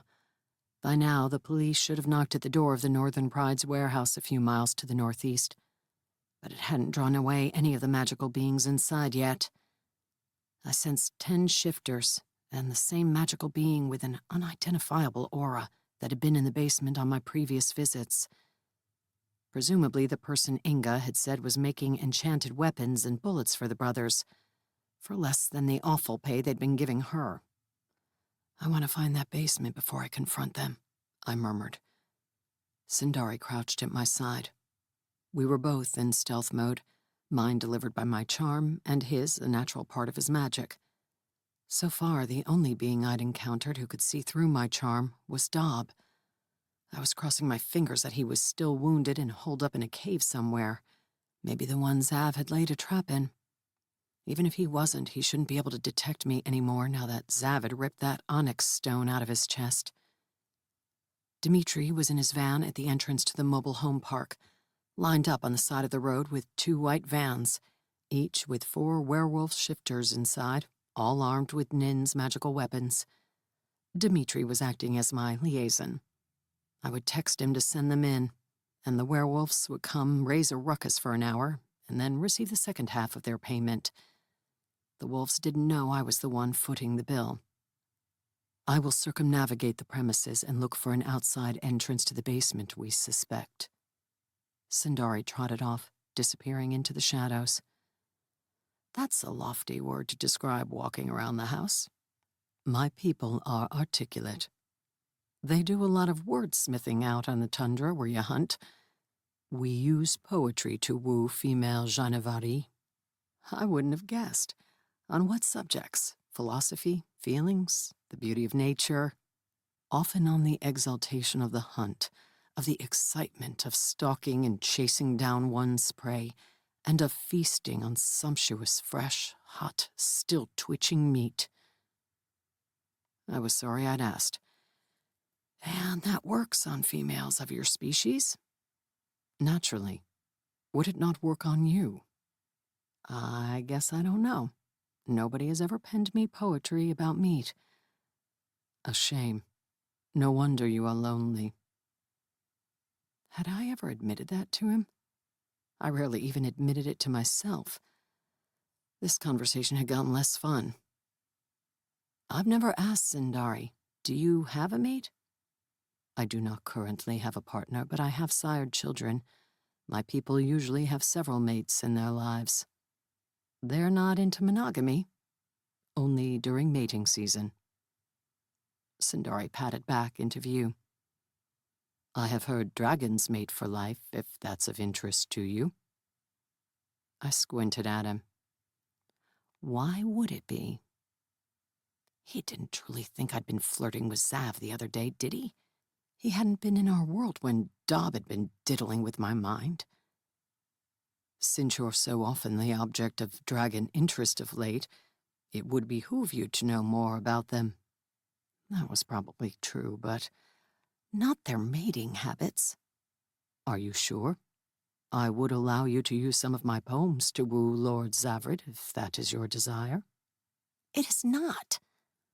I pushed aside the horrifying image of me spouting lines about stalking prey and consuming still-twitching meat to Zav. Did you find the basement? I could not detect an outside entrance, nor sense any magic in the ground that would hint of an enchanted secret door. Too bad, but I wasn't surprised. I didn't see any vents or openings to suggest a lower level even existed. Only the magical aura of the being trapped down there. A bedroom window was open in the back.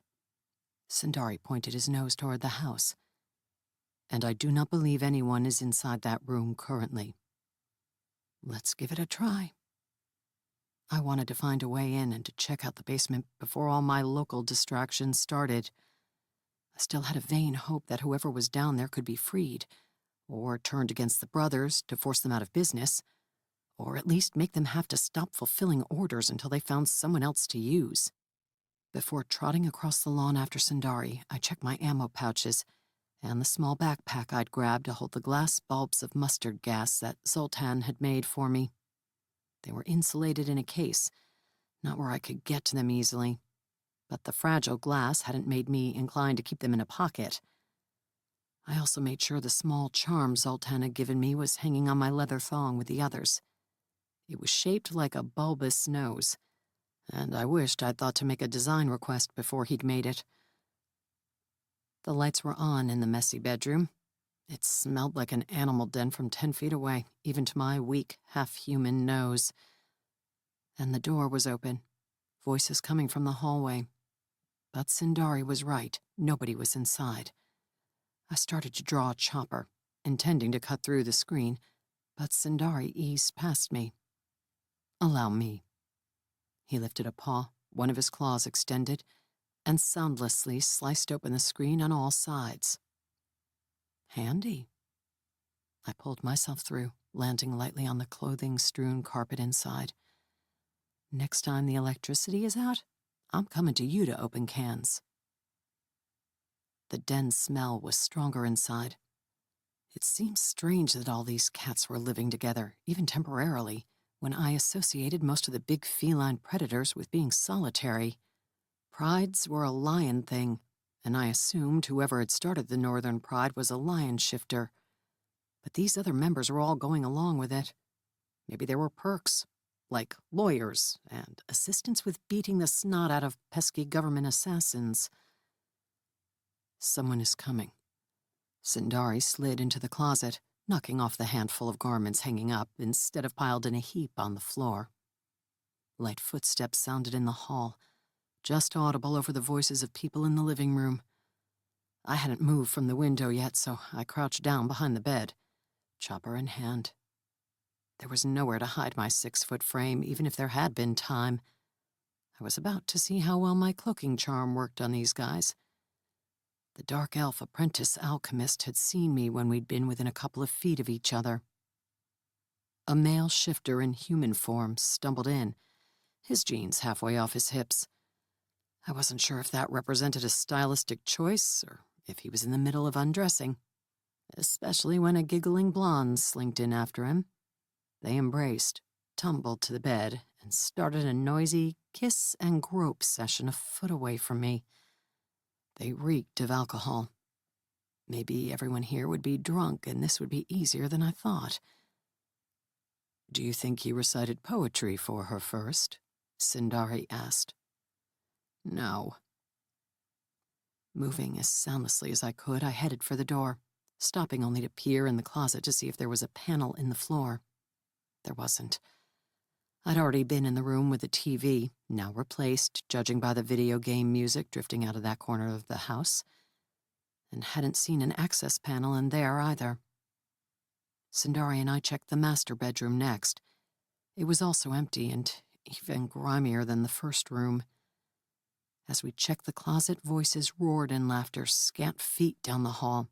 Someone went barreling past and tried to get into the bathroom. It was locked, and the person rushed into the master bedroom. I barely had time to flap myself to the wall and avoid getting hit as the man sprang into the small bathroom. But he, another shifter, this time a big man with shaggy blonde hair, who might have been a lion, paused with his hand on the jamb. He sniffed a few times, and I held my breath. He was looking right at me, and it was hard to stay still. But his eyes weren't quite focused on the right spot. He shook his head and disappeared into the bathroom, shutting the door. "There is an entrance here." Sindari backed up so I could check the closet. There was a rectangle cut in the carpet. It looked like an access panel to a crawl space under the house and nothing more. I almost backed out, thinking there had to be stairs and an actual doorway somewhere. But I had seen most of the house by now, and I hadn't noticed anything like that. Chopper's soft light shined over dirt in the carpet. I touched it. It was fresh dirt. Someone had been down there recently. The sound of the man peeing echoed through the wall, so I was careful not to make any noise as I pressed Chopper's tip into the crack and wedged the panel open. The smell of mold and mildew and dampness rose up, and I frowned. My sensitive lungs were going to love this. There was no light below, so I crouched and lowered Chopper. I was tempted to use my new dwarven command, but not until the man with the bladder the size of a canteen finished his work. "Val." Sindari had been next to the bed and watching both doors, but he looked gravely in my direction. "The dragon is coming." "Please tell me you mean Zav." "I do not. The other one." "Why?" I barely resisted the urge to thunk my head against the wall. "He shouldn't be able to sense me while I've got the charm activated." Or was that wishful thinking? He'd lost his ability to cloak himself when he lost that onyx stone, but I had no proof that he didn't have other magical tools or an innate sensitivity. Just because Zav hadn't seen through my cloaking charm didn't mean another dragon wouldn't. It's possible he's not after you. And just wants to visit the cat shifter party in Bothell? Maybe he's not coming here. This is along the route he was flying when he was kidnapping people. True. The bathroom door opened, and the lion shifter walked out, heading for the hallway. Once again he paused, nostrils twitching as he tested the air. He stood right between me and Sundari. A part of me was tempted to jump out of the closet, shut the bedroom door, and try to knock him out before the others heard anything. But a lion shifter wouldn't be easily subdued. He would fight back and make noise. He turned towards Sundari. His innate stealth was different from what my charm granted me. As his handler, I could see him, but nobody else should have been able to. Maybe this guy was extra sensitive. Sundari glided out the door into the hall. He's catching a hint of my scent. I'll lead him away from you. I hated the idea of being separated from Sundari, but it was better than being discovered too soon. Don't leave me for long. I pine without your companionship. I know this. The shifter left the room.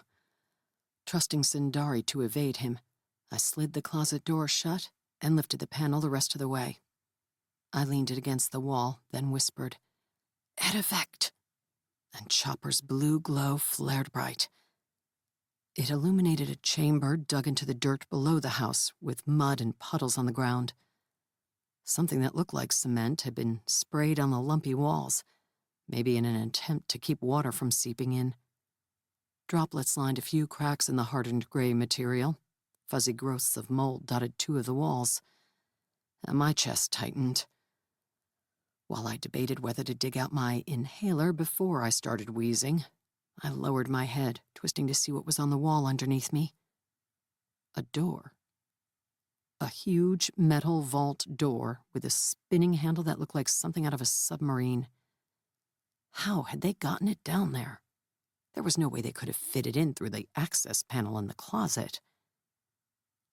The dragon that Sundari had already sensed came into my range. Dob. No mistake.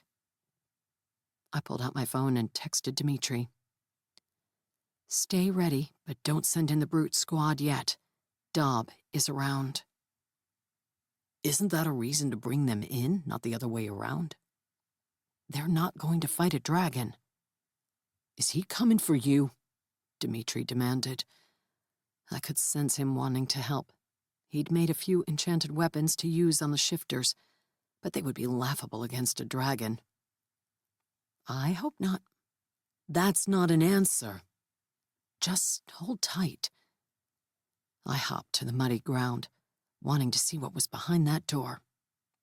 I could still sense someone with a magical aura, but as before, it was nebulous and hard to identify. The door itself held some magic, and I wondered if it was what was making it hard to get a good read on who was inside. Easing forward, I gripped my lock-picking charm and rested a hand on the cool steel. The metal tingled under my fingers, a testament to an enchantment on it. I tried to open the door, in case someone had left it unlocked, but the spinning wheel of a latch didn't budge. That was fine. This was what my charm had been designed for. But when I closed my eyes and urged it to thwart the enchantment, nothing happened. Oh, I sensed the magic from the charm trying to obey. But like a true bank vault door, this had state-of-the-art security. Or state-of-the-art magic.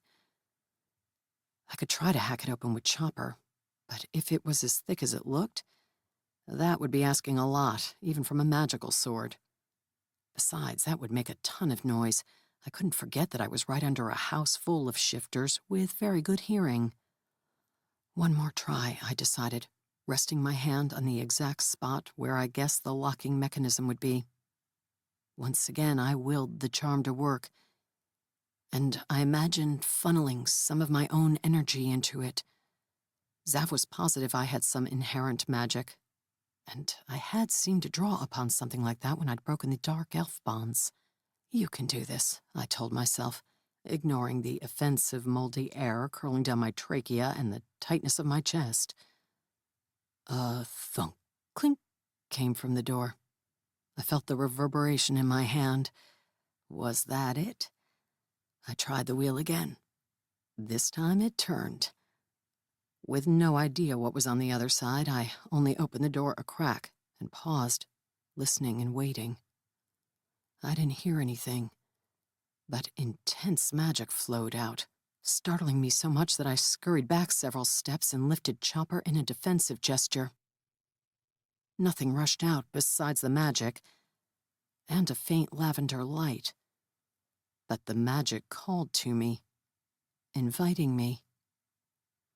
I tried to sort through what I sensed. I hadn't encountered anything like it before. The being with the aura was still in there, close to the door, I thought. But there was something else that was the source of this power. It was what was trying to draw me in, almost like one of the compulsions the dragons had put on me. But it was easier to resist than a dragon's commands, at least from here and with Chopper in my hand, lending its protection to my mind. That might change if I got closer. Footsteps sounded in the room above me. I wasn't sure if I was still under the bedroom or had moved under the hallway. It occurred to me that the shifters would feel this magic too, that someone would know their vault had been opened. I needed to shut it, but not without seeing who was in there first. A ding-dong echoed down from above, almost amusing in its mundaneness. The doorbell. The footsteps stopped. A few muffled shouts echoed from above. The dragon is here, Sindari informed me. He rang the doorbell? Why did that seem ludicrous to me? He did. I can sense him standing on the stoop in his elven form. I couldn't tell where Sindari was. Still in the house, I thought. Stay safe. Don't get closer than 20 feet from him. Zav said he felt you at that distance. I'm going to find out who we've been sensing in this weird basement. Be careful. I just felt an immense, powerful swell from somewhere under the house. I know. I opened a door. I think it's something menacing. I had a feeling it wasn't a fairy handing out lemonade. Be careful, Sindari repeated. That's probably the only way in and out. I'm not sure about that. There's a 2-ton vault door down here. It wasn't brought in through the crawlspace opening. I eased the door open a little wider, enough for me to slip through. Maybe it was here before the house was built. I had been about to step in, but froze at the thought. The door looked new, far newer than the house above. But Sindari's suggestion was possible. If so, maybe it, or whatever was behind it, was the reason the shifters had picked this place. Maybe it had to do with why so many other cat shifters were willing to come hang out here for days. To protect a secret? Only one way to find out. I'm going in. Chapter 27. I stepped through the doorway, leading with Chopper, though I was tempted to switch to Fezzik. Images of enemies firing at me from behind crates popped into my mind.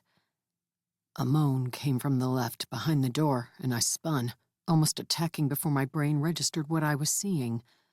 A dwarf. A full-blooded, full-bearded, old male dwarf with wild white hair and olive-gray skin that reminded me of dirt and stone. His slate-colored eyes were sunken and vacant, and he didn't react as I stood gaping at him with my sword poised to strike. He sat on the floor with his back to a stone wall. The walls in here were natural stone, not the lumpy cement of the other room. Unlike the muddy floor outside, this one was flat, rock and bone dry.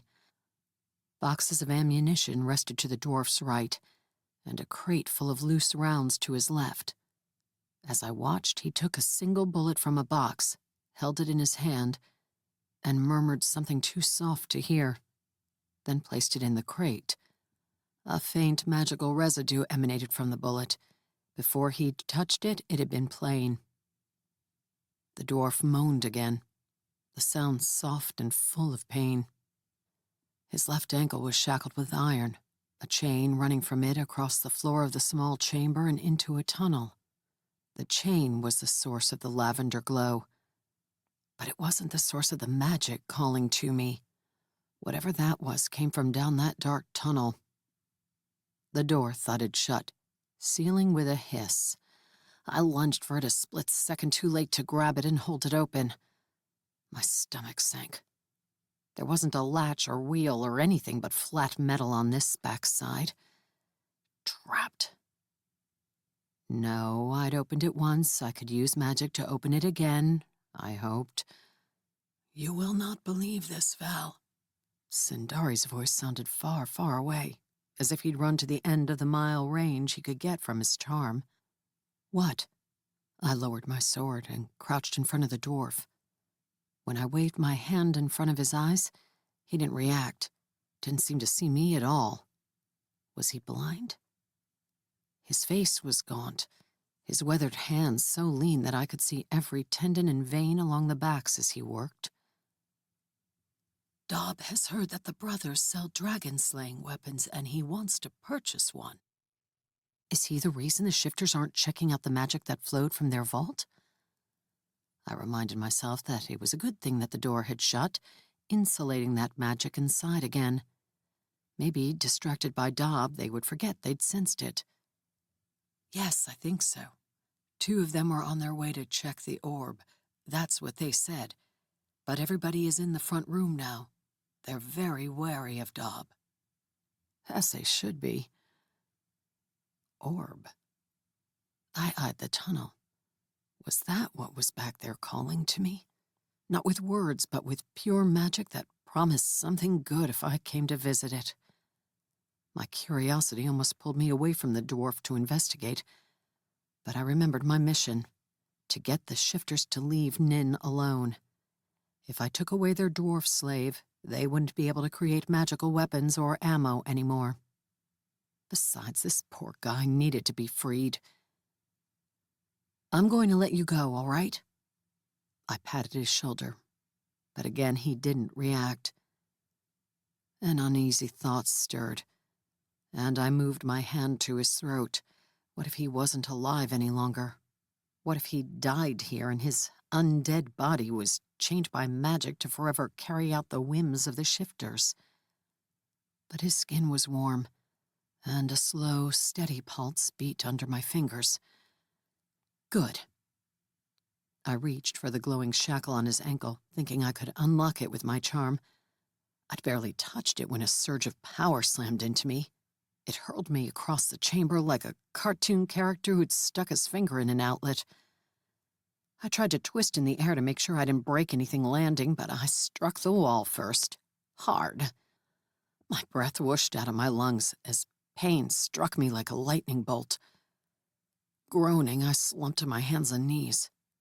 You could have warned me, I growled between gasps for air. The dwarf hadn't moved. He still wasn't reacting. It was a long moment before I could climb to my feet and pick up Chopper. And the ache that remained after the initial burst of agony worried me.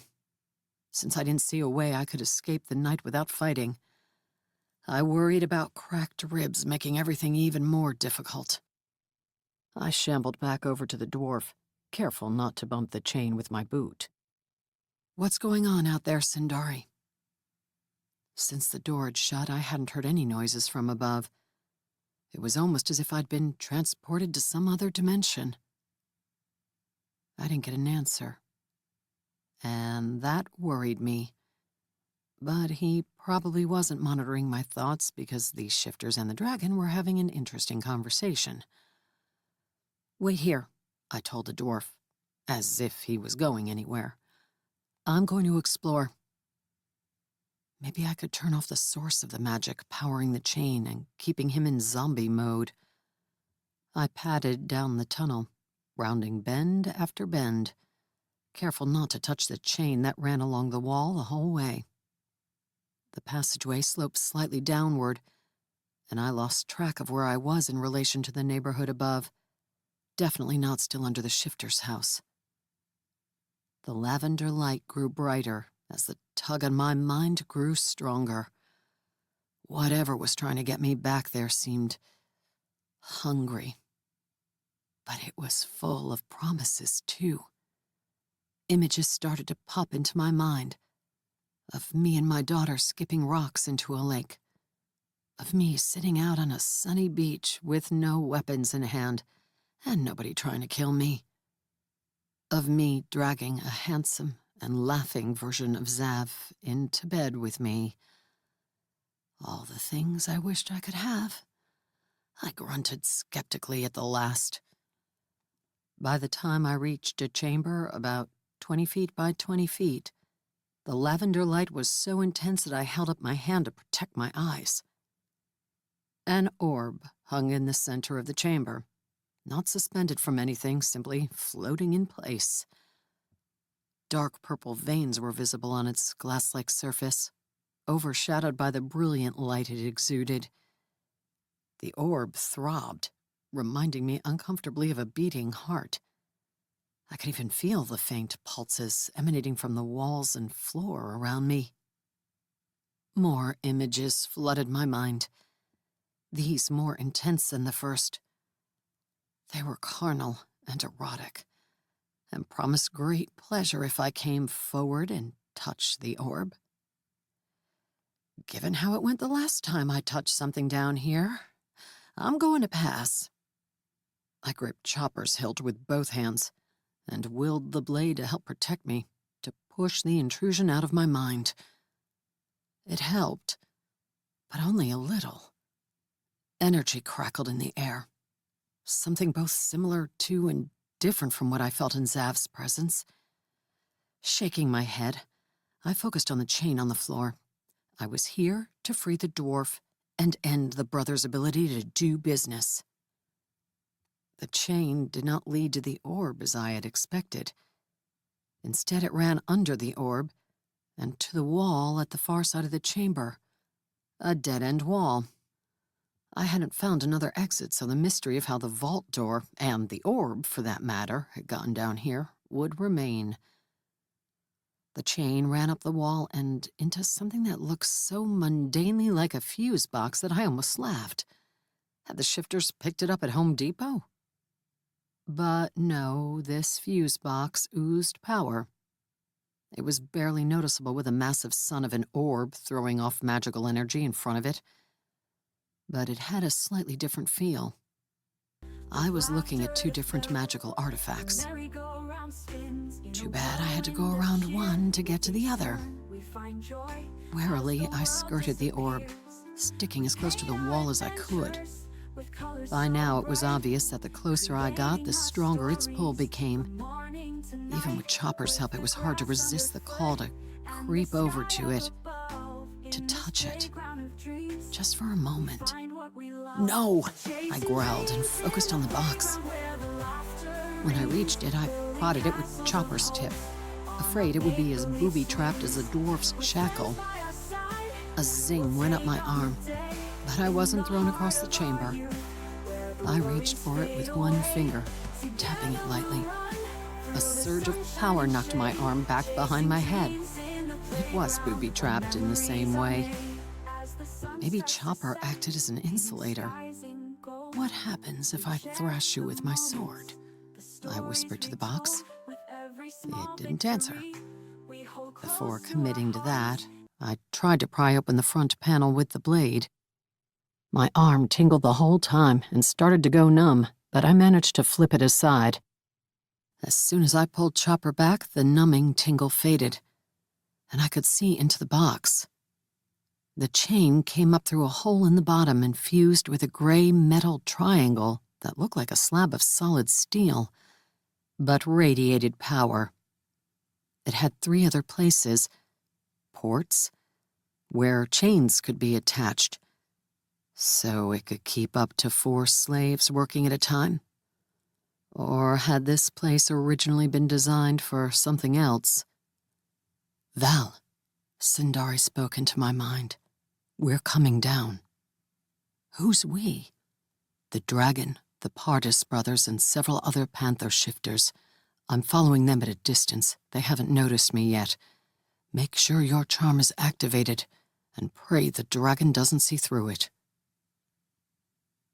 It was only then that I realized Sundari's voice was loud and clear in my mind again. That meant he, and everyone he'd named, was already down here. Why did I have a feeling they hadn't just come to look at the dwarf? Chapter 28. In a fit of desperation, I was tempted to bash at the magical fuse box with Chopper and hope it would set the dwarf free before Dob and all the shifters showed up. But that would be pointless. Grandpa Dwarf wasn't in any shape to fight battles or go anywhere quickly, and it would alert the shifters to my presence. It was still possible they would come and go and not see me. Maybe. Voices sounded in the tunnel, and I flattened my back against the wall by the fuse box. With luck, the orb and its intense magic would distract them from whatever they were doing. Not looking for an intruder, I hoped. I'd pulled the closest access panel shut after me, and the vault door had closed, so there shouldn't be any sign down here of my presence. Unless the shifters caught my scent. But the charm should still be masking that. "That dwarf is too comatose to even begin to make a dragon-slaying weapon," a familiar voice said. Dob. "He promised he could make them." That sounded like Kurt Pardis. "Technically, the people who kidnapped him from his realm, brought him here and sold him to us, promised he could make them. But you're right that he's mostly only produced bullets with minor enchantments so far. But he was able to do some impressive mods on the military rifles we snagged. It's a lot better than what that ugly troll wench we were working with before could do. But it's still not ideal." "Why then do you waste my time?" Dob's voice rang out in irritation. "We thought you could take a look at the mechanism controlling him."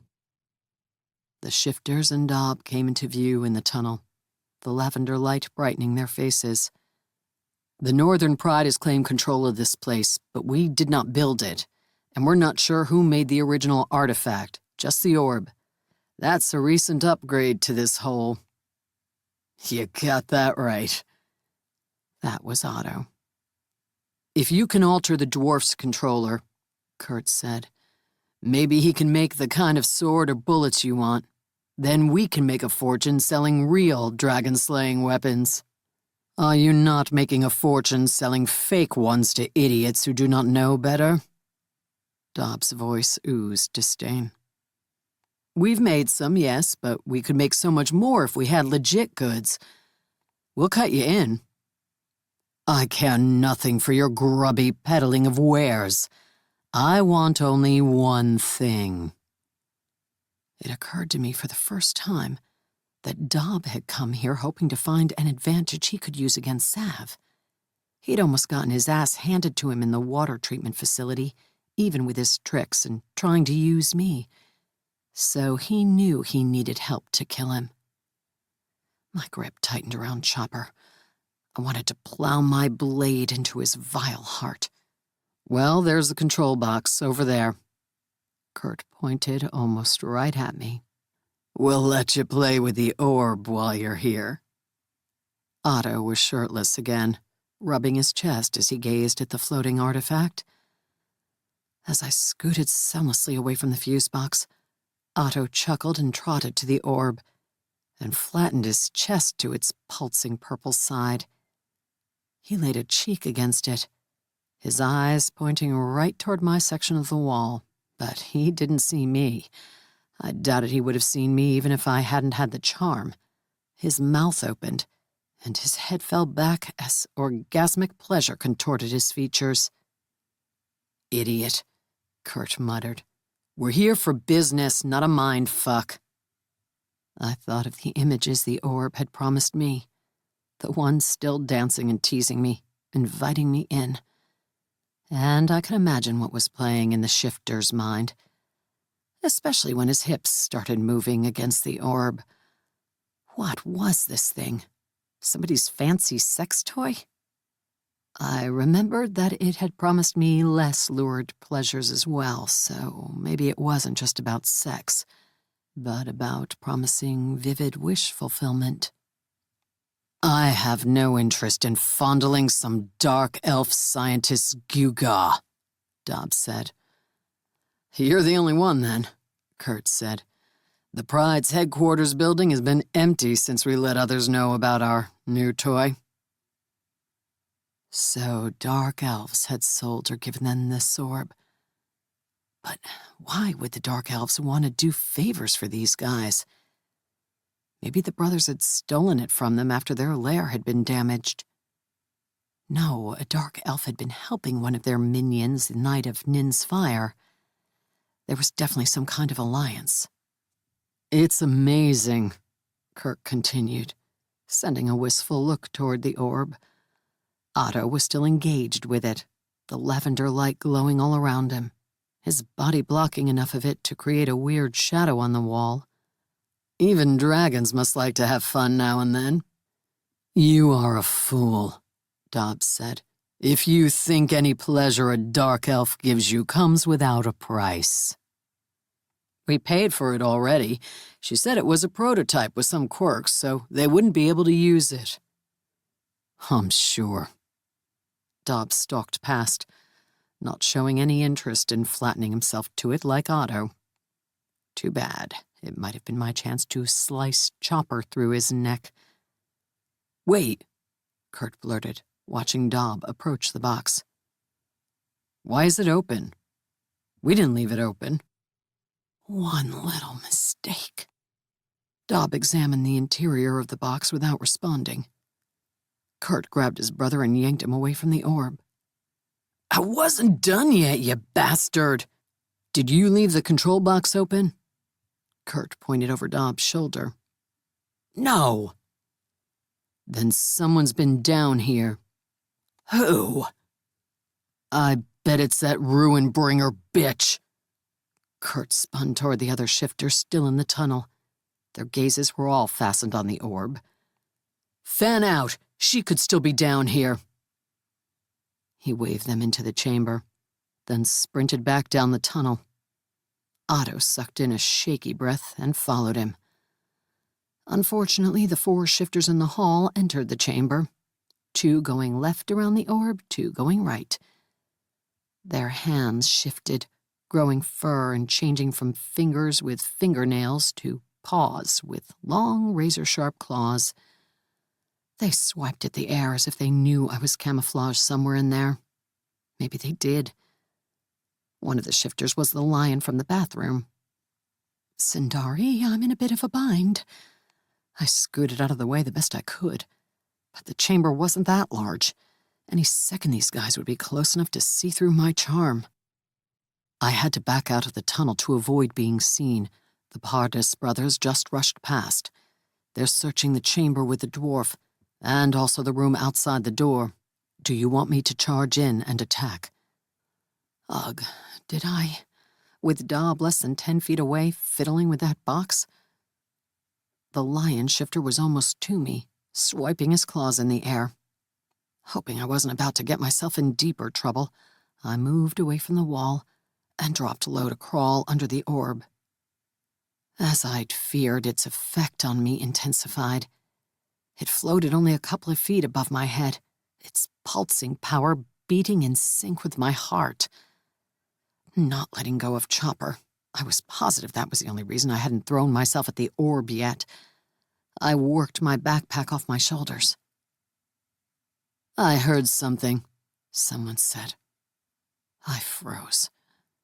Sound was the one thing the charm didn't hide. It was hard to imagine hearing anything over the throbs of the orb, but the shifters had ears far better than mine.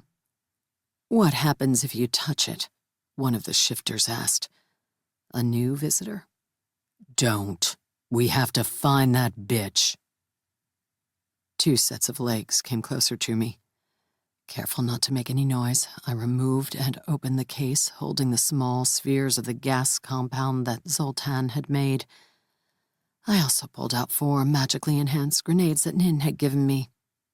What were the odds that they would take out this whole chamber, including the orb and the control box, enslaving the dwarf? I laid out my goods on the floor and shifted into a crouch, hair almost brushing the bottom of the orb. I struggled to keep my thoughts my own, not to let in the images of pleasure it kept promising me. Nothing had ever been harder. Dob was still facing the control box, but two of the shifters came right up to the orb, their feet pointing toward me. Any second they would crouch down and swipe their paws at me. I lifted one of Zoltan's spheres, on the verge of hurling it out and against the wall. Maybe I would get lucky and even Dob would gag on the noxious gas. But neither of the shifters crouched down. They reached out and pressed their arms and their bodies to the orb. They were so close that I could have kissed their knees. "You idiots," one of the shifters closer to the wall said. "Not now." Groans of pleasure came from above. A scream of pain echoed down the tunnel. Had Sindari attacked? "Was that you?" I asked silently. "No, you didn't give me the command to attack. The dwarf just cried out. Nobody's next to him." Dob chuckled, his hand lowering from the control box. The dwarf screamed again. Dob strode past and back into the tunnel. Maybe he would torture the dwarf until he made the weapon he wanted. No, I vowed, he wouldn't. I rubbed Zoltan's charm to activate it. I hadn't tested it and could only pray that it worked. And flung out 4 of the glass spheres. They shattered as they hit the far wall. "I'm going to need your help as soon as possible, Sindari," I thought, grabbing the last 2 spheres and my grenades and rolling out from under the orb and away from everyone left in the chamber. I stuffed the spheres in my pocket for later. The 2 shifters plastered to the orb didn't move, but the lion shifter must have seen where the spheres had originated. He lunged under the orb and raked his claws through the spot where I'd been. His eyes widened, locking right onto me. He was close enough to see through my charm's magic. As I scrambled back to the wall, greenish gas wafted from the broken spheres. The lion shifter crouched to spring for me, but he broke out in coughs, his eyes tearing as if a baseball bat had slammed into his nose. His 3 buddies, including the 2 fastened to the orb, also started coughing. "What is that stuff?" "She's in here," the lion spat between coughs. He'd lost sight of me when I backed away, and his watering eyes scanned the chamber for me. "Get her!" They swatted at the air with their claws, snot streaming from their noses and tears streaking down their cheeks. So far, the gas didn't bother me. With my grenades in hand, I rushed to the control box. I couldn't tell what Dob had done, and I didn't care. I stuffed 2 grenades inside, pulled the pins, then whirled and ran around the orb, dropping the other 2 grenades under it. Whatever the artifact truly did, if the Dark Elves had made it, I was sure it was pure evil. As I sprinted for the tunnel, I almost crashed into Kurt running back into the chamber. I was fast enough to dodge and flatten myself to the wall. But he was close enough to see through my charm. He whirled and grabbed my arm.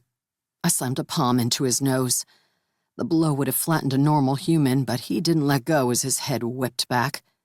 He recovered with an angry snarl and raked a clawed hand at my face. In the tight quarters, it was hard to bring my sword to bear, but I ducked his swipe and rammed my shoulder into his gut with all my strength. He slammed into the wall behind him, and his grip loosened. I twisted my wrist and tore it free, then sliced Chopper at him when he lunged at me. The blade flared blue and cut into the side of his neck, sinking in deeply. As he screamed, the first 2 grenades went off. The lavender light dimmed and went out. But before I could feel any triumph, it flared back up. Kurt, blood gushing from the side of his neck, was startled by the explosion. It gave me the opportunity to sink Chopper deep into his gut. He roared, still not dead, and threw himself at me. But Sindari flew in from the side and crashed into him. His momentum knocked Kurt into the chamber as the 3rd and 4th grenades blew. I had no doubt Sundari would finish off what I'd started, and I wouldn't tell him to stop. There would be repercussions later, but if I wanted to get out of here, I couldn't worry about killing these guys. The lavender light went out again, this time for longer. Maybe the grenades I'd tossed right under the orb had taken it out. I rushed down the tunnel toward the chamber with the dwarf, the faint light of Chopper guiding me as the thunderous sounds of stone cracking and snapping erupted back in the orb room. Rocks tumbled down in the tunnel behind me, and a sound like shattering glass rose over the cacophony. I hoped it was the orb being destroyed. A snap came from right under me, and the tunnel floor shuddered. Only the dragon's aura kept me from rushing straight out into the dwarf's chamber. Dob was standing in there, right in front of the prisoner. When I stepped warily out, he faced me, as if he knew exactly where I was. He probably did. Behind me, Sundari roared, but it sounded like he was still back in the chamber, maybe finishing off the shifters so they couldn't get at my back while I faced Dob. But Dob wasn't alone. The bare-chested Otto and another shifter in tiger form stood near the door, blocking the exit. Hell. The vault door was open, and the sounds of weapons fire came from the house above. But I couldn't get out without going through the two shifters. Nor could I leave the dwarf. Dob held a palm face down toward the bearded prisoner, who was alert now. The chain at his ankles snapped, but he was writhing in pain from whatever Dob was doing to him. I wanted to help him, but the shifters had heard my footsteps. The tiger sprang into the air toward my face. I dove under him, turning mid-roll to twist and jam Chopper upward. I caught the tiger in the belly. He screeched and raked me with his back legs before I could jump up and get out of the way. Pain blasted my side where the claws caught me. Otto, hearing my gasp, charged straight toward me. I yanked out Fezzik and rained fire at him. The tiger, though bleeding from a gut wound, spun and also charged at me. Nin's magical bullets bit into the shifter's inhumanly tough skin. The tiger yelped, turned, and raced down the dusty tunnel. But Otto wasn't ready to flee. He shifted into panther form, and hundreds of pounds of muscle and fang leaped at me. Still firing, I sprang to the side, just missing another raking from savagely fast claws. My aim was true, and rounds pummeled his chest, blood spattering the earthen floor. But Otto's rage carried him after me. I backed up until I reached a wall, then switched to Chopper to keep him at bay and strike whenever I had the opportunity. The blade was a blue blur in the air between us, metal clanging against claw and fang. Blood gushed onto the gray stone floor. Screams of pain came from the direction of the orb chamber, followed by Sundari's chilling roar. He still sounded busy. One of Otto's paws slipped through, claws extending as they swept toward my throat. I whipped my head back, but he caught my leather thong. It snapped, and my charms tumbled to the floor. I lunged, but only caught one. The lockpick charm. Otto slashed at me, taking advantage of my break in the fight. I stuffed the charm in my pocket and whipped my sword in to deflect him. As I pressed Otto back with a combination of feints and lunges, I was aware of Dob turning slowly away from his torture session to regard us. No, to regard me. His silver blue eyes narrowed, and out of the edge of my vision, I saw the light bulb click on for him as he saw me for the first time. My cloaking charm now on the floor and useless. He'd just realized I wasn't some random intruder. I had to finish off Otto fast and figure out how to deal with Dob. Sundari roared again, but it was distant, back in the orb room. He couldn't help me. Otto backed me up again, and I struggled to keep those fangs and claws from reaching me. He had 3 weapons, fangs and 2 sets of claws, and all I had was Chopper. Fezzik had riddled him with bullets, but it wasn't enough. Chopper could take off his head. I just needed an opening. But he was incredibly fast, amped up on rage and bloodlust. Whereas my body ached, and my lungs burned from the exertion. I slashed for his head, but he ducked, and I barely clipped his ear, taking off the tip. He didn't appear to notice. He came in low, slashing for my shin. I tried to back further, but I was against the wall again. I slid the blade toward his feline face, not expecting to hit but hoping to distract, then leaped into the air, somersaulting over him. As I landed behind him, I spun and lashed out. One of the glass spheres I'd stuffed in my pocket tumbled out when I was upside down.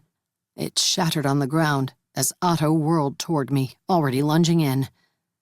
With my charm on the floor somewhere, I got a whiff immediately.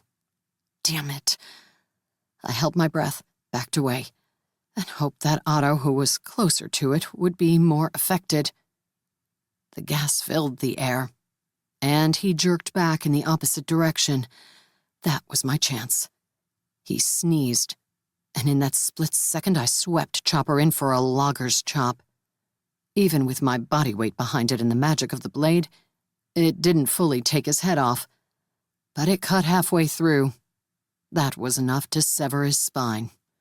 As the fight finally faded from the ferocious panther, I tore the blade free and spun toward Dob. Too late. Bolts of electricity streaked across the room and slammed into my body at a dozen points. Agony blasted me from each spot, and a scream escaped my mouth before I could clamp it shut. I pitched onto my side, my legs refusing to hold me upright. They twitched as if volts of electricity were coursing through them. Maybe they were. My fingers wanted to spasm open and drop Chopper, but through the pain I clenched down, as if the sword was my lifeline. The acrid gas in the air stung my eyes and throat, but that was the least of my problems. Dob strolled toward me, his hands folded calmly on his flat stomach. He was the elf again, his face handsome and pleasant. With all that lightning coursing across the chamber and into me, he should have been the ugly zit of an emperor from Return of the Jedi. All he was lacking was the maniacal cackle and the dramatic finger movements. He stopped a few feet away. Then the lightning paused, the chamber sinking into dimness. For a moment the agony eased from extreme unrelenting pain to sharp throbbing pain. I was on my hands and knees, every muscle in my body quaking. Chopper was beneath me, but I couldn't grip it, couldn't rise. Couldn't do more than twitch my head to the side to glare up at Dob through spastically blinking eyelids. Dob's nose wrinkled. He flicked his fingers and the gas disappeared from the air. It was little relief. Dob was glaring at me, and I couldn't move. "You cut off my toe," he said. "I'd kill you for that alone, you presumptuous mongrel excrement. But it will be even better knowing your death will hurt that pompous, scale-rotted dog." Was that salve? "This is the point," I muttered, groping for something I could do to get out of this. "Where it would be nice if my father showed up and threw you into a bottomless pit." He didn't get the reference. Not surprising. I regained just enough control of my fingers to wrap them around Chopper's hilt. Still on my hands and knees, I used my body to hide the movement. On the far side of the chamber, the dwarf rose to a sitting position. I wished I could count on him to help, but he didn't look strong enough to even stand up. "Coming," Sindari whispered into my mind as Dob turned his head toward the tunnel. "Careful, he's ready for you." Streaks of lightning shot down the tunnel. Dob's focus was in that direction, his face turned away from me. I leaped to my feet, wobbled, and gained my balance. I swung Chopper at Dob's neck, hoping he was distracted enough. But my blade halted. as if it had hit an iron wall inches from his neck. His head turned slowly back toward me. He lifted a hand toward me. I tried to sprint for the door, telling myself I could come back for the dwarf if I could figure out a way to escape Dob. But power wrapped all around me, pinning me in place, one of my legs raised ridiculously in the air. Dob smiled. A predatory smile that wasn't appropriate on an elven face, and stepped close. I saw my death in his cold eyes. Then he paused, looking toward the cement ceiling. "He's coming," Dob murmured. "Sav?" I started to feel a shred of hope. But Dob probably sensed him from 10 miles away. I couldn't feel him yet. Wherever he was, it would take him time to fly here, and Dob could kill me in a second. Once again, I tried to move my muscles. It didn't work. All I felt was the pain ricocheting through my body. Wait, could the lockpick charm work? It wasn't exactly an enchantment that held me, but maybe. "Unfortunately for him, he'll find only your body when he arrives." Dob's gaze settled on me again. I mentally willed the lockpick charm to unlock this magical cage around me. It didn't work. But it also hadn't worked the first time I'd tried it on the dark elf bonds. Dob lifted a single finger, morphing his nail into a glistening sharp talon, and leaning close to cut my throat. I threw all my energy into that charm. With the mental roar of a tiger, I commanded it to open the cage. Something snapped, echoing in my brain, and I had control of my limbs. Dob was only inches away. I whipped Chopper straight at his face.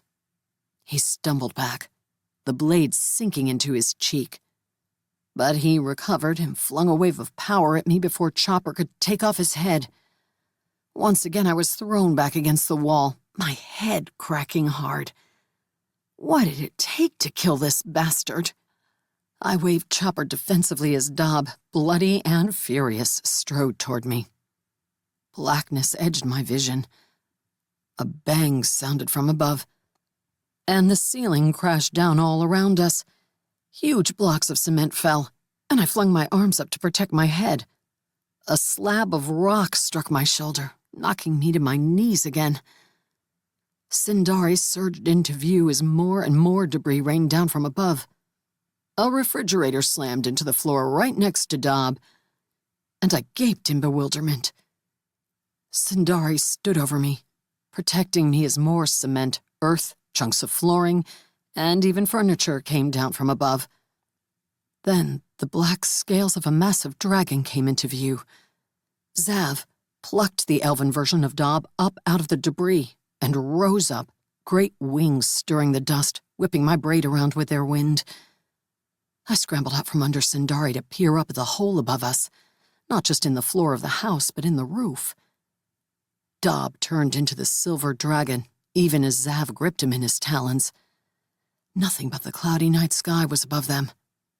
They flew apart, raking and slashing at each other, and then disappeared from view. A cutting board slid off a counter and tumbled through the hole, landing near the vault door. Zav had slammed right through the roof of the house, through the kitchen floor, and through the cement ceiling of this chamber. One of the Pardis brothers' shifter buddies came into view, staring into the hole at us. I reached for Fezzik. The shifter was bare-chested, but gripped a gun in both hands as if he'd been in the middle of a war. Somewhere behind him, shots rang out, and tires squealed in the street. The shifter rushed out of view. "I believe the orb is destroyed," Sindari told me, shaking dust from his silver fur. "The shifters that were back there are dead. I had to ensure they would not come out to gang up on you." "I understand. Thank you." I hadn't wanted to kill the shifters, just stop the threat to Nin. But I couldn't be surprised that things had gone this way. the one being I did wish dead was up there fighting with Zav. I hoped there had been time for Zav to properly heal, and that he could once again best Dob. But what if he'd only come back to Earth because he knew I was in danger? What if there hadn't been time for him to heal fully? And what if Dob could take advantage of that? Chapter 29. A rough voice spoke from the side and I jumped. The dwarf. He was half covered in blocks of cement and faux wood boards from the kitchen floor. What did he say? Sundari, can you find my charms? Otto tore them off. I'm going to try to help this guy. I can easily find mine. I am attuned to it. Good. If you could be attuned to the other ones too, I'd appreciate it. I climbed over rubble and pulled broken chunks of cement off the dwarf, rock dust turning him an ashen gray. Normally, I would have expected a dwarf to be nearly indestructible and eat boulders for breakfast. But this guy had been half dead even before the dragons started tormenting him. A screech sounded above, and I jumped back, pointing Fezzik at the hole. Dob flew past with Zav right on his tail. Zav snapped down, his large fangs flashing before they sank into that tail. Dob roared and twisted in the air, slashing at Zav. Half fighting, half flying, they somehow stayed aloft. Drops of water spattered down from above. No, I realized as I spotted fresh red splashes on the debris. Drops of blood. The writhing dragons tumbled out of view, and a second later a thump reverberated through the earth. Had they struck down? Gunfire punctuated the roars and screeches, reminding me that the battle wasn't over. As soon as I freed the dwarf, I had to get up there and help Dimitri and the werewolves. And Zav, if I could.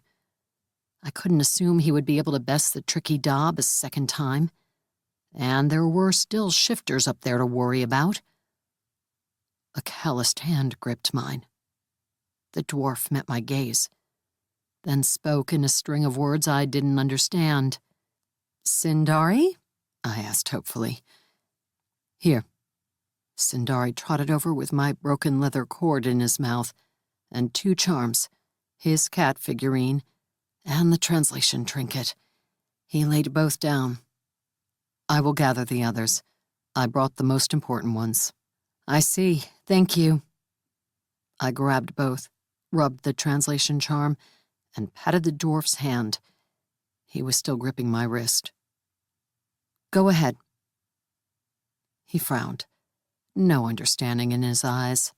Unfortunately, the charm did not work both ways. I pointed to my chest. Val. More gunfire sounded, bullets whizzing right above the hole. It was a ludicrous time to try to communicate with someone. I went back to shoveling the debris off him. We could play charades later. I'm sorry I do not speak your language, the dwarf said. I am Belok. You have saved my life and slain my captors. You are a mighty warrior. I'm glad you think so. It was legions above the dragons calling me a mongrel and a criminal. I know a few words in his language, Sindari said, bringing more charms over. The thong was broken, so I could only stick them in my pocket for now, and hope I didn't lose any. I'll attempt to share what you're saying. Good, thank you. I should have realized as soon as I saw your sword, the blade of Dondathor, a true master craftsman.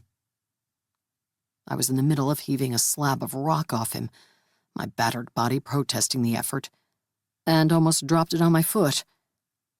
You know who made my sword? He, Belok, looked at Sindari, waiting for a translation. Then he nodded. The work of the legendary craftsman Dondathor is recognizable by all good dwarves. One of his works hangs in the museum in the granite castle deep in the first mine. Is he still alive? Is there an instruction manual for the sword that I can buy? His forehead creased. I probably shouldn't have asked that. His estimation of how great a warrior I was had likely plummeted. What kind of warrior didn't know the history of her weapons? But I might never get another chance to talk to a dwarf. I had to put dignity aside and learn what I could. Don de Thor passed to the realm of the blessed ancestors more than 10,000 years ago. Hell. The secrets of the blades are passed from father to son, mother to daughter. They are not written down. Did your father or mother not share them with you? No. I got the sword from a zombie lord. I didn't ask him if his parents had shared the operational instructions with him. As Belok digested that, or maybe indigested it, as his pained frown suggested, he rolled onto his hands and knees and pushed himself to his feet.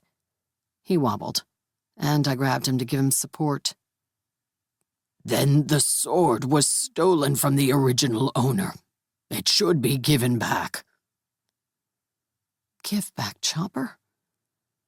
I didn't shake my head with vehement rejection, even if that was my first reaction, but made myself ask, "Do you know who it belongs to and where the family would be found?" If I seemed cooperative, maybe he would be more likely to help me. And I was cooperative, however reluctantly. I'd had the sword for 10 years, so I wanted very much to state it was mine. But Zav had also implied it was stolen. If I ever did find the legitimate owner, I would feel compelled to give it back. I do not know, Belok said. Sometimes great weapons were given as gifts to kings and queens and emperors and empresses from other lands. A few were even sacrificed to dragons for appeasement. I could take you to my homeland to do the necessary research, but I am a prisoner here. How did you end up in this situation? Maybe I'd better get his mind on that and give up on getting more information about Chopper. If I kept asking about it, he might feel compelled to try to take it from me so that he could deliver it to its rightful owner. If that owner showed up with provenance, I would return Chopper. But I wouldn't go looking for him or her. I was kidnapped and sold and dragged into this forsaken realm, which has no portals, no way back, no way home. He turned haunted eyes on me. I have a wife and children and grandchildren, and it is a volatile time back home. I worry about them. If I could get you back home, I would. Trust me. Clumps of dirt and flooring tumbled down, and I whirled again, pointing Fezzik upward. Dmitri was leaning over the edge. He jerked back out of sight. I lowered the weapon, and he poked his head over the side again. We've got a problem. He looked toward a portion of the sky that wasn't visible to me from down in the hole. Just one? It's a big one. I think our dragon is losing. I swore. I'm coming up. Zav seemed to be kind of injured from the beginning, and the other one is taking advantage. I'd been afraid of that. Dmitri offered me a hand, but I pulled myself up into the wreckage of the kitchen on my own. Not because I was too proud to accept help, but because I didn't want him to get hurt because he was focused on me. The gunfire had dwindled, but the dragons were still fighting nearby, snarls and roars alternating with loud thuds. I saw only Dimitri's van out in front of the house. The kitchen and living room walls had been flattened, interior and exterior, leaving the view to the street open. Maybe when the dragon fight had broken out, the werewolves had decided their job was done. I didn't blame them. Flames turned the gray night sky orange, and I looked up in time to see Dobbs spewing fire from his maw. The size and roiling heat of that gout, 100 times what any flamethrower could produce. Zav swooping low as he tried to evade the attack, took the brunt of it. He disappeared entirely inside of the fire, even as it spewed past, engulfing one of the neighboring houses and a tree. Fear for him had me running through the wrecked living room to a spot where I could see better, where I could help better. Would that fire kill him? Or could his defenses handle it?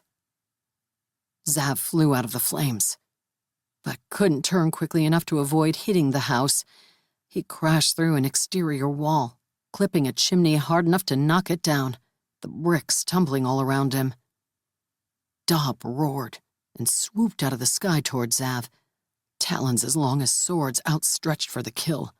Zav lay crumpled among the wreckage, the bricks half burying him. I took cover behind a corner of the Pardis house that was still standing and leveled Fezzik in Dob's direction. The bullets wouldn't hurt him, and I knew it, but if I could distract him for a moment.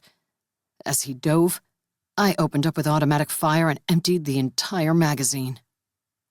The rounds didn't bounce off his silver-scaled hide, but they also didn't do any damage. They did make Dob spread his wings to slow his descent and glare in my direction.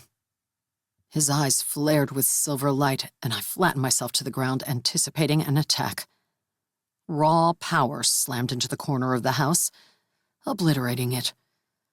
Chopper must have given me some protection, or maybe Dob had aimed too high, for the brunt of it went over me.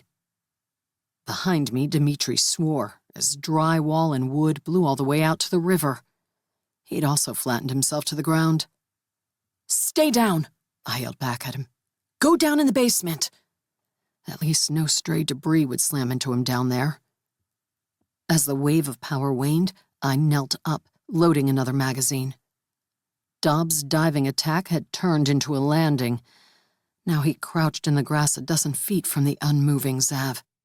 His focus shifted back to his dragon nemesis, but I fired again, aiming for his glowing eyes, hoping in vain to find a vulnerable spot.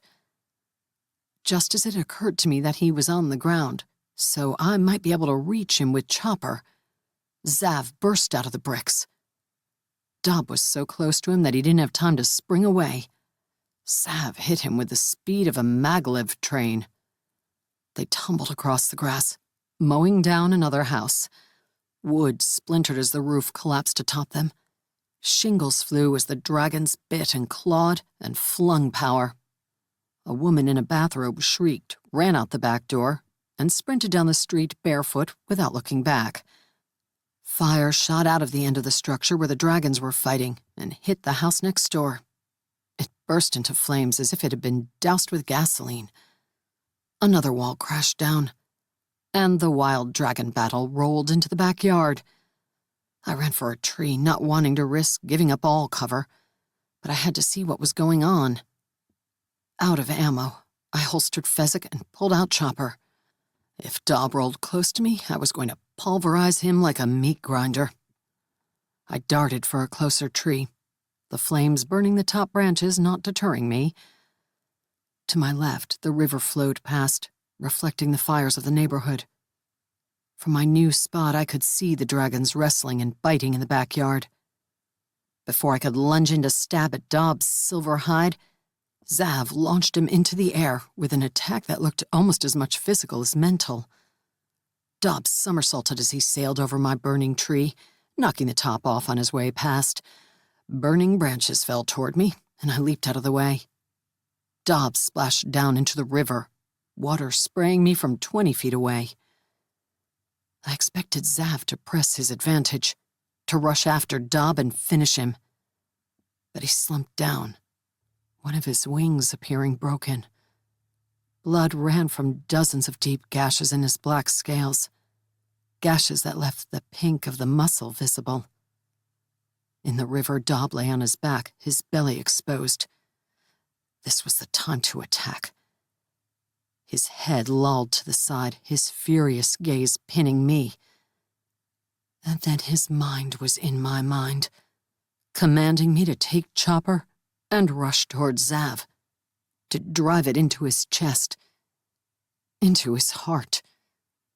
The image of it making a killing blow filled my thoughts with such vividness that for a second I believed it had already happened. I'd killed Zav, and now I would revel in his death.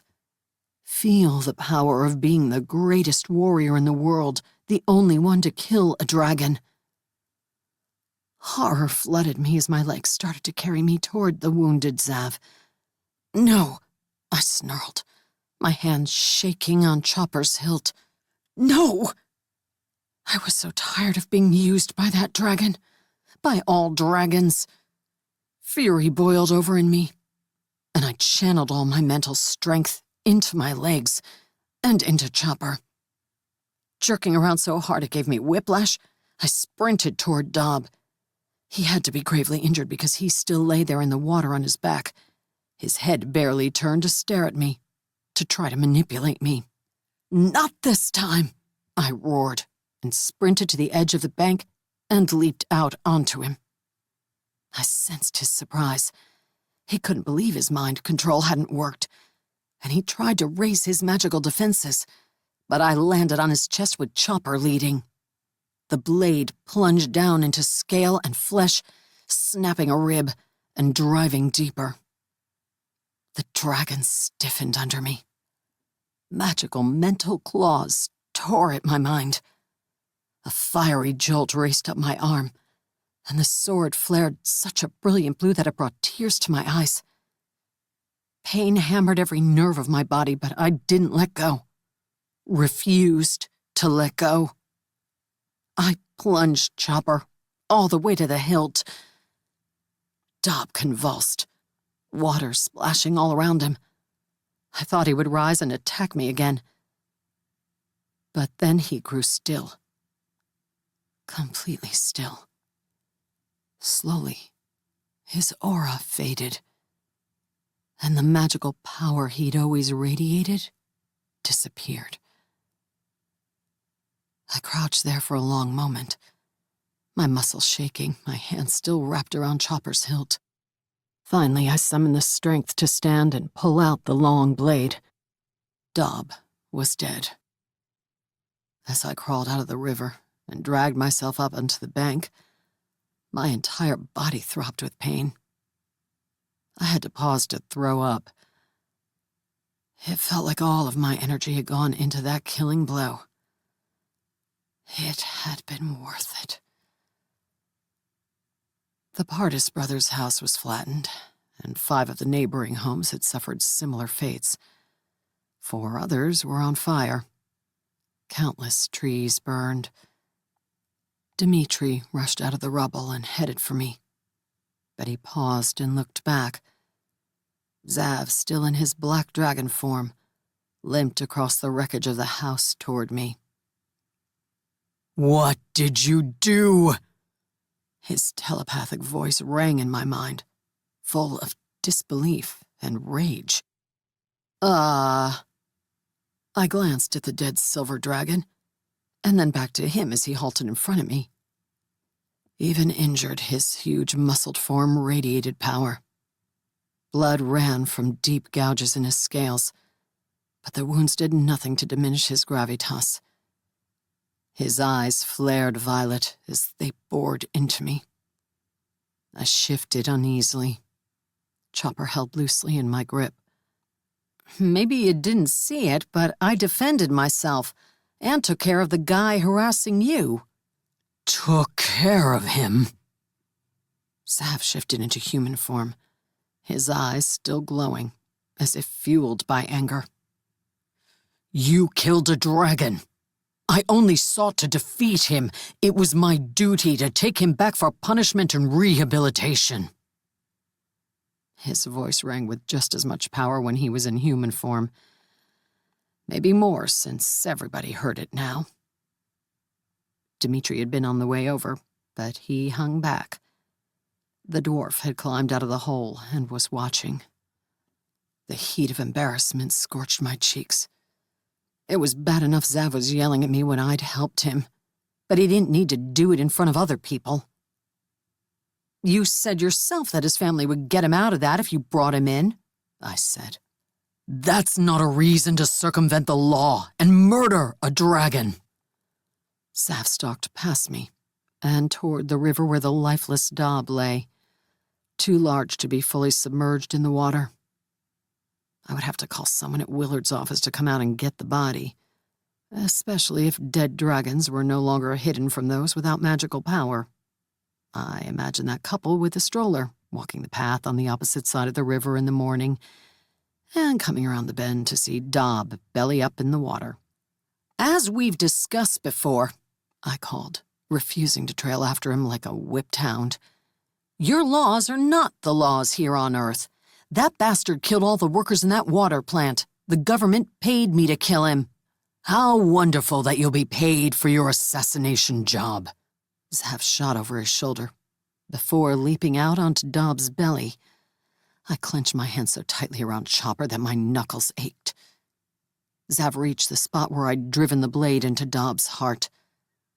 I had no delusions that I'd ever be able to kill another dragon. Only Dob's grievous injuries and being depleted from his battle with Zav had allowed me to get past his magical defenses and strike a fatal blow. Zav laid a hand on the wound. "You're not going to bring him back to life, are you?" I blurted. Was that possible? I didn't know. But the last thing I wanted was that asshole and his vendetta against me to be alive so he could retaliate. "Even a dragon cannot bring others back to life," Zav said scornfully, without looking at me. "Then what?" I stopped when Sundari bumped my hip. He'd come to stand next to me. "Let it go, Val. He is angry and might lash out if you continue to pester him." "I'm not pestering him. I'm verbally defending myself." "Yes, but it offends people when you do that." "Well, screw those people. And screw him!" I thrust my sword in Zav's direction. He was 20 feet away, but he leveled a warning glare in my direction.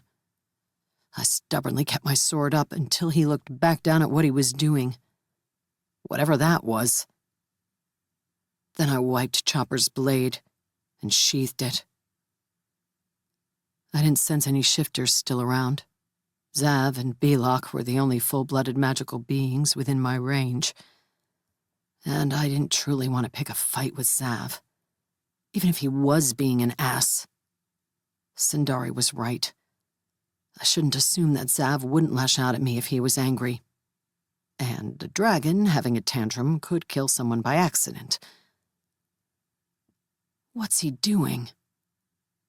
I could sense Zav using his magic, applying it to Dob's corpse. "Maybe he will create a portal to take the dragon's body back to his realm," Sundari suggested. I'd seen Zav make a portal before, and it hadn't looked like this. The wound on Dob's chest closed up. Is it possible to heal a dead body?" I glanced at Sundari. "And why would you want to?" "It will not make the dragon less dead, but since he's so recently deceased, perhaps it is possible. Or maybe he is filling in the hole by some superficial means." "Are you all right, Val?" Dmitri came up beside us. "Yes. Thank you for your help tonight." At least somebody here could be courteous and grateful for assistance.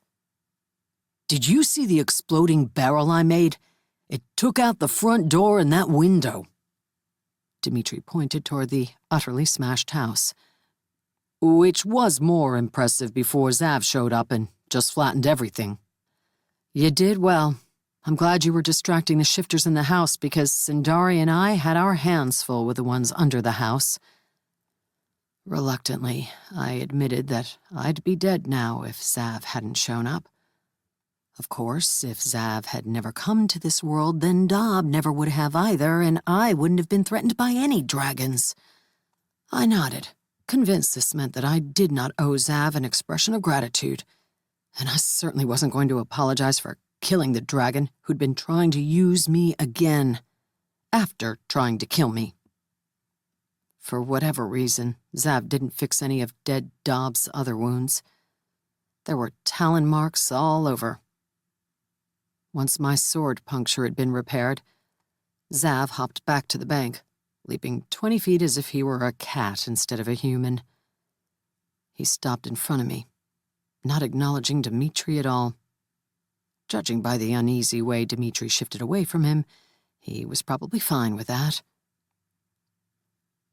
If the Dragon Justice Court learns that you killed a dragon, they will send someone to collect you for punishment and rehabilitation. Rehabilitation? Rehabilitation for what? All I did was defend myself. I don't know if you noticed, but he was trying to put me in your way again. No, he was trying to get me to kill you. I noticed. Zav looked toward the stars and clouds above. I must consider how I will answer questions on this matter. I will not implicate you. He walked away and waved an arm to form a shimmering silver portal in the air. That was it? He was leaving? Would he be back? I would prefer not to be the one sent to collect you and turn you over to the court, he added. A chill went through me at the idea of being dragged before this court of dragons. What kind of punishment and rehabilitation went on there anyway? From what I'd heard, most of the magical beings who'd fled to Earth had considered it better to risk death here than to be brought in for that. Wait, I called as he turned into his dragon form and started toward the portal. Will you take Belok? I pointed to where the white-haired dwarf had been, quietly watching, a gnarled hand pressed to his injured side. He was kidnapped and brought here against his wishes. Will you take him back to his home? Zav looked at me, then at the dwarf, and several long moments passed as they seemed to communicate telepathically. The dwarf walked toward him and the portal, but paused to come to me first. He gripped my hand, and I quickly activated my translation charm. Thank you for helping me. If you ever come to my world, I shall assist you in researching your sword. I didn't see how that would ever happen. It wasn't as if Zav was inviting me through his portal, but I thanked him and patted him on the shoulder before he walked away. Zav leaped through the portal, and Belok followed. A second later, the shimmering gateway disappeared, leaving me alone with Dmitri and Sindari, and a huge mess. You have put him in a difficult situation, Sindari observed. Who, Zav? They will ask him how Dob died. The death of a dragon is not a thing that can go unreported. He will either have to take the blame, and the punishment inherent in that, or tell the truth and risk being sent back to collect you for punishment. If not him, then it would be another. For a human, or even an elf, to kill a dragon is not a small thing, and it would not be forgiven by other dragons. What would you have had me do, Sindari? Let Dob take control of me again? He was going to kill me if I didn't kill him first. I acknowledge that, and I do not know if there was a better solution. Besides, he was trying to kill Zav. Don't tell me he wasn't. If he'd succeeded, wouldn't he have been brought before their justice court? Likely, but with a story rehearsed to tell. Since he loathed you, he might have put the blame on you. Great. I do not believe Zavrid is someone who likes to besmirch his honor by lying, which he was now going to have to do to protect me. Fantastic. Why'd I have to cross paths with an honorable dragon? Is anybody else completely tired of dragons and shifters and ready to get out of here? I asked. Dmitri raised his hand. I thought you'd never ask. Police sirens wailed in the distance. If Zav had been casting some magic to keep anyone outside of the area from noticing the carnage going on, it was gone now. It was cowardly, but I didn't want to deal with explaining any of this. I'd leave a message at Willard's office and explain everything. That would have to be enough. I was done. So very done. Epilogue. I was cleaning my apartment when someone knocked on the door. Technically, I was lying on the floor, staring desolately at the ceiling and thinking about cleaning the apartment. Earlier, I'd picked up the books and clothes strewn around the living room. But I'd lost motivation. Even though the last thing I wanted was to give Zav free rent in my mind. I kept playing the night before over in my mind and wondering if I had done the wrong thing, or if he was an uptight, overreacting, huge pain in the ass. "It's Willard," came the muffled call when I didn't get up to open the door. Thus ended my afternoon of deep reflection, also known as brooding. "Come in." Willard walked in and peered around before spotting me on the floor. "Are you injured? You didn't mention being hurt last night when you were asking for a corpse removal team to come out to Bothell with a very large stretcher." Judging from the twitch of her eyebrows, that hadn't been the proper way to inform the office that they had to figure out how to bag and tag the massive dragon clogging up the Sammamish River. "My injuries are minor. They're healing." Maybe not minor, but they were healing. In a couple of days, I shouldn't have even a bruise. Someday I would figure out why my half-elven blood could tackle broken bones, bullet wounds, and claw slashes, but not elevated inflammatory markers. Something didn't seem right there. "So," Willard said, "you're just lying on the floor because it's comfortable?" This happened to be where I was when I got tired of cleaning and was overcome with weariness and ennui. The couch was too far away. I waved at the three-seater all the way on the other side of the coffee table. "Ennui? Shit. Did you call your therapist?" "I will on Monday. She may give up on me. I almost got her favorite yoga studio blown up." The almost in that sentence gives it a significantly different meaning than if the word hadn't been there. And yet, she sent me a link to some online yoga videos and suggested that might be better for me, or those around me. Willard closed the door and sat on the couch. She was in her army uniform, her hat in hand, her wiry gray-shot hair recently cut. She had gained a couple of pounds since leaving the hospital, but didn't yet look like her usual tough-as-nails self. "Some people stand up and salute me when I walk into a room," she pointed out, waving an envelope. "Yes, Colonel. Right away, Colonel." I waved 2 fingers at my temple. "Every time we work together, I'm amazed you made it 10 years in the Army." "It was 9, and I got assigned extra duties a lot." "I'm shocked." The roar of rush-hour traffic and honking of horns penetrated my windows, meaning I'd spent more time on the floor with my ennui than I'd realized. "You on the way home for the day?" "Yep. I've got a long drive back to Fort Lewis, and I thought I'd wait for the traffic to die down and come pay you. I think that's the quickest you've closed an impossible assignment." I couldn't manage a smile. I hadn't even been trying to kill Dob, just help Nin. It occurred to me that I should be a decent hostess and get up and offer Willard something from the fridge.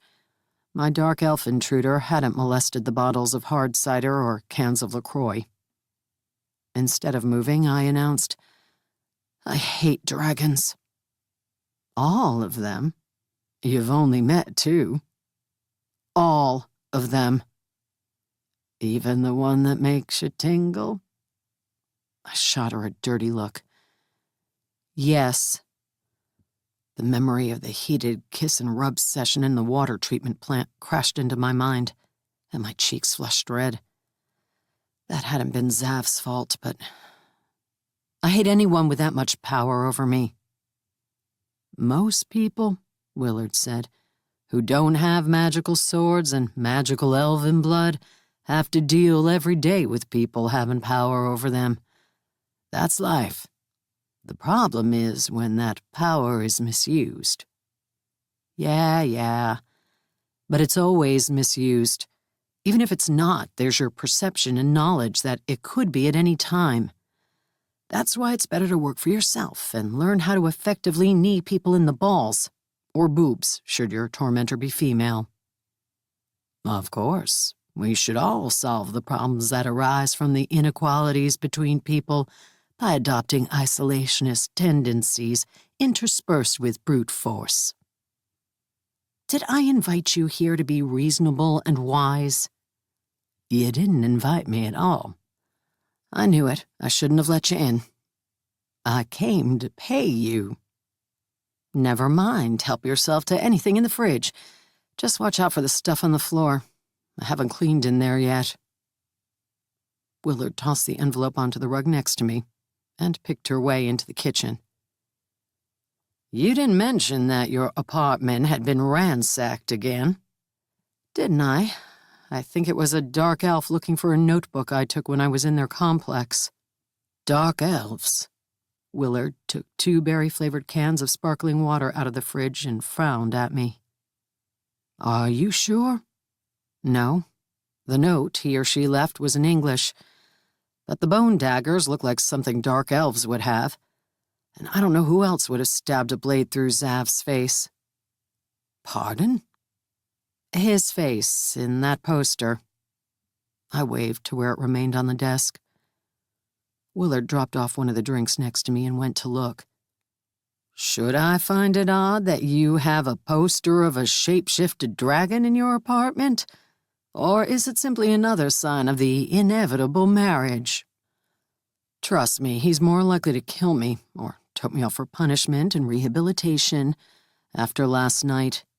He was not cool with me finishing off his enemy. Apparently, dragons don't kill dragons. It's a thing. Like homicide. I guess.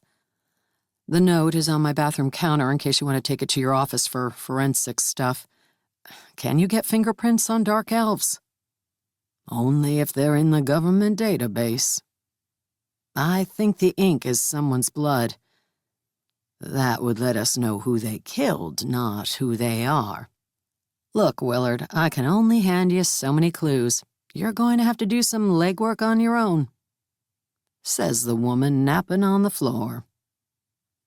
She disappeared into the bathroom, came out without commenting on the freshly stabbed black bra left on the counter, and waved the note. I'll give it to the forensics tech on Monday.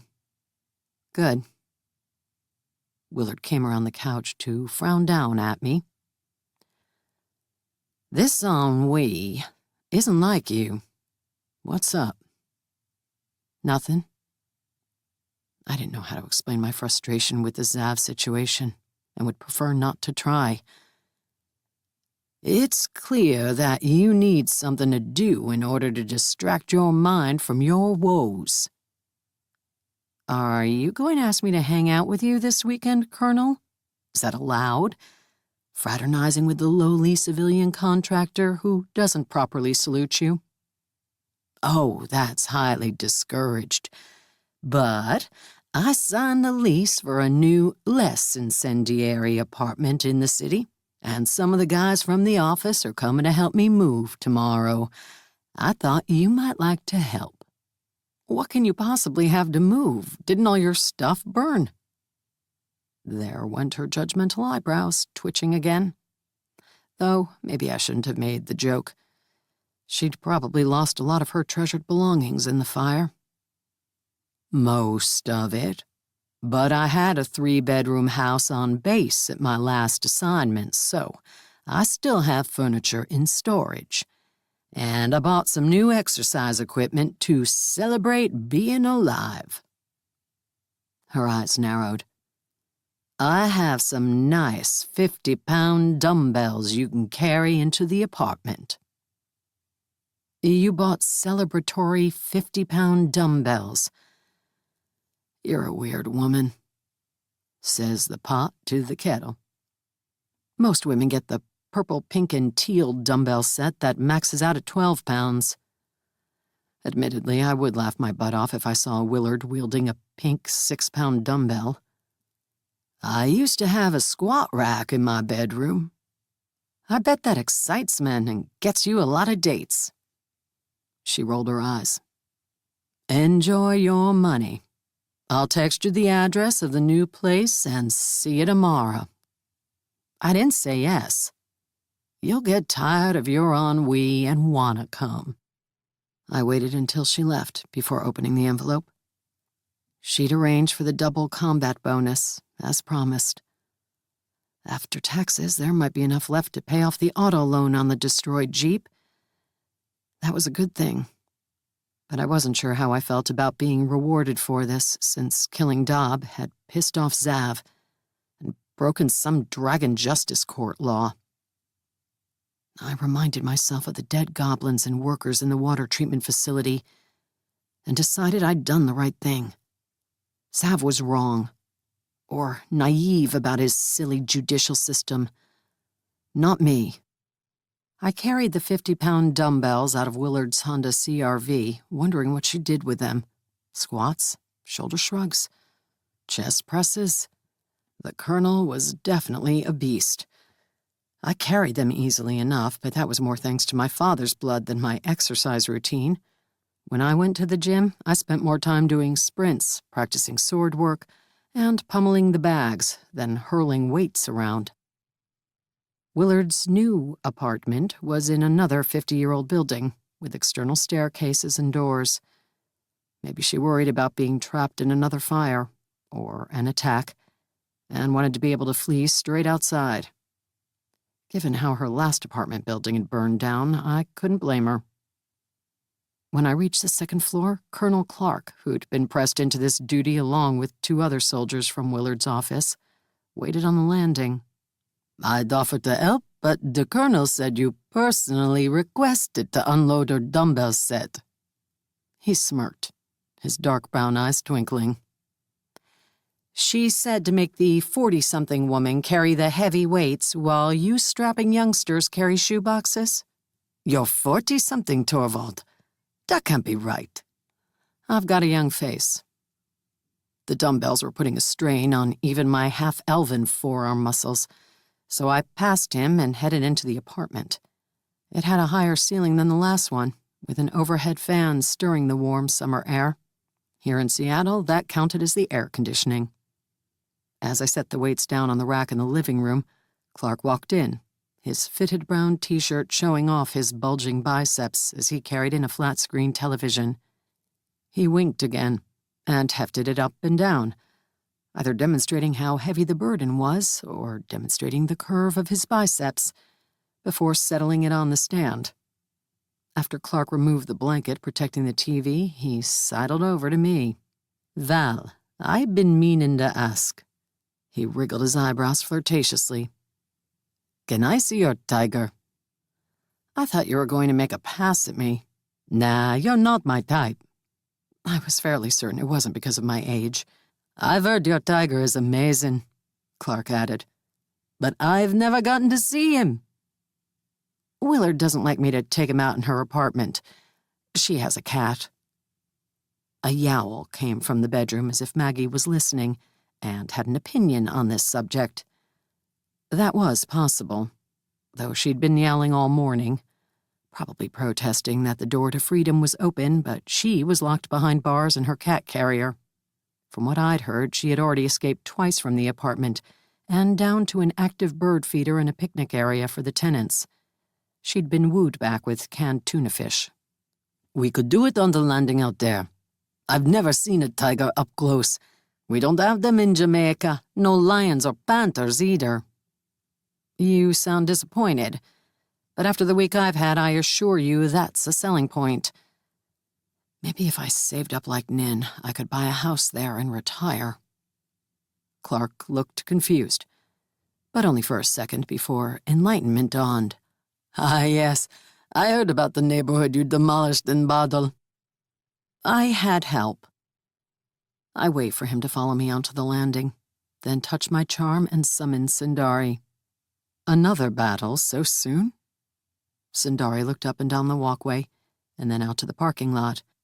No, one of Willard's soldiers wants to see you. To see me? Sundari turned to face me, his green eyes judging. You interrupted my stalking of the delicious yerboka so some tourist can gawk at me. Oh, he's completely dope, Clark said. Completely what? Sundari asked. Don't ask. Out loud, I said, dope. Does that rate higher or lower than dank? That had been Dimitri's adjective for Sundari. Dank? Who said that? He's not a dub bag of weed. I do not understand the language this man is speaking, Sundari told me. I know, me either. Just look regal for him for a minute and then you can go back to hunting. He may not touch me. Feeling persnickety today? A yowl of complaint came from the bedroom. What is your tiger doing here? Willard asked, coming up the stairs on the way back from the recycling bin. You know Maggie doesn't like him. I know. That's why we're outside. Clark wanted to see him. Maggie yowled. Maggie knows he's here. Willard frowned. Maggie was complaining even before he showed up, I said. Does she like the new place? Should I have brought a housewarming gift for your cat? You didn't bring one for me. Because I'm here doing manual labor for you. That's a gift that few receive. Uh-huh. Willard pointed to the moving truck. Lots more waiting in there for you, Corporal. Yes, ma'am.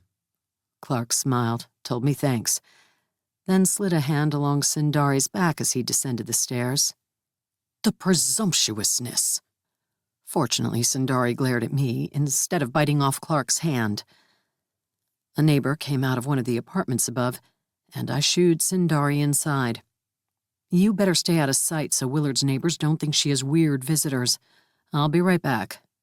As I jogged down the stairs, I silently added, and don't scent mark any of the furniture or I'll ask Corporal Presumptuous to come back up here and rub his hands all over you. You are the oddest handler I've ever had. You're welcome for making your life interesting. As I was toting the 45-pound dumbbells out of the SUV into the stairs, a familiar orange camper van with galaxy curtains pulled into the parking lot. Dimitri waved out the open window. Nin sat in the passenger seat. I nodded to let them know I'd be back in a minute. When I went inside to set down the dumbbells, Sundari was still by the door, rubbing his cheek on the back of a stationary exercise bike. Are you leaving your scent on that? Merely scratching an itch. Maggie meowed plaintively, as if she knew exactly what was going on out in her living room. I squinted suspiciously at Sundari and vowed to look up all the ways felines left their scents on things. Dumbbells go in the bedroom, not the living room, Willard said, walking out as I was trying to leave. Is that official home gym etiquette, or do you just like seeing me carry heavy weights around? Yes. She pointed at Sundari. What is your tiger doing? Scratching an itch, he promises me. If Maggie is terrified to go near that exercise bike later, I'm going to dock your combat pay on the next assignment. Why would a cat want to go near an exercise bike? Maggie likes to spin the pedals with her paws. Willard strode up to Sundari and made shooing motions with her hands. Outside, large feline, out. Sundari gave her an indifferent look, then turned his gaze on me. Not only did you not bring me forth to do battle, but I must endure the disrespect of humans who do not acknowledge my supreme eminence. She's my boss. If you would be so kind as to go outside. I waved at the door. Dimitri is out there. I know you find his hands acceptable. Sundari made a noise that sounded like the tiger equivalent of humph. He padded toward the door, but brushed his side along the front of Willard's dark pants and shirt on the way out. She scowled and brushed at the impressive amount of silver fur that came off on her clothing. "You need to groom that tiger. Maggie's going to have a fit." Sundari sashayed out the door, his tail swaying jauntily. Since there were a handful of people around, I dismissed him back to his realm. Hopefully he could finish that hunt. Though I was eager to know what Zoltan had found, Nin intercepted me before I reached Dmitri. "Thank you for your assistance with the Pardis brothers," she said formally and solemnly. "I know you did not wish to kill anyone, and that was never my wish either. I apologize for not foreseeing that my request would turn to such violence." "It's all right. They were asses, and I probably would have ended up hunting them down for crimes sooner or later anyway." I remembered the shifter on the lawn who'd been eyeing the couple with the stroller. "I am still sorry. Were you badly injured? Dmitri said the dragons were there." "I'm all right. Thanks for asking." "I am working on your armor already. I will attempt to make it so good that it protects you even from dragons." "That's good, because I have a feeling I'm not done with dragons yet. Unfortunately." Dmitri looked over at me from his van. He stood beside it, talking to Clark, who was telling an animated story, judging by the hand gestures. I couldn't tell if Dmitri was entertained or wanted a way to escape the garrulous corporal. "Clark," I said, walking up, "Willard wants you to personally carry the rest of the dumbbells up to the apartment." "She said that. Does she want to admire my biceps?" "Oh, I'm positive. I'm the delight of many older women," Clark told Dmitri with a flirty wink identical to the one he'd given me. He strutted to the Honda, his arms held just so to display his ropey muscles. "I've crossed paths with him numerous times in the last year," I said, "and I haven't the foggiest idea which way his tastes run. Always, I think. I don't know exactly what that means, and I don't want to know." I pointed at the notebook and piece of paper. "Are those for me?" "This is most definitely for you." Dmitri handed me the sheet of paper. "I'm on my way out of town. My landscaping employer has gotten a bunch of gigs and has work for me, so I'm going back to Bend. Zoltan asked me to deliver the notebook to you on my way out, if you agree to pay him." "Of course I'll pay him." I read the sheet of paper, expecting a translation of the notebook, but this is an invoice for $6,700. I thought about fainting.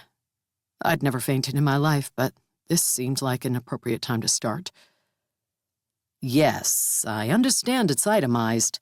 Charm, gas grenades, and translation services for your bookkeeping convenience." He charged me more for the translation than for anything else. "Because the translation took the longest. He said he settled on an official hourly rate for his services and billed you accordingly. He didn't charge you for materials." What a deal. "Dmitri, professional hookers in Hollywood don't make this much per hour. Lawyers don't make this much per hour." I pointed a thumb at my chest. "I don't make this much per hour, and I risk my life every time I take a job." Dmitri lifted his hands. "If you don't like his rate, you'll have to take it up with him. I'm just the delivery boy." I always assumed that if I was gouged by a vampire, blood would be involved. So much for getting out of debt on that car loan.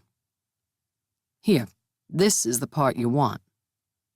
Dmitri handed me the notebook. I opened it and found a stack of folded papers inside. Zoltan's old-fashioned calligraphic handwriting detailing what he'd translated. The word orbs leaped out at me, and I shivered. Willard came down as I was scanning the pages, and I waited for her to come read over my shoulder. They're recipes and shopping lists with instructions for making what Zoltan translated as poisonous pleasure orbs, along with several other devices, I said. "They're all called pleasure something or other." "Was the one you saw poisonous?" Willard must have already read the report I'd turned in that morning. The shifters were pressing themselves right up against it, and it seemed like they'd been using it for a while, so it would have to be something long-term. "That's possible," she said. "Dark elves are long-lived, so they wouldn't be in a hurry to get immediate results. Did any of the shifters who were using it live? If we could question one." "Maybe some of the ones who didn't come down into the basement. Nobody down there survived. Once Dobb showed up, Sindari and I were in purely defensive mode. No time for sparing lives or questioning anyone. I'll talk to my informants in the north and see what I can learn in the next couple of weeks. You can start with this." I thrust the notebook and translation at Willard. "You better make a whole bunch of copies of this stuff and then throw the notebook in the Sound. The Dark Elves want it back, but I don't think we want them to have it back." "No." Willard took it. "I wonder how many of these devices they've already made and how they intend to use them. I don't know, but if the shifters were an indication, they'll lure in a lot of people.